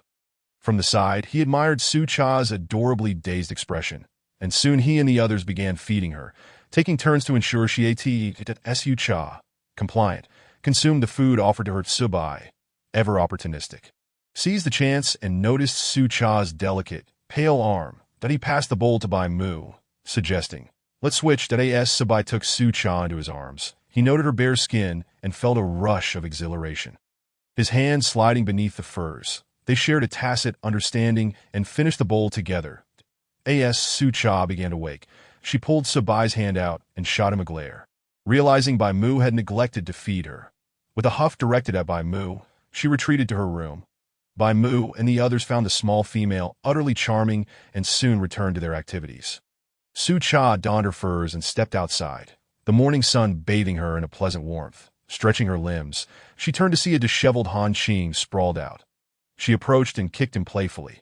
"What are you doing lying around so early?" Noticing his fluffy fur, she couldn't resist squatting down to pet the large wolf. Han Qing, eager, presented his tail to her, grumbling. Su, when will you join me? I miss you so much that I heard everything yesterday." Su Cha felt a pang of guilt, blaming Bai Mu, unsure how to address Han Qing's feelings. Why couldn't he be a little more direct? She deftly avoided the topic and focused on grooming Han Qing's fur. He relaxed, emitting pleased purrs, and they lapsed into silence, with Su Cha feeling relieved as she continued to stroke his fur. But Subai, having organized the herbs, approached, eyeing Su Cha with envy as she pampered the foolish wolf. He thought to himself that next time, he would like Su Cha to groom him as well. Meanwhile, Bai Mu busily tidied the cave, cleaning the soiled furs from the previous night and hanging them out to dry, while also giving Han Qing a gentle nudge to move away from the entrance. Han Qing caught the scent of familiar prey on the furs and glared at Bai Mu before reluctantly walking away. Grumbling under his breath, it seemed he couldn't best Bai Mu, who was still the head of the household. Once everything was in order, Bai Mu approached Su Cha, gently ruffling her hair. "We want to be home for lunch today." They prepared to leave for a hunt, while Subai, shedding his furs, offered Su Cha a shared run toward the outskirts of the tribe, implicitly deciding that today Han Qing would keep her company. Upon hearing Su Cha's name, Han Qing felt a rush of excitement. The entire day was his. The once lazy wolf leapt up, howling with glee, transforming back into human form and taking Su Cha's hand. Su. "Don't worry, I will take good care of you." Su Cha handed him 2 furs, urging, "Put these back. Why do you always give me things?" He tossed the furs into the living area before settling closely beside Su Cha at the cave entrance to bask in the sun. Both of them closed their eyes, relishing the warmth. Gradually, Han Qing inched closer until Su Cha pushed him away, declaring, "I'm tired. Don't disturb my sunbathing." Understanding her need for space, Han Qing promptly began to massage her shoulders and legs. Bai Mu and Subai sprinted out of the tribe, with Subai announcing, "I still need to gather herbs and pick red berries. Can you manage the hunting alone?" Bai Mu glanced at the furs. Noticing they bore markings, surprised by Subai's hidden depth, that he replied solemnly, "Fine, we will part ways here. You can find me later, or return home, that I just informed Cha-Cha that we want to be back for lunch." With a howl of agreement, Subai nodded, and the two parted ways as Bai Mu dashed into the forest. But Subai sought herbs that only grew on the mountain peaks, watching Bai Mu's figure vanish before heading toward the towering heights. Back at the cave, Su Cha lamented how lovely it would be to have a rocking chair. She looked at Han Qing, who was diligently massaging her, and took his hand. "Aren't your hands tired? You should rest for a moment." Han Qing lifted her onto his lap. "Of course, I know Su cares for me, that if you get hungry, just tell me. It's just the 2 of us at home today." Su Cha sighed at his words. "Han Qing, I can't today. I'm a bit tired. Maybe next time?" Han Qing, frustrated, continued to help her relax. Bai Mu doesn't appreciate Su at all. "Next time, don't give him anything." Su Cha leaned against him, comforted by his ministrations. She knew Han Qing had overheard their conversation from the previous night, but Bai Mu had been there, and she had fallen asleep. Feeling his presence linger, the memory made her cheeks flush as she quietly acknowledged Han Qing's words to Subai climbed the mountain, meticulously searching through the underbrush, mindful not to overlook the rare herb critical for females experiencing severe blood loss during childbirth. Chapter 50. Subai Goes Missing. The scroll detailed the herb, Su Lin, which was invaluable for females suffering from severe hemorrhage during childbirth. Its leaves were small and round, and its fruit flat and bitter. Subai tucked the scroll away and continued to ascend to softer soil, knowing that finding it now would be even more crucial come winter. The sun hung high in the sky as Bai Mu, panting and panting, spotted water not far off that he dashed over, shedding his prey, and plunged his head into the cool water, drinking deeply before emerging. The forest canopy shielded some sunlight, yet it remained sweltering. Bai Mu gazed at the prey on the ground. pondering how Su Bai was faring. The thought of not returning home for lunch today left him chewing on his favorite raw meat, which suddenly tasted bland. In the tribe, Su Cha felt a wave of melancholy wash over her as she realized the absence of Bai Mu and Su Bai, leaving her feeling somewhat desolate. Han Qing, noting her mood, approached her with the freshly roasted meat in hand. Eat a little, Su. Bai Mu and the others will return tonight. Later, I'll take you to find Guaer to play. Excited by his words, Su Cha looked up and planted a kiss on Han Qing's cheek. Okay, let us eat quickly. She accepted the roasted meat and took a bite. Han Qing blushed, covering his face as he stammered. Su, I want to kiss you too. Feeling elated, Su Cha leaned closer, closing her eyes in anticipation of a kiss. Han Qing, captivated by the sight of the adorable girl before him, quickly pressed a peck on her forehead before retreating. I'll go roast some more meat. Su Cha opened her eyes, teasing him. You're even more bashful than I am. After finishing their lunch, Su Cha felt the need for a brief nap. She lay on the bed, repeatedly urging Han Qing. You must wake me up. I want to find Guaer to play, that don't let me sleep until evening like yesterday. Han Qing transformed into wolf form and lay on the other side of the bed. Sleep soundly. I'll guard you. His tail playfully nudged Su Cha's hand. Su Cha grasped his fluffy tail and drifted into slumber, while Han Qing kept his gaze fixed on her, filled with affection that on the mountain. Su Bai still had not found Su Lin. He surveyed the cliff face on the opposite side, contemplating a risky descent. After swallowing the last bite of meat and draining the blood from his prey, he rose and headed toward the steep drop. He spotted slippery grass growing on the stone wall, realizing he had found the right place. Only moist areas would harbor such vegetation, observing long vines cascading down the cliffside. He carefully grasped one and began to slide down, uncertain of where Su Lin might grow. As he neared the bottom, he still hadn't spotted the herb. Looking down, he saw swirling mist obscuring the ground, rendering it impossible to discern what lay below. He had no choice but to descend further. Unbeknownst to him, danger lurked nearby. A snake hissed menacingly, fixating on the intruder encroaching upon its territory. Su Bai's ears perked up, and he abruptly looked up. It was too late. A dark shape lunged at him, revealing its menacing fangs and forked tongue. It was a snake. Su Bai swung the vine in his hand, but the snake bit down on his shoulder. He quickly grabbed the snake's neck and slammed it against the stone wall, his vision blurring as he struggled to shake off the venom. Finally, he managed to toss the snake aside, but his consciousness was fading. Desperate to remain alert, he stumbled toward a nearby snake hole and spotted a green plant at the entrance. Without hesitation, he seized it and consumed it, disregarding everything else. Su Bai's final vision was of himself plummeting downward, the sky a brilliant blue, and he wondered what Su was doing at that moment. Did I end the tribe? Su Cha, who had been napping, suddenly sat up, gasping for breath. Han Qing, seeing her awake, transformed back into human form and approached her, wrapping her in his arms and gently stroking her back. Did you have a nightmare, Su? Don't worry. I'm here. Su Cha removed her first skirt, feeling the heat radiating from Su Bai's mark on her skin. With tear-filled, round eyes, she gazed at Han Qing and lamented, I just dreamt that Su Bai fell off a cliff that I couldn't hold him back. I merely watched in horror as he plummeted down, wailing endlessly. Han Qing, enviously observing the lion circling the waist of the little female, fell into a deep contemplation upon hearing Su Cha's words that he reached out to touch the beast mark of Su Bai, which radiated warmth. In this moment of uncertainty, he could only offer consolation, saying, It's all right. Although Su Bai is an ordinary beast man, Bai Mu is a 3-star beast spirit. They will be fine together. Yet, Su Cha could not shake off the memory of Su Bai's gaze directed at her. She clutched Han Qing's hand and asked, What time is it now? Why haven't they returned? Han Qing lifted Su Cha into his arms and walked to the cave entrance, observing the sun still hanging high in the sky. It's still early. How about we go find Guo'er to play? Su Cha, squinting at the glaring sun, weakly shook her head. I want to wait for them at home. I don't want to look for Guo'er anymore. Neither of them noticed that the color of Su Cha's beast mark had significantly dulled. Han Qing had no choice but to sit beside Su Cha at the cave entrance, where silence enveloped them. He gently patted her back. Did I end the forest? Bai Mu had just severed the neck of the last long-eared beast, surveying the ground where 5 prey lay. Su Bai had yet to return. Bai Mu hoisted the prey onto his back, contemplating the dwindling supply of lettuce and cabbage that Su Cha loved, and dashed towards the grassy land where such vegetation could be found. Time passed swiftly, and the sun was nearing its descent. Bai Mu lingered on the outskirts of the forest, waiting for Subai's return, while other beastmen gradually returned home. Yet Subai remained absent.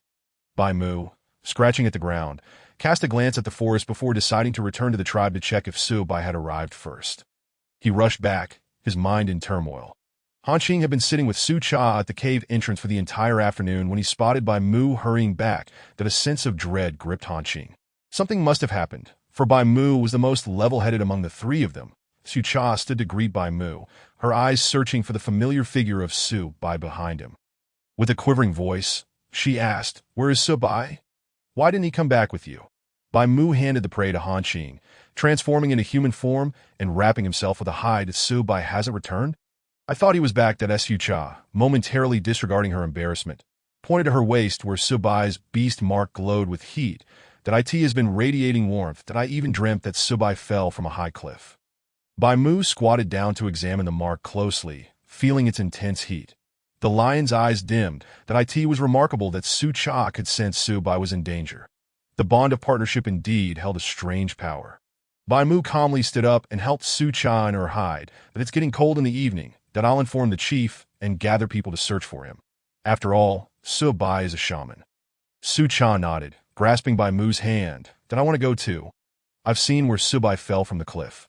Bai Mu entrusted Su Cha to Han Qing, instructing him to look after the little female. Before sprinting towards the chief's cave, that Su Cha urged Han Qing to hurry after them. Chapter 51. A family must be together in the tribe. The chief's cave was centrally located at this moment. Bai Mu stood within, imploring the chief to send people with him to search for Su Bai. The Lion Clan's chieftain, an elderly beast man, upon hearing that Su Bai was missing, scrutinized the three of them, the composed Bai Mu, the tearful female, and the Wolf Clan beast man. Other beastmen rushed into the cave, drawn by Bai Mu's earlier frantic run through the tribe, and now gathered to discern the situation. The disappearance of a tribe member was grave, especially that of a shaman. The chief regarded Su Cha with a serious expression, his voice husky. "You are Su Bai's partner, correct? Have you sensed anything?" An elder beastman beside him cautioned, "Yuan Li, be gentle. You might frighten her. Be careful, or Su Bai will return and deal with you." They were well aware of Su Bai's sharp tongue. Yuan Li softened his tone, addressing Su Cha. "Little female, I am the chief of the Lion Clan. A tribe member is missing, and their fate is uncertain. Our priority is to locate Su Bai." Stepping forward from behind Bai Mu, Su Cha declared, "I dreamt that Su Bai fell from a cliff, and his beast mark is glowing with heat." Yuan Li, seasoned by age and experience, pointed to the tribe members gathered at the cave entrance to go, summon Chuan Gu. Immediately, a beastman dashed off. After all, Su Bai was a precious shaman, and the tribe was deeply concerned for him. A tribe with a shaman was of a different caliber than one without. Su Cha, nearly bubbling over with anxiety, cried out, "Can't we go look for him now?" "The sooner, the better." Bai Mu reassured her. "There's no rush. Su Bai is not as weak as you think." He gently stroked her back. Soon, a magnificent golden lion bounded into the cave. Yuan Li sighed. "I've told you repeatedly to remain in human form within the tribe." Chuan Gu transformed into human form, eschewing the hide, causing Su Cha to retreat into Bai Mu's embrace, cautiously observing the imposing figure of Chuan Gu, who exuded strength and stature. Yuan Li addressed Chuan Gu. "Su Bai may be in trouble. Take the tribe members and search for him immediately." He had faith in Chuan Gu, who was a warrior of the tribe and had awakened his beast spirit at a young age. Yuan Li gestured towards Bai Mu and the others. "Take them along. This female is Su Bai's partner. She will lead." Upon hearing that Su Cha was Su Bai's partner, Chuan Gu's gaze settled on the weeping little female in Bai Mu's arms. She was strikingly beautiful, her tear-stained face evoking sympathy. No wonder Su Bai had chosen her. Bai Mu stepped forward, carrying Su Cha, and introduced himself. "I am Bai Mu." The two beast men exchanged glances, their words falling silent as their focus remained on the urgent search for Su Bai. Chuan Gu transformed into his beast form and sprinted to the cave entrance, howling into the sky. Soon, lions emerged from all directions. They formed an orderly line, awaiting Chuan Gu's command. Chuan Gu, pleased with their swift response, declared, "Su Bai the shaman is missing. We must locate him quickly. Upon hearing this, the other beastmen began to dig their claws into the ground, and Chuan Gu led the charge forward, with Bai Mu and Su Cha keeping pace closely behind. Upon reaching the forest, Chuan Gu halted, and so did the tribe members behind him. Bai Mu stepped forward. I last saw Subai here, that he mentioned he was going to the peak to gather herbs. And I haven't heard from him since that Su Cha surveyed the surroundings, recalling that in her dream, Subai had fallen from a high cliff. She relayed all the details she could remember to Bai Mu. Chuan Gu observed quietly, surprised that this little female was not merely weeping but was genuinely concerned for Subai's safety. Bai Mu pointed to the highest peak, that we should split into two groups, one to the summit, the other to the base. Their ideas aligned, and Bai Mu led a team to the base while Chuan Gu and Han Qing headed to the summit. Chuan Gu glanced at the peak, cautioning, "Be careful. We have yet to explore that part of the forest. The dangers within are unknown, especially at night." Bai Mu nodded, leading his group to search the area around the mountain. Chuan Gu sped toward the summit. Along the way, Su Cha expressed her concerns. "I wonder how Subai is doing." She felt that Subai must be at the bottom of the cliff, which was why she had urged Bai Mu to search there. Lion Wu, accompanying Bai Mu, reassured her, "Little female, fear not, as Subai the shaman is quite capable." Su Cha, still filled with worry, nodded, carefully searching as everyone called out for Subai, hoping for a response. Meanwhile, at the bottom of a cliff, Subai regained consciousness, surveying his surroundings that he found himself in a meadow at the cliff's base. Fortunately, he had tied himself with vines during the fall, resulting in only a minor injury to his waist. After a brief moment of rest, Subai stood up. When a beastman faces life-threatening danger, their body instinctively reverts to beast form. Shakily, he rose, his limbs still able to support him. Looking around, he confirmed he had never been to this place before. He gazed up at the towering peak, from which he had fallen. Climbing back up was impossible. Still, thoughts of gathering herbs lingered in his mind as he wandered around the mountain's base. Suddenly, he paused, spotting a glowing plant ahead. Excited, he attempted to rush towards it but winced, clutching his waist, and slowly made his way over. Upon closer inspection, he realized it was a luminous plant, not the desired herb he sought. Disheartened, he slumped down, but then noticed a few plants nearby resembling those depicted on the hide. His spirits lifted, he scrambled to his feet, momentarily forgetting his waist injury. Carefully, he excavated the sought-after herb, along with the glowing plants, thinking it would be a delightful gift for Su Su. Now that he had found the herbs, he pondered how to return. With his waist injury, running was out of the question, and his hide pouch had also been lost during the fall. He could only carry the herbs in his mouth. Moving slowly forward, the summit, Chuan Gu stood at the cliff's edge, peering down but seeing nothing. Nonetheless, he could sense Subai's presence here. Han Qing sniffed around, approaching Chuan Gu. "According to Su Su, Subai should have fallen from here. I can smell blood." Chuan Gu turned to Han Qing. "You seem rather invested. A missing partner means one less competitor for you. Isn't that a good thing?" Han Qing gazed at Chuan Gu, momentarily uncertain whether he genuinely intended to assist in the search for the cedar. This was a statement made by Chuan Gu, overheard only by him, as the other beastmen remained oblivious. Han Qing remarked, "We are family. Naturally, we must look for him if he has gone missing." With that, he seized a vine at the edge of the cliff and leaped down. The commotion drew the attention of other tribe members, who gathered to watch Han Qing's figure gradually vanish. They turned to Chuan Gu and said, "Shouldn't we go down to search as well? It's quite high." Chuan Gu waved his hand, instructing them to search at the foot of the mountain, before jumping down himself. Chapter 52. A sharp, explosive sound at the base of the cliff. The cedar's mouth was cracked and bleeding.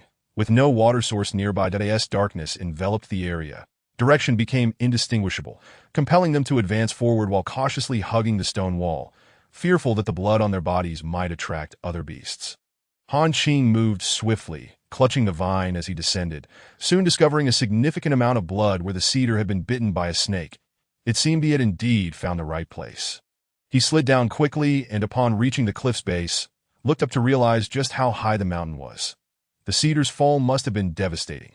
Nearby, he found the cedar's leather pouch, which contained a few strands of grass. Suddenly, a loud bang startled Han Qing, prompting him to reveal his sharp claws, only to discover it was Chuan Gu, who had unexpectedly followed him down. Han Qing blurted out, "You're not seriously here to check if the cedar is dead, are you?" So you could send him off? Chuan Gu stood up, brushing off the dust, and glanced at him with a bemused expression. What a foolish wolf, he sighed, lamenting the loss, and walked ahead. Han Qing, now reluctant to part ways, feared that if Chuan Gu found the cedar first, he might take advantage of the situation while the cedar was unconscious. That he closely followed Chuan Gu, who had caught a whiff of the cedar's scent, and began to run faster. Sensing that the cedar was not far off, the cedar, hearing the approaching sounds, felt as if he were a lamb in the midst of wolves. Chuan Gu quickly reached the vicinity of the cedar. Yet he could not see him. The cedar must have hidden away. Come out. I'm Chuan Gu. He called to AT that moment. The cedar emerged from the grass, exasperated. Couldn't you just call out a couple of times? I thought you were here to eat me.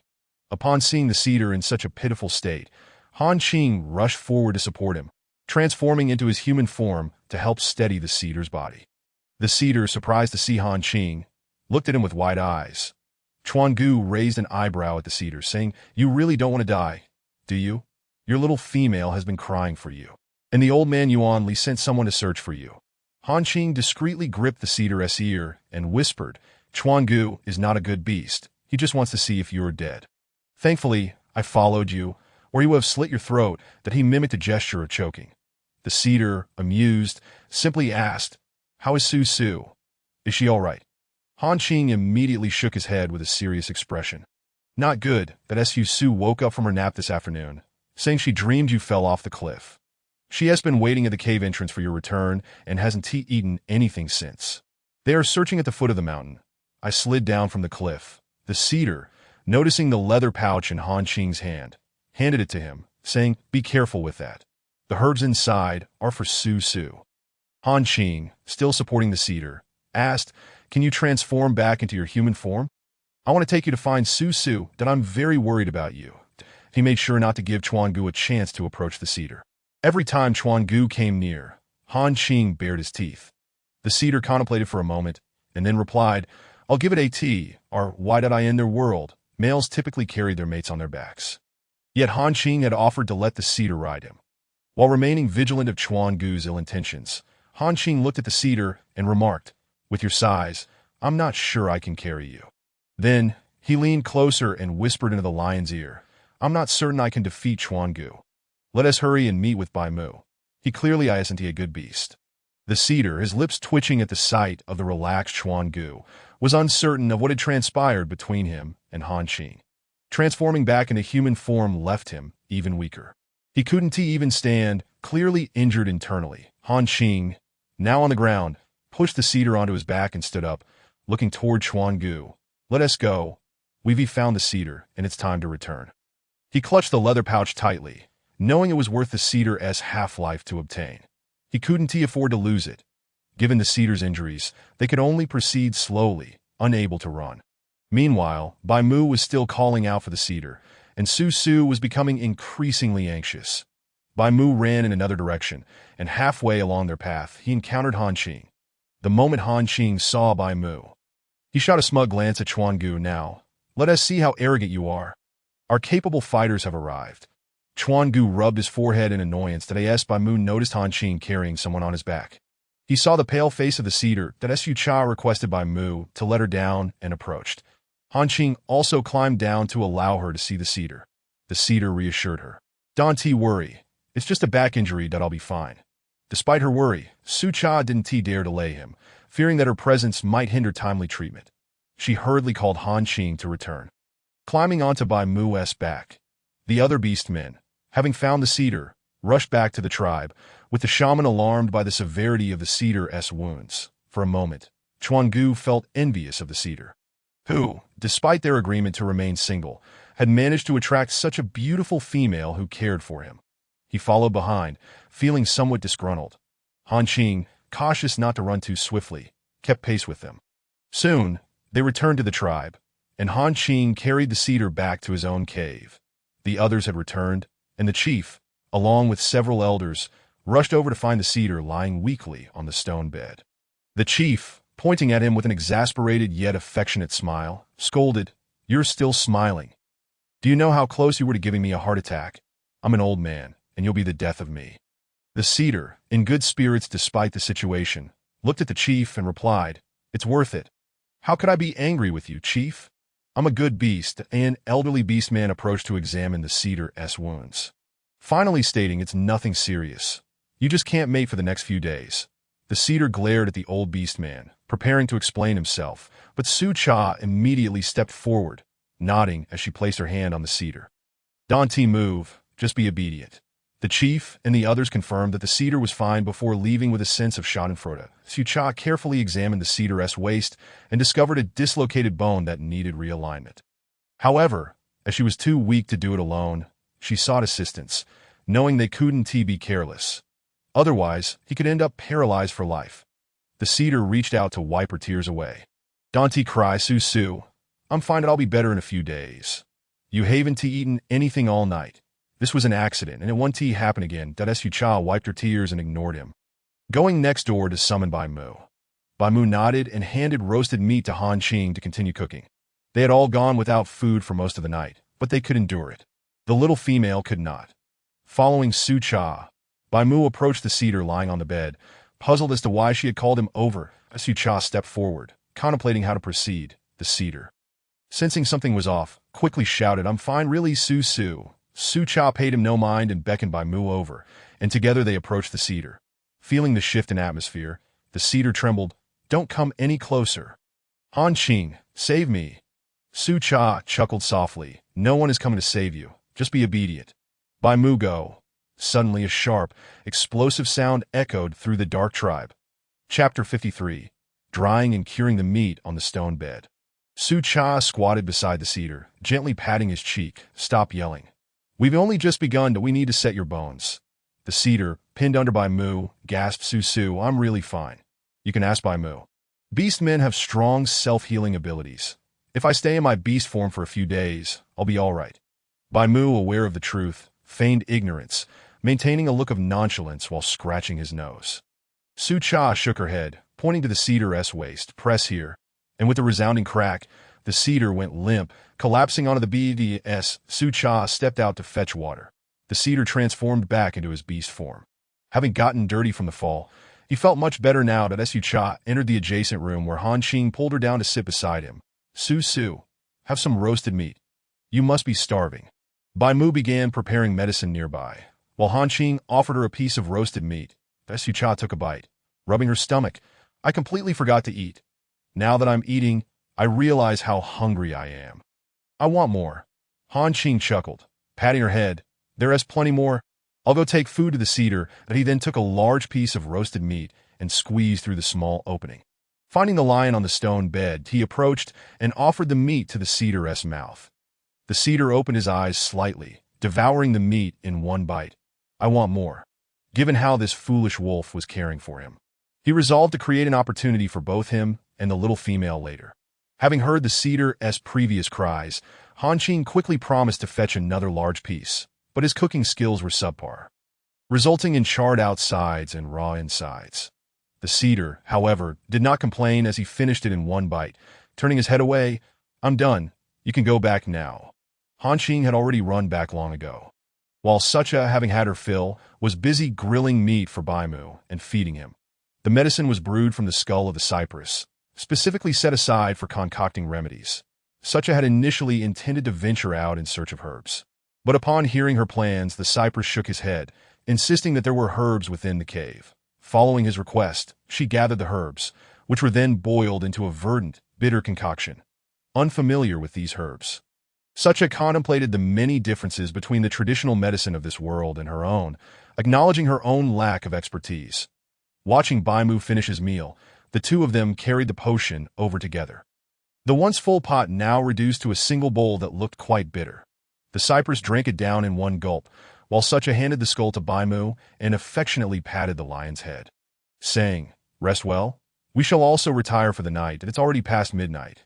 She yawned. The cypress, feeling a pang of sympathy, nudged her with his head. Hurry along. You've worked hard, Su. When I recover, I shall reward you handsomely. He glanced at Sucha from head to toe. Sucha bit her lip and retorted, You ought to pray for your waist to heal quickly, you lecherous wolf. She then jumped down and departed. The cypress watched her retreating figure lazily and mused. I'm not Han Qing. I am clearly a lustful lion. that Sucha's footsteps quickened, accompanied by the sound of laughter behind her. The cypress lay on the stone bed, reflecting that while the herbal concoction was bitter, it was sweet in his heart that he had gained a female companion, as well as Baimu and the others. Hanqing might be a bit foolish, but at least having one clever individual in the family was sufficient. Though Baimu remained silent, the cypress sensed his concern and gradually drifted into slumber. Sucha, too, felt tired after a day of tension. Upon finally lying on the soft bed, she relaxed, tugging at Baimu, who was about to leave. "Won't you stay with me? I'm scared." Hearing this, Baimu lay down beside her, gently patting her back. "Sleep now. I'm here to be by the end of the day." Everyone was exhausted, but Baimu's movements gradually slowed, and soon both of them fell asleep. In the adjacent room, a white wolf lay on its back, snoring softly. "Did I end the morning?" Baimu unusually slept in, the sun already high in the sky when he finally stirred, after pausing for a moment to gaze at the small female, still sleeping in his arms. He bestowed a gentle kiss upon her before quietly slipping out, but he glanced at the adjacent room where Hanqing was still asleep, half of her body on the bed and the other half on the floor, stretching out like a long wolf. Baimu averted his gaze, deciding to avoid letting the small female sleep with him again. Opening the wooden door, he noticed it was no longer morning. The sun was nearing its zenith. Everyone had been startled by the cypress the previous day, so he ventured next door to check on the injured. Upon entering, he found the cypress already awake, idly lying on the bed. Baimu approached. "Would you like to go out and bask in the sun?" In the world of beastmen, sunlight was deemed beneficial, and one could never go wrong by soaking it up. The cypress nodded, feeling that his waist was indeed less painful than the day before. With that, Baimu lifted him and placed him at the cave entrance.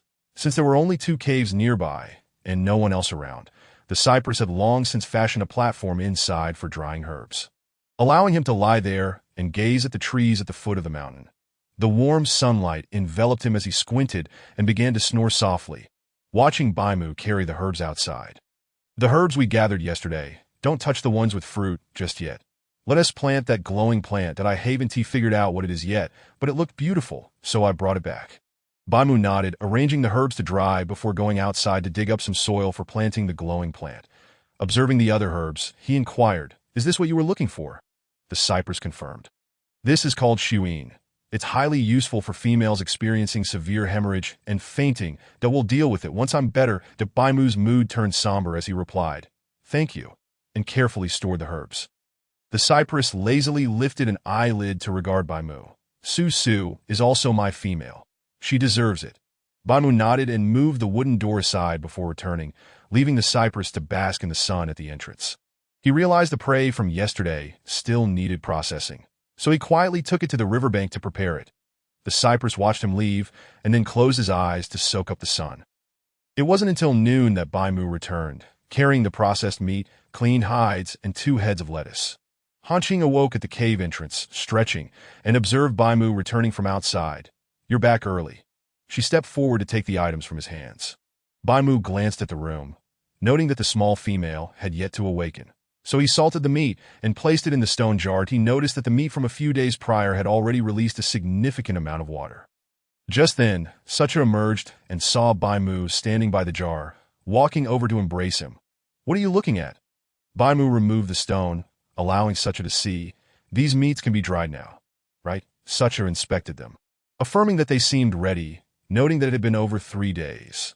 She nodded. "Let's take out the oldest ones to dry, just in time for the sun." Baimu nodded and called for Hanqing to assist. Sucha went to freshen up and, while brushing her teeth in the kitchen, realized she hadn't seen the system for quite some time. She tentatively called out in her mind, "Zayasage." Soon, a mechanical voice responded. "I'm here. What can I do for you, host?" Sucha sensed a difference in its tone. It didn't sound as mechanical as before. After a brief pause, she asked, "What have you been up to all this time?" The familiar voice replied, Su, I've been upgrading my system." Happiness welled up in Sucha as she excitedly inquired, "What new features do you have? Can you give me a golden finger?" The system responded swiftly, "That's not difficult at all. Have babies, many adorable, fluffy cubs, whatever you need, I can provide.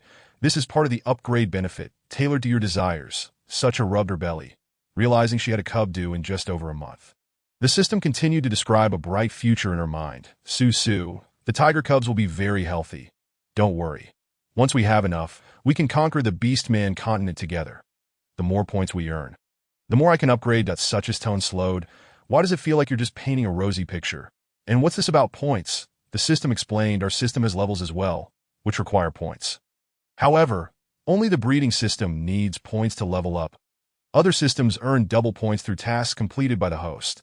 Sucha understood that while other systems could find others to work for them, her breeding system could not. Spitting out the foam from her mouth, she remarked, "Didn't you just say you upgraded? Let us see if you can provide something useful." The system fell silent. "All right, I'll give it a try." After a while, a piece of parchment materialized in Sucha's hands, inscribed with the method for making soap. "Aha!" Sucha exclaimed, jumping up, drawing the attention of Baimu and the others. Quickly, she tucked the parchment away in her mind. She responded to the system, "Zaya Sage, love you, I will make you the highest level system." The system remained silent, realizing it had secretly exchanged points to provide Sucha with something that IT hadn't expected, that not only the scoundrel system would paint rosy pictures. Even the host would do the same. Woo woo woo, it thought. I used up so many points. Let me go hide in a dark room and cry for a while. Their connection was abruptly severed. Presumably, because the system had gone to sulk, that I in a good mood, Sucha approached to help Baimu carry the meat outside to dry, glancing at the cypress lying at the cave entrance. Feeling better? If not, I'll give you another massage tonight. The cypress shook his head vigorously. Sucha, in high spirits, affectionately ruffled the cypress's mane, humming a tune as she assisted. The three of them took all the meat from the stone jar outside to dry, leaving only the freshly placed ones inside. Sucha looked at Baimu, who was preparing to grill meat, and playfully clung to him. "I don't want grilled meat for lunch. Can we have white rice instead?" Baimu chuckled, playfully pinching her nose before heading off to wash the rice. Hanqing brought out the stone pot to hand to him. They busied themselves in the kitchen preparing lunch. Sucha stepped outside to bask in the sun alongside the cypress. In that moment, she felt the luxurious indulgence of ancient emperors, understanding why ancient men often sought multiple wives, because a group of handsome men would be revolving around them, laughing heartily. The cypress glanced at Sucha. "What is making you smile so much? Share it, and we can laugh together." Sucha's smile faded as she looked at him. "What were you doing on that high mountain yesterday? Do you have any idea how close you came to scaring me to death?" She then recounted how his beast mark had darkened. Upon hearing this, the cypress felt a pang of concern and wished to embrace her, but being in his beast form made it inconvenient. He knew Sucha was intelligent. If she discovered he had purposely concealed something from her, she would surely become upset. When Sucha learned he had gone to gather herbs, she realized that as the tribe's shaman, it was indeed his responsibility. Thus she felt it would be unreasonable to be angry with him. Gently approaching the cypress, she stroked his fur. "You mustn't do that again. Yesterday, your beast mark suddenly grew hot, and I dreamt you fell from a cliff. It nearly scared me to death. Did I want to do it again? I couldn't bear to die. Did I still want to have cubs with the most beautiful Sucha?" The cypress replied playfully. Sucha playfully ruffled his messy fur. "If it weren't for the fact that you were injured, I would have given you a beating." Sucha chuckled at his disheveled fur, eventually calming down and smoothing it out. The cypress luxuriated under the warm sun. Feeling content, he refrained from telling Sucha that he had specifically gone to find Shuin. He simply stated it was for herbs, knowing her temperament would lead her to worry. Baimu emerged with grilled meat and offered it to the cypress, then sat Sucha on his lap. "It's still a bit hot. Let us eat outside today." Then she cooled the tea for Sucha before feeding it to her. Sucha also fed Baimu, taking bites alternately until they finished quickly. Baimu went to fetch another bowl and stepped outside, offering a piece of roasted meat to Subai. Subai took a bite and confirmed with a nod that it was indeed the meat roasted by Hanqing. He glanced at the two sticky figures watching him longingly. "I want to eat the one you roasted, Baimu." "Can you not eat Hanqing's?" Baimu looked at him, his expression one of despair as he chewed on the meat. "I'll roast for you tonight." This statement caught Hanqing's attention from inside. Not fond of sunlight, he hadn't come out, but upon hearing Subai's words, he rushed out in a huff. "It's already generous of me to give you food. And you still have the audacity to be picky.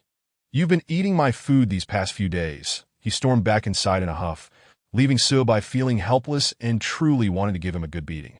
Baimu shrugged innocently, continuing to feed Sucha. Subai turned his gaze back to Sucha, who also shrugged in agreement with Baimu. "You've angered Hanqing, and I can't assist you.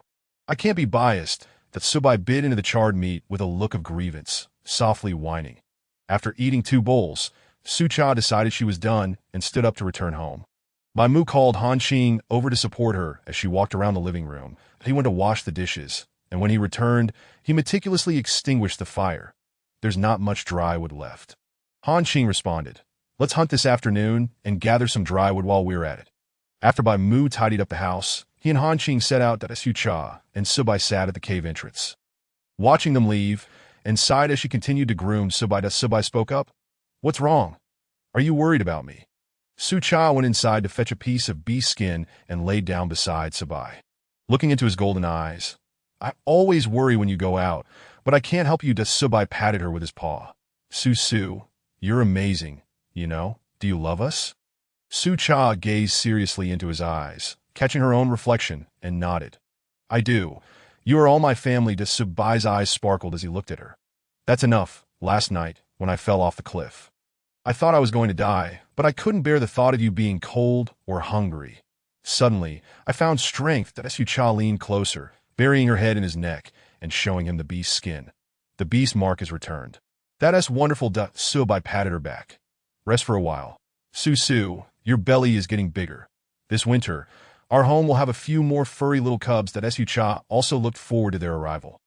Gradually drifting off to sleep. She had grown accustomed to her daily afternoon nap, undisturbed by anything. Subai continued to gently pat her back. Sleep now, sleep. He couldn't sleep and remained still, watching Sucha sleep soundly. She seemed to be dreaming of delicious food, drooling slightly, which made Subai chuckle softly. Chapter 55, The Recipe for Soap and Soap Pods. When Sucha awakened, she felt her cheeks were damp, as was the large paw she had used as a pillow. Feeling guilty, she reached up to touch her face and confirmed that she had indeed drooled. Embarrassed, she stole a glance at Subai, who thankfully was still asleep, and hurriedly set about erasing the evidence that Sucha cleaned herself up diligently, unaware that Subai had already opened his eyes. Smiling at her until he burst into laughter, Sucha lifted her head and pointed at him. Did you drool while sleeping, you know? Subai shook his head, and when she pointed at his wet paw, he let out a meaningful "oh" and laughed heartily. Su, I wasn't asleep. Sucha's face turned crimson at his words, and she awkwardly chuckled. Oh, really? Then it must be mine. She then stood up to flip the meat and rearrange the herbs. Keeping herself busy, Subai rested his large head on his paws, his lion-like face betraying no amusement, though his eyes sparkled with mirth. After finishing her tasks, Sucha walked back to him. I'm so bored. I wonder what Bai Mu and the others are doing. She wanted to find what air to play, not wanting to leave Subai alone at home. She reached out to continue grooming him. On the forest edge, Bai Mu was chopping wood, breaking it into small triangular pieces and binding them with vines. Han Qing had run off to gather a lot of lettuce and cabbage, returning with a bag in tow. Bai Mu noted that they had enough dry wood on the ground, and after placing their findings in a safe spot, they set off to hunt.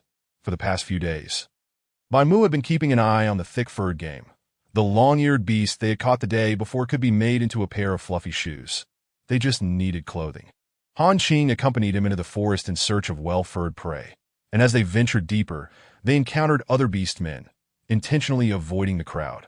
Han Qing paused and suggested, how about we check the place where Subai fell off the cliff yesterday? There are fewer beastmen there. Bai Mu pondered for a moment before nodding, and the two figures dashed forward. Back at the tribe, Sucha took out the beast skin scroll given by the system and was relieved to find that she recognized the characters on it. It detailed the method of soap production. The soap pod tree, covered in thorns, bore fruit with powerful cleansing properties. The recipe called for 20 g of soap pods, 30 g of isho wu, a small amount of soapberry, angelica, mugwort, and subai leaves. That Subai. She turned to glance at the large lion beside her, realizing it was his name, and continued reading the scroll. After soaking the ingredients overnight, they needed to be boiled for 2 hours until they became thick and then poured into containers. This is quite simple, but how do I measure the grams? The system's voice echoed. I will tell you when the time comes. Sucha was delighted to see the scroll recorded 2 methods, one for soap pods and another for soap. She then turned her attention to the soap recipe. The process for making soap was quite complex, and she doubted she could manage it alone. Fortunately, there was pig fat to work with, as Bai Mu and the others had caught wild boars before. The recipe required 500 grams of pig fat, about 70 grams of wood ash, and 200 grams of purified water. The steps included rendering the pig fat, burning some beanstalks to ash, soaking the wood ash in water, filtering it, and letting the resulting alkali water settle before mixing it with the pig fat until it formed a thick white paste, which would then be poured into molds to set in a cool place. "Oh, this is so complicated." Subai curiously leaned in. Su, what are you talking about?" He noticed the beast skin scroll in Sucha's hand. Only the main city had such scrolls with writing on them. And he was surprised that a small female possessed one filled with dense characters. Though he couldn't read that Sucha gasped, having been too startled to keep silent, and turned to Subai. "Nothing. Just admiring the scenery." Subai raised an eyebrow. Since she didn't elaborate, he refrained from asking further as Sucha took the initiative to hand him the scroll. "Can you read it? Can you help me make it?" She hoped for a bit of assistance from Subai. Given his intelligence, the Subai looked at her with expectant eyes and shook his head. "The characters on this scroll are different from mine. I can't understand them." But he then suggested that Sucha retrieve the scroll from her cave. Sucha dashed inside, and Subai examined her scroll. Before long, she emerged with another scroll and handed it to him. He laid both out on the ground. Indeed, the characters were different. However, Sucha recognized some of the letters on the scroll and began pointing them out, reading them aloud for Subai, who confirmed her accuracy. He looked at her earnestly. Su, did you study this before?" Sucha thought of the 9 years of compulsory education and nodded, choosing not to speak. Luckily, he didn't press her for more details. Subai glanced at the scroll.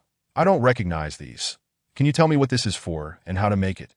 Sucha proceeded to explain both the soap pods and soap, though she omitted the specific weights, simply indicating appropriate amounts that Subai, intrigued, replied. "Once my waist is healed, we can give it a tea," Sucha beamed at him. "Then I can wash my hair and bathe. Haha, I'll give you a massage."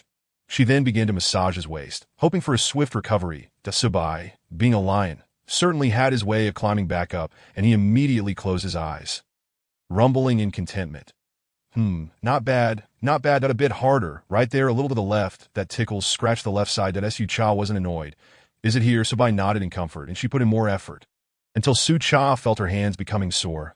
She looked at him, who was nearly dozing off, and asked, "Are you comfortable? Do you want more? If you nod, I'll knock your lion head off." Subai shook his head and gently massaged her arm with his paw. Su, you've worked hard, that I'm the injured one, haha. Next time, I'll massage you." Sucha let out a breath. "All right. Once you're better, we'll start making soap and soap pods." She was excited, but as she rubbed her belly, she felt a twinge of worry. There was just over a month until she was due to give birth. And with nothing here, what if something went wrong? Would she be left to perish? Subai noticed her concern as she rubbed her belly and immediately stepped forward to comfort her. Su, don't worry. I will personally assist in your delivery. Trust me, everything will be fine." Suchan nodded in agreement. After all, he was a shaman, so she could only rely on him. The sun no longer shone in their direction, and Sucha stood up to collect the herbs, gradually moving the meat inside. Subai, anxious, nearly leaped up to shout. Su, just gather the herbs. Leave the meat for Bai Mu and the others. It is too heavy, but with his injured waist, he couldn't stop her. Sucha shook her head. By evening, there will be many little bugs. It's unhygienic that I'll move it bit by bit. It is no trouble for me. You just keep an eye outside to prevent the bugs from getting to the meat. Then, with cheerful enthusiasm, she busily transported the meat and placed it into the pristine stone jars. It was still too early to store them in the cellar. They needed to dry first. The CBI was left with no choice but to watch the food, and upon seeing her take more than necessary, he immediately shouted in protest that Such could only return some of it, taking only what was necessary. CBI, feeling smug, huffed softly, thinking to himself, "You think you can outsmart me?" In Chapter 56, BIM was researching new recipes. When BIM and the others returned, they found Such excitedly moving the food. The CBI, unable to move, lay at the cave entrance, wagging his tail. The BIM couldn't shake the feeling that CBI resembled HNQ-ing in a rather unrefined way. Surely it was just a figment of his imagination. One foolish wolf at home was already enough. HNQ-ing, upon seeing the small and round Such laboring to carry food, felt a pang of sympathy and rushed over to snatch away the items from her hands. Assess, how can you do such heavy work? Be careful with your belly. He then set down the prey along with some dry firewood. Swiftly carrying the food back home, SUCH had already moved half of it. The BIM approached and gently ruffled her little head, suggesting they should first move all the food back home. After which he neatly stacked the firewood in the kitchen. Then he glanced at SUCH, who was following him like a little attendant, and asked, "What did you do at home today? Did you take a good afternoon nap?" SUCH nodded eagerly, her eyes sparkling. "I did. I even helped CBI gather herbs." HNQing, meanwhile, was bringing in the firewood while BIM took charge of stacking it. Last time, HNQing had piled it up, only for a gentle nudge to send it toppling over, much to SUCH's amusement for quite some time. Since then, it had been BIM who did the stacking. SUCH handed a piece of wood to BIM, and HNQing seized the opportunity to rub her head before heading back outside for more firewood. But SUCH, playfully tossing a piece of wood at HNQing, remarked, "Humph, missed." BIM chuckled at her antics, saying in a moment, "I'll help you deal with him. Don't be upset. We picked fresh cabbage today. And I'll cook you some white rice later." That SUCH's appetite had grown as she salivated at the mention of delicious food. That AT the cave entrance. CBI was forlornly wagging his tail, thinking, as soon as BIM returns, he forgets about me. Meanwhile, outside the tribe, a dark, ominous head emerged from the riverbed, flicking its tongue. "Hiss, hiss, is this the place? Little female, I have finally found you. The scent of that white tiger ends here." Noticing some beastmen approaching, he submerged again, waiting for a chance to abduct the little female, ensuring she belonged solely to him, unwilling to share with anyone. However, the presence of a 3-star beast spirit by her side posed a challenge. The dim-witted wolf he dismissed entirely. The two beastmen finished dealing with their prey and merrily walked away. Back in the tribe, SUCH joyfully squatted beside BIM, following him wherever he went. Occasionally on guard against HNQing's sneak attacks, the CBI, listening to HNQing's laughter, wondered why he had never noticed how grating the sound of this foolish wolf was. He called out, "Foolish wolf, stop laughing. It's annoying." HNQing, relishing the moment, stepped outside and leaned against the cave entrance, looking at the prone CBI. "You're just jealous. Umph. Tonight you'll still have to eat my roasted meat." CBI impatiently flicked his tail. "Then bring me inside. It's windy out here." HNQing, with a laugh, declined. "You stay there for a bit. I'll bring it out for you when it's time to eat. I am busy playing with SS." With that, he strutted back inside. The CBI glared at the foolish wolf, feeling quite irked. There was nothing he could do about it. BIM noticed the sky darkening, kindled the fire, and remembered there was someone still at the entrance. Stepping outside, he found CBI still waiting there. Mistakenly thinking HNQing had carried him back, that CBI's eyes lit up upon seeing BIM, who understood and lifted him to place him by the fire. SUCH approached the lion, petting his fluffy coat, feeling content. She had always wanted a dog, but her finances had not allowed it. Now, she was delighted to find her husband was also fluffy. However, she still preferred HNQing's beast form. Handsome, that if only he were black and white, he would resemble a Siberian husky. CBI, realizing he had been momentarily forgotten, watched as HNQing pulled SUCH's attention away. Feeling somewhat dissatisfied, HNQing approached her, saying, "SS, teach me how to cook white rice, and I'll prepare it for you while BIM is busy." SS was led to the kitchen, step by step, teaching HNQing how to wash the rice, add water, and cook it. CBI observed their retreating figures, thinking, "Well, this foolish wolf has grown bold enough to steal my companion, that I'll see how he manages later."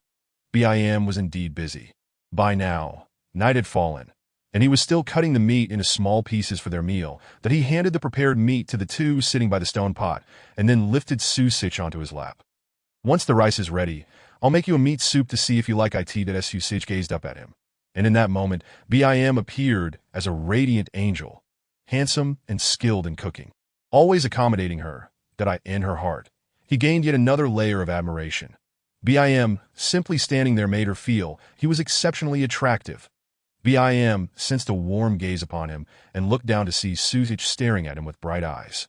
He chuckled softly and continued to roast the meat. That SUCH, enchanted, leaned in and planted a big kiss on BIM's cheek, exclaiming, "I love you so much, darling." BIM smiled tenderly at her. "Darling, does that mean partner?" SUCH nodded, moving closer, completely oblivious to the presence of the two others nearby. HNQing leaned in. "SS, I want a kiss too." SUCH pushed his large head away. saying, "Don't be silly. Go cook meat for CEB. ITS fine here with BIM." HNQing huffed in annoyance and left, preparing a piece of charred meat that he insisted CBI eat, shoving it into his mouth before he could refuse. "Eat up.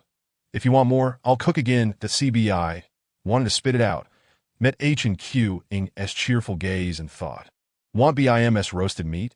I doubt that's happening." As he is busy tending to SS that now, he hoped CBI would quickly distract Susage. Otherwise, all her attention was solely on BIM. CBI reluctantly chewed and swallowed, having no appetite left for HNQing's offerings. His gaze eagerly directed towards BIM. The BIM approached with a piece of perfectly roasted meat and offered it to CBI. "Didn't you want to eat?" "Here, I was just too busy before it." CBI immediately bit into it. It was simply too delicious. HNQing's cooking was not fit for beasts. After finishing, he looked at BIM expectantly. Still hungry, BIM handed him another piece before returning to prepare the meat soup, a first-time endeavor. He was uncertain of the outcome. Such called out to BIM, "I want potatoes. Add 1 potato." The BIM fetched 2 potatoes from the cellar and, under Susage's guidance, sliced them into pieces before adding them to the pot along with fatty and lean meat. And cabbaged, it looked quite promising. Susage fed CBI. Even he caught the enticing aroma. Once CBI finished his last bite, he washed his hands and dashed over to BIM.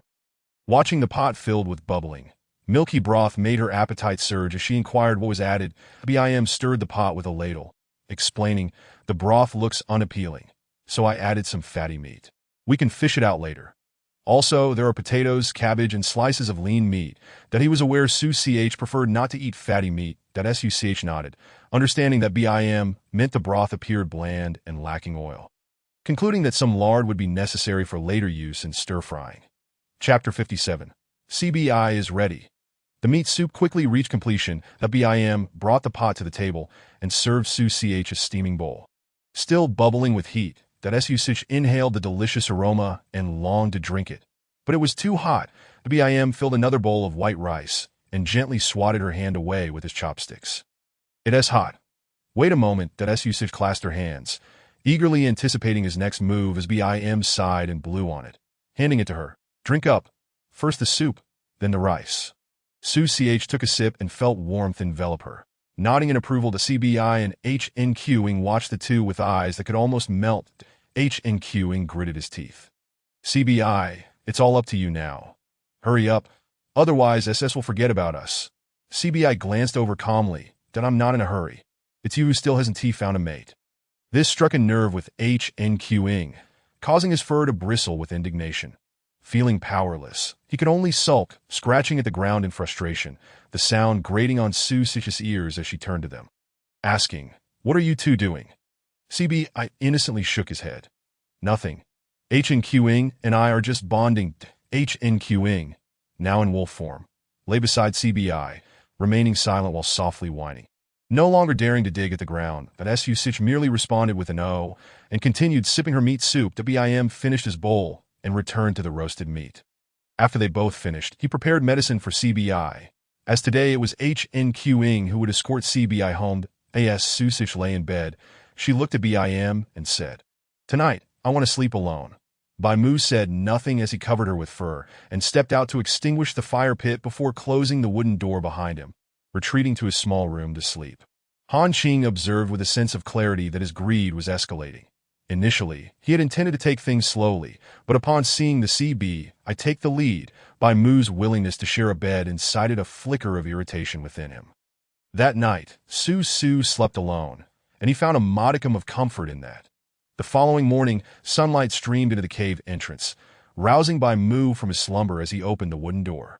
Allowing the rays to illuminate Su Cha's bed, he approached, noting that CBI was awake, and promptly lifted him from the cave entrance. Resuming his chores, first he moved the meat outside to sunbathe. Then he headed next door to assist CBI in drying herbs. Han Qing emerged, rubbing his eyes, and saw Baimu stretching at the entrance. "Good morning, Baimu," he greeted. Baimu cast a sidelong glance at him. "Unadorned in fur. Put on your fur. Cha-Cha doesn't like this." Han Qing went to his room to wrap himself in the fur before stepping out to carry food outside to bask in the sun. For once dried, it could be stored away. CBI remained in his beast form, and as Han Qing passed by him, he inquired, "When will you be well again?" CB, I stretched his claws, responding, "I can move now. By tomorrow, I should be able to revert to human form." The self-healing abilities of beastmen are formidable, yet females, being more fragile, face grave dangers without their beast forms. Han Qing moved all the meat outside, looking at him, "Take good care of the food while you're home. This is our sustenance for the winter." Bai Mu joined them, having prepared the herbs as well that Su Cha had yet to awaken. And Bai Mu turned to CBI, saying, "Han Qing and I are heading out to hunt. We won't be back for lunch." That CBI nodded, watching the two of them dash away, likely eager to indulge in raw meat, as he had been commanded not to consume it since being with Su Cha, who deemed it unsanitary and a risk to health. Occasionally, however, they would sneak out for a bite. CBI reclined at the cave entrance, flipping onto his back, claws splayed. He was likely to be fully recovered by tomorrow. Although he could already shift to human form, his beast body healed more swiftly. Su Cha slept soundly until midday, and upon hearing movement, CBI went inside to find her awake. Sitting up and rubbing her eyes, she beamed at him, "You're better. Come here, let me see." She quickly scrambled to touch his waist, finding him as firm as stone, that he seemed unbothered by her exploration, but eventually couldn't resist lifting her. "Since Bai Mu and the others won't be back for lunch, what do you want to eat?" "I'll prepare it." That Su Cha insisted. He set her down, heading to the kitchen to brush her teeth, discovering that Bai Mu had already squeezed out the toothpaste. She smiled knowingly at CBI. "Then let us have roasted meat." She guessed she had overslept, becoming increasingly indulgent in her slumber lately. She used to rise early for breakfast. Perhaps it was due to her pregnancy, that I in the forest. Bai Mu and Han Qing were tearing into their prey, drinking the blood dry before feasting. Han Qing swallowed a piece of meat, exhaling, "It's been ages since I had raw meat. It's delightful." He then crudely ripped off a large chunk. Bai Mu's manner of eating was more composed, his jaws gracefully working the meat, leaving no trace of blood on his fur. Han Qing, in contrast, was a bloody mess. Relishing his meal, Su Cha finished brushing her teeth and stepped outside to find CB had already ignited a fire and was cutting the meat. She observed the cave entrance strewn with meat and herbs, undoubtedly brought out by Bai Mu and the others. Glancing up, she felt dizzy from the bright sun, indicating it was indeed midday. Upon returning to the cave, CBI had finished cutting the meat. Su Cha took over the grilling, ensuring he had some as well. The two of them sat contentedly at the cave entrance. Su Cha nestled in the shade while CBI shifted back to his beast form to soak up the sun, flipping the meat and retrieving the dried herbs. After another day of drying, the meat would likely be ready for storage in the cellar. Chapter 58. The Xinyu clan, burning package Xianqing, once everything was accomplished. Su Cha gazed at the distant trees, feeling diminutive at her height of 155 centimeters in this vast expanse. She turned to CBI. "Don't you find it rather dull here?" CBI flicked his tail. "I sleep. If I'm not out foraging, I rest. That I only busied myself during winter, because the females fall." That Su Cha understood that without their beast forms, the females would struggle against the cold. "When I first arrived, you could start a fire. Why haven't you taught the others in the tribe?" CBI glanced at her. "Who says I haven tea? They simply don't listen, and anyway, they are not my females." That Su Cha rolled her eyes. She had no intention of napping today. Instead, she wished to find Guair to play, but was also concerned about leaving CBI alone at home. She stood aside and sat back down against him, staring into the distance in a daze. Suddenly, a commotion arose in the tribe as people began to gather and move toward them, the corridor filling with bodies. Su Cha squinted, her eyes lighting up as she spotted Sherwu carrying Guair toward her. CBI noticed the influx of tribe members and sensed something was amiss. He quickly shifted to human form. Addressing Sherwu, "What is going on? Why are there so many of you? Did the tribe explode?"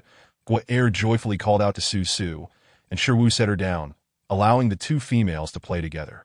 A flock of birdmen suddenly flew to the mountaintop, claiming they wished to settle there. "That don't they know this rocky mountain belongs to our lion clan?"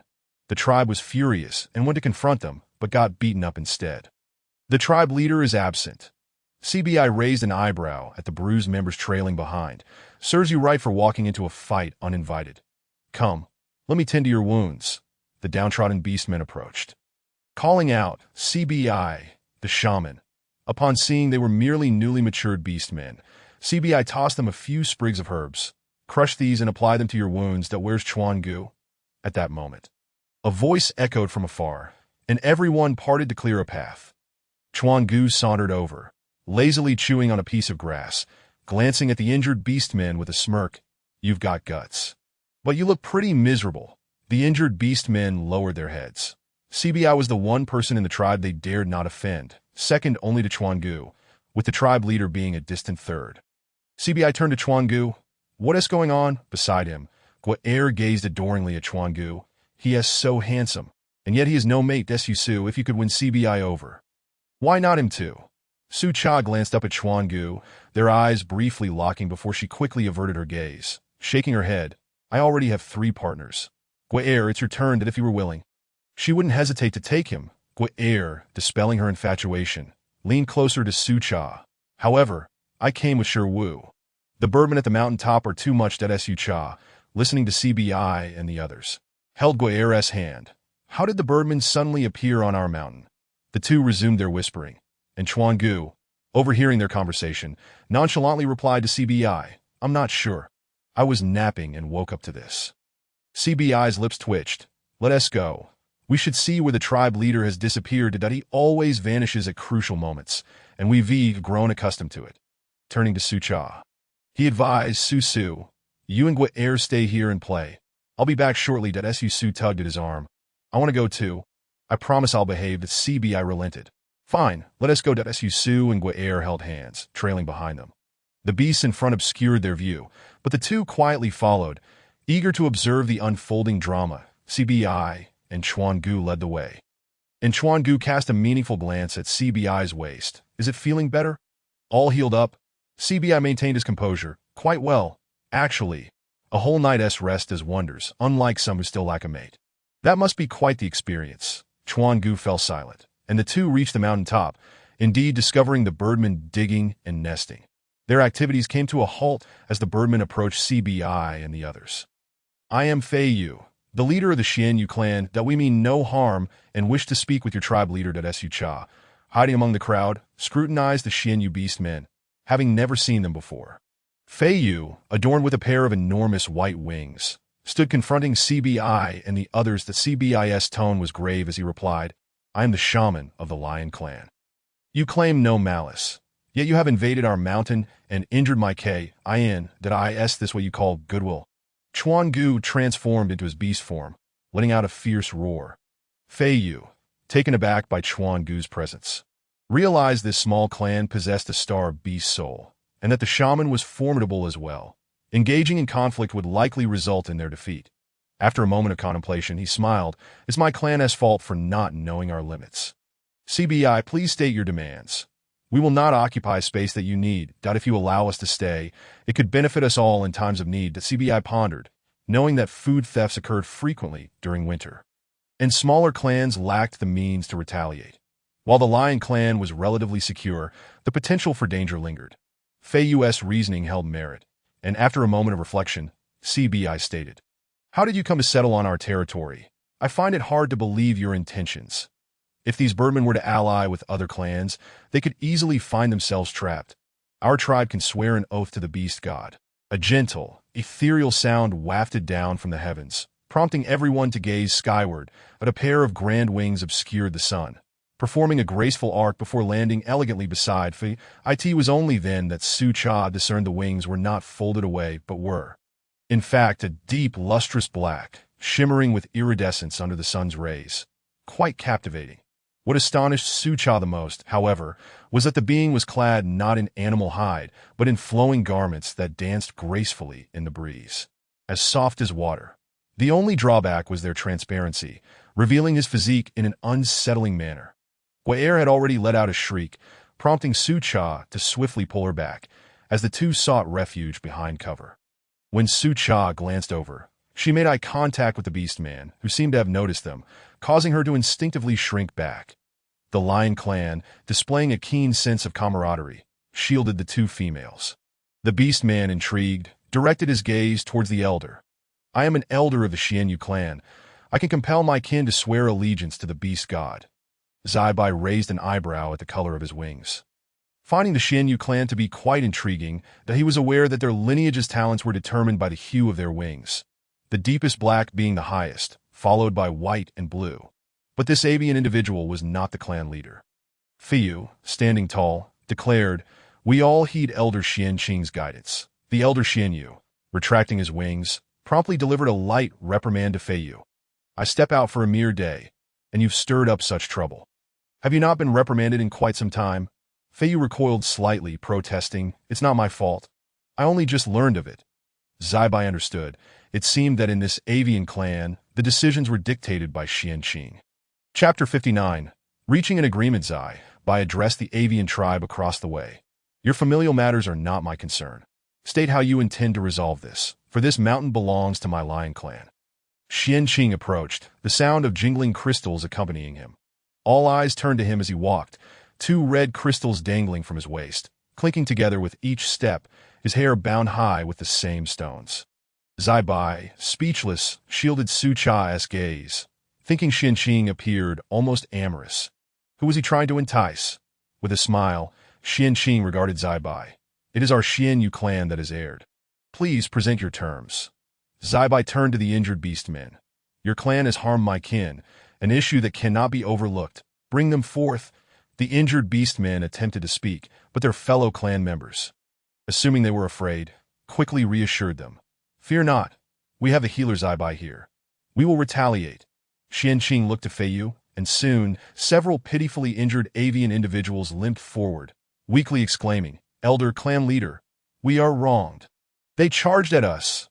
Zaibai felt a twinge of embarrassment. Noticing the birdmen were in worse shape, he shot a glare at the group behind him, thinking, "Why didn't you speak sooner?" The injured beast men looked at Zaibai, saying, "We were just about to speak, but didn't he have the chance?" With a resigned wave of his hand, Zaibai declared, "Let this matter rest, but you cannot remain here without compensation. You must gather herbs for my clan and pledge allegiance to the beast god, vowing not to betray the lion clan or harm our interests. Otherwise, your clan shall bear the consequence of infertility. I will inform you of the herb's appearance when the time comes." Xianqing, listening, agreed and summoned the members of the Xianyu clan to swear allegiance under Zaibai's watchful eye. Feeling reassured, Zaibai inquired, "How did you come to be here?" "It is rare for beastmen to leave their tribes unless absolutely necessary." After Xianqing resolved the issues, he took flight while Feiyu approached Zaibai with enthusiasm. "We shall be neighbors. Our home was lost, and the weather there was unsuitable for the young, so we relocated." Zaibai nodded. After all, the propagation of their kind was of utmost importance. Thus they had reached a consensus. As Zaibai and his companions observed Feiyu and his clan constructing their shelter, they took their leave, also informing them of the impending early winter that on the way. Chuangu glanced at Zaibai. "Why agree to their terms? The herbs could be gathered by the clan leader. We need not fear other tribes." Zaibai replied solemnly, "This winter will arrive earlier than expected. Tribes without healers may face food shortages, leading to conflict that we are not afraid, but if other smaller tribes unite against us, it could become problematic." Chuangu understood. The Xianyu clan was not weak, and they might provide assistance, especially considering the enigmatic Xianqing. Zaibai instructed everyone to disperse and accompanied Chuangu to find the clan leader. Upon their arrival, they found the clan leader sleeping soundly within the cave, snoring thunderously. Zaibai approached and shook the leader awake. "The matters are resolved. If you continue to sleep, I will take matters into my own hands." Chuangu assisted by cracking his knuckles loudly. The beastmen on the stone bed sprang up alertly, leaving Zaibai and Chuangu questioning his age. The clan leader, smiling broadly at the two, remarked, "Oh, is that so? Alas, I've missed quite a bit." Zaibai looked at the cheerful clan leader, jesting, "I'm just teasing. I suspect a confrontation is imminent, and they certainly wish to see you, which is why we've come to fetch you." The clan leader paced within the cave, mumbling, "I can't do this. Perhaps I should pass the clan leader position to you, Zaibai." Zaibai shook his head. "I prefer to remain a healer." The clan leader turned expectantly to Chuangu, who also declined. "I much prefer sleeping." The two teased the clan leader, observing his exasperation as he nearly burst with frustration. Zaibai chuckled, "Do not leave just yet. Everything has been resolved. They shall reside at the mountaintop, but they must gather herbs for us and pledge loyalty to our lion clan." Should other beastmen attack, we will have additional allies. The clan leader glanced at Chuan Gu, noting his stoic expression yet the glimmer of amusement in his eyes that he promptly believed Zai Bai, leaping up to deliver a playful thump to both. You even conned me. Be cautious, or I might just pass the clan leader title to you too. Instantly, Zai Bai and Chuan Gu took off, dashing to the cave entrance, asking, if the clan leader has no objections, we shall take our leave. The clan leader waved them off, watching them depart, feeling reassured. Even if I were to perish, I could rest easy knowing you two are here. Su Cha and Gui'er sat at the cave entrance, engaged in conversation. Gui'er pointed at Su Cha's fluffy shoes. The ones crafted by Shi Wu are so ugly compared to yours. Su Cha glanced at Gui'er's bare feet, and then at Shi Wu in the distance. Gui'er, could you call Shi Wu to fetch some animal hide and bone needles? Gui'er waved her hand, and Shi Wu quickly ran over. Go back and bring the hide of the long-eared beast. And on his way back, Shi Wu encountered Zai Bai and Chuan Gu standing side by side, greeting them before hurrying away. Zai Bai turned to his childhood companion. It's time you found a partner. There are plenty of females in the clan. Chuan Gu scoffed.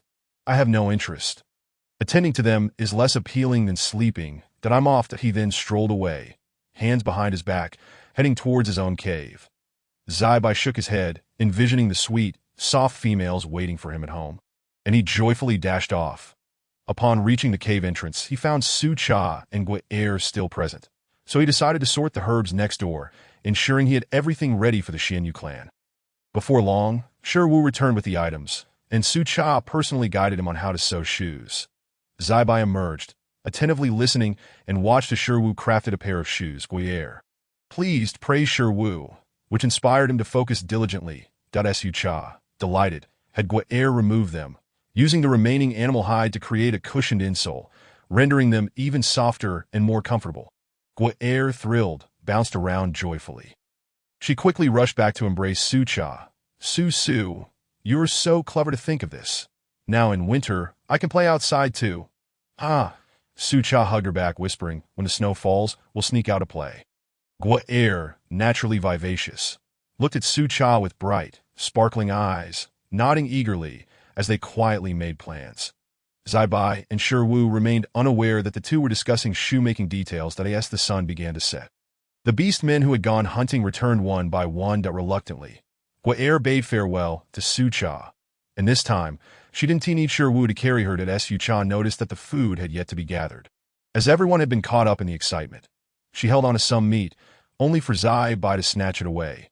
Su, go collect the herbs. I'll handle this. Su Cha nodded and carried the herbs into the cave, arranging them neatly. Suddenly, a bright voice rang out from the cave entrance. Su, we're back. Chapter 60. The glowing plants. Su Cha placed the herbs properly and dashed outside, where she found Bai Mu and the others had indeed returned. She sprinted towards Bai Mu, eager to leap into his arms, but was intercepted by Han Qing halfway. Han Qing embraced her. Slow down. I know you missed me, but you must be cautious of your belly. He gently stroked Su Cha's abdomen, which had grown considerably. Bai Mu smiled at her, prompting Su Cha to lean against Han Qing, who carried her to Bai Mu and Zai Bai's side. Zai Bai recounted the day's events to both, explaining that the mountaintop would now serve as the new home for the Xianyu clan. Han Qing, intrigued, asked, how did they end up on our mountaintop? Shouldn't they be storing food for winter at this time? Indeed, this was a crucial matter for beast men. Nothing was more important than food storage, unless Bai Mu looked at Zai Bai, uncertain if this was the same Xianyu clan he was familiar with. Zai Bai, being well-traveled and having returned from a long absence, noticed Han Qing's innocent gaze and deduced that he hadn't ventured far from home. Han Qing, did you encounter Bai Mu for the first time when you stepped outside? Han Qing admired Zai Bai even more. You even know that. Truly worthy of being a healer. Cypress, holding his forehead, elucidated. The chieftain of the Xianyu tribe merely mentioned that the weather in that region is unsuitable for the survival of young ones. Thus, many of their eggs failed to hatch this year, prompting them to relocate. Bai Mu nodded, and together they began to gather the food. Su Cha perched upon Han Qing's arm remarked, if we let it dry for another day, we can collect the rest for sun exposure. Who knows if the winter sun will show itself? Han Qing cradled her and approached Bai Mu, retrieving a pouch of leaves to present to Su Cha. Gesturing for her to open it, that Su Cha quickly unwrapped it, revealing plump strawberries that made her mouth water. Han Qing affectionately ruffled her hair. "Go ahead, Bai Mu has cleaned them for you." Upon hearing this, Su Cha eagerly picked one and placed it in her mouth, the juice bursting forth with a delightful sweetness. She then took another to feed Han Qing, requesting that he set her down so she could offer some to Bai Mu and Cypress. The others, disinterested in the sweet fruits, encouraged Su Cha to indulge herself, while Bai Mu engaged Cypress in conversation. Settling on a stool, Su Cha savored the strawberries, observing the two converse and work in tandem. Han Qing, watching her enjoy her solitude, soon came over to embrace her. After all, the stone seat was rather firm, and having someone to lean against was quite pleasant, as she occasionally fed Han Qing a strawberry. Eventually, once Bai Mu and Han Qing concluded their discussion, Bai Mu approached, lifting Su Cha from Han Qing's arms and playfully tapping her nose. "TT, what have you been up to at home today? Did you behave and get your beauty sleep?" Su Cha nodded eagerly. "I did. I grilled the meat for lunch, and I will do it again for you tonight. Did I manage to catch a little nap?" 2. Bai Mu noted the rosy hue of her right ear, reminiscent of the strawberries they had just enjoyed, realizing that whenever the little female told a fib, her ear would flush crimson, a secret only Bai Mu was privy to. He lowered his gaze to meet Su Cha's guilty eyes. "TT, it seems you've grown quite adept at deceiving even me," that Su Cha shot an indignant glance at Cypress, who innocently shook his head, indicating he had not revealed anything. Bai Mu turned her face back to him. "All right, it wasn't Cypress who informed me. Next time, make sure to sleep soundly, understood?" Su Cha, no longer upset, leaned forward and planted a fervent kiss on Bai Mu. "Today, I played with Guyer, and we even visited the Xianyu tribe. Their wings are so magnificent." Bai Mu cradled her and headed to the kitchen for firewood, attentively listening to Su Cha's animated recounting of the day's events. The daylight still lingered, but soon darkness would descend, making it difficult for Su Cha to see that he ignited the fire as Han Qing went to process the game, with Cypress following suit at Su Cha. Wishing to ease Bai Mu's task, signaled him to set her down, trailing alongside him, watching as he crouched by the fire, adding more wood. She took his hand and placed it on her burgeoning belly, whispering, "The little ones have been kicking today. They seem eager to make their entrance." Bai Mu's hand was promptly met with a kick, and he withdrew it, marveling at the miracle of life growing within Su Cha. Seeing Bai Mu momentarily captivated, Su Cha chuckled softly. "Isn't it wondrous? At first, I was startled by their movements. Before long, our home will be filled with fluffy little bundles." Bai Mu, regaining his composure, embraced her. "You've done so well." "TT, I love you." Su Cha reciprocated his affection until they were interrupted by Han Qing's voice from the entrance, causing them to hastily separate, her cheeks flushed with the heightened demands of her pregnancy. Cypress entered and immediately noticed the change in Bai Mu's physique, momentarily tempted to indulge until he remembered his purpose, swiftly darting next door to fetch a luminous plant. Han Qing placed the clean game in the kitchen, still needing to cut it, his attention drawn to the glowing flora in Cypress's grasp. That Su Cha's curiosity piqued as she gazed at the radiant plant. "What is this? It's beautiful, and it glows." Cypress approached, cradling a skull. "I found this after falling off a cliff last time. I thought you might like it, as it only glows at night." That Su Cha leaned closer to examine the plant, realizing it glowed all over. Initially, she had assumed it was merely its leaves or fruit.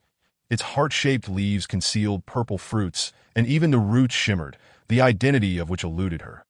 Cypress noticed her delight, understanding that the little female had a fondness for the peculiar, and he hadn't forgotten his task of preparing shampoo, a suggestion made by Su Cha herself. That Su Cha, observing there was only one plant. "Cypress, did you only find one? It would be lovely to plant it at home. It could serve as illumination as well." Cypress nodded. "I only spotted one, but I can search for more." Bai Mu handed over the chopped meat.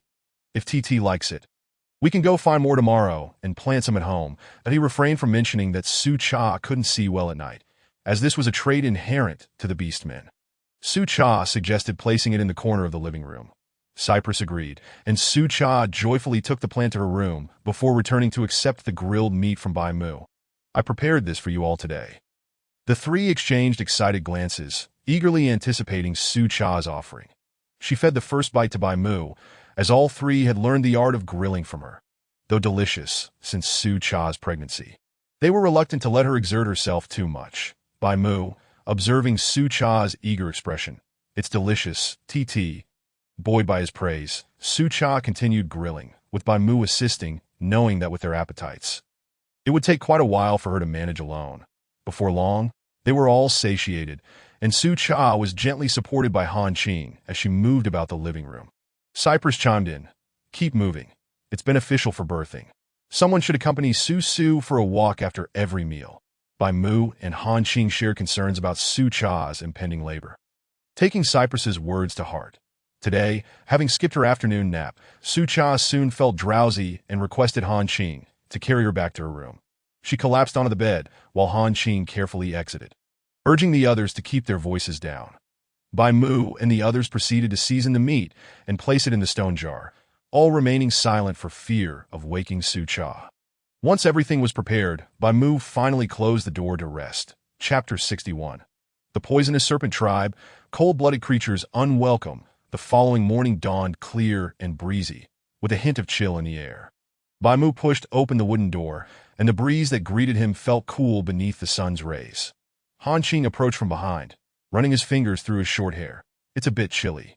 We should dress Su Su warmly." That he relished such weather, as the coolness was perfect for hunting, and he reveled in the freedom of running through the forest. Bai Mu observed Han Qing stretching. "Today, if we spot any creatures with thick fur, capture them alive, and I'll handle the processing." That he recalled the first time he had seen the little female bundled tightly against the cold. He had saved that particular set of animal skins for her winter wear. Han Qing nodded, and together with Bai Mu, they began to bring out the meat for sun-drying. Cypress leisurely ambled out from next door. "Today, I'll join you for the hunt. I'm ready." Bai Mu raised an eyebrow. "One of us must stay behind to keep TT company." Su Cha, having awakened, eagerly dashed out upon hearing Bai Mu's voice. "I want to go with you. Let us have lunch outside today." Bai Mu, noticing her bare feet, approached and scooped her up. "TT, you're awake so early today." That he playfully tapped her nose, carrying her back inside to put on her shoes, clothing, and wrap her in a cloak, fastening it securely at her neck. That as he dressed her, he added, "It's a bit chilly. We should make you other animal skins as well." Su Cha nodded, pointing at the bandeau and short skirt. "We can make sleeves and long pants to cover her arms and legs." Bai Mu, gazing at the little female enveloped in white fluff, noted how her skin appeared even fairer. Her face adorably round, he leaned in to kiss her forehead. "You're truly beautiful, TT." Gently squeezing her chubby cheeks, he carried her to the kitchen to brush her teeth. Han Qing handed Su Cha the prepared toothbrush.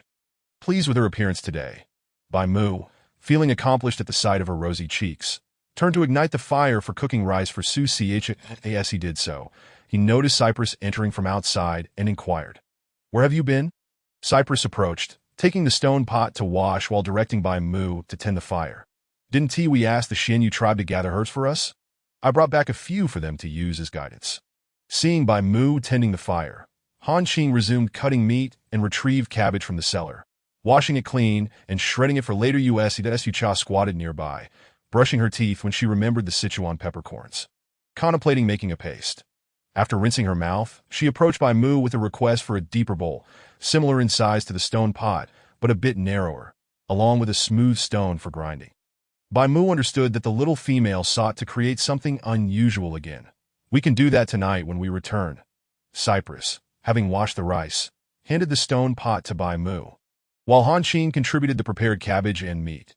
The two settled down to grill meat, as they didn't have a habit of eating breakfast but occasionally shared a small meal with Su Cha. Su Cha caressed her belly. "I hope we can catch a wild boar today, the kind that makes those snorting sounds." She intends to render a pot of lard, in response to Su Cha's requests. The three of them readily acquiesced, and soon the stone pot exuded an enticing aroma, interrupting Su Cha's thoughts as she became solely focused on the prospect of indulging in the meal. Observing that the rice was partially cooked, Bai Mu promptly added the morsels of meat and cabbage, stirring them with a spoon to continue the simmering. Before long, the dish was ready, and Su Cha contentedly savored 2 bowls. Leaving the remainder for the 3 beast men to finish, Bai Mu extinguished the fire, and Su Cha shouldered her small backpack, filling it with a bottle of water and a pinch of salt. At that moment, Bai Mu produced a delicate and beautiful knife that resembled no ordinary bone knife. Complete with a meticulous handle, he handed it to Su Cha, saying, "This is made from the horn of the long-horned beast. I fashioned it into a horn knife for you, TT, for self-defense or to cut things." That Su Cha joyfully accepted it, testing its weight in her palm. Light and sharp, unlike the cumbersome bone knives she was accustomed to. Carefully, she placed it in her backpack. Stepping forward, she bestowed a kiss on Bai Mu's cheek, exclaiming, "Thank you, I adore it." Bai Mu chuckled softly, replying, "It is a pity there is only one horn." Zai Bai approached from the adjacent area, urging them, "Let us go. I'm all set." That Su Cha found herself embraced by Bai Mu while Han Qing sulkily glared at the pair from the cave entrance. That Su Cha glanced at the herbs and food at the cave's mouth. Pondering, with no one watching, "It should be fine, right?" Zai Bai surveyed the abundant provisions, assuring her, "Fear not. No one will take anything. Besides, this place belongs to us." That he then led the way, with Han Qing sulking behind him. Lamenting, just now, Bai Mu made a horn knife for Su Su and received a sweet kiss in return. Zai Bai shot him a glance, quipping, "Oh, then it seems we're out of luck tonight. Su Su will surely sleep with Bai Mu again." Upon hearing this, Han Qing felt even more dejected, his ears and tail drooping as he sulked at Su Cha, and Bai Mu trailed behind, observing, "It must be Zai Bai bullying Han Qing again." Bai Mu nodded affirmatively, having overheard their conversation. Once outside the tribe, the three transformed into their beast forms, with Su Cha riding on Bai Mu's back as they ventured further. Zai Bai led them towards the precipice where the cliff had crumbled. "If only we could find some luminescent plants. I'd love to plant a circle of them in the living room to purify the air and provide illumination." Meanwhile, a venomous serpent lurking at the riverbed of the tribe emerged. Having awaited the appearance of the young female for many days, that it swiftly followed her, its jet-black scales gleaming as it tracked the scent. Unbeknownst to them, danger was drawing near. That Su Cha, observing the retreating trees, felt elated, exclaiming, "I wonder if it will snow this year." As a southerner, she harbored a fascination with snow. Zai Bai responded, "It will, and it shall be a heavy one this year."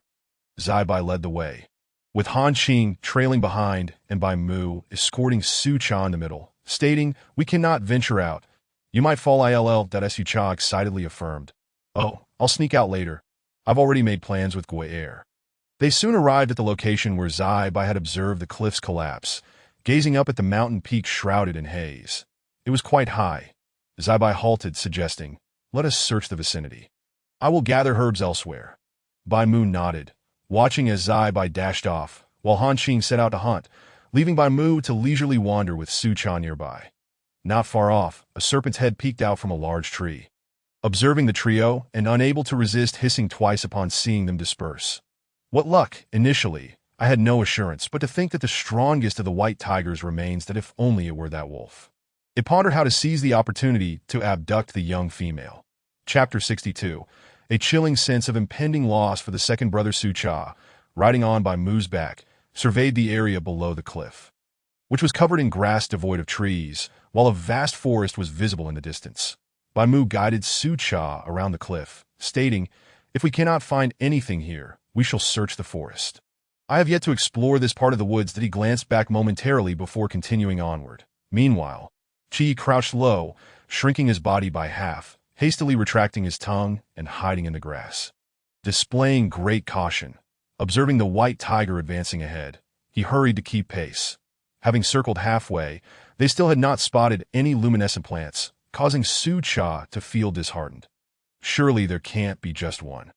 Bai Mu offered her comfort. "Let us keep searching. If Zai Bai could find some, it surely means there are more."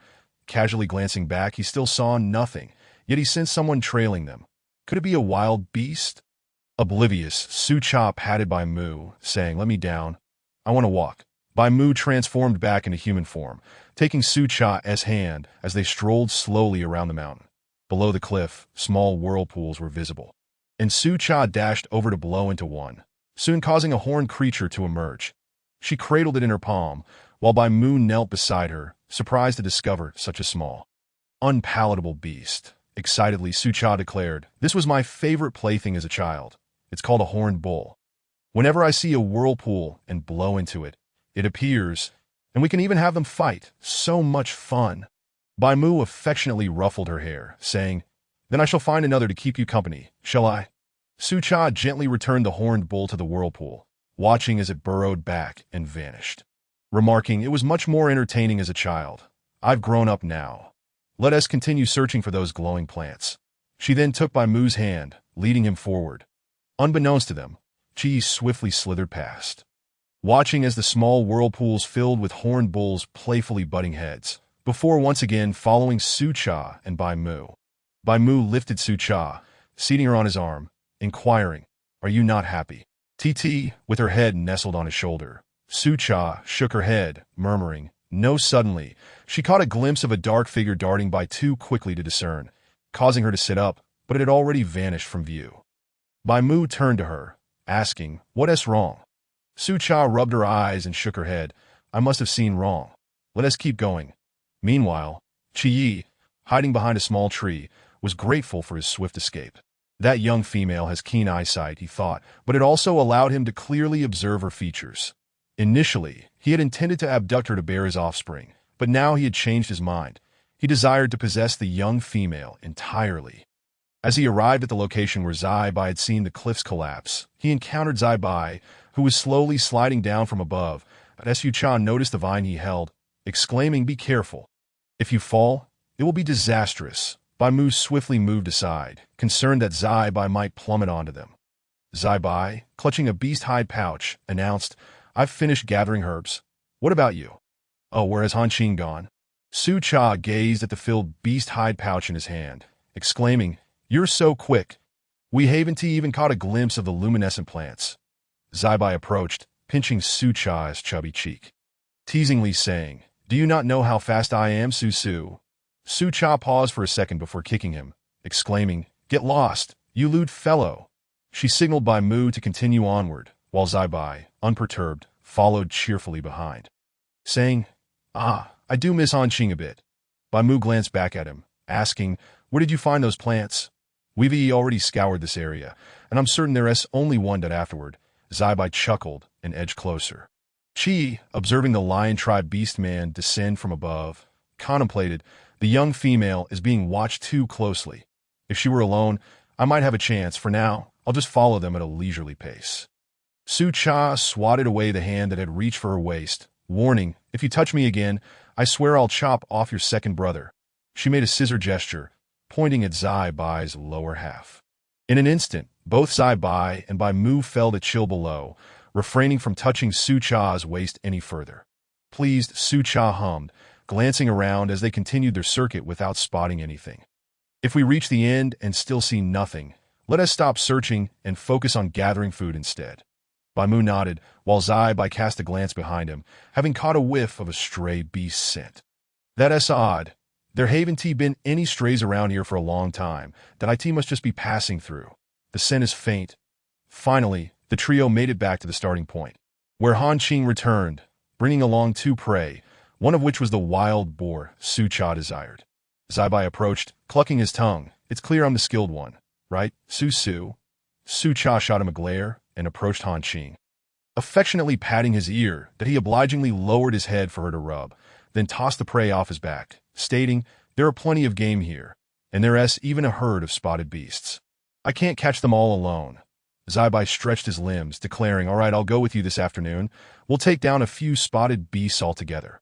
Han Qing scratched the ground with his claws. Remaining silent as he awaited the afternoon to see Zai Bai face the reality that it was not just a few, but rather a whole flock, most of which were fully grown. He might not even be able to keep up with their speed. Bai Mu turned to Han Qing, suggesting, "Let us eat something first. This afternoon we can go together and gather some firewood and dry grass for winter." Once Su-cha ceased her affectionate pats, Han Qing transformed back into human form, saying, "All right, we'll return here tomorrow. There are fewer beast men, and the game is plentiful." That he then moved to embrace Su-cha softly, asking, "Do you miss me, Su-su, later? I'll take you to pick strawberries. There are plenty in the forest, along with many beautiful little things you'll surely adore." Su-cha playfully tousled his silver hair, grinning widely as she nodded. "I do, really."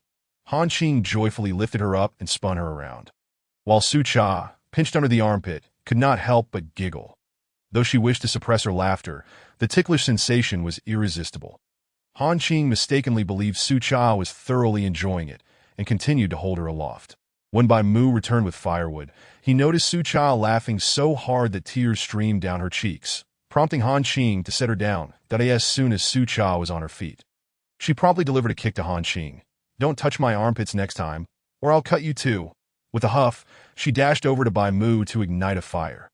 Zai Bai walked over and observed the foolish wolf getting beaten again, kindly offering to explain what cutting meant to Su Cha. Upon hearing this, Han Qing quickly covered himself below. "I haven't even made it with Su Su yet. This simply won't do." Zai Bai, satisfied with his response, chuckled as he departed to tend to their prey. Han Qing then approached Su Cha, eager to cater to her every whim, sporting a look of contrition that Su Cha huffed. "I forgive you. Now hurry and help Zai Bai with the prey. We need the wild boar for later." Chapter 63. The peculiar corn. Han Qing immediately scampered over to assist, though the water source was somewhat distant, causing them to be slower. Bai Mu had the fire crackling nicely and sat beside Su Cha, adding wood to ensure the charcoal was well prepared for cooking.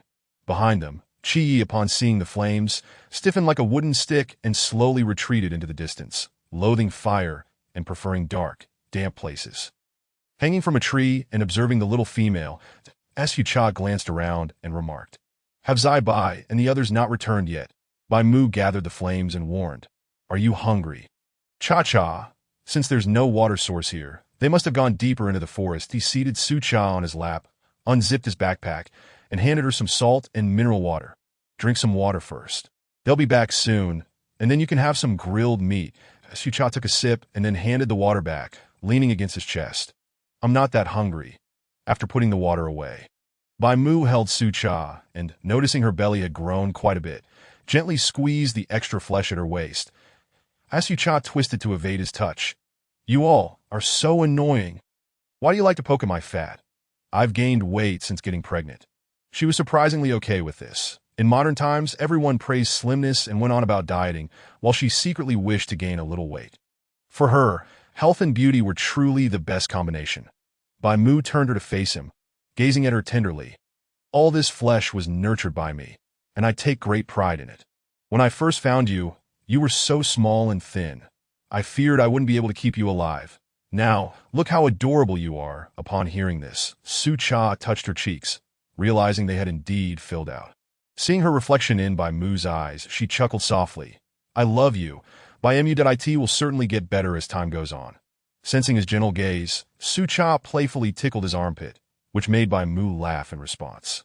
She found his laughter somewhat disingenuous and pulled down the corners of his mouth. "You're faking it. Stop smiling."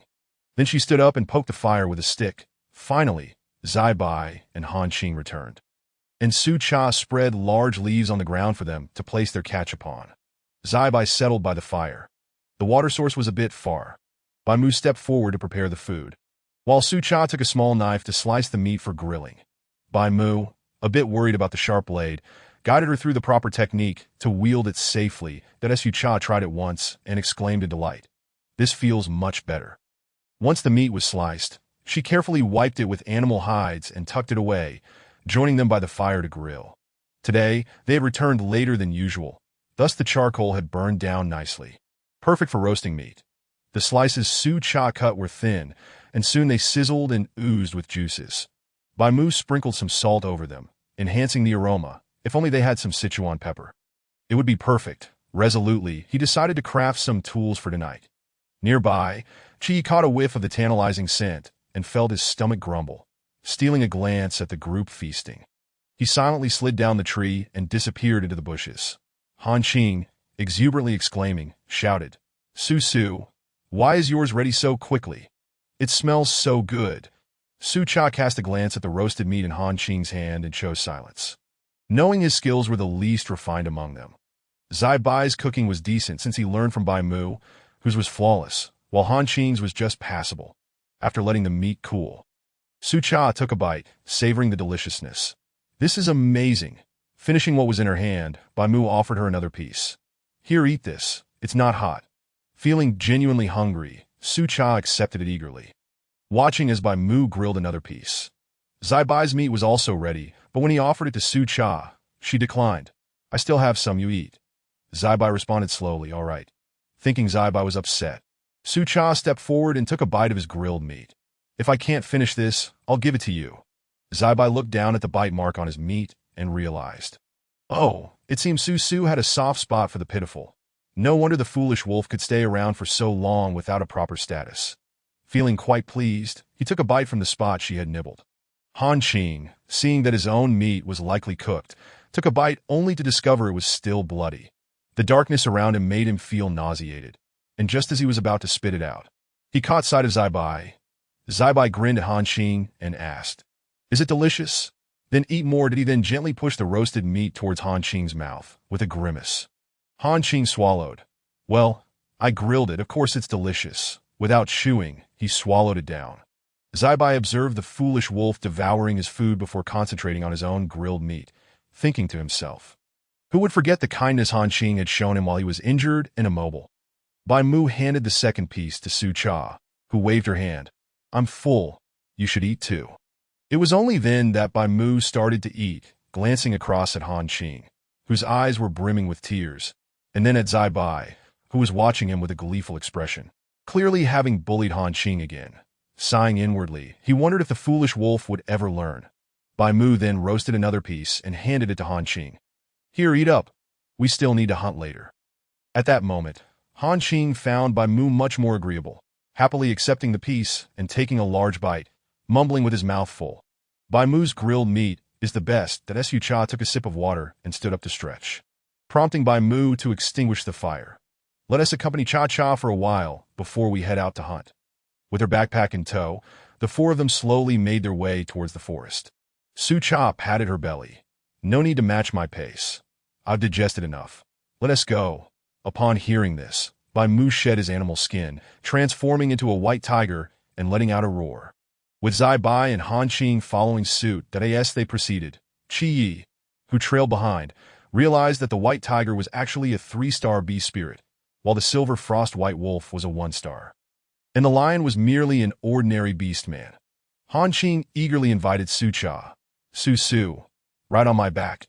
I'll take you to pick strawberries." Su Cha nodded, and Han Qing excitedly lay down, waiting for her to climb aboard before rising steadily.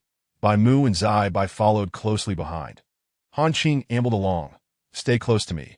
Let us see if the plum blossom beast is still around." Gradually, he picked up speed until he was sprinting. With Su Cha gripping his fur tightly, Qi Yi trailed silently behind, patiently searching for an opportunity. Once they entered the forest, the trees thinned out, allowing sunlight to filter through. As they moved deeper, Han Qing slowed down. "Let us not startle them. We'll approach quietly." The three of them toned down their movements, their claws barely making a sound, and even the birds could be heard chirping. Wisai Bao Gu Su Cha felt a twinge of anxiety, crouching on Han Qing's back and breathing lightly. Chapter 64. To defeat Qi Yi arriving at a large tree. Han Qing crouched down, signaling Su Cha to stay put. She observed the sleeping plum blossom beasts ahead, understanding that they were about to hunt and that she could do little to help. So she patiently waited. Sliding off Han Qing's back, she nestled behind a tree root. Han Qing pointed toward the plum blossom beasts. "This is it. They're still sleeping, that if we act quickly, we should be able to catch them all." The plum blossom beasts remained blissfully unaware, likely due to the rarity of beast men in this forest. Su Cha lay low, watching as the three of them crept forward. Han Qing pounced, with Bai Mu and Zai Bai closely following, swiftly biting through their necks or limbs to immobilize them, unleashing a cacophony of anguished cries. Su Cha crouched behind, nervously gripping the sharp knife Bai Mu had gifted her, fearing that a wild beast might approach. Qi Yi seized the opportunity, revealing his beast form and swiftly gliding toward the little female, coiling his tail around her and making off. Su Cha's hair stood on end. She was ensnared, hearing the hissing sound of a snake, her greatest fear. She immediately called out to Bai Mu and the others, but Qi Yi was far too swift. Zai Bai was the first to notice the commotion, turning to see that Su Cha had vanished. Spotting a dark figure instead, he dashed after it. Bai Mu and Han Qing followed closely behind, realizing it was a stray beast that had taken the little female.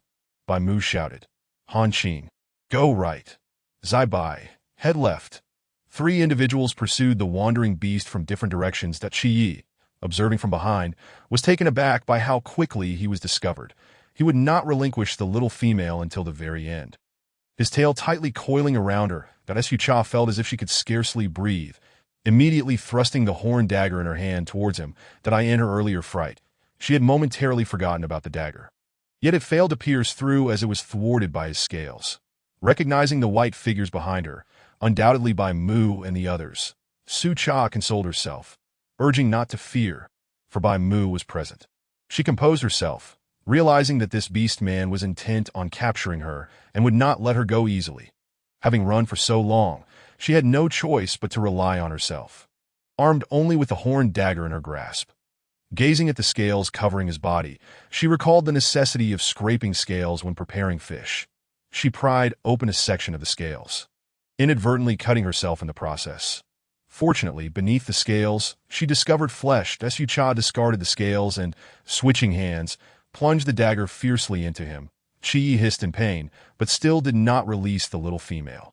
Instead, using his tail to lift her up and hold her close, Desu Cha regarded the cold beast man and spoke. Even if you take me away, I cannot bear offspring, and you cannot escape either. Chi had already felt her swollen belly. He would not abandon the little female he had so painstakingly acquired, continuing to glide forward with Su Cha in tow. Lowering his gaze, he noticed her bloodied hand and, with a pained expression, said, "You are injured," before extending his tongue to lick away the blood. Su Cha coldly stared at him, retracting her hand. "Isn't this your doing? Bai Mu and the others will not let you off." Seizing the moment when she could speak, she feigned an embrace around his neck and shouted backward, "Bai Mu, I am here." Chi immediately covered her mouth, silencing her as he continued to glide forward, attempting to shake off those pursuing them, intending to take the little female through the dark river. Upon hearing Su Cha's voice, Bai Mu and the others grew even more agitated. So Bai roared several times towards the direction of the tribe, persisting in their pursuit that if they were shaken off, it would be troublesome, as the Poison Python clan could conceal their presence on the mountaintop. Basking in the sun and enjoying fruit, Xianqing discerned that it was the shaman and looked down. Discovering that Chuangu was leading the tribe towards the sound, Feiyu approached and remarked, "Something must have happened. Should we go help?" Xianqing, recalling that the shaman named Su Bai had a lovely partner, unfurled his wings and replied, "I will go. You watch over the tribe." He then headed towards the forest. The Qi, upon hearing the lion's roar, realized escape was futile. The lion had summoned others, that he cast one last glance at the little female clinging tightly to his neck. Xianqing's movements were swifter than those of Chuangu. Upon arrival, he caught the scent of the wandering beast alongside a sweet fragrance. Could it belong to the little female? Observing Su Bai descending, he inquired, "What has happened?" Su Bai, elated to see Xianqing, exclaimed, "You must intercept the wandering beast. He has taken Su." Without delay, Xianqing soared into the sky and spotted the poison python clutching the little female, who was injured. He immediately emitted a sharp cry directed at the poison python. Upon hearing Xianqing's piercing call, Qi looked up and recognized him. Chuangu and the others arrived, surrounding the wandering beast from all sides. Qi understood that this time, escape was impossible and resolved to seek another opportunity. Addressing the little female, "I will not abandon you." With that, he bared his teeth and savagely bit into Su Cha's chest until his teeth pierced her flesh, releasing her only after Desu Cha lost consciousness, and Qi tenderly kissed her forehead, murmuring, "Until next time, you are already my partner. Should you abandon me, next time I shall have no choice but to consume you, that you may remain with me forever." Xianqing had already swooped down. Qi revealed Su Cha, intentionally allowing him to take the little female. Xianqing swiftly scooped Su Cha into his embrace, his sharp claws aimed fiercely at the poison python's vitals. Seeing that Su Cha was now safe, Bai Mu erupted in fury, lunging towards the detestable wandering beast. Finally, they cornered the beast by a dark river, while Xianqing had already returned to the tribe with the unconscious female. Observing that the beast's skin had fallen away, the blood at her chest had stained the white tiger's beast mark crimson. Xianqing noted the poison python's mark on her arm, a sign of an enforced pairing. This was also the reason the beast men of the desolate continent rejected the poison python clan. Being naturally cold-blooded wandering beasts, Bai Mu, panting and crackling with electricity, lunged at the wandering beast, while Han Qing also charged in from the right, intent on biting the loathsome creature. Chuangu, observing Bai Mu, realized he was a 3-star beast spirit of the lightning type, while that foolish wolf was of the ice type. He turned to the poison python in the center and questioned, "What is a wandering beast doing here?" At that moment, Subai, consumed by the desire to destroy the wandering beast before him, paid no heed to Chuangu and Bai Mu, charging forward. Chuangu noted Subai's loss of reason. It was rare to see him so out of control that Qi Yi, gazing at the 3 beast men, declared coldly, "I will not relinquish the little female, for I am her partner." Bai Mu was aware that the poison python clan possessed unique methods to pair without mating. He fell silent. Han Qing regarded Bai Mu, remaining still. Han Qing was skeptical. It was implausible to establish a bond in such a short time. Qi Yi continued, "If you kill me now, Su Su will also be affected." Bai Mu surged forward, exclaiming, "Then I shall strike you." Subai followed suit, and soon they were embroiled in a scuffle, though Bai Mu and the others refrained from delivering lethal blows. Han Qing seized the opportunity to claw at his scales. Growling, "Let us see you harm Su Su." In that instant, the 4 were engaged in battle, though it could be said that Qi Yi was on the receiving end of the assault that he resisted fiercely, biting Han Qing's tail with determination.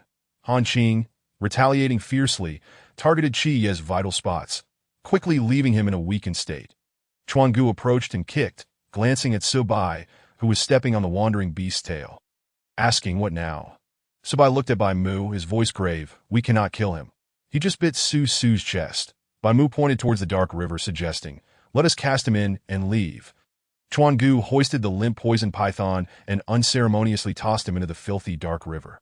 Disregarding him, Subai requested Chuangu to lead the prey back to the tribe. The 3 then hastened back to their home. Chapter 65. Force pairing back at the tribe, Xian Qing carried Su Cha directly to the mountaintop. Shouting, "Xinjiang, come forth!" An elder beastman immediately emerged, addressing Xian Qing, "Elder." Xian Qing cradled Su Cha in his arms, declaring, "Examine her." Xinjiang followed him in, noticing the dirty female being placed in his nest, a smile crossing his face. Xian Qing, known for his fastidious nature, could not abide even a speck of dirt. It was due to his efforts that the Xianyu tribe maintained such cleanliness. Now, seeing him so anxious, it was evident something was amiss.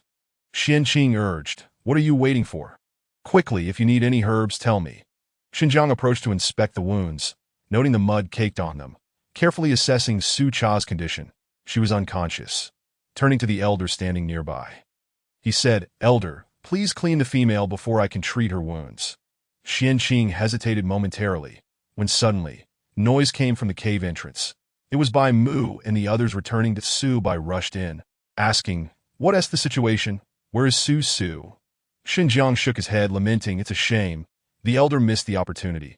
This gesture caused Bai Mu and the others to believe Su Cha was gravely injured. Han Qing rushed forward, cradling Su Cha, ready to weep.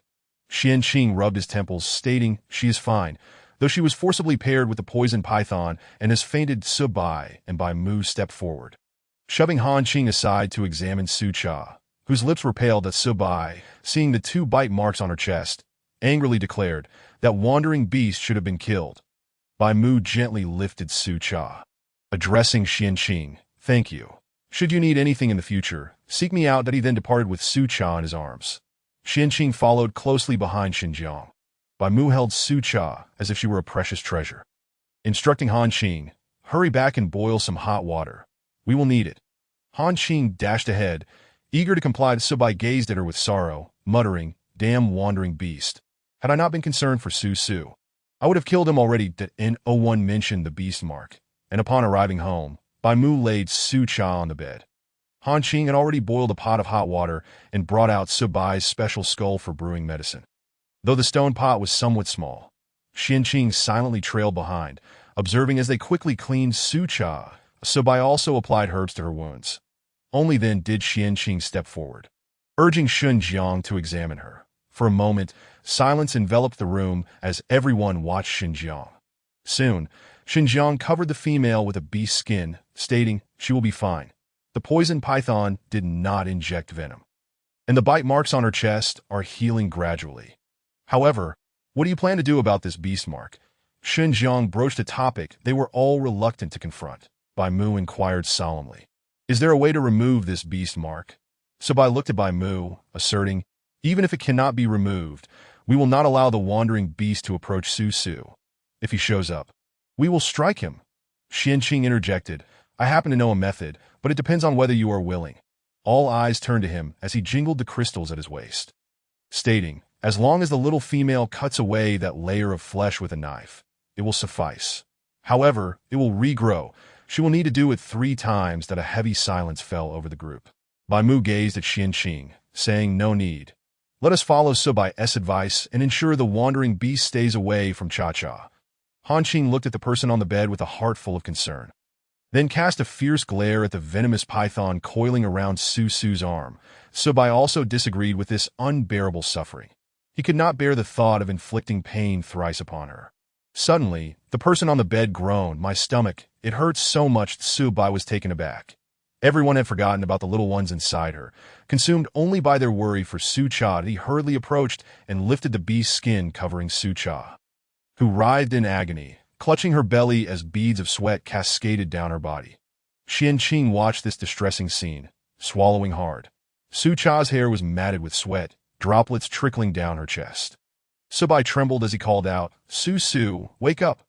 Bai Mu wanted to reach out to her, but hesitated, unable to bear witnessing her suffering. Qianqing stepped forward, saying, I have a solution, but I need your assistance. Hanqing urged, hurry, Su Su is in so much pain. Qianqing turned to Bai Mu and said, the little ones are yours, right? They might be frightened. You need to gently touch her belly to soothe them. Bai Mu placed his hand on Su Cha's abdomen, saying, little ones, be good and don't disturb your mother. Qianqing guided Bai Mu, his voice ethereal, close your eyes and feel your beast soul. Do you see a white tiger? Bai Mu nodded. Qianqing continued, channel all your lightning energy into your palm, gently and slowly caress her belly. Bai Mu followed suit. They watched as a radiant glow emanated from Bai Mu's palm, enveloping Su Cha's abdomen. She fell silent, no longer clutching her belly in pain. Suddenly, Qianqing rushed forward and sharply pulled Bai Mu's hand away. Bai Mu opened his eyes, swaying as if about to collapse. And Subai supported him, asking, are you all right? Bai Mu shook his head, looking at Qianqing. I can continue. The person on the bed lay quietly asleep. That Subai looked at Qianqing. Can I do it? Qianqing shook his head for now. We've only calmed her, but we need a more powerful partner to infuse life into the female. Subai's expression darkened. Life force? Ice and tea that for dying beastmen. How do you know this method? Qianqing shot him a glance. This is the only way. Otherwise, just wait to see your female die, along with the little ones inside her. That as he spoke, he prepared to leave with Shun Jiang.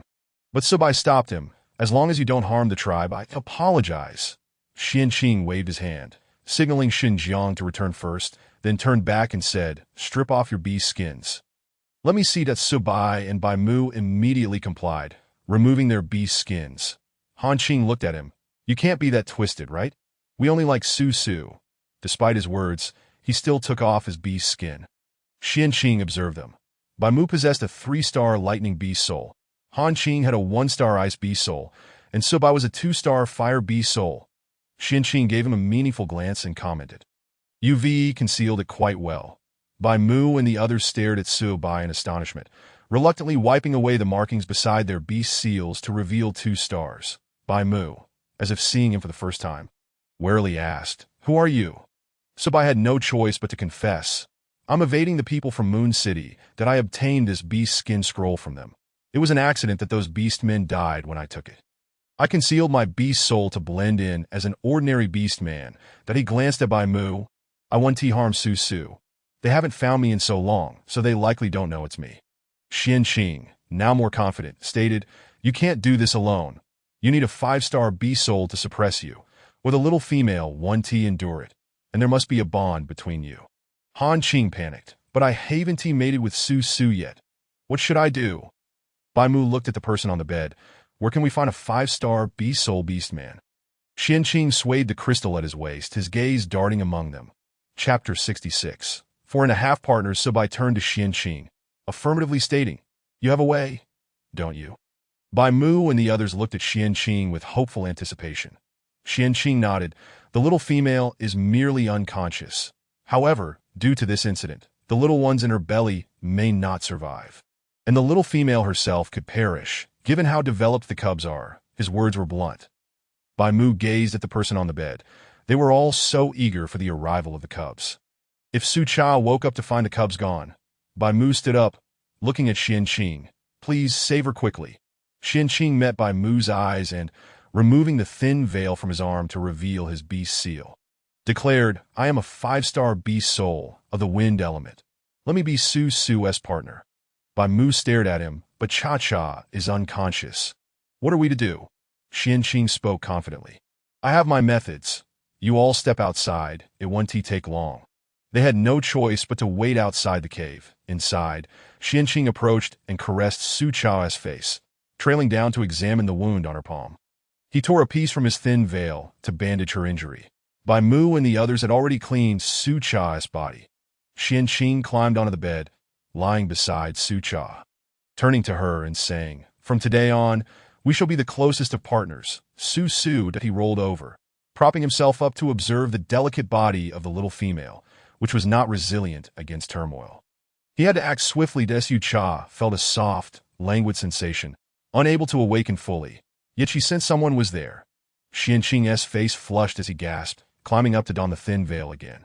Noticing the beast seal on the small female's back before stepping outside to call, Han Qing, come in. Bai Mu and the others followed him in. Han Qing entered cautiously, feeling flustered at the sight of Su Cha on the bed. Xian Qing gazed tenderly at the little female, saying, Be gentle. Su can't endure much right now. Han Qing stammered, What do we do? But Su is unconscious. Isn't this inappropriate? What if she wakes and disagrees? Xian Qing responded, This is the only way to save her. Moon City does have beast men skilled in healing, but the journey is long, and Su won't last. Moreover, if the residents of Moon City and Sun City find out about such a beautiful female, do you think you could protect her? Han Qing fell silent, contemplating. Bai Mu stepped forward. If Cha-Cha wakes up, I will explain everything. Perhaps having just gone through such an ordeal, Xian Qing's eyes shimmered with a hint of moisture. And he panted softly, Hurry. Do you need me to teach you? Han Qing, flustered, stepped forward. Who needs your teaching? You all go outside. Bai Mu shook his head. No, you don't understand the gravity. What if you injure Cha-Cha? Han Qing paused. All right, you lead. Subai and Xian Qing exchanged glances and stepped forward to assist Han Qing in examining the beast seal appearing on Su Cha's shoulder. Han Qing sighed in relief. This scene nearly spiraled out of control. Everyone felt overwhelmed, averting their gazes from the sweet, delectable little female. Bai Mu approached, covering Su Cha with a beast skin, saying, Is it all right now? Xian Qing nodded. You go first. If Su shows any signs of rejection, I will suppress it. He patted Subai's shoulder. You observe the light entering Su's body and start. Bai Mu's light appeared first, illuminating the beast seal on Su Cha, enveloping her in a layer of white light. Xian Qing watched closely, guiding Han Qing. Soon, the second beast seal on Su Cha also glowed. Xian Qing signaled Subai to hurry. Another layer of light enveloped Su Cha, but she immediately began to thrash, crying and clawing at her body in rejection. Xian Qing acted swiftly, reaching out to soothe Su Cha while suppressing the combined strength of the three, allowing a more powerful beast soul to emerge, preventing the other beast souls from causing further chaos. Xian Qing watched as Su Cha gradually calmed down, feeling relieved, and spoke softly. Focus, Bai Mu. You comfort the little ones. You are their father, and no one dared to move. When Chuan Gu arrived, he found the wooden door closed, assuming all was well, and left. Outside, night had fallen. Xian Qing noted Su Cha's complexion gradually returning to a healthy hue, the bite marks on her chest fading, and said, All right, Subai, release her. Bai Mu, you go last. Soon, they all dispersed. Subai was fine, but Han Qing nearly collapsed, quickly caught by Subai.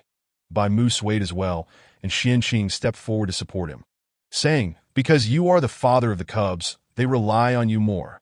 As for Han Qing, he just needs a nap. After speaking, he shot a mischievous glance at Han Qing. Han Qing immediately sprang up to prove himself. I am fine. I just felt dizzy for a moment. No need to support me. Just a bit warmed, he leaned casually against the stone wall, striking what he believed to be a powerful pose. Subai shot a glance at the foolish wolf. Is Su all right? Xian Qing steadied Bai Mu and checked on Su Cha. Her complexion was rosy, and he felt the cubs against her belly. One playful little one kicking him. The venomous python bee seal on his arm was quite bothersome. Xianqing tossed by Mu to Subai, saying she is fine, she should wake up by tomorrow. Heat some water to wipe the sweat off Su. Bai Mu pushed Subai aside. I'm fine now. Let us go outside. As they stepped out, they realized it had grown dark. After such a long time, Bai Mu began boiling water, while Subai gathered dry wood to prepare for roasting meat. As everyone was famished, Xianqing lounged on a stone bench like a lord, waiting for his meal. Han Qing went outside to gather food and herbs, arranging them neatly, before popping in from the next room to announce, I put the dried meat in the cellar. Then, clutching the food, Xianqing curiously gazed into the cavern, which was filled with numerous rooms and an array of bizarre objects. Once Han Qing finished his tasks, he looked at the seated Xianqing and remarked, there is no room for you in our home. Xianqing turned to Han Qing and replied, if there isn't, then there isn't. Anyway, Susu's bed is spacious. Han Qing, irritated, huffed and said, dream on. I'll dig one for you. He then dashed over to his room, revealing his wolf claws, and began to dig. Bai Mu entered with warm water to wipe the sweat from Su Cha's forehead, and Xianqing followed him inside. Cypress was roasting meat, and with the sudden addition of another person in the household, they remained silent, as it was a situation they had been compelled into, especially since Xianqing was a 5-star beast soul. The venomous python was considered dead. In the dark river, Bai Mu had unleashed numerous lightning strikes on Qi Yi, who was subsequently shocked and thrown into the dark waters. Qi Yi was conscious, but unable to move, helplessly allowing the current to carry him away, uncertain of his destination or Su's condition. Cypress handed the cooked meat to them, and they began to eat. Today felt particularly exhausting, even more so than hunting. All they desired was to finish their meal and quickly drift off to sleep. Chapter 67. Finally dressed in gossamer when bedtime arrived, Bai Mu and the others watched as Xianqing effortlessly entered Su Cha's room. With remarkable speed, Xianqing claimed the left side of Su Cha's bed and declared, I can't leave Su unattended. I must watch over her. The three in the living room exchanged glances, and soon Bai Mu joined them, lying down on the right side, closing his eyes and saying nothing. Han Qing immediately lay at Su Cha's feet, curling up to sleep, while Cypress scoffed dismissively. Childish. Bai Mu and the others opened their eyes, waiting for Cypress to leave, but to their surprise, Cypress merely rubbed his nose and walked back in, taking hold of Su Cha's other foot. Silence enveloped them as they slipped into a deep slumber. The next morning, Su Cha awoke feeling as though she were bound, and upon opening her eyes, she discovered someone gnawing at her toes.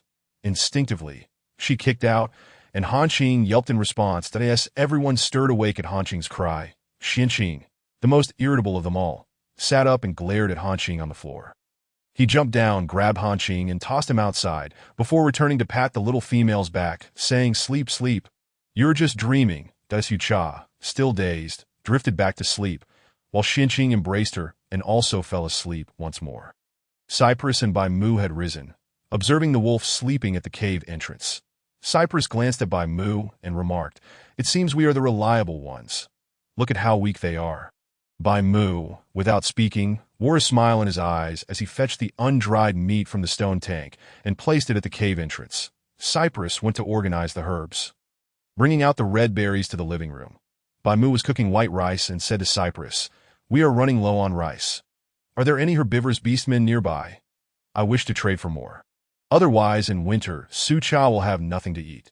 Cypress thoughtfully replied, Just over 2 mountain peaks, there is a vast grassland where a group of Guishan goats reside. Once Su feels better, I will accompany you. Bai Mu stirred the rice in the stone pot, adding chunks of meat, shaking his head, I can go alone. Those two can't care for Su Cha. I feel uneasy leaving you behind. Cypress raised an eyebrow, realizing that the foolish wolf was indeed unreliable, especially with Xianqing added to the mix. Once the rice was soft and tender, it was set aside to keep warm until Su Cha awoke and could eat. Yesterday, Chuan Gu had left the prey in Cypress's cave, and Bai Mu and Cypress went to process the catch on the bed. Su Cha awoke, staring at the unfamiliar beast man, hesitant to move. Had she not been rescued? She scrutinized the beast man's dark hair and defined features. Their hair intertwined, both lacking garments. As she shifted, Xianqing immediately awoke, gazing down at the closed-eyed Su Cha. and whispered close to her ear, Susu, if you don't wake up soon, I shall kiss you. Sucha instantly pushed him away and sat up, realizing she was in her own home, her demeanor shifting as she interrogated him. Who are you, and what are you doing in my house? When Bai Mu returns, I'll have him deal with you. Xinqing approached and embraced her, speaking playfully, I am, of course, your beloved partner. If you don't believe me, just look at your back. With that, he gently blew a breath towards Sucha. Unable to withstand his antics, she kicked him off the bed. Xinqing complied, rolling aside and exclaiming, Ah, that hurts. Su, I saved you. You can't deny me now. Ignoring him, Sucha turned to inspect her back, finding an expansive beast mark resembling the striking Xian Yao. With a wolf's head adorning her shoulder, clearly Hanqing's, Sucha was momentarily stunned, unable to recall the events, only remembering the massive snake thrusting in her chest, leading her to believe she was destined to die. Her last memory before losing consciousness was of raising her hand, intending to stab its eyes, but the knife slipped from her grasp and everything faded from there. Xinqing, with his hair spiked up using crystals, donned a sheer garment, transforming back into the flamboyant Xinqing, that he approached her and introduced himself. I am Xinqing, that I will explain everything once Bai Mu returns. Afterward, he stepped outside, kicking Hanqing awake, instructing him, go inside and take care of Su. She's awake. Xinqing spread his wings and ascended to the mountaintop. Fei Yu, observing Xuanqing's sudden return, was curious. Elder, where did you go last night? Xinqing walked directly back to his cavern, remaining silent, blocking Fei Yu at the entrance. Hurry and supervise the clan members. Oh, and by the way, I have a partner now. After saying that, he disregarded the astonished Fei Yu, who entered to find the sheer garments and crystals of various colors in the corner. Grabbing a particularly striking piece, he exited, ignoring the still stunned Fei Yu, and flew down. Hanqing watched Xinqing return so swiftly, arms laden with items. Bai Mu and the others happened to be returning as well.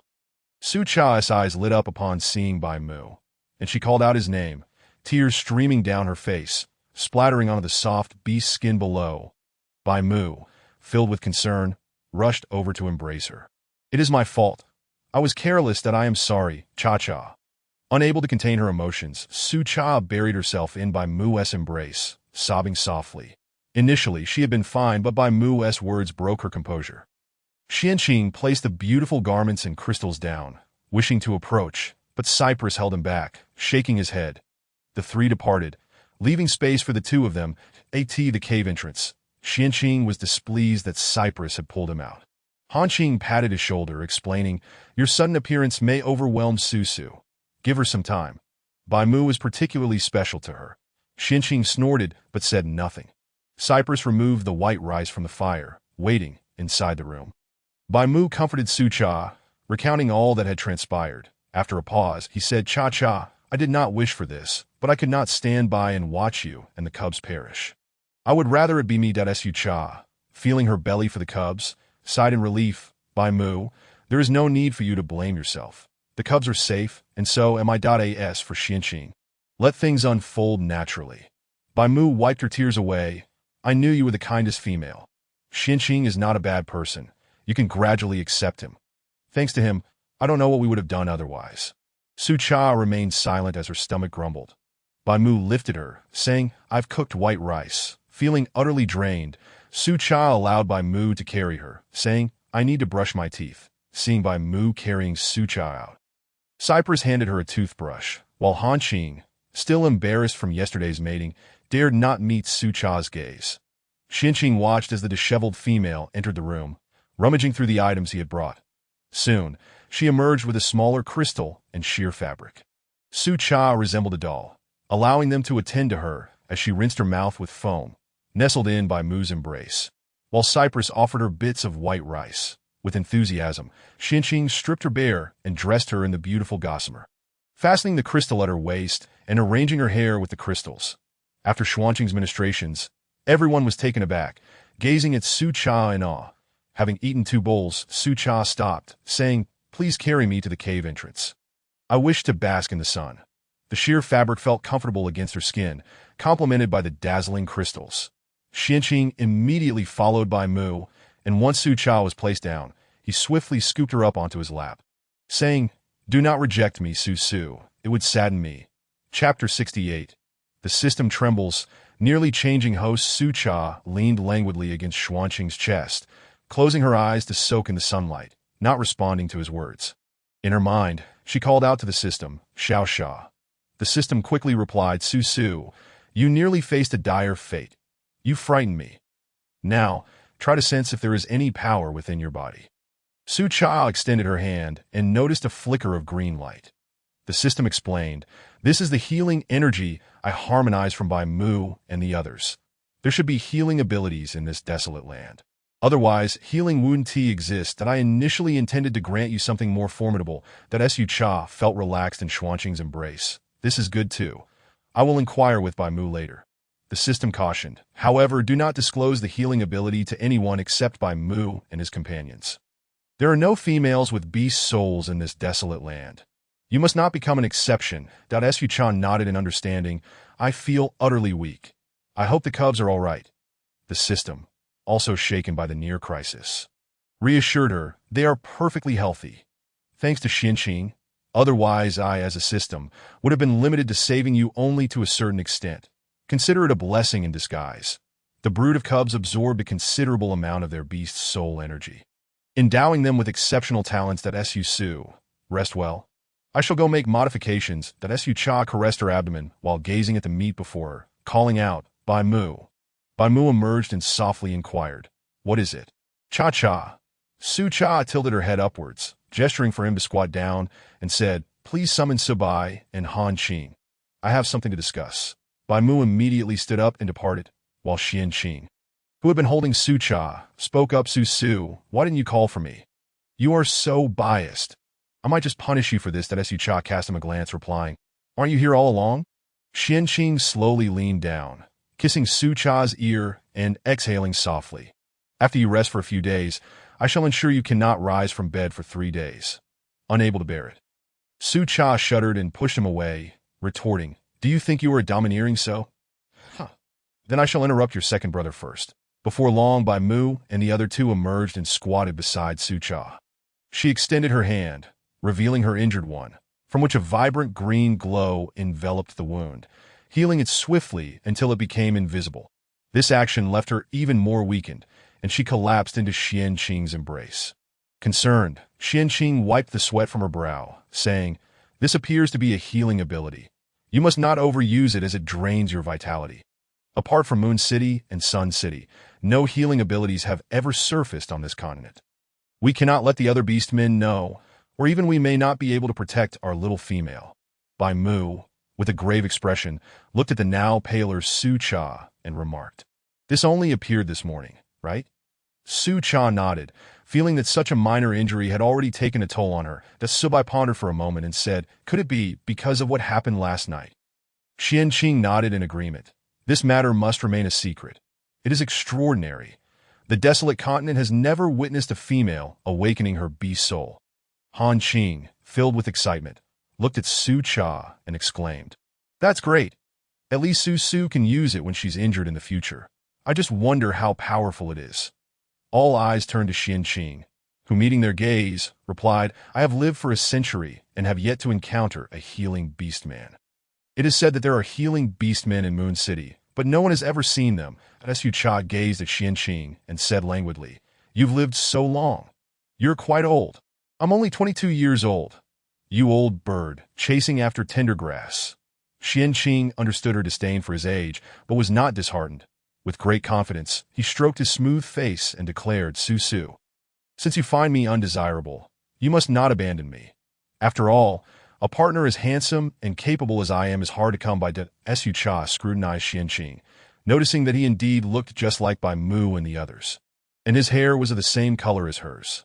However, Xianqing's eyes were strikingly beautiful, a rich brown hue, with exquisitely defined features resembling an eagle's gaze, dark yet flecked with brown, long and sharp, sparkling with brilliance, evoking both admiration and a hint of fear. This moment, however, his gaze was gentle and filled with tenderness as he looked at her. Su Cha lowered her head, stammering, I didn't mean that. Han Qing glared at the fiery bird, infuriated that he was enticing Su, his teeth nearly grinding in frustration, while Bai Mu remained remarkably calm. Bai Mu ruffled Su Cha's little head, advising, "Do not use this healing ability for now. Once you have recovered, we shall explore it further." Su Bai chimed in. "Yes, once Su is well, we will make soap and shampoo." Suddenly recalling this matter, Su Cha, thrilled, nodded eagerly and turned to Bai Mu. "What about the tool I mentioned yesterday for grinding Sichuan peppercorns? Can we make it now?" Bai Mu looked at her tenderly, saying, "I will go make it right away." The group then dispersed, leaving only Xianqing and Su Cha to bask in the sunlight at the cave entrance, the warmth enveloping them. Xianqing glanced at the bright sun and remarked, "The morning sun feels delightful, but we cannot bask in it during the afternoon. It will cause us to darken." Su Cha observed him and realized that Xianqing was the only beast man she had seen who did not wear beast pelts and adorned himself with accessories, such as the crystals used to tie his hair and the beautiful crystals he wore daily that resembled jade. However, Xianqing was also quite handsome in his own right. She looked down at the sheer fabric and momentarily wondered if it was intentional. Thankfully, since they were at home, she refrained from commenting. Leaning against Xianqing's chest, she closed her eyes and basked in the sun, unexpectedly drifting into slumber. Xianqing watched as Su Cha let out soft snores. Fearful of waking her, but he glanced at the lively Han Qing, who threw a stone at him, gesturing towards the little female in his arms. Han Qing quickly stifled a cry of pain, covering his mouth, and went next door to call Su Bai to be quieter, as Su was sleeping. Everyone tacitly understood and quietly went about their tasks until noon, when Bai Mu returned from outside, holding a polished stone stick and a container that resembled a deep stone pot. Han Qing, filled with curiosity, wanted to leap towards Bai Mu, but quickly remembered Su was still asleep and silently pointed to her. Bai Mu nodded in understanding, placing the items in the living room to start a fire, preparing a meal, and cooking the last bit of white rice for Su Cha while instructing Su Bai to grill meat. Han Qing had no choice but to assist in cutting the meat. Perhaps due to the enticing aroma, Su Cha slowly opened her eyes, stretching languorously and feeling her body regain some strength. Xianqing's voice came from above her. Su has finally awakened. "Oh dear, my legs have gone numb." Su Cha, feeling guilty, reached out to massage his legs for a moment, then stood up, saying, "Wait a moment. I will grill meat for you as compensation. My grilled meat is delicious." She then walked inside, seeing the three of them busy, though Han Qing was merely assisting, as he himself did not wish to eat the meat he grilled. Laughing heartily. Chapter 69. The beautiful fox Xianqing followed closely behind, supporting Su Cha as she walked ahead, his affection for her bright smile evident. As Su Cha entered, the disapproving gazes of Bai Mu and the others fell upon Xianqing. Chiding, "The little female is still weak. How could you let her walk on her own?" Su Bai, who was nearby, quickly stood up and lifted Su Cha, settling her on his lap, saying, "You're awake. Did you smell the delicious aroma?" Xianqing, sensing their gazes, feigned innocence, asserting that Su had insisted on coming down, and sat beside. Su Cha praised Su Bai's grilling skills, saying, "Your culinary skills are much better than Han Qing's." Su Bai rubbed his chin against her head, solemnly stating, "How can you compare me with Han Qing? We are not on the same level." Han Qing shot Su Bai a glare, declaring, "One day, my cooking skills will surpass yours." Su, just wait for me to grill meat for you." Su Cha shook her head vigorously. "I am an injured party. I beseech you to spare me." Their banter elicited laughter from everyone, as Bai Mu observed the white rice in the pot and instructed Han Qing to add the meat.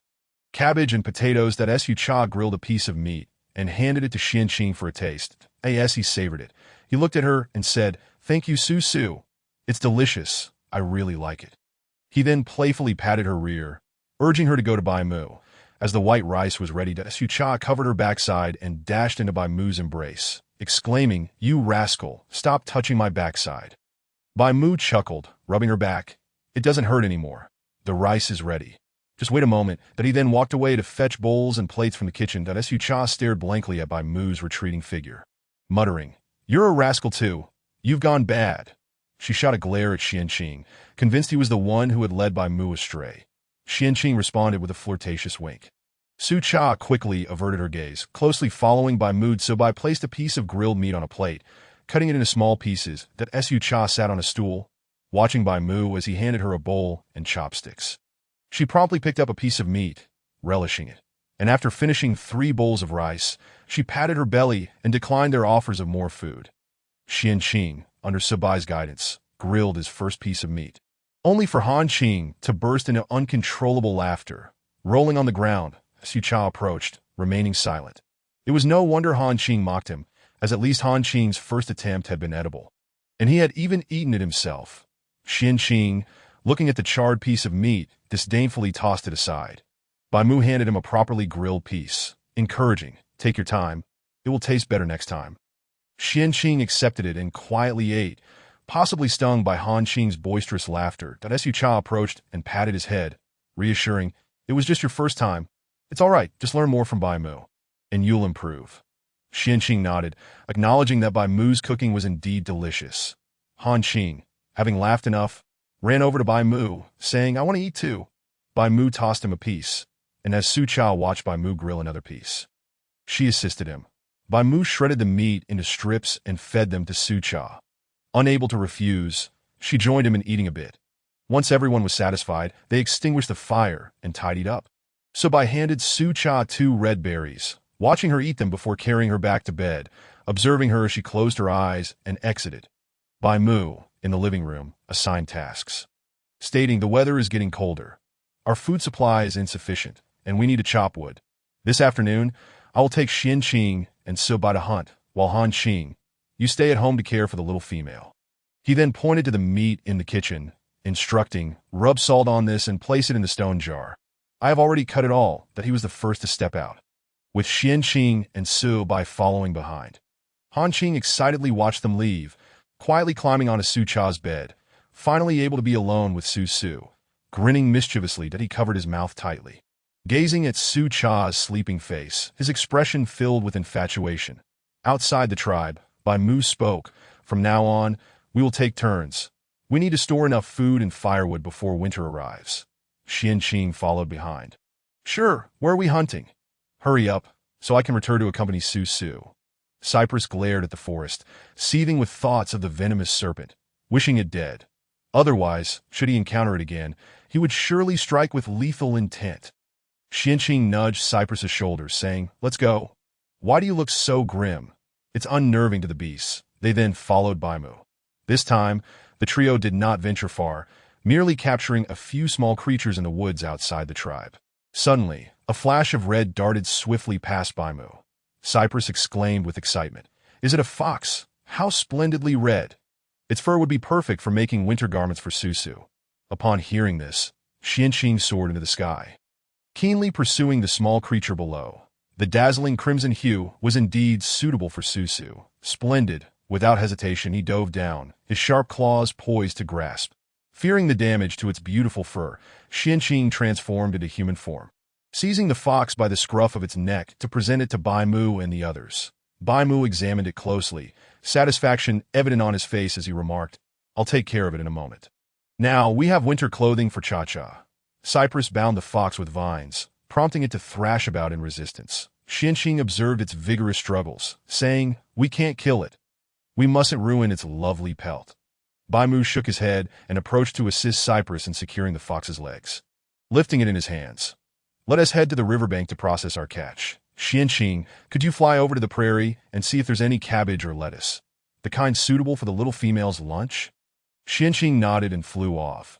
Bai Mu and Cypress carried their prey to the riverbank, where Bai Mu, wielding a bone knife, meticulously skinned the fox, soon revealing a flawless hide. After cleaning it, he set it aside and joined Cypress in processing the rest of the catch. It was only after they finished that Xianqing returned, laden with an abundance of cabbage and lettuce. He landed and said, "I saw plenty over there, so I picked a bit extra to bring back." The three then made their way back to the tribe with Xianqing soaring above, following Bai Mu and Cypress. Meanwhile, in a cavern beneath the dark river, Chie stirred, discovering that his tail could move. The white tiger's grip was no light matter. As long as he was alive, he could follow the river upstream, eventually glimpsing the light that I in the tribe. Suti awoke shortly after Bai Mu and the others had departed, turning to find Han Qing gazing at her with rapt attention. Han Qing beamed at Suti, exclaiming, "You're awake." He lowered his gaze, adding, "I'm sorry, Su, for not seeking your consent first." Suti regarded Han Qing earnestly, replying, "There's no need for remorse." Baimu has already informed me of the circumstances. And besides, I willingly accepted. Hanqing immediately lifted his head, embracing her. Susu, you're truly wonderful. Just as he leaned in for a kiss, the voice of G echoed from the cave entrance that Sut pushed Hanqing away. Rising to see Guo approaching, Guo rushed forward to embrace her, exclaiming, "You scared me half to death. Everyone said you were taken by a wandering beast. Boo-hoo." Sut comforted Guo, "I'm fine now. I even managed to injure that wandering beast." "Please don't cry." Guo looked up, scrutinizing Sut, and upon confirming she bore no injuries, felt relieved. The two then sat at the cave entrance to chat. Among the beast men accompanying Guo today was one Sut did not recognize.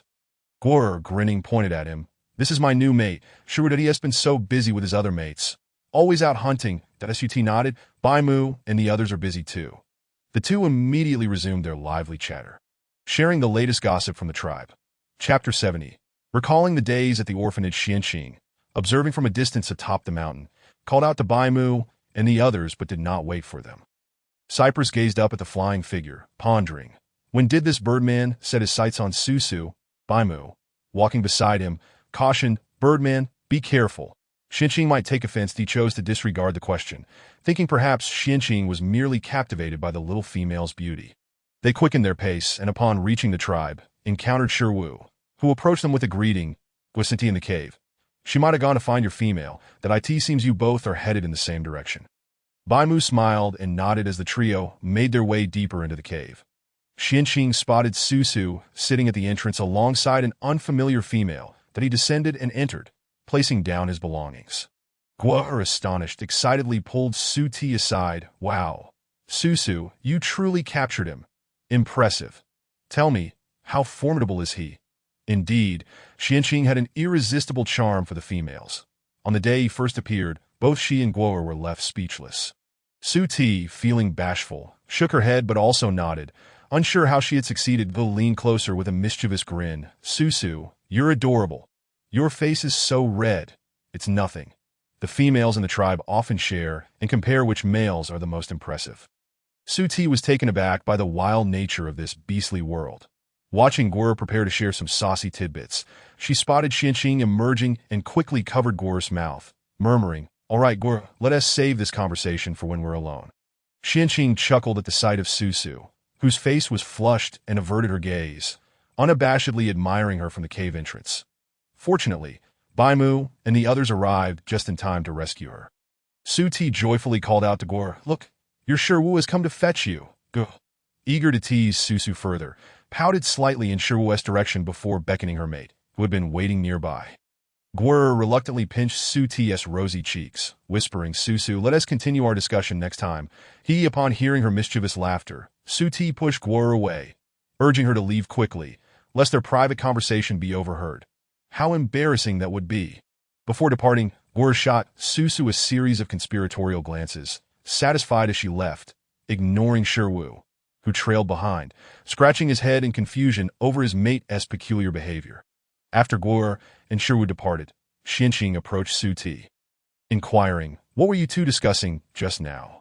Sut, feeling shy, pushed him away and walked towards Baimu and the others. Baimu presented the fox to Sut, asking, "Do you like it, Cha-Cha? It should make a lovely garment." Sut caressed the pelt, delighted by its vibrant red hue. She stepped forward and embraced Baimu, who chuckled as he playfully rubbed her nose. "This was a catch we three made together. Once it's dried, we'll make you a beautiful outfit." That Sut handed the pelt back to Baimu and turned her gaze towards Cypress, who was chopping meat in the kitchen. She approached from behind, wrapping her arms around him and playfully squeezing his abdomen. Cypress, intending to turn around to embrace Sut, glanced down at the meat in his hands and decided against it, saying, "This hug doesn't count. Wait until I finish chopping, Susu." But Sut was unconcerned. After her embrace, she dashed away. Hanqing, busy gathering food outside, caught her attention, and without hesitation, she ran over to assist him. Xianqing, observing Sut engrossed in helping Hanqing, felt a pang of jealousy as he stepped forward to take the items from her hands. Stealing a quick kiss and grinning, "Since Susu feels too shy, I'll have to take the initiative." Sut covered her face, pouting, "You rogue." She then moved to help Cypress organize herbs in the adjacent cave, neatly categorizing them for storage. Han Qing and Xian Qing also returned with the dried food, placing it in the cellar for preservation. As the sky darkened, Bai Mu hurriedly lit a fire and checked on the little female in the neighboring cave. The two worked together to prepare the herbs. Hand in hand, Sut noticed that every time Bai Mu and the others entered her cave, they had to bend down, while she, standing tall, could walk through freely. Cypress, having finished cutting the meat, called out from the kitchen, "Su, what shall we have for dinner tonight?" Su Ti, glancing at the stone pot, suddenly recalled the wild boar. She turned to Bai Mu, asking, "What about the wild boar from a few days ago?" Bai Mu pointed to the kitchen counter. "It's been cleaned and set aside, just as you requested." Delighted, Su Ti rushed to the kitchen, confirming the presence of the wild boar on the stone table. She instructed Cypress to cut the lard into small pieces for later use. Carrying the stone pot outside, Bai Mu quickly approached, taking it from her hands. "Just tell me what you'd like to make." "Cha-cha." Han Qing also joined them, though Xin Qing's whereabouts were unknown. Sut directed Bai Mu to place the pot over the fire, adding water halfway, while instructing Cypress to add the pig lard. Once foam appeared, she urged Bai Mu to remove it and change the water, then added more water before placing the lard back into the pot to cook, this time without any foam. Sut, surrounded by them, announced, "Once the lard is rendered down, we'll store it away." Han Qing, watching the white meat in the pot, asked, "What is the use of this, Su? Isn't it better to eat it directly or roast it?" Su Ti playfully tapped Han Qing on the head with a small stick. "It serves a significant purpose. You'll understand in due time." Bai Mu then took the meat outside to share with them. While he and Su Ti tended the stone pot, Sut looked at Bai Mu squatting beside her and said, "I can manage this alone. You should go eat some roasted meat. You must be starving after a long day." Bai Mu took the spoon from Su Ti's hand, replying, "I'm not hungry. I'll handle it. It's too hot. The oil has begun to bubble, and the spoon is too short. Sut has already scalded herself several times. But fortunately, there are no blisters, just a rosy hue. She remains unfazed, as this is the usual occurrence whenever she renders lard." Bai Mu notices Su Cha rubbing her wrist and pulls her closer to inspect the reddened skin. Promptly lifting her into his arms and heading to the kitchen to rinse it under cold water, "But you've been burned." "Let me take a look," he says. Bai hands over the meat to Han Qing, who also enters, inquiring, "Is it serious?" Su Cha, amused, gently pushes them both away, saying, "I'm fine. It will be better in a while. Let us go outside." She then drags them both out, crouching down to retrieve a spoon to stir. Bai Mu, quicker on the uptake, snatches the spoon and stirs, saying, "Cha-cha, just tell me what you want to do, and I'll handle it. I'm tough. I can take it." With no other choice, Su Cha directs Bai Mu to watch the pot, where the oil residue has turned a golden brown and smells quite delightful. She points to the stone pot that has already been prepared and instructs, "Scoop out the golden residue and pour the oil into it. Then leave it in the kitchen to set." Bai Mu diligently retrieves the meat, empties the water from the pot, and places it in the kitchen in one fluid motion. Su Cha takes a piece of the oil residue and recalls her days at the orphanage, remembering how the matron would render lard, and each child would receive a small piece of the residue. It was delicious, but with so many children at the orphanage, she was too frail and small to compete with the bigger kids. Once the matron left, the residue would be snatched away. Chapter 71. Xin Qing stealthily climbs in a bed when Bai Mu emerges. He finds Su Cha staring blankly at the plate, and he asks, "What are you thinking, Cha-cha? Is it delicious?" Su Cha snaps back to reality and realizes that she is no longer at the orphanage. She now has those who love her and soon-to-be-born little ones. She playfully feeds a piece to Bai Mu, smiling at him. "It's very delicious." Han Qing, nearby, exclaims, "I want some too." Su Cha approaches and feeds both Han Qing and Subai from the plate. Xian Qing walks in and witnesses this scene, tossing the herbs in his hand to Subai. "These are all the herbs. Take a look." Then he turns to Su Cha. "I want some too." Su Cha offers him a piece of the residue, saying, "Here, I treat everyone equally."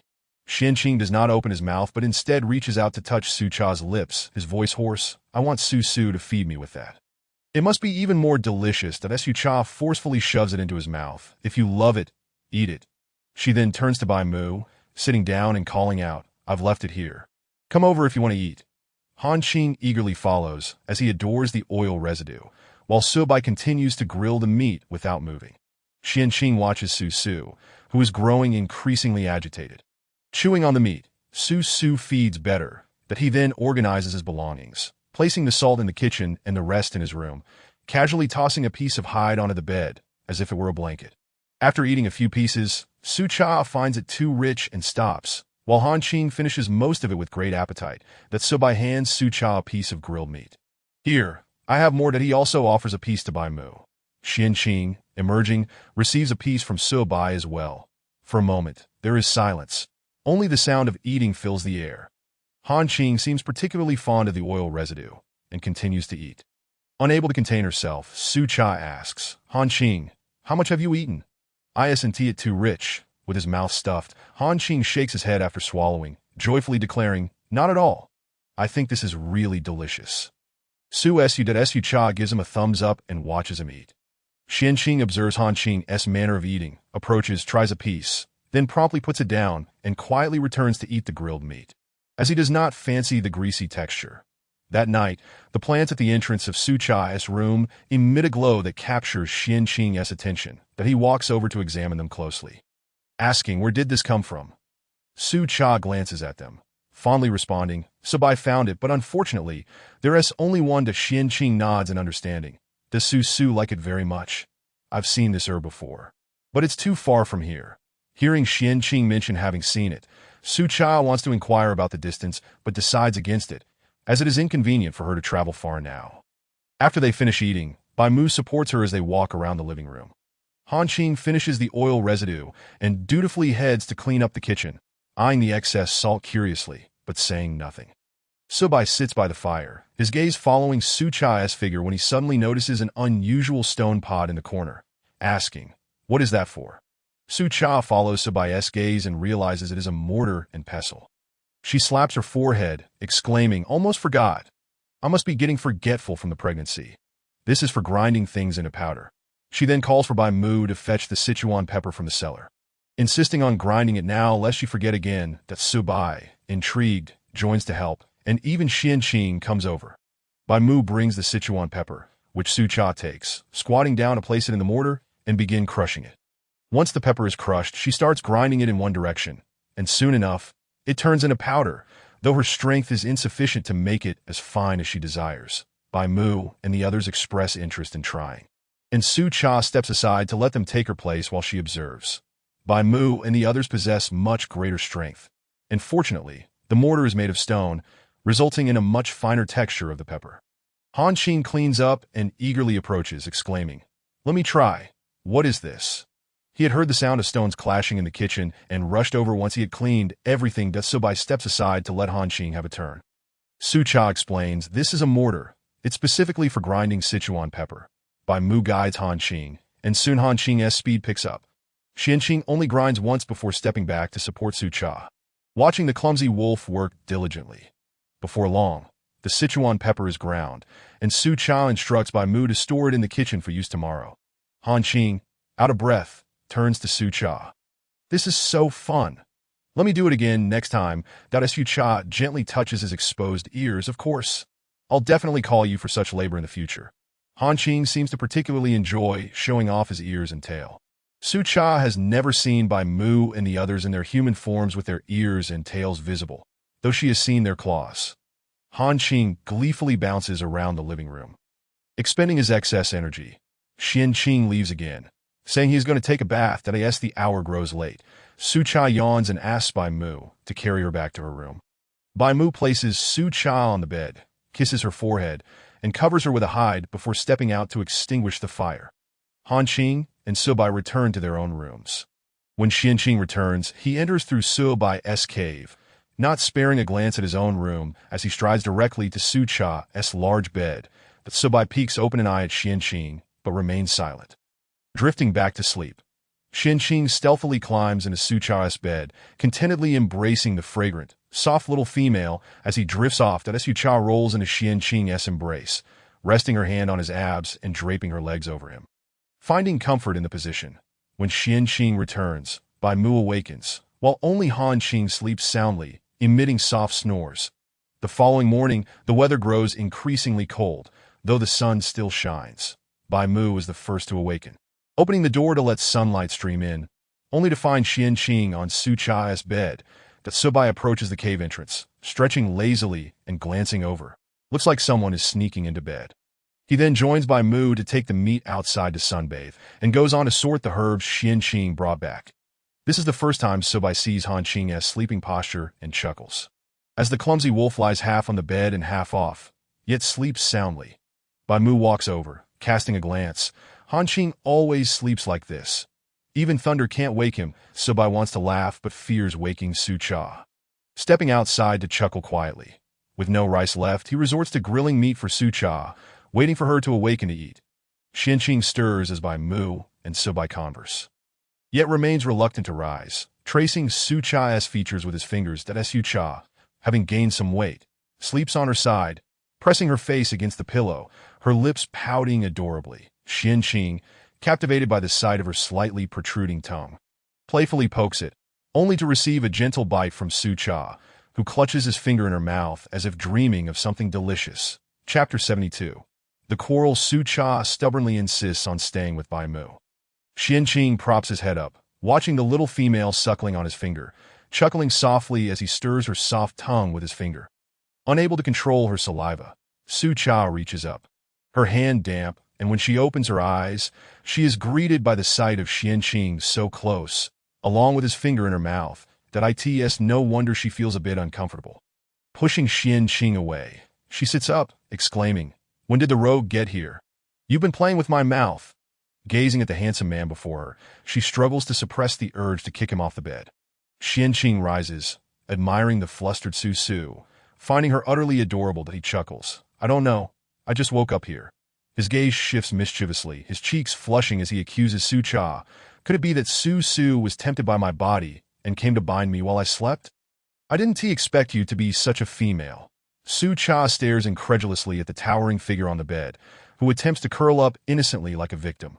Clenching her fists in frustration, she lunges at Xian Qing, launching a flurry of playful punches. Soon, the room is filled with Xian Qing's cries of distress, while Bai Mu and Subai pretend not to hear, focusing on their tasks.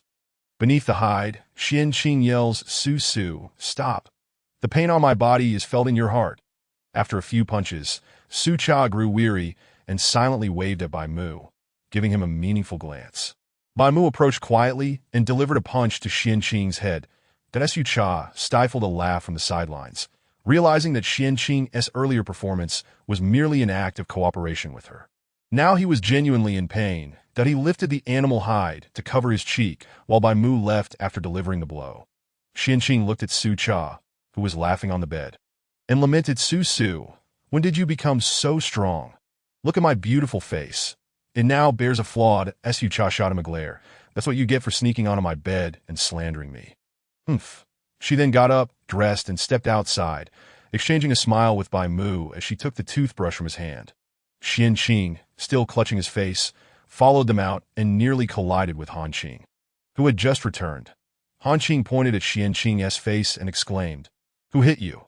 It looks quite serious." Xian Qing, unwilling to engage, sidestepped Han Qing and stepped into the sunlight, stretching comfortably.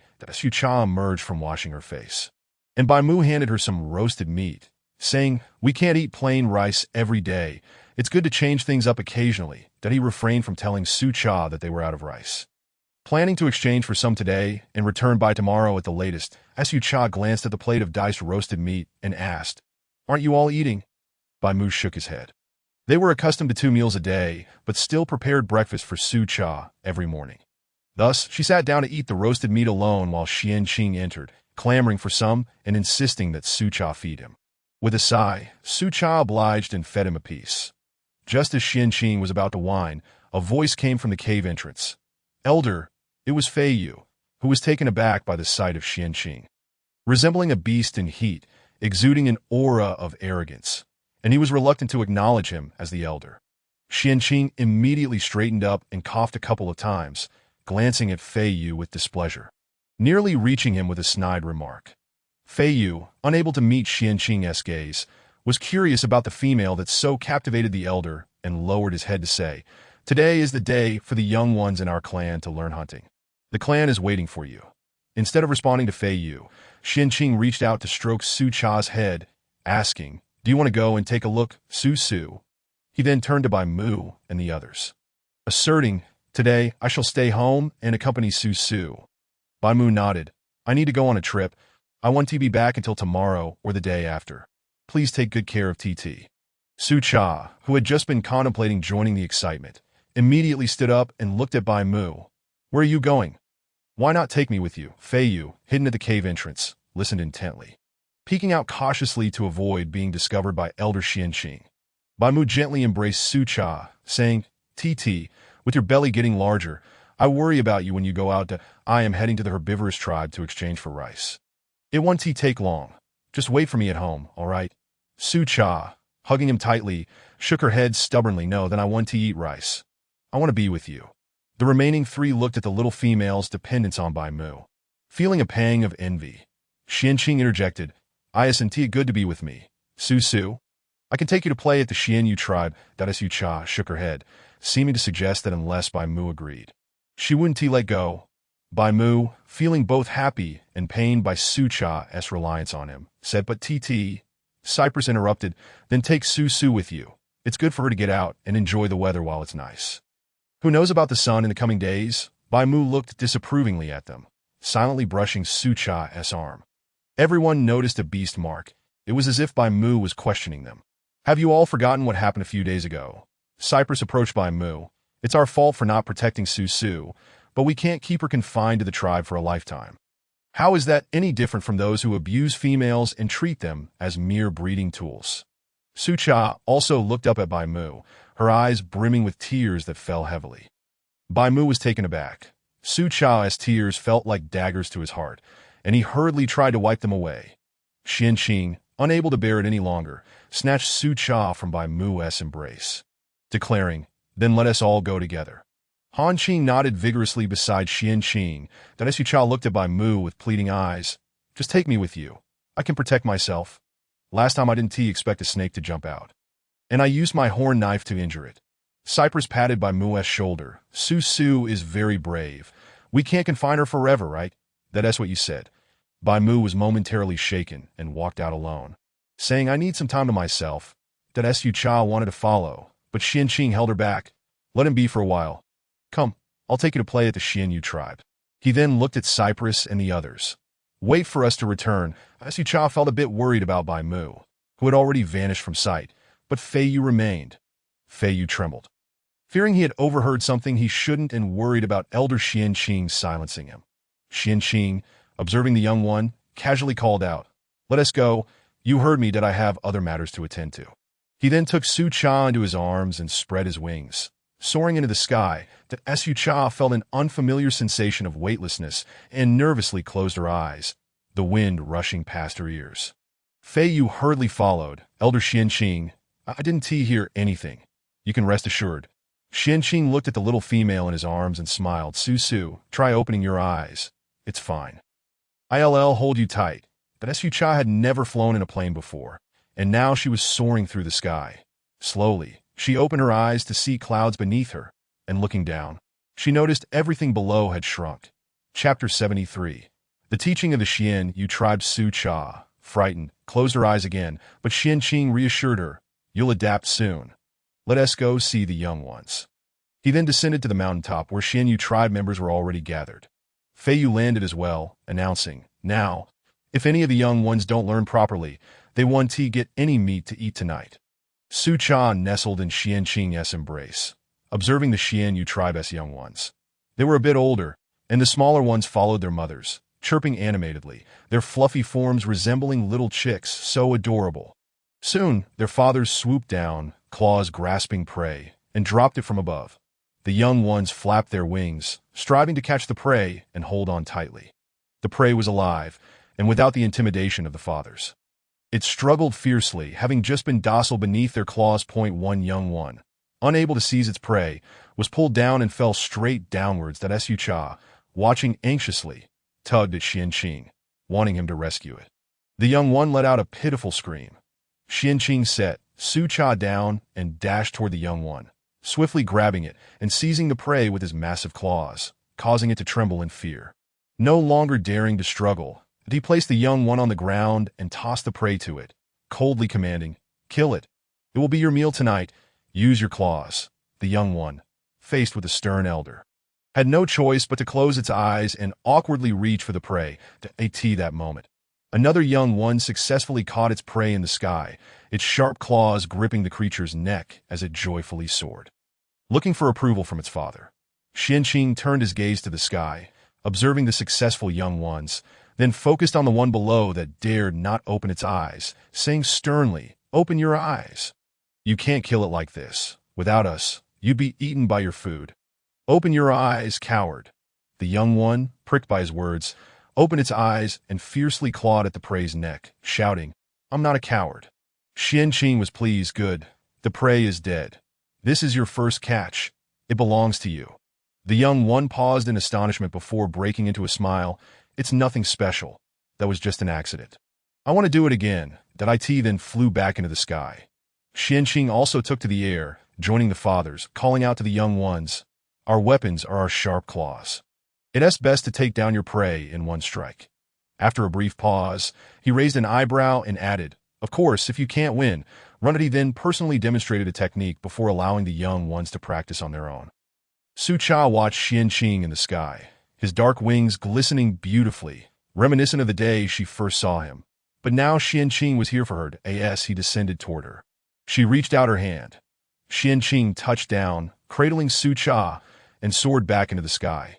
This time, Su Cha willingly wrapped her arms around his neck, marveling at his dark wings glimmering under the sun, reminiscent of a rainbow, and exclaimed, "Your wings are beautiful." Xianqing, still holding her, flew a circle in the sky and said, "I need to go on a trip. You take care of things here." He then flew away. Fei Yu, watching the departing figure, had grown accustomed to elder Xianqing's occasional disappearances. Xianqing, holding Su Cha, flew around in the sky, observing her desire to spread her hands and feel the wind. Encouraging her, he said, "Imagine your hands are your wings. Feel the wind. That don't worry. You want to fall. I'm here." Su Cha opened her eyes, stretching out her hands. She found it indeed enjoyable. Who hasn't dreamed of flying? Realizing she wouldn't fall, she released one hand and, like a little bird, exclaimed, "I think I can touch the clouds and the wind."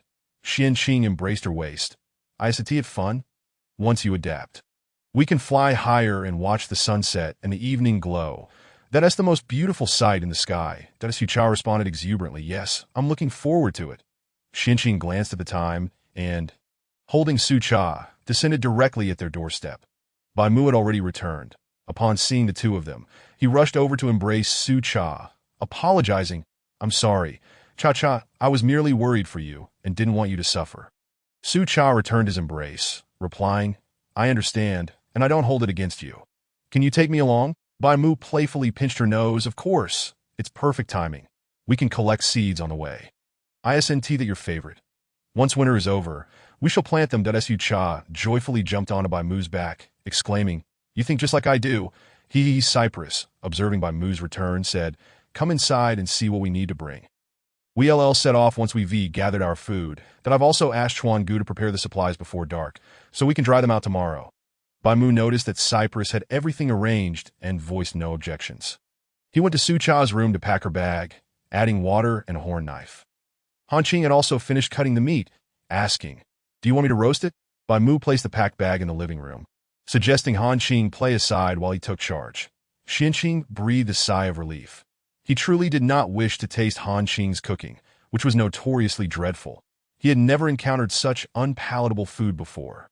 Cypress went next door to roll up the beef skins and place them in Su Cha's bag, then returned to assist Su Cha. Meanwhile, was playfully teasing Hanqing. Xianqing, observing her affectionately stroking Hanqing's ears and tail, remarked, "Su seems to have a fondness for fluffy creatures." Su Cha joyfully replied, "Yes, they are so cute and soft." Hanqing, displaying his beast form, lay beside the fire, letting Su Cha groom him while emitting a soothing purring sound. In the kitchen, Cypress was dividing some salt and peppercorns, explaining that they would likely be eating outdoors for the next few days. He turned to Bai Mu, reassuring him, "Rest assured, Su's offspring are healthy. By the time we return from this journey, she will likely be ready to give birth." Bai Mu furrowed his brow, "But it hasn't even been 3 months yet. I'm worried for Su." Cypress patted his shoulder. "Some females may give birth early or even later. It's quite normal that a few days' difference is nothing to fret over. I will personally assist Su during the delivery. Bai Mu finally relaxed. Thank you, before returning to prepare the meat for roasting. Xianqing entered the kitchen. With the two of them barely fit, he looked at Cypress and asked, "Is it possible for Su to give birth prematurely?" He had heard that premature births could be perilous, and the offspring might be weak and unhealthy. Cypress nodded. It's a possibility that Su's belly is already quite large. We cannot afford any mishaps this time. Xianqing agreed, and the two exited together. Su attempted to assist, but was gently urged to sit by Xianqing. Xianqing lifted Su onto his lap, asking, "Teach me how to roast meat, Su." Holding a stick, Su guided Xianqing's large hand around hers, flipping the sizzling meat as it released savory juices. She instructed him to add salt and peppercorns later for enhanced flavor. Once the meat was perfectly roasted, they would sprinkle peppercorns to create an aromatic finish. Xianqing placed the roasted meat on a plate, cutting it into small pieces to offer to Su, who was still learning to use chopsticks. She eagerly guided him, and together they discovered that the addition of peppercorns made their creation taste significantly better than before. Cypress chimed in from the side. Indeed, the addition of peppercorns does enhance the flavor. Bai Mu served the freshly roasted meat to Xianqing and Qing, while Cypress enjoyed his own cooking. Bai Mu then took Su onto his lap, feeding her while saying, "This time, you must not stray from our side. Someone must always accompany you, do you understand?" Su nodded contentedly, her mouth full of delicious food, casting an expectant look at Bai Mu. Urging him to continue feeding her, Bai Mu, observing her innocent eyes, sighed, "Let us discuss this later. It's clear she isn't paying attention." Chapter 74. Chi Ye's vigil. After a hearty meal, Bai Mu carefully extinguished the fire and secured the wooden door before leading the group outside the tribe. Su, comfortably seated on the back of the white tiger, swung her legs and caressed her belly, exclaiming, "My belly is so big. I wonder when the little ones will be born." Bai Mu strolled alongside her, responding, "It's been over 2.5 months already." Hearing this, Xianqing descended. Su, let us have our offspring together. Our Xianyu tribe's young ones are easier to bear than theirs." Eggs? Su hesitated, glancing at Xianqing, who was fluttering nearby. Qing, biting his gums in frustration, thought, "What a crafty bird." Xianqing nodded. "Eggs are easy to hatch. They're quite small." Suddenly, Su giggled, "But I don't know how to incubate eggs. And I lack the warm fur." Xianqing, circling her, remarked, "In the Xianyu tribe, the males incubate the eggs. Didn't you know?" Su quickly laughed it off, falling silent, then glanced at Cypress, asking, "Why aren't you speaking?" And Qing, "Don't you miss home?" She remembered that Qing had run away from home. Qing flicked his ears, saying, "I have a partner now, so naturally, I want to stay with Su. My mother beast and father beast are taking care of me." That Su, intrigued by the snow domain, replied, "Then we should visit your mother beast whenever we have a chance." Qing turned, happily walking backward, asking Su, "Would you like to come back to the snow domain with me to see my mother beast?" Su smiled and nodded. Qing immediately began to bounce around, howling with delight, which made everyone laugh. Su then turned to Cypress. "What about your mother beast? I feel like I've never met your family." Cypress shrugged nonchalantly. "They said my mother beast died while I was hunting. And then she left the tribe that I was raised by the tribe leader. After I matured, I left the tribe for a few years but returned when I felt uneasy about leaving the leader." Su looked at Cypress with teary eyes. "From now on, we will keep you company." Imagining little Cypress all alone without a mother, tears threatened to spill. Cypress, unfazed, replied, "Sounds good." Due to Su pregnancy, their pace was slow. Cypress, curious about how Bai Mu had met Su, leaned closer to inquire.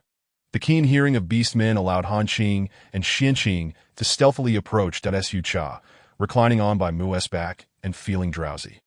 Noticed the others gathering around and weakly asked, "What are you all doing?" Upon hearing Su's voice, Bai Mu, worried, asked, "Cha, is everything all right?" They're curious about how we met. That he remembered their first encounter, during which he had been incredibly ill. Su sat up abruptly. "I'm fine. I want to hear." Bai Mu then recounted their meeting. Once Bai Mu finished, Su exclaimed, "That scared me to death. I thought a snake was going to take me as a midnight snack, but it turned out to be Bai Mu saving me." Xianqing envied Bai Mu for being Su's first partner. and upon hearing about the snake, he felt a renewed urge to eliminate that venomous serpent. Han Qing proudly raised his head, humming with contentment, for he was the second to meet the little female. Cypress, observing Han Qing's foolishness, chuckled and playfully kicked him. Xianqing flew down, whispering into the wolf's ear, "If it weren't for me, you'd still be without status." He winked at Han Qing, who attempted to reach out with his paw, but quickly flew upwards. Su Cha, noticing the shift in atmosphere after Cypress kicked Han Qing, playfully grasped by Mu's large ears, enjoying their softness. She preferred his ears, which were round and fluffy, over Han Qing's pointed ones. Bai Mu swatted her playfully with his tail. "Don't be mischievous. Be good." Su Cha giggled, releasing his ears. "Aren't you curious about what they're talking about?" Bai Mu, though aware, shook his head, not curious. As Bai Mu walked with Su Cha nestled between them, Cypress lagged behind, with Han Qing leading the way and Xianqing soaring above. Although they occasionally engaged in playful banter, they quickly resumed their positions. Xianqing swooped down again. "Su, beg me, and I'll tell you." Su Cha waved her hand dismissively, indicating she wasn't interested, suspecting it was not worth knowing. They continued their cheerful banter, moving farther away from the tribe. At that moment, a serpent emerged from the river outside the tribe, observing the situation. Not daring to expose itself with beastmen coming and going, it sank back into the depths, uncertain of how the little female was faring. Having skipped her afternoon nap, Su Cha began to feel drowsy after walking for a while and eventually fell asleep on Bai Mu's back. Cypress approached and suggested, Su is asleep. Let us slow down. We have plenty of time." Bai Mu nodded, and the group continued their journey in silence, with Bai Mu walking more steadily. Cypress took out a bee skin and draped it over Su Cha, ensuring she slept comfortably. When Su Cha awakened, she felt a bit dazed, wondering why the ground seemed to be moving. Upon opening her eyes to see trees, she remembered they were outside, sitting up with the beast's skin. She asked, "Why did I fall asleep? Why didn't you wake me?" It was already afternoon, and without the sun's warmth, the breeze felt a bit chilly. Su Cha tugged at the beast's skin. Bai Mu transformed into his human form. Cradling Su Cha in his arms, "You're awake. We should find a place to rest for the night." Cypress also shifted into his human form, walking alongside Bai Mu. "It's fine. Su doesn't have to walk." It won't affect her. Han Qing and the beast walked alongside, wagging their tails and shaking their heads. Cypress is right. If Su finds it uncomfortable to sit on the white tiger, she can sit on me instead. Su Cha reached out to touch Han Qing's ears. The Xuanqing's voice resonated from above as he descended, visibly delighted to see Su Cha awake. "After we cross this mountain, there is a small forest with a water source behind it. We shall rest there tonight." Bai Mu nodded in agreement. "Since Cha is awake, let us hasten our pace." He then turned gently to Su Cha nestled in his arms, inquiring, "Would you prefer to sit with me?" Su Cha playfully pinched Bai Mu's chin and shook her head. "That I wish to sit with Cypress," she said, extending her arms to be embraced by Cypress. Bai Mu chuckled and passed her over, gradually lagging behind while Han Qing moved ahead, encircling Cypress in the middle. Their speed quickened, and they gradually began to run forward. Su Cha, thoroughly content, reached out to pinch Cypress's ears, which were as adorable and pleasant to touch as Bai Mu's. Han Qing soared above, observing the situation below. Had he ventured alone, he could have returned swiftly, but this time he considered it a delightful outing with Su. Chapter 75. Sea of Flowers. Before long, they had traversed the mountain and arrived at the forest Xianqing had mentioned. The sun was nearing its descent, and they needed to find a suitable cave for the night, as the evening air was still somewhat chilly, making it unwise to let Su Cha sleep outside. Bai Mu pondered for a moment before gesturing for Xianqing to descend. "Fly a bit higher and see if there are any caves or sheltered spots nearby."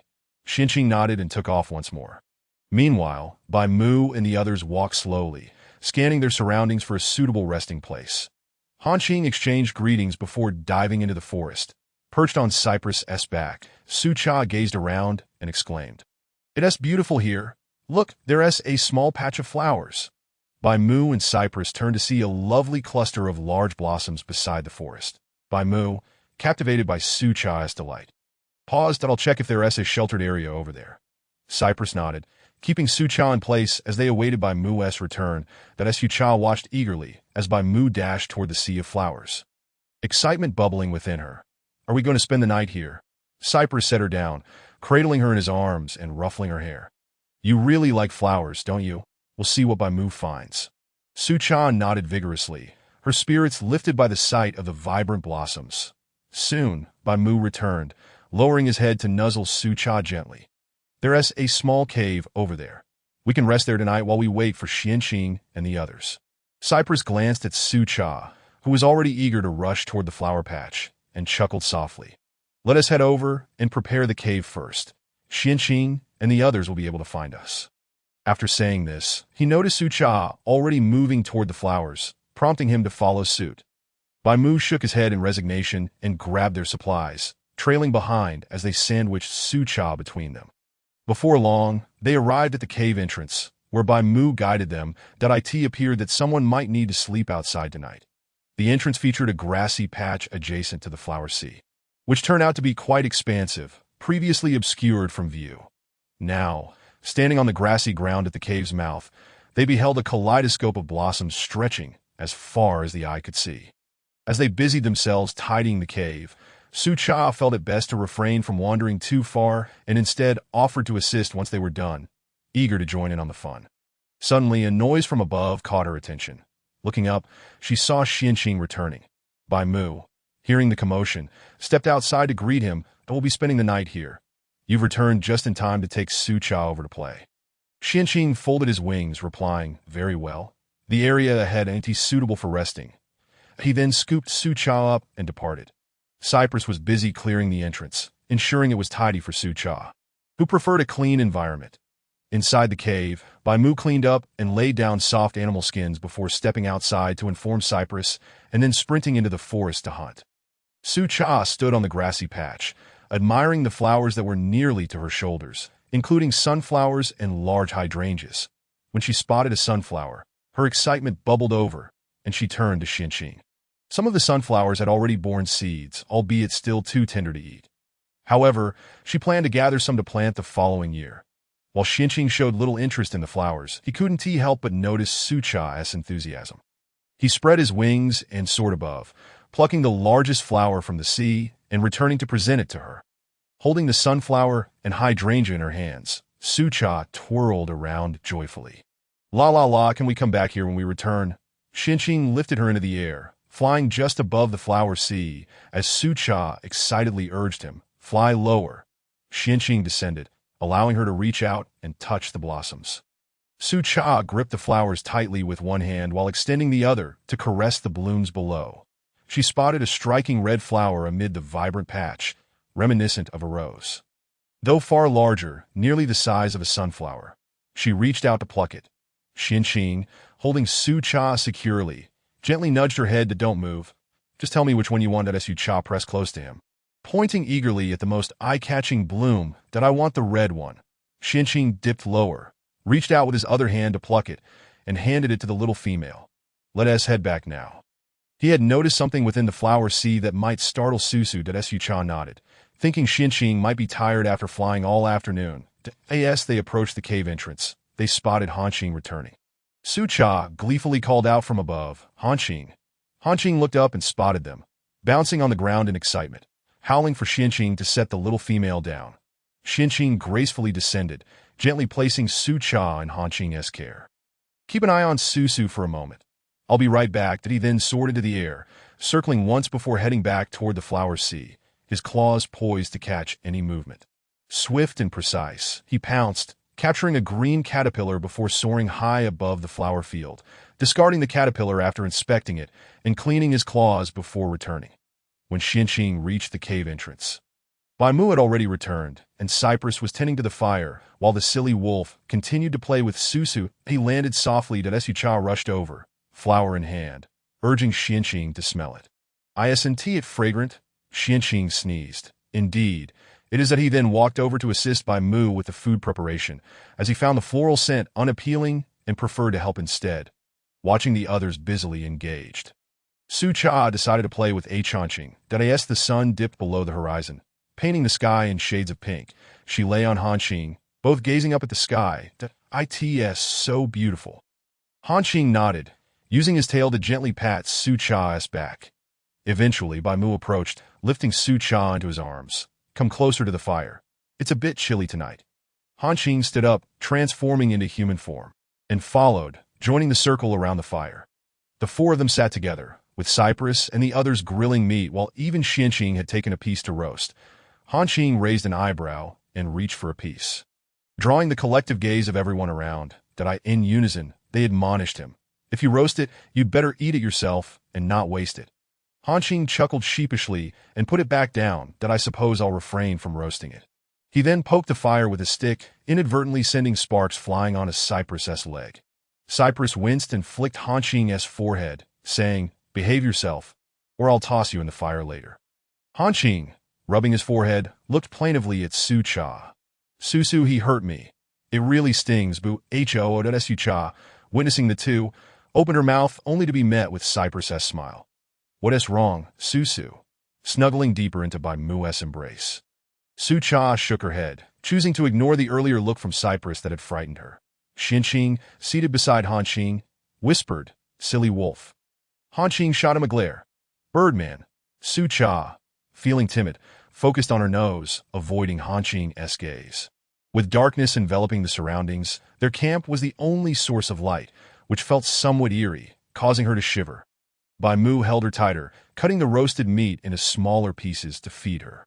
Cypress stepped inside, retrieving a backpack and placing it beside Bai Mu. There's water inside. Chapter 76. A sky full of stars after Su Cha had her fill and rinsed her mouth with water. She gazed around, contemplating a short walk. However, fear held her back, so she remained nestled in Bai Mu's embrace. Bai Mu ate quickly, finishing his meal in just a few bites before leading Su Cha for a slow stroll nearby. Su Cha patted Bai Mu's belly, saying, You finished eating so quickly, but your belly is still flat. Bai Mu grasped her wandering hands. I'm full now. We want to swell up like Cha-Cha. Su Cha felt a twinge of envy when suddenly she turned and exclaimed, Look over there. Everyone's gaze followed Su Cha's pointing finger toward the flower sea, where numerous glowing fireflies emerged. Drifting gently from the blossoms, Su Cha squealed with delight. Fireflies, they look like stars.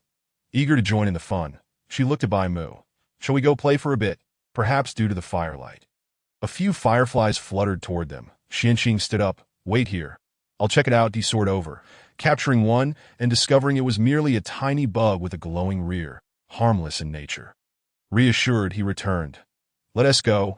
We must take Su to enjoy this rare beauty. The Cypress carried the backpack as it accompanied Su Cha to play. The campfire remained unextinguished, for it was not far off. Waiting by the sea of flowers, Bai Mu gently set Su Cha down, watching her leap and reach for the glowing lights to in that moment. To Bai Mu and the others, Su Cha resembled a fairy, enchanting in her sheer attire as she danced amidst the luminescence.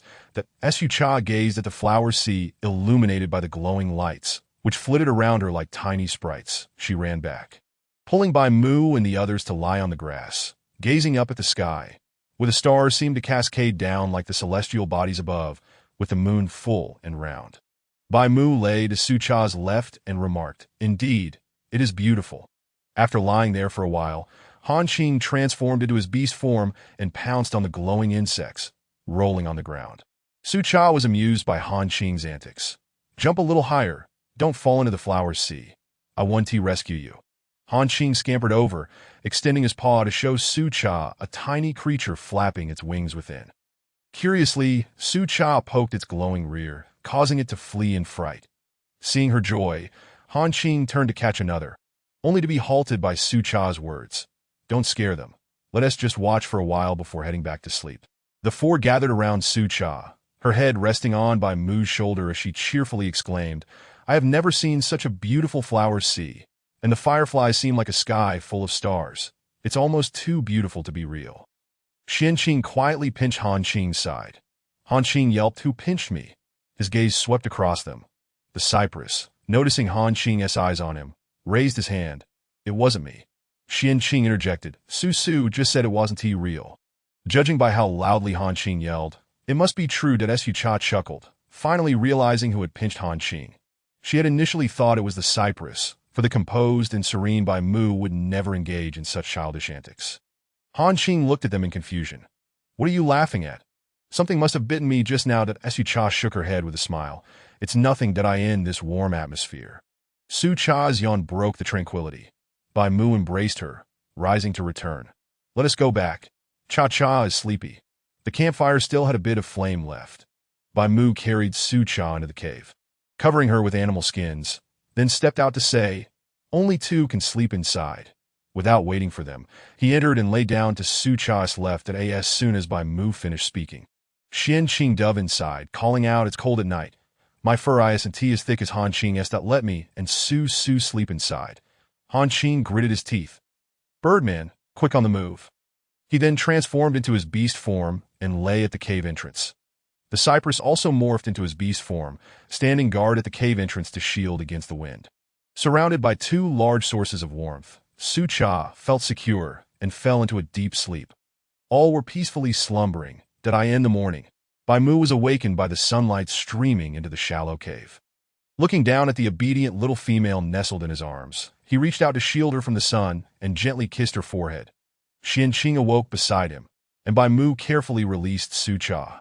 Without the warmth, Su Cha instinctively rolled toward Xian Qing, who spread his wings to block the sunlight, allowing her to sleep a little longer. He then closed his eyes and drifted back to sleep. Bai Mu tiptoed outside, where the cypress was already awake. Seeing Bai Mu emerge, they silently agreed to leave the cave together and sprinted into the forest. The cypress looked back after a distance and asked, Are we going to hunt? Su isn't awake yet, is she? Bai Mu nodded. Not yet, we'll go hunt first. The two then dashed into the forest. Inside the cave, Xian Qing used his wings to shield Su Cha from the sunlight, ensuring she could sleep more soundly. When he grew restless, he began to play with the soft flesh at her waist. A bit annoyed, Xian Qing thought about going out to confront the loud snoring of the foolish wolf. Glancing at the frowning little female in his arms, he could no longer tolerate it. He quietly slipped outside, grabbing the foolish wolf by the scruff of its neck and dragging it aside. Yet it remained asleep. Xian Qing found it amusing and stood, kicking Han Qing, who finally woke up, looking at Xian Qing innocently. What's wrong? Xian Qing replied, You were snoring too loudly. I was afraid you'd wake Su. So, I moved you over here. I didn't expect you to sleep so soundly. Han Qing closed his eyes and uttered a sleepy acknowledgement. Finally realizing he had been moved, he immediately stood up. We can't leave Su. I want to sleep anymore. Let us go back. The two returned to find Su Cha still asleep, breathing a sigh of relief. Han Qing, feeling frustrated, said to him, You keep watch outside and don't snore again, or I'll make you sleep far away. Han Qing nodded in a pitiful manner, lying at the cave entrance, watching the direction of the forest, waiting for Bai Mu and the others to return. Xian Qing entered, using his wings to shield Su Cha from the sunlight so she could sleep a little longer. He lay beside her, reaching out to touch her round belly. When he felt something kick, he startled and withdrew his hand, glancing at Su Cha, who remained asleep. He cautiously placed his hand back, holding his breath, only to be kicked again. It was the cubs. Intrigued, Xian Qing began to play with the cubs in her belly, moving his hand around, and wherever he placed it, they would kick. However, soon the cubs grew tired and stopped kicking. Xian Qing had to retract his hand, feeling disappointed that they were done so quickly. He hadn't played enough. He was surprised that the cubs could still move inside their mother. Su Cha turned on her side, clutching her belly, and continued to sleep. Bai Mu and the others passed by the flower sea on their way back, where all was calm. It seemed the insects only emerged at night. The two sprinted back to the cave, placing their catch down. Chapter 77. The Lonely Worker in Chuan Valley. Bai Mu looked at the slumbering Han Qing at the cave entrance and asked, Where's Cha? Is she still not awake? Han Qing stood up, peering inside, and nodded. The Birdman was also present. Since Su Cha had not yet awakened, they decided to start a fire and roast meat, waiting for her to wake naturally. The cypress and Han Qing went to process the game, taking the water bottle with them, leaving Bai Mu alone to guard the spot. Hearing the crackling sounds, Su Cha gradually awakened, looking up to see the large wings enveloping her. Turning, she met Xian Qing's tender gaze and asked, What time is it? Where's Bai Mu? Xian Qing folded his wings, gently pulling Su Cha up. They're at the cave entrance. Let us go. Su Cha followed Xian Qing outside. She spotted Bai Mu alone and dashed into his embrace. You woke up. Why didn't you call me? This delays our journey. Bai Mu ruffled Su Cha's hair. It's still early. Let us eat something before we head out. Su-chan nodded, searching for water to rinse her mouth, only to find the water bottle missing.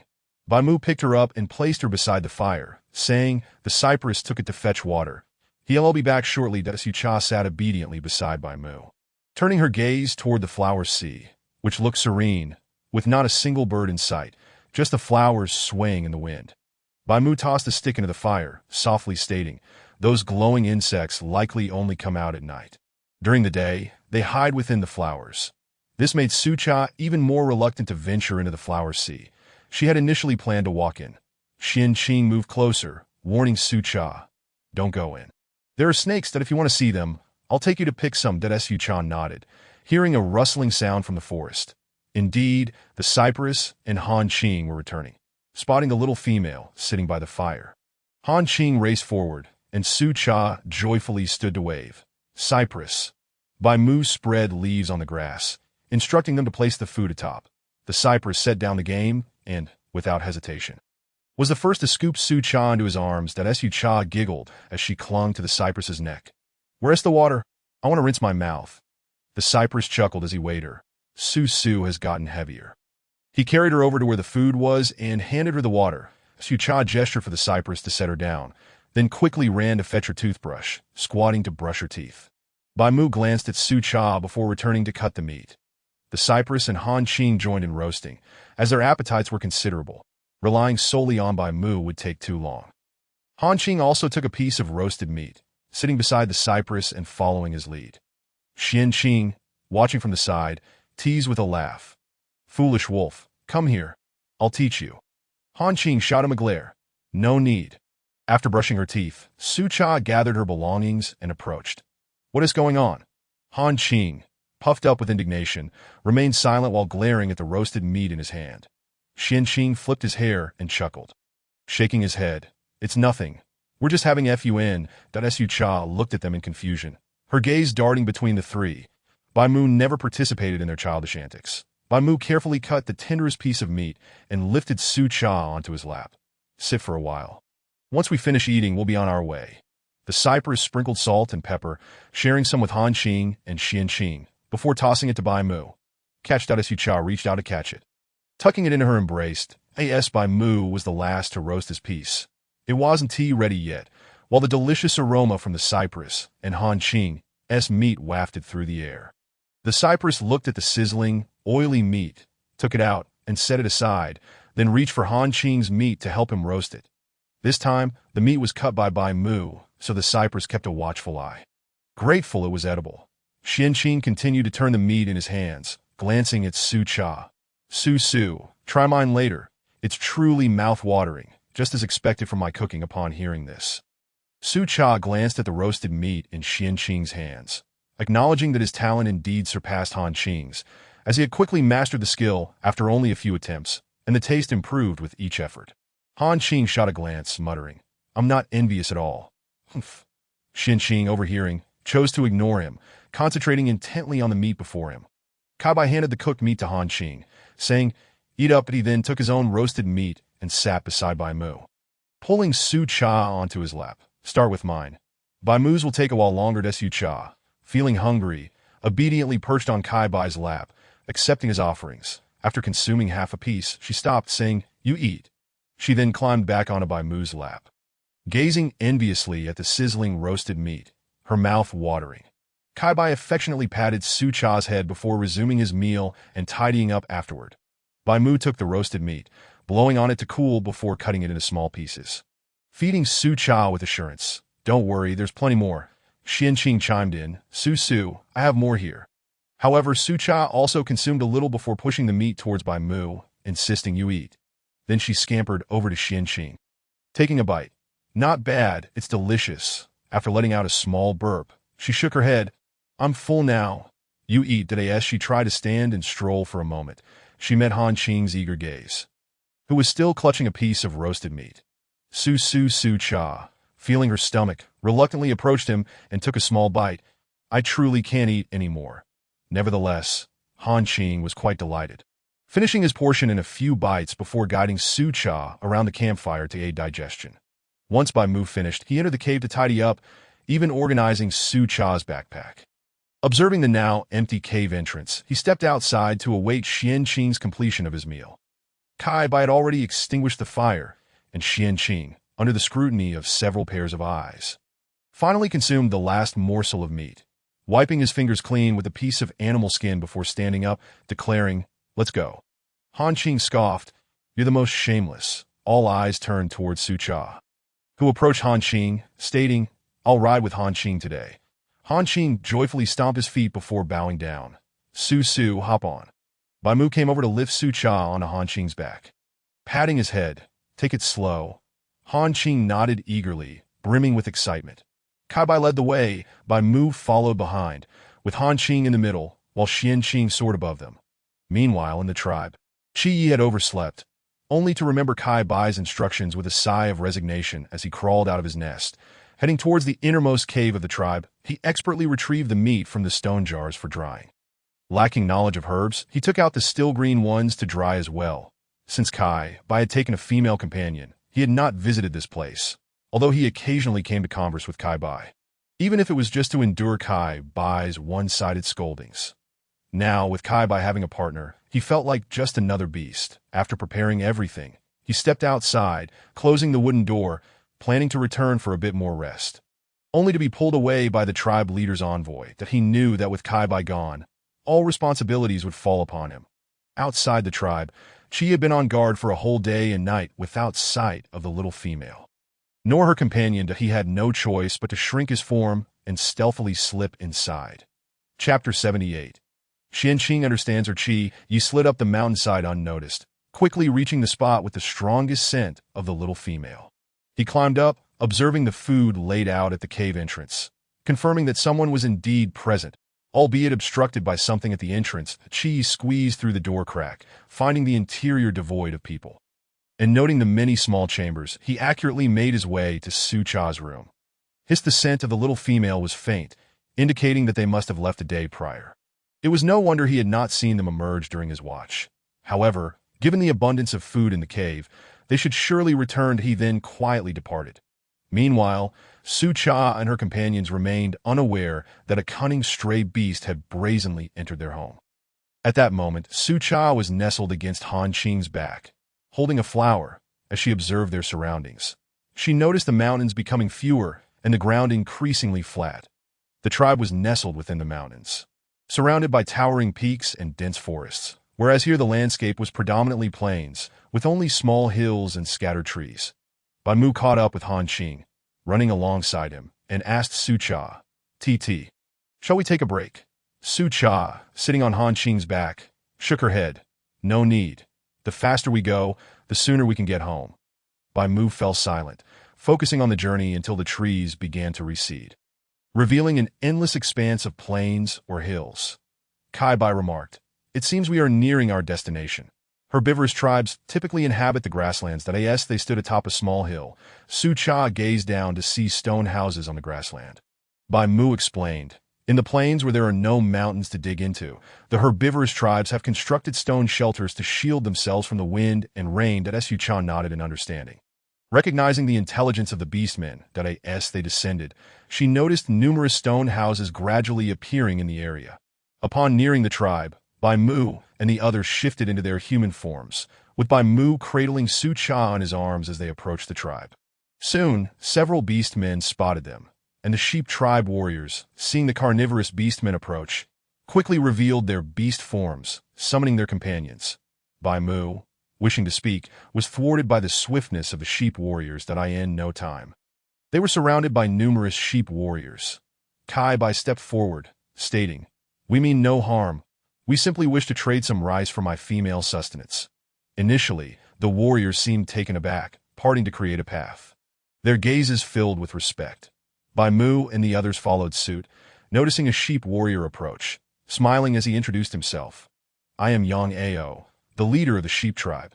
What matters do you wish to discuss with me?" Su Cha, nestled in Bai Mu's embrace, was left speechless, taken aback by the imposing figure of the muscular man before her. Who would have imagined such a towering presence would possess such a gentle voice and a disarmingly innocent demeanor? Kai Bai nodded, smiling. "I am Kai Bai. Let us find another place to converse." The wind is rather strong here.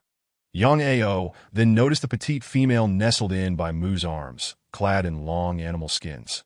Her face hidden, yet she appeared endearingly nestled against her partner. Young Ao scratched his head, apologizing. My apologies. It's rare for carnivorous beastmen to visit, and everyone got a bit too excited. Please, let us discuss matters in my stone house. He led by Mu and the others away, gesturing for the others to disperse and resume their activities, as there was still a batch of rice yet to be collected. Entering Yang Ao's stone house. The wind was somewhat subdued. Bai Mu removed the animal skin covering Su Cha's head, allowing her to breathe freely. Yang Ao, noticing Su Cha's beautiful face, smiled and remarked, "Little female, you are truly stunning." Han Qing shot him an unhappy glare. Yang Ao, still smiling with an innocent demeanor, seemed oblivious to Han Qing's displeasure, asking, "I hear you wish to trade for rice?" Kai Bai nodded. "What are your terms?" Yang Ao, still grinning, revealed his teeth. "However, rice is our food for the winter, and winter is approaching."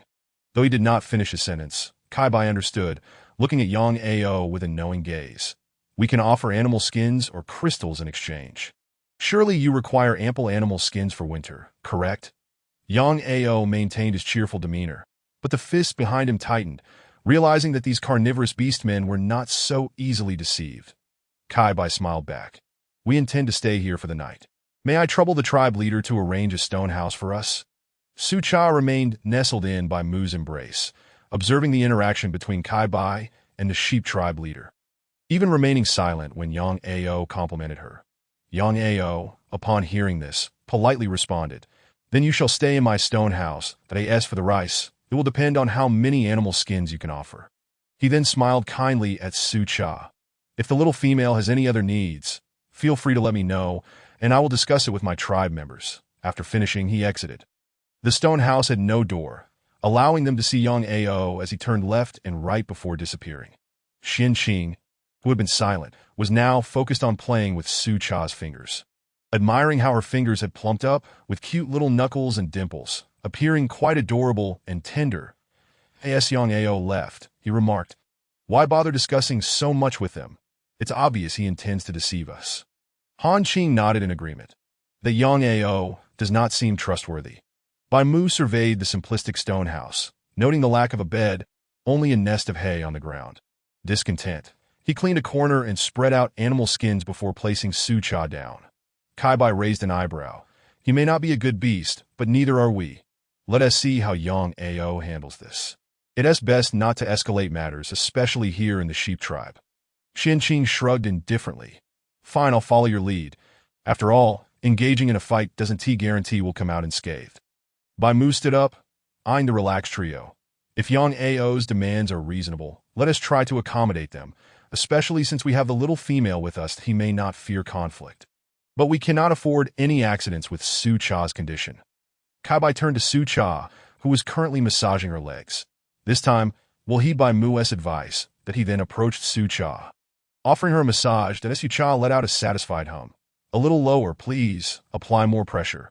Han Qing rushed over and hugged Su Cha's leg, saying, "Su, let me massage your legs." Bai Mu observed them and suggested, "Let us wait here for Yang Ao to return." But he then approached to give Su Cha a massage. As Su Cha reveled in the attentions of these handsome men, she found herself understanding the sentiments of ancient emperors. Letting out a hearty laugh. Turning to the bystander Xin Qing, she playfully called, "Little Xuanzi, come here and lean against me." Xin Qing shot her a flirtatious glance, swaying his hips as he approached, responding, "Your Majesty, I am coming right away." Clad in sheer fabric, he appeared even more mischievous than Su Cha initially intended to tease him. But to her surprise, he caught on, and she found herself laughing uncontrollably, leaning against Bai Mu's embrace, unable to straighten her back. In Chapter 79, Xin Qing approached Su Cha, leaning back and whispering sweetly in her ear, "Are you satisfied? There is even more to enjoy. Should I offer it?" Su Cha pushed his head away, admonishing, "Stop fooling around. We have serious matters to attend to." Nearby, in a stone hut, Yang Ao sat in the middle, declaring, "These beastmen are too cunning." That an older beastman beside him narrowed his eyes and cautioned, "It would be best to avoid conflict. That Xin Yu tribe's beastman is no simple character." Yang Ao nodded solemnly, recalling the beast man who had remained silent throughout, his attention fixated on the females, though it seemed they all listened to the white tiger. While the wolf was the most impatient. After a while, Yang Ao turned to the older beast man and inquired, "How much white rice should we offer them? The harvest this year has been good.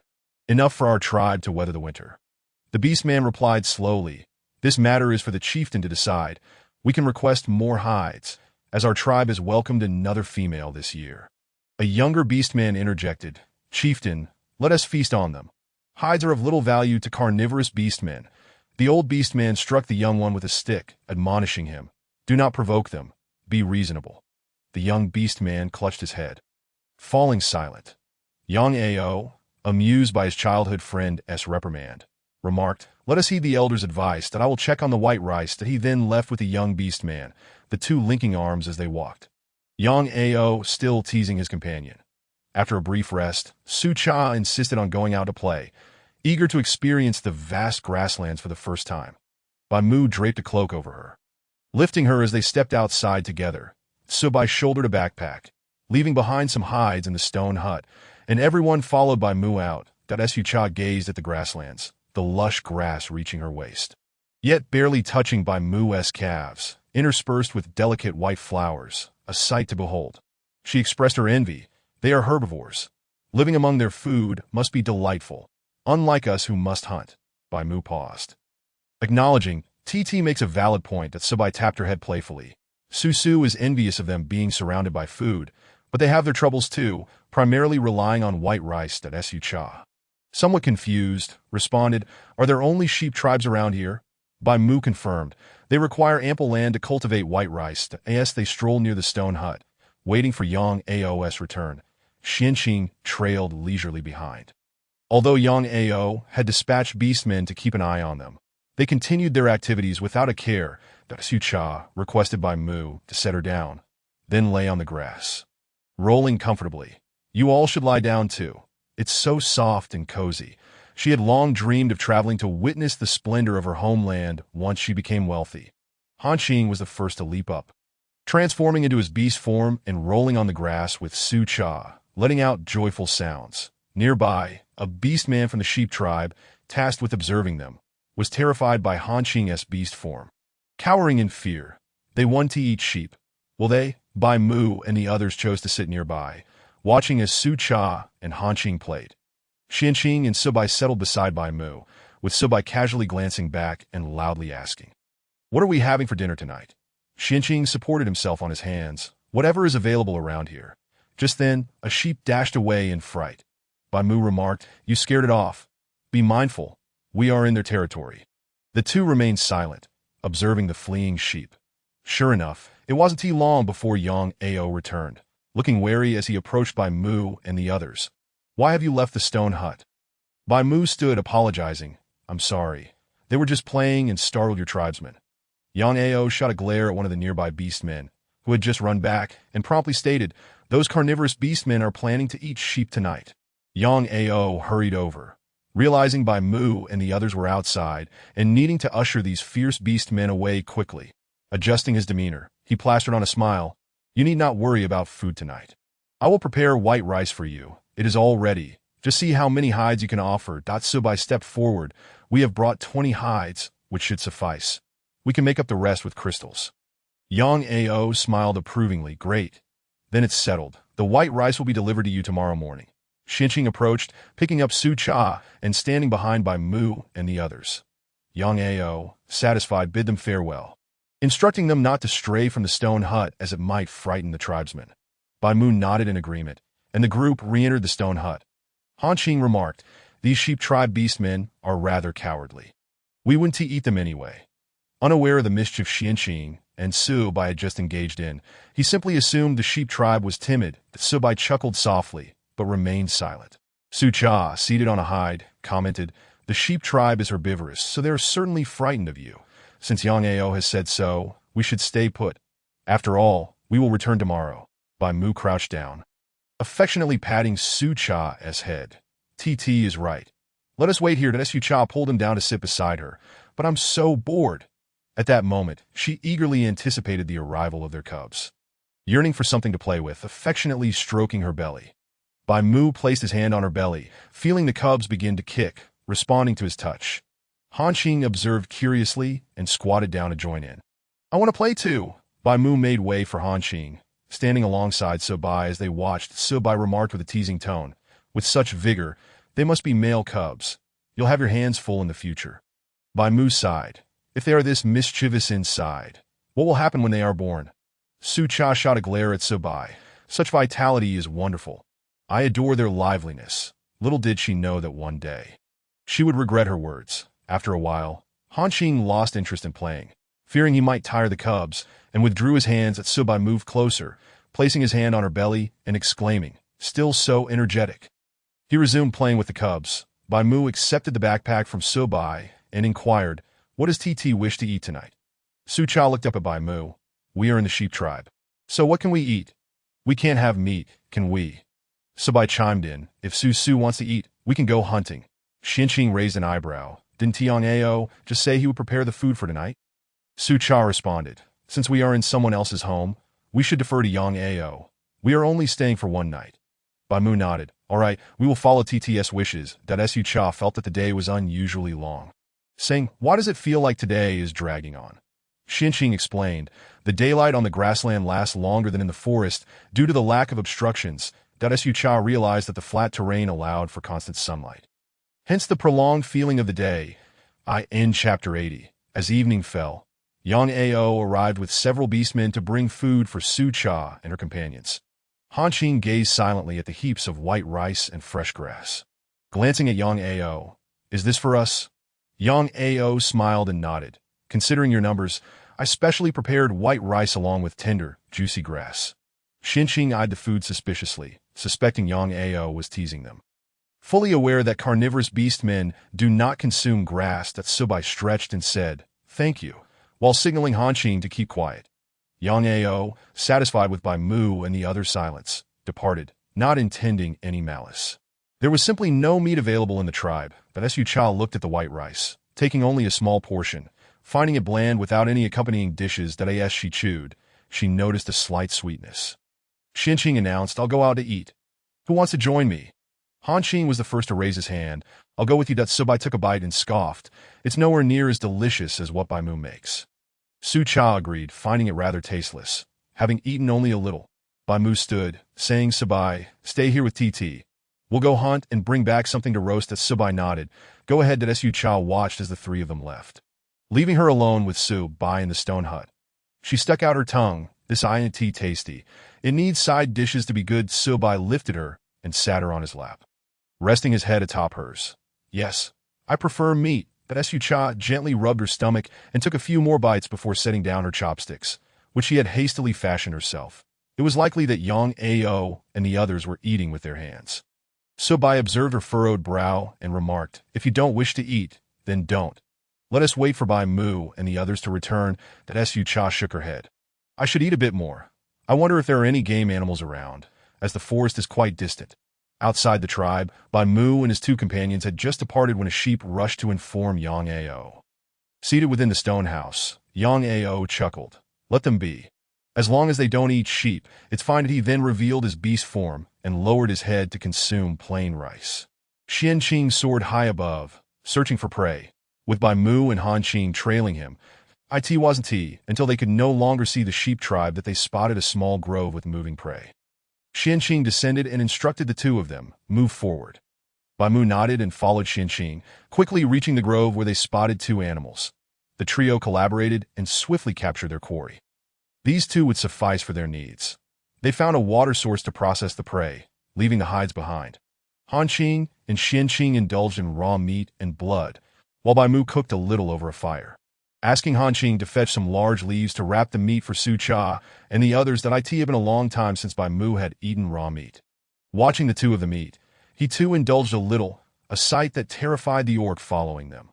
The sheep's legs trembled, and without a second thought, it fled back to the tribe, fearing that Xinqing and the others might devour him as well. Han Qing, noticing the commotion, glanced over. "It's from the sheep tribe. It must be a messenger sent by Yang Ao." Xinqing wiped the blood from his mouth and remarked, "I noticed it long ago. He is probably terrified. Watching Han Qing tear into the prey, he was the epitome of elegance, unlike the brutish wolf tearing into the flesh with a gaping maw. Bai Mu glanced up but paid no heed, continuing to gnaw on his raw meat while occasionally turning the skewered meat over the fire. An orc, sent to monitor Bai Mu and his companions, rushed into the stone house, collapsing in front of Yang Ao, his 4 hooves giving way. Yang Ao was startled. Wasn't I clear that you should follow Bai Mu? Why have you returned? The orc trembled as he responded. The carnivorous orcs are terrifying. I saw them tear apart 2 large beasts, drinking their blood and devouring their flesh. Just remembering that wolf biting down on the beast's neck makes my legs weak. The other orcs in the stone house chimed in. The leader is too fearsome. We must let them go quickly. Yang Ao pondered for a moment and said, a few of you can come with me. Prepare the rice for them. We'll send them off first thing tomorrow morning. That he turned to the gathered tribe members and instructed a particularly astute orc, quietly informed the tribe, stay in the stone house tonight and do not venture out. The orc nodded and dashed out of the stone house to relay the message. Bai Mu, savoring the aroma of the grilling meat, sprinkled it with pepper and salt, rolling it a few times before wrapping it in large leaves and handing it to Xianqing. You return first. It won't taste good if it gets cold. Xianqing took the roasted meat and spread his wings, flying away. Bai Mu meticulously extinguished the fire before he and Han Qing made their way back to the sheep tribe. Xianqing flew swiftly and soon reached the tribe, striding into the stone house with the roasted meat. Su Cha stood up in delight, exclaiming, "It smells so good." Xianqing playfully flicked her forehead, saying, "Of course, it's roasted by Bai Mu. How could it not smell divine, you little glutton?" He then squatted down, unfolding the leaves to reveal the mouth-watering roasted meat. Su Cha glanced at him and inquired, "Why did you return alone? Where are Bai Mu and the others?" Xianqing explained while preparing the meal. Bai Mu was worried the meat would get cold and asked me to come back first. So Bai sliced the roasted meat into small pieces to feed Su Cha. Indulging a little himself, Su Cha paired the roasted meat with plain rice, feeling satisfied when she noticed Bai Mu and the others returning. With plenty of roasted meat consumed by Su Bai and Han Qing. Observing Han Qing devouring the food ravenously, Su Cha asked, "Haven't you eaten anything?" Han Qing, mouth full of roasted meat, could only shake his head. Bai Mu, walking with Su Cha outside the stone house, remarked, "We've all had our fill. Perhaps Han Qing is still a bit hungry." Han Qing finally swallowed the meat in his mouth and called out to Su Cha, "I've eaten, but Bai Mu's roasting is simply too tempting to resist." Su Cha, hearing this, decided not to press further, instead strolling quietly with Bai Mu around the vicinity of the stone house. Where not a single orc was in sight, Su Cha observed the numerous stone houses and asked, "Don't they come out at night? It's rather quiet." Bai Mu glanced around and confirmed. Perhaps the sheep tribe orcs are not fond of the night.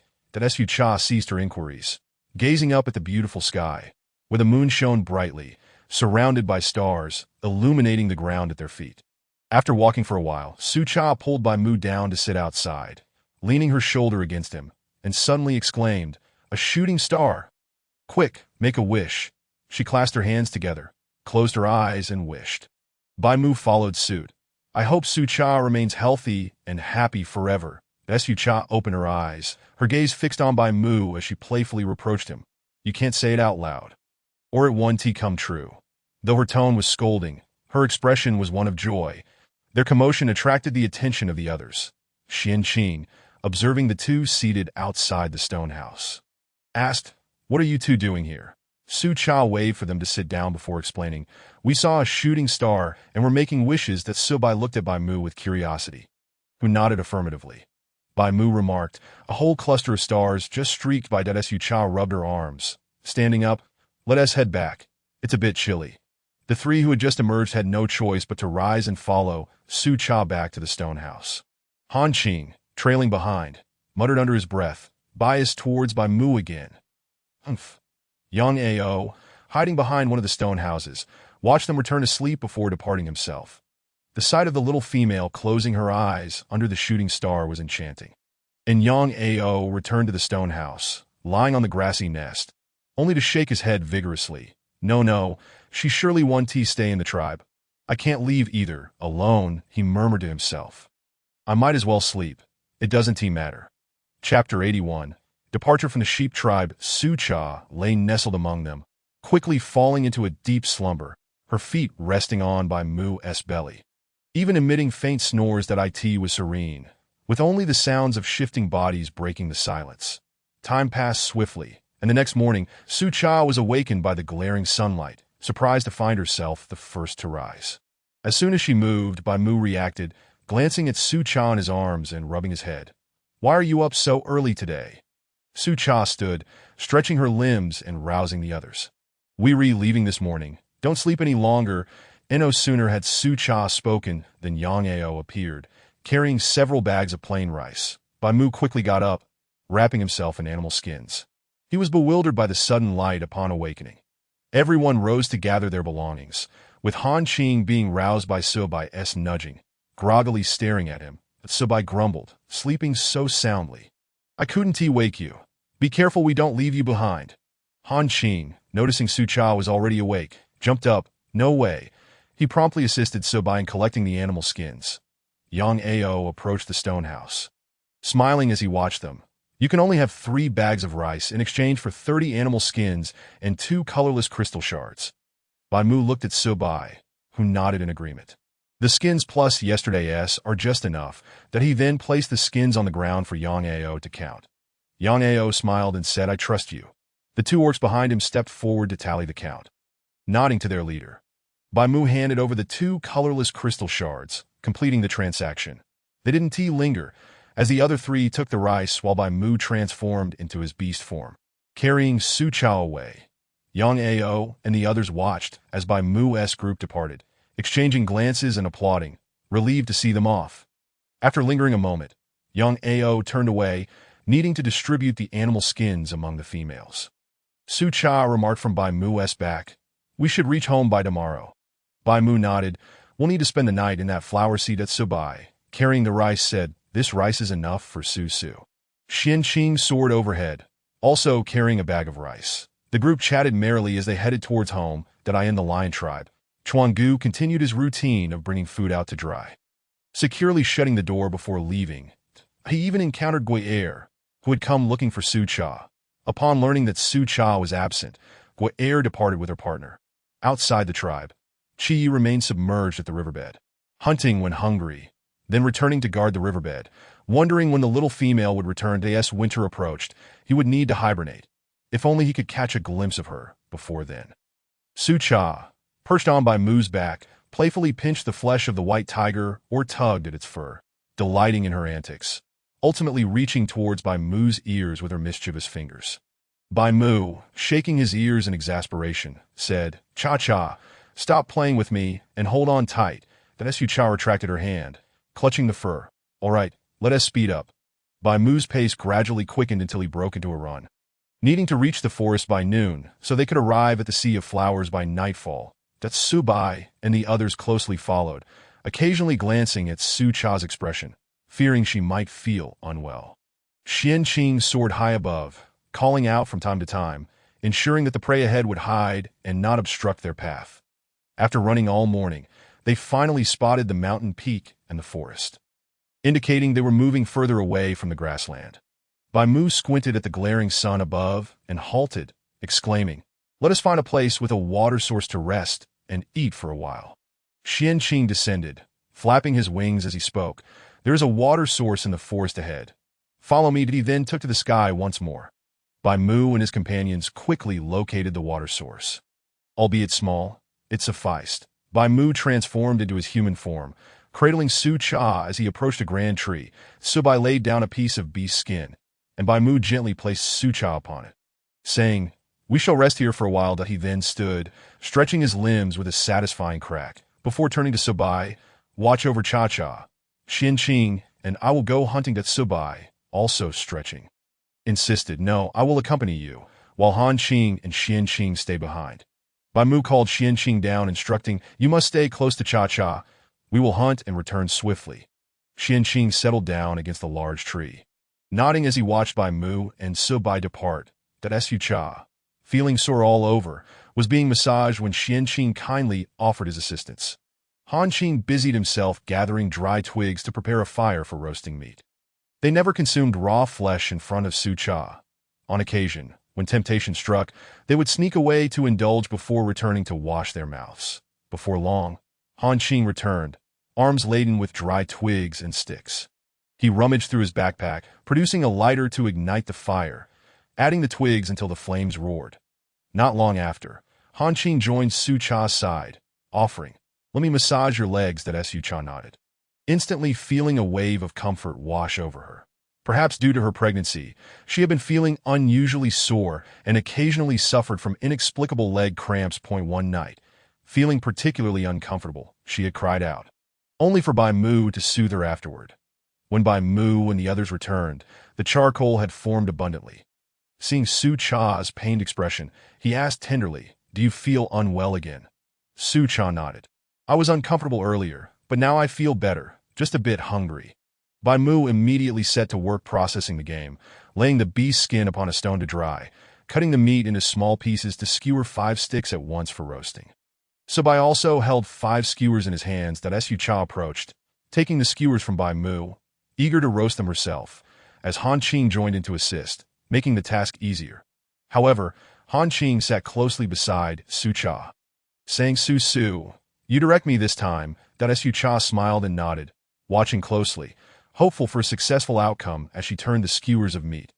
Han Qing glanced at Su Cha's skewer and remarked, "Yours is still raw. Look at mine, it's already sizzling with oil." He scratched his head, chuckling as he flipped it back, then let it roast a bit longer. Xian Qing had already mastered the technique. Although his roasted meat wasn't as delectable as Bai Mu's or Su Bai's, it was still quite palatable. While Han Qing's culinary skills remained stagnant, that Su Cha, intently watching the sizzling meat, suddenly mused, "I wonder how things are back home." Su Bai, flipping his own skewer, reassured her, "Everything at home is well. I asked Chuan Gu to help us dry our food and look after the house." Trusting Chuan Gu, Su Cha nodded, "That's good to hear." Bai Mu retrieved the backpack, taking out salt and peppercorns to sprinkle on his roasted meat before passing it to Su Cha. After she finished seasoning hers, she helped Han Qing to ensure he wouldn't oversalt his. Then handed the others to Su Bai. Su Bai added Xian Qing's skewer as well, carefully binding them together and setting them aside. That Su Cha exclaimed as she pulled out her skewer, "Mine is ready. It smells so good." She offered it to Han Qing, who sniffed it, but just as he opened his mouth, she pulled it back. Bai Mu's expression brightened, and they began to eat. Soon, Su Bai and Xian Qing's skewers were ready as well. Su Cha glanced at Han Qing's skewer, advising, "Yours needs a bit more time. Flip it over." Han Qing reluctantly obliged, roasting it a bit longer until Su Cha called him, blowing on it before eagerly taking a bite. Mumbling, Su, this is delicious." Su Cha chuckled at Han Qing. "You should eat first." After satisfying her hunger, Su Cha stood and strolled around them as they finished their meal. Chapter 82. A Mutual Understanding. Xian Qing feels jealous once Bai Mu finished. He extinguished the fire, gathering their belongings as he and Su Cha continued forward at a leisurely pace. That Su Bai and the others, now in human form, accompanied them. Su Cha voiced her concerns. "You should carry me. This is too slow." Su Bai chuckled. "No worries, Su just ate. A little walk won't hurt." The others nodded in agreement, and after walking for a while, it was Su Bai who carried Su Cha. Finally, as dusk settled, they reached the Sea of Flowers. With the nightfall, fireflies emerged, just as enchanting as 2 nights prior. Bai Mu ventured forth to inspect the cave for any beasts. And to his surprise, he found a nest of long-eared beasts that as he approached, he discovered they were still sleeping and managed to capture them all at once. Bai Mu and Han Qing tied up the long-eared beasts securely, ensuring they couldn't escape, and cleaned up the cave before calling Su Bai and the others over. Su Cha gazed at the fluffy long-eared beasts at the cave entrance, astonished. "This isn't their home, is it?" Su Bai shook his head, explaining, "No, long-eared beasts live in the forest." Su Cha gestured for Su Bai to set her down and proceeded to play with the long-eared beasts, stroking their long, fluffy ears, which they did not resist. Noticing the 2 smallest ones, she squatted beside them and whispered to Xian Qing, "Can we let the little ones go? They look so pitiful." That Bai Mu and the others finished tidying up the cave and laid down beast skins. They overheard Su Cha's plea. Bai Mu replied, "The fur of these long-eared beasts is excellent. It would be perfect for making a set of clothes for Cha." And Su Cha held the smallest one and insisted, "But can we let the little one go?" Bai Mu nodded, approaching to release the 2 small ones while retaining the 3 adults. Han Qing went off to gather more twigs, while Bai Mu took the long-eared beast to the water source for cleaning. Su Cha watched as the young long-eared beast stood dazed, then gently nudged them, saying, "Hurry and go, or you might end up as dinner too." As her words fell, the two beasts scampered away into the nearby forest. Disappearing from sight, Han Qing returned, arms full of dry twigs, while Subai dashed off to catch up with Bai Mu. Xian Qing, meanwhile, remained by Su Cha's side, playfully teasing her. Xian Qing leaned closer, his voice low and teasing. Su, have you missed me?" Su Cha pushed him away, pretending not to understand. "We see each other every day. What is there to miss?" Xian Qing chuckled softly, nipping at her earlobe. "But I truly miss you." He gently nudged her again. Feeling her cheeks flush, Su Cha pushed his hand away and hurried to Han Qing's side to help him gather twigs. Xian Qing ambled over, unabashedly following her. Han Qing, noticing Xian Qing's reaction, felt irritated at how brazen he was, especially dressed in such sheer fabric that accentuated his form, while Su Cha's face reddened. With gritted teeth, Han Qing stepped in between Xian Qing and Su Cha, urging, "Let's hurry up. Otherwise, Bai Mu and the others will be back soon." Su Cha patted Han Qing, affirming his urgency with a quiet, "Well done." Unfazed, Xian Qing joined them, and the three ignited the fire, adding more wood to create a greater supply of charcoal. As Su Cha gazed at the sea of flowers, she recalled how excited she had been to catch fireflies just 2 nights ago. Now, from a distance, it still looked lovely. Han Qing, still keeping a distance between the two, whispered to Xian Qing, "Take it easy. Su can't mate right now." But he surreptitiously glanced at Xian Qing's form. Xian Qing adjusted his sheer fabric, replying, "I know, I'm just teasing Su." Han Qing acknowledged with an O. Bai Mu and the others soon emerged from the forest, with Subai having captured another, bringing their total to 4 long-eared beasts. Han Qing spread leaves on the grass for them to rest upon. Su Cha stood up, noticing the wet beast skins Bai Mu held, and reached out to take them, only for Bai Mu to evade her grasp, saying, "They're heavy. They need to dry before we can make clothes." Reluctantly, Su Cha stepped aside to let him pass. She then approached Subai, who was busy cutting meat, eager to help but was turned away, making her feel awkward. That Subai called out to Xian Qing, who was idly standing by, "Come over and keep Su away." Xian Qing obliged, lifting Su Cha into his lap, declaring, "Let us just sit here. No need to meddle." Su Cha pinched his thigh, eliciting a pained response. "I was just trying to help." "Who's meddling?" Xian Qing held her hand, rubbing his thigh as he replied, Su, you truly are heartless. You'll have your turn when you give birth." Initially feeling a pang of sympathy for Xian Qing, Su Cha soon felt exasperated by his antics, pulling her hand away in frustration. "I'm not playing with you anymore." She escaped his embrace, seeking out Bai Mu, stepping on his foot as she left. Xian Qing, seated on the grass, watched the retreating figure of the little female, laughing as he shouted, Su, I love you." Su Cha, in a fit of annoyance, stomped her feet, turned around, and shot Xian Qing a glare while muttering, "Don't you think that just because you're handsome, I want to hit you, hum?" The others were drawn to Xian Qing's shout and turned to look, causing Su Cha to feel a bit embarrassed and retreat into Bai Mu's embrace. The group resumed their previous activities, but Xian Qing's gaze continued to follow Su Cha. After a moment, she realized that this thick-skinned fellow was still watching her, and gradually, she became indifferent and joined Bai Mu in roasting meat. Subai handed the skewered meat to the others for grilling and then sat down, gathering around the fire with everyone. Su Cha glanced toward the sea of flowers and said, "Let us leave a bit later tomorrow. I want to go pick some things over there." Bai Mu nodded in agreement. "All right, we will wait until the daytime insects have hidden away. It's not far from the tribe at Su Cha," then looked at the others, who all expressed their consent to join in. Filled with joy, Su Cha hummed a tune, thinking of the fragrant roasted sunflower seeds, eagerly anticipating the delightful gossip sessions with Guyer. Bai Mu, watching her with a tender smile, ruffled her hair, saying, "You're so happy. Then we shall pick more and save some seeds to plant at the foot of the mountain when the winter snow melts." Hearing this, Su Cha leaped into Bai Mu's arms and kissed him, exclaiming, "That's exactly what I was thinking." Bai Mu. Xian Qing, leisurely chiming in, remarked, "Bai Mu truly understands the little female." Su Cha ignored him and continued happily roasting the delicious meat. Bai Mu raised an eyebrow at Xian Qing's sarcastic tone and shot him a glance while tightly embracing Su Cha, affectionately rubbing her fluffy hair. Chapter 83. Missing home once everyone finished their meal, Bai Mu extinguished the fire, mindful that the dry grass nearby could easily catch fire at Su Cha, feeling a yawn coming on. Wandered back into the cave to sleep. Han Qing, keeping his eyes on Su Cha, quickly darted to her side, claiming his spot. Xian Qing, noticing there was still space, rushed over with a grin. Han Qing, you're quite clever this time. Sabai and Bai Mu lay on either side of the entrance, their fluffy fur providing warmth against the cold. Su Cha looked at the two and warned, if you start moving around, I'll have Bai Mu throw you out. This was directed at Xian Qing. After all, he was the troublemaker. Xian Qing, resting his head on his arm, whistled nonchalantly, prompting Su Cha to pinch him in annoyance. Did you hear that? Xian Qing turned around with a smile, replying, am I that kind of person? I truly am not, but I wonder if Han Qing is. Han Qing shot him a glare, saying, do you think I'm like you? Su, come a bit closer. He then pulled Su Cha into his embrace, preparing to sleep at the entrance. Sabai flicked his tail and commented, these two together sure do talk a lot. Bai Mu lifted his eyelids to glance at him, silently agreeing. Xian Qing, gently resting against Su Cha's back, whispered, sleep well. Su Cha felt her consciousness drifting away, mumbling a soft response.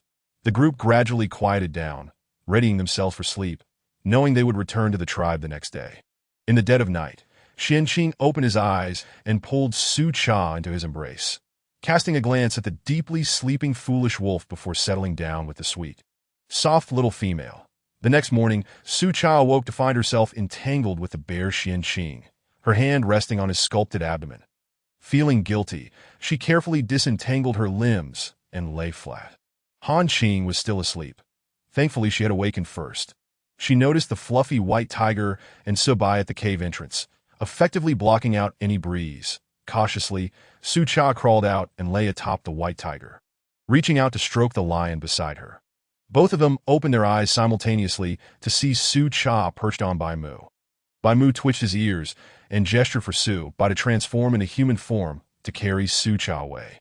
Sabai stood and gently settled Su Cha in his arms, running his fingers through her hair, asking, why are you up so early today?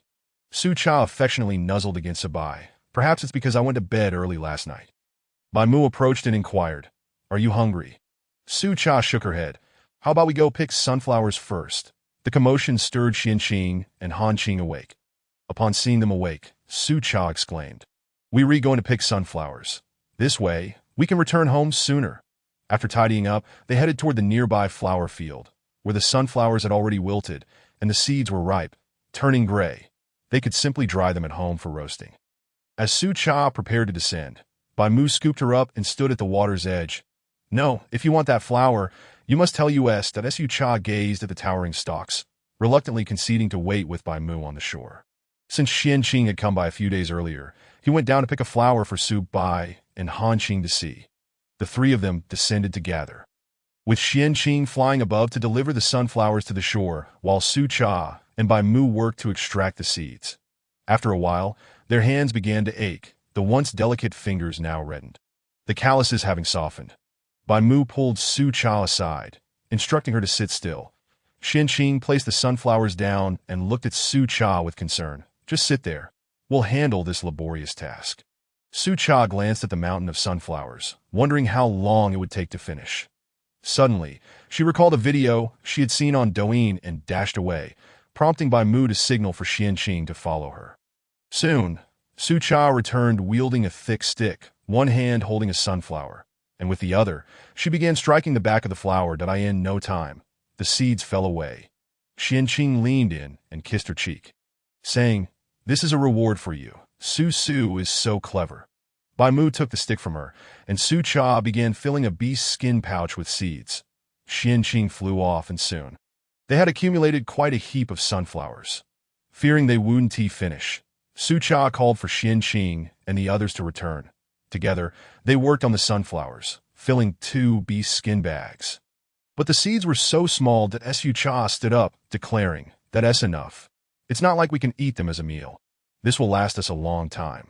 Bai Mu looked up at the sun, saying, let us eat something first, then head back to the tribe. Sabai nodded, securing the bags before heading toward the cave, while Bai Mu and Xian Qing went hunting.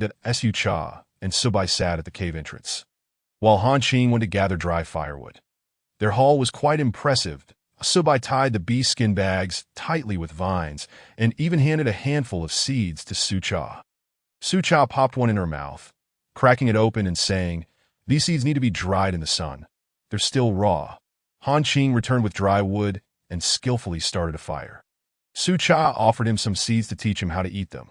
Han Qing glanced at the small seed, ate one, and immediately shook his head in disdain. "This is too small to even fill a gap between my teeth." Su, you can keep them." Amused, Su Cha offered some to Subai, saying, "Let them dry in the sun. They taste best when roasted." Subai also shook his head in refusal and entered the cave to tidy up. They would return to the tribe after finishing their meal. Before long, Bai Mu and Xian Qing returned with their catch. Everyone helped themselves to a hearty meal before setting off toward the tribe. Su Cha perched on Bai Mu's back, saying, "I've missed home a little after being away for so long. This is my place." Bai Mu maintained a steady pace, replying, "We'll be there shortly." Finally, before sunset, they reached the foot of the mountain. Su Cha, delighting in the familiar surroundings, shouted, "We're home!" The others, hearing her, shared in the joy and headed toward the tribe, encountering fellow clansmen along the way. From beneath the river, a massive serpent head emerged, Chi extending its tongue, hissing, "It's the scent of the little female." Chi immediately shrank in size and crawled ashore, climbing up a large tree to observe. Ahead, there were 4 figures. The little female, radiating joy atop the white tiger, conversing animatedly with those beside her. Chi noted Xian Qing among the group, frowning at the sight.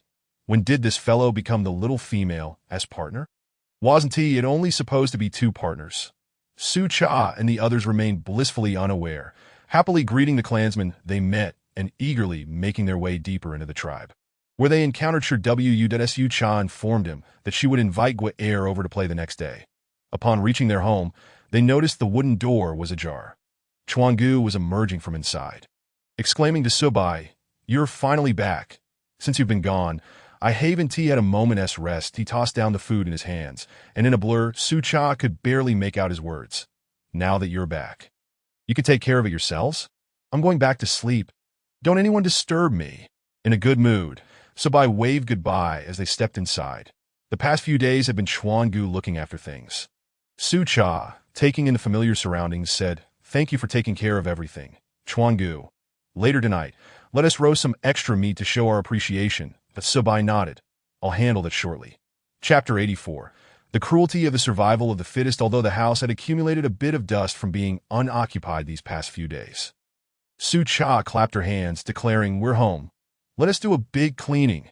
As she stepped into her room, she shook off the items on the stone bed, making do with a night's rest before taking them out to dry in the sun come morning.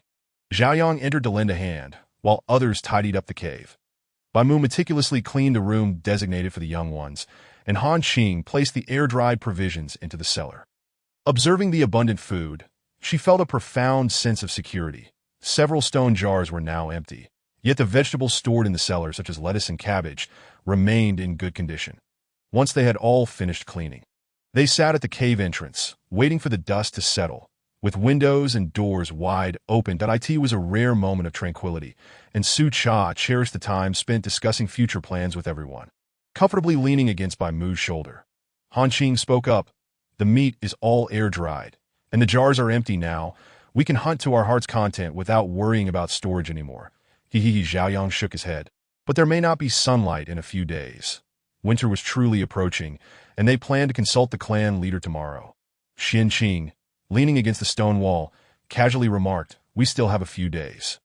Tomorrow the 3 of us will go hunting, leaving Han Qing to take care of Su. Bai Mu nodded, indicating that they might have to venture farther tomorrow, as large prey in the vicinity had likely all been captured.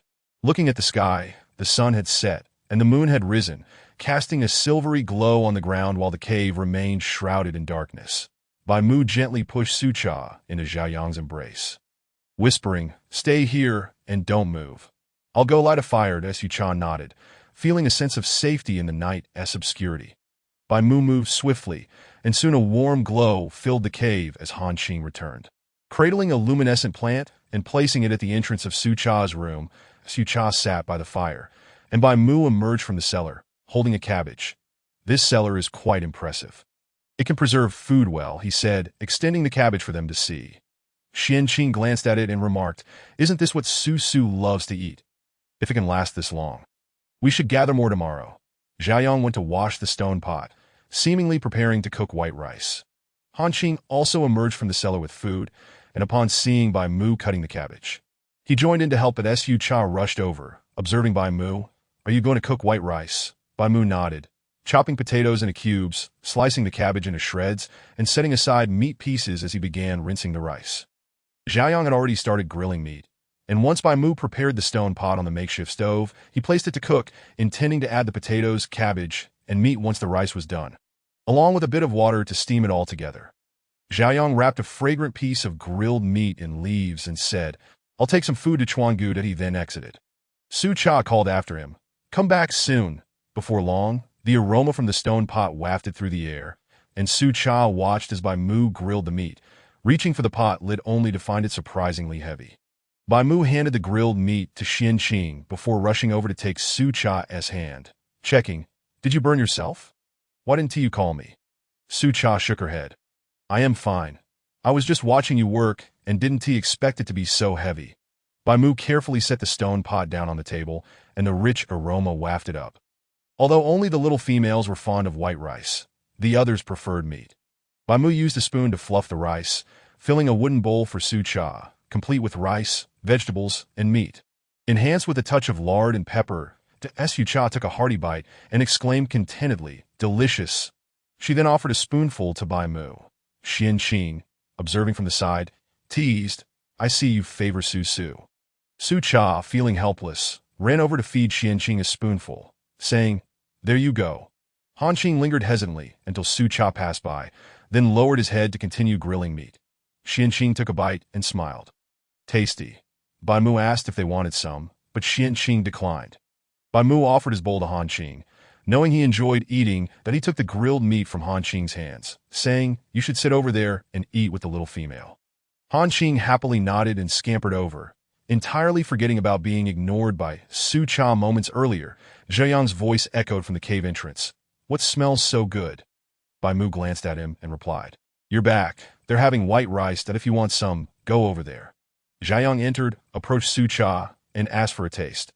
After taking a bite, he lost interest and sat down next to Bai Mu, who continued grilling meat, saying, "I want to speak with the clan leader. With the sun only shining for a few more days, we need to ensure the clan is prepared and stores food." Bai Mu nodded, inquiring, "What tribes are near here?" Xiaoyang thought for a moment before responding, "There is a leopard tribe nearby. A bit further away is the Black Horse tribe, and the weakest is the rabbit tribe. However, even though the rabbit tribe lacks combat strength, their numbers are substantial." Xianqing interjected, "What is there to fear? As long as they don't unite, it shouldn't be a significant issue." That Su Cha joined them, sitting between Bai Mu and Xianqing. Smiling as she said, "I know why there are so many in the rabbit tribe." This piqued the curiosity of the other four. Even Hanqing approached with his bowl, eagerly awaiting her explanation. Bai Mu playfully tapped Su Cha's nose, urging, "Go on, Cha-Cha." Finally, Su Cha replied, "Because the females of the rabbit tribe have 2 wombs, which means they can carry 2 litters at once. Other tribes' females can only give birth to a few, while rabbit tribe females can have over 20. She had seen this on TikTok, and initially thought the beast world was different. But upon hearing Xiaoyang mention the rabbit tribe's large population, she was certain. Xianqing playfully tapped Su Cha on the head, saying, "You just wanted to show off. We already knew that. Although the rabbit tribe can reproduce prolifically, their females are fewer in number than those of other tribes. They are well protected, and encounters with rabbit tribe females are quite rare." That Su Cha, not offended, retorted, "But they're kept confined in the tribe to bear young. Isn't that imprisonment? How is that different from human traffickers? They have no freedom at all." This thought left them momentarily speechless. To them, providing for the females with food and drink, allowing them to bear children without engaging in the dangers of hunting in the forest, and having shamans to attend to any ailments seemed like a good life. That an air of silence enveloped them. Bai Mu, the first to understand Su Cha, recognized that she was different from the females of the beast world. Though she was delicate and prone to tears, she was also resilient, capable of finding food on her own. Not relying on males, Su Cha would devise clever solutions or gather food and willingly assist with tasks. Hearing about the rabbit tribe was something she could not comprehend. Bai Mu gently embraced Su Cha, whispering, I know, Cha-Cha, you have always been special. But for the other females, perhaps this is the best they can have. Su Cha was silent for a moment before nodding. I understand that I can't change their circumstances, but if I have a daughter, I will ensure to teach her well. Xian Qing, placing a piece of grilled meat into Su Cha's bowl, said, Don't overthink it. Let us just focus on living well ourselves. That Su Cha picked up a piece with her chopsticks and took a bite, mumbling, Xian Qing, your grilling is getting better and better. Xian Qing, proudly flipping his hair, replied, Of course, just look at who I am. Su Cha watched him, rolling her eyes at his arrogance, and focused on enjoying the grilled meat. Since becoming pregnant, her appetite had increased significantly. Su Cha devoured 3 bowls of white rice and feasted on grilled meat, patting her round belly as she said, I'm so full. Han Qing approached, taking Su Cha's bowl and carrying the stone pot to the kitchen to wash it. Or else it would be too cold to clean later. Chapter 85. The thought of climbing into bed is shattered by Mu supported Su Cha as she stood, pacing in the living room to help her digest the food. Or else she might feel uncomfortable later. Zhaoyang and Xian Qing continued eating. Outside the tribe, the cold night enveloped them, and Qi perched on a large tree, his eyes fixed on the tribe. Having seen the little female so lively and playful during the day, he felt at ease. It was time for him to find a safe place to hibernate for the winter, that in stark contrast to Qi Yi. The cave was warm and inviting, that Su Cha joyfully took Bai Mu's hand, placing it on her belly, and exclaimed, The little ones are eager to come out. Just look.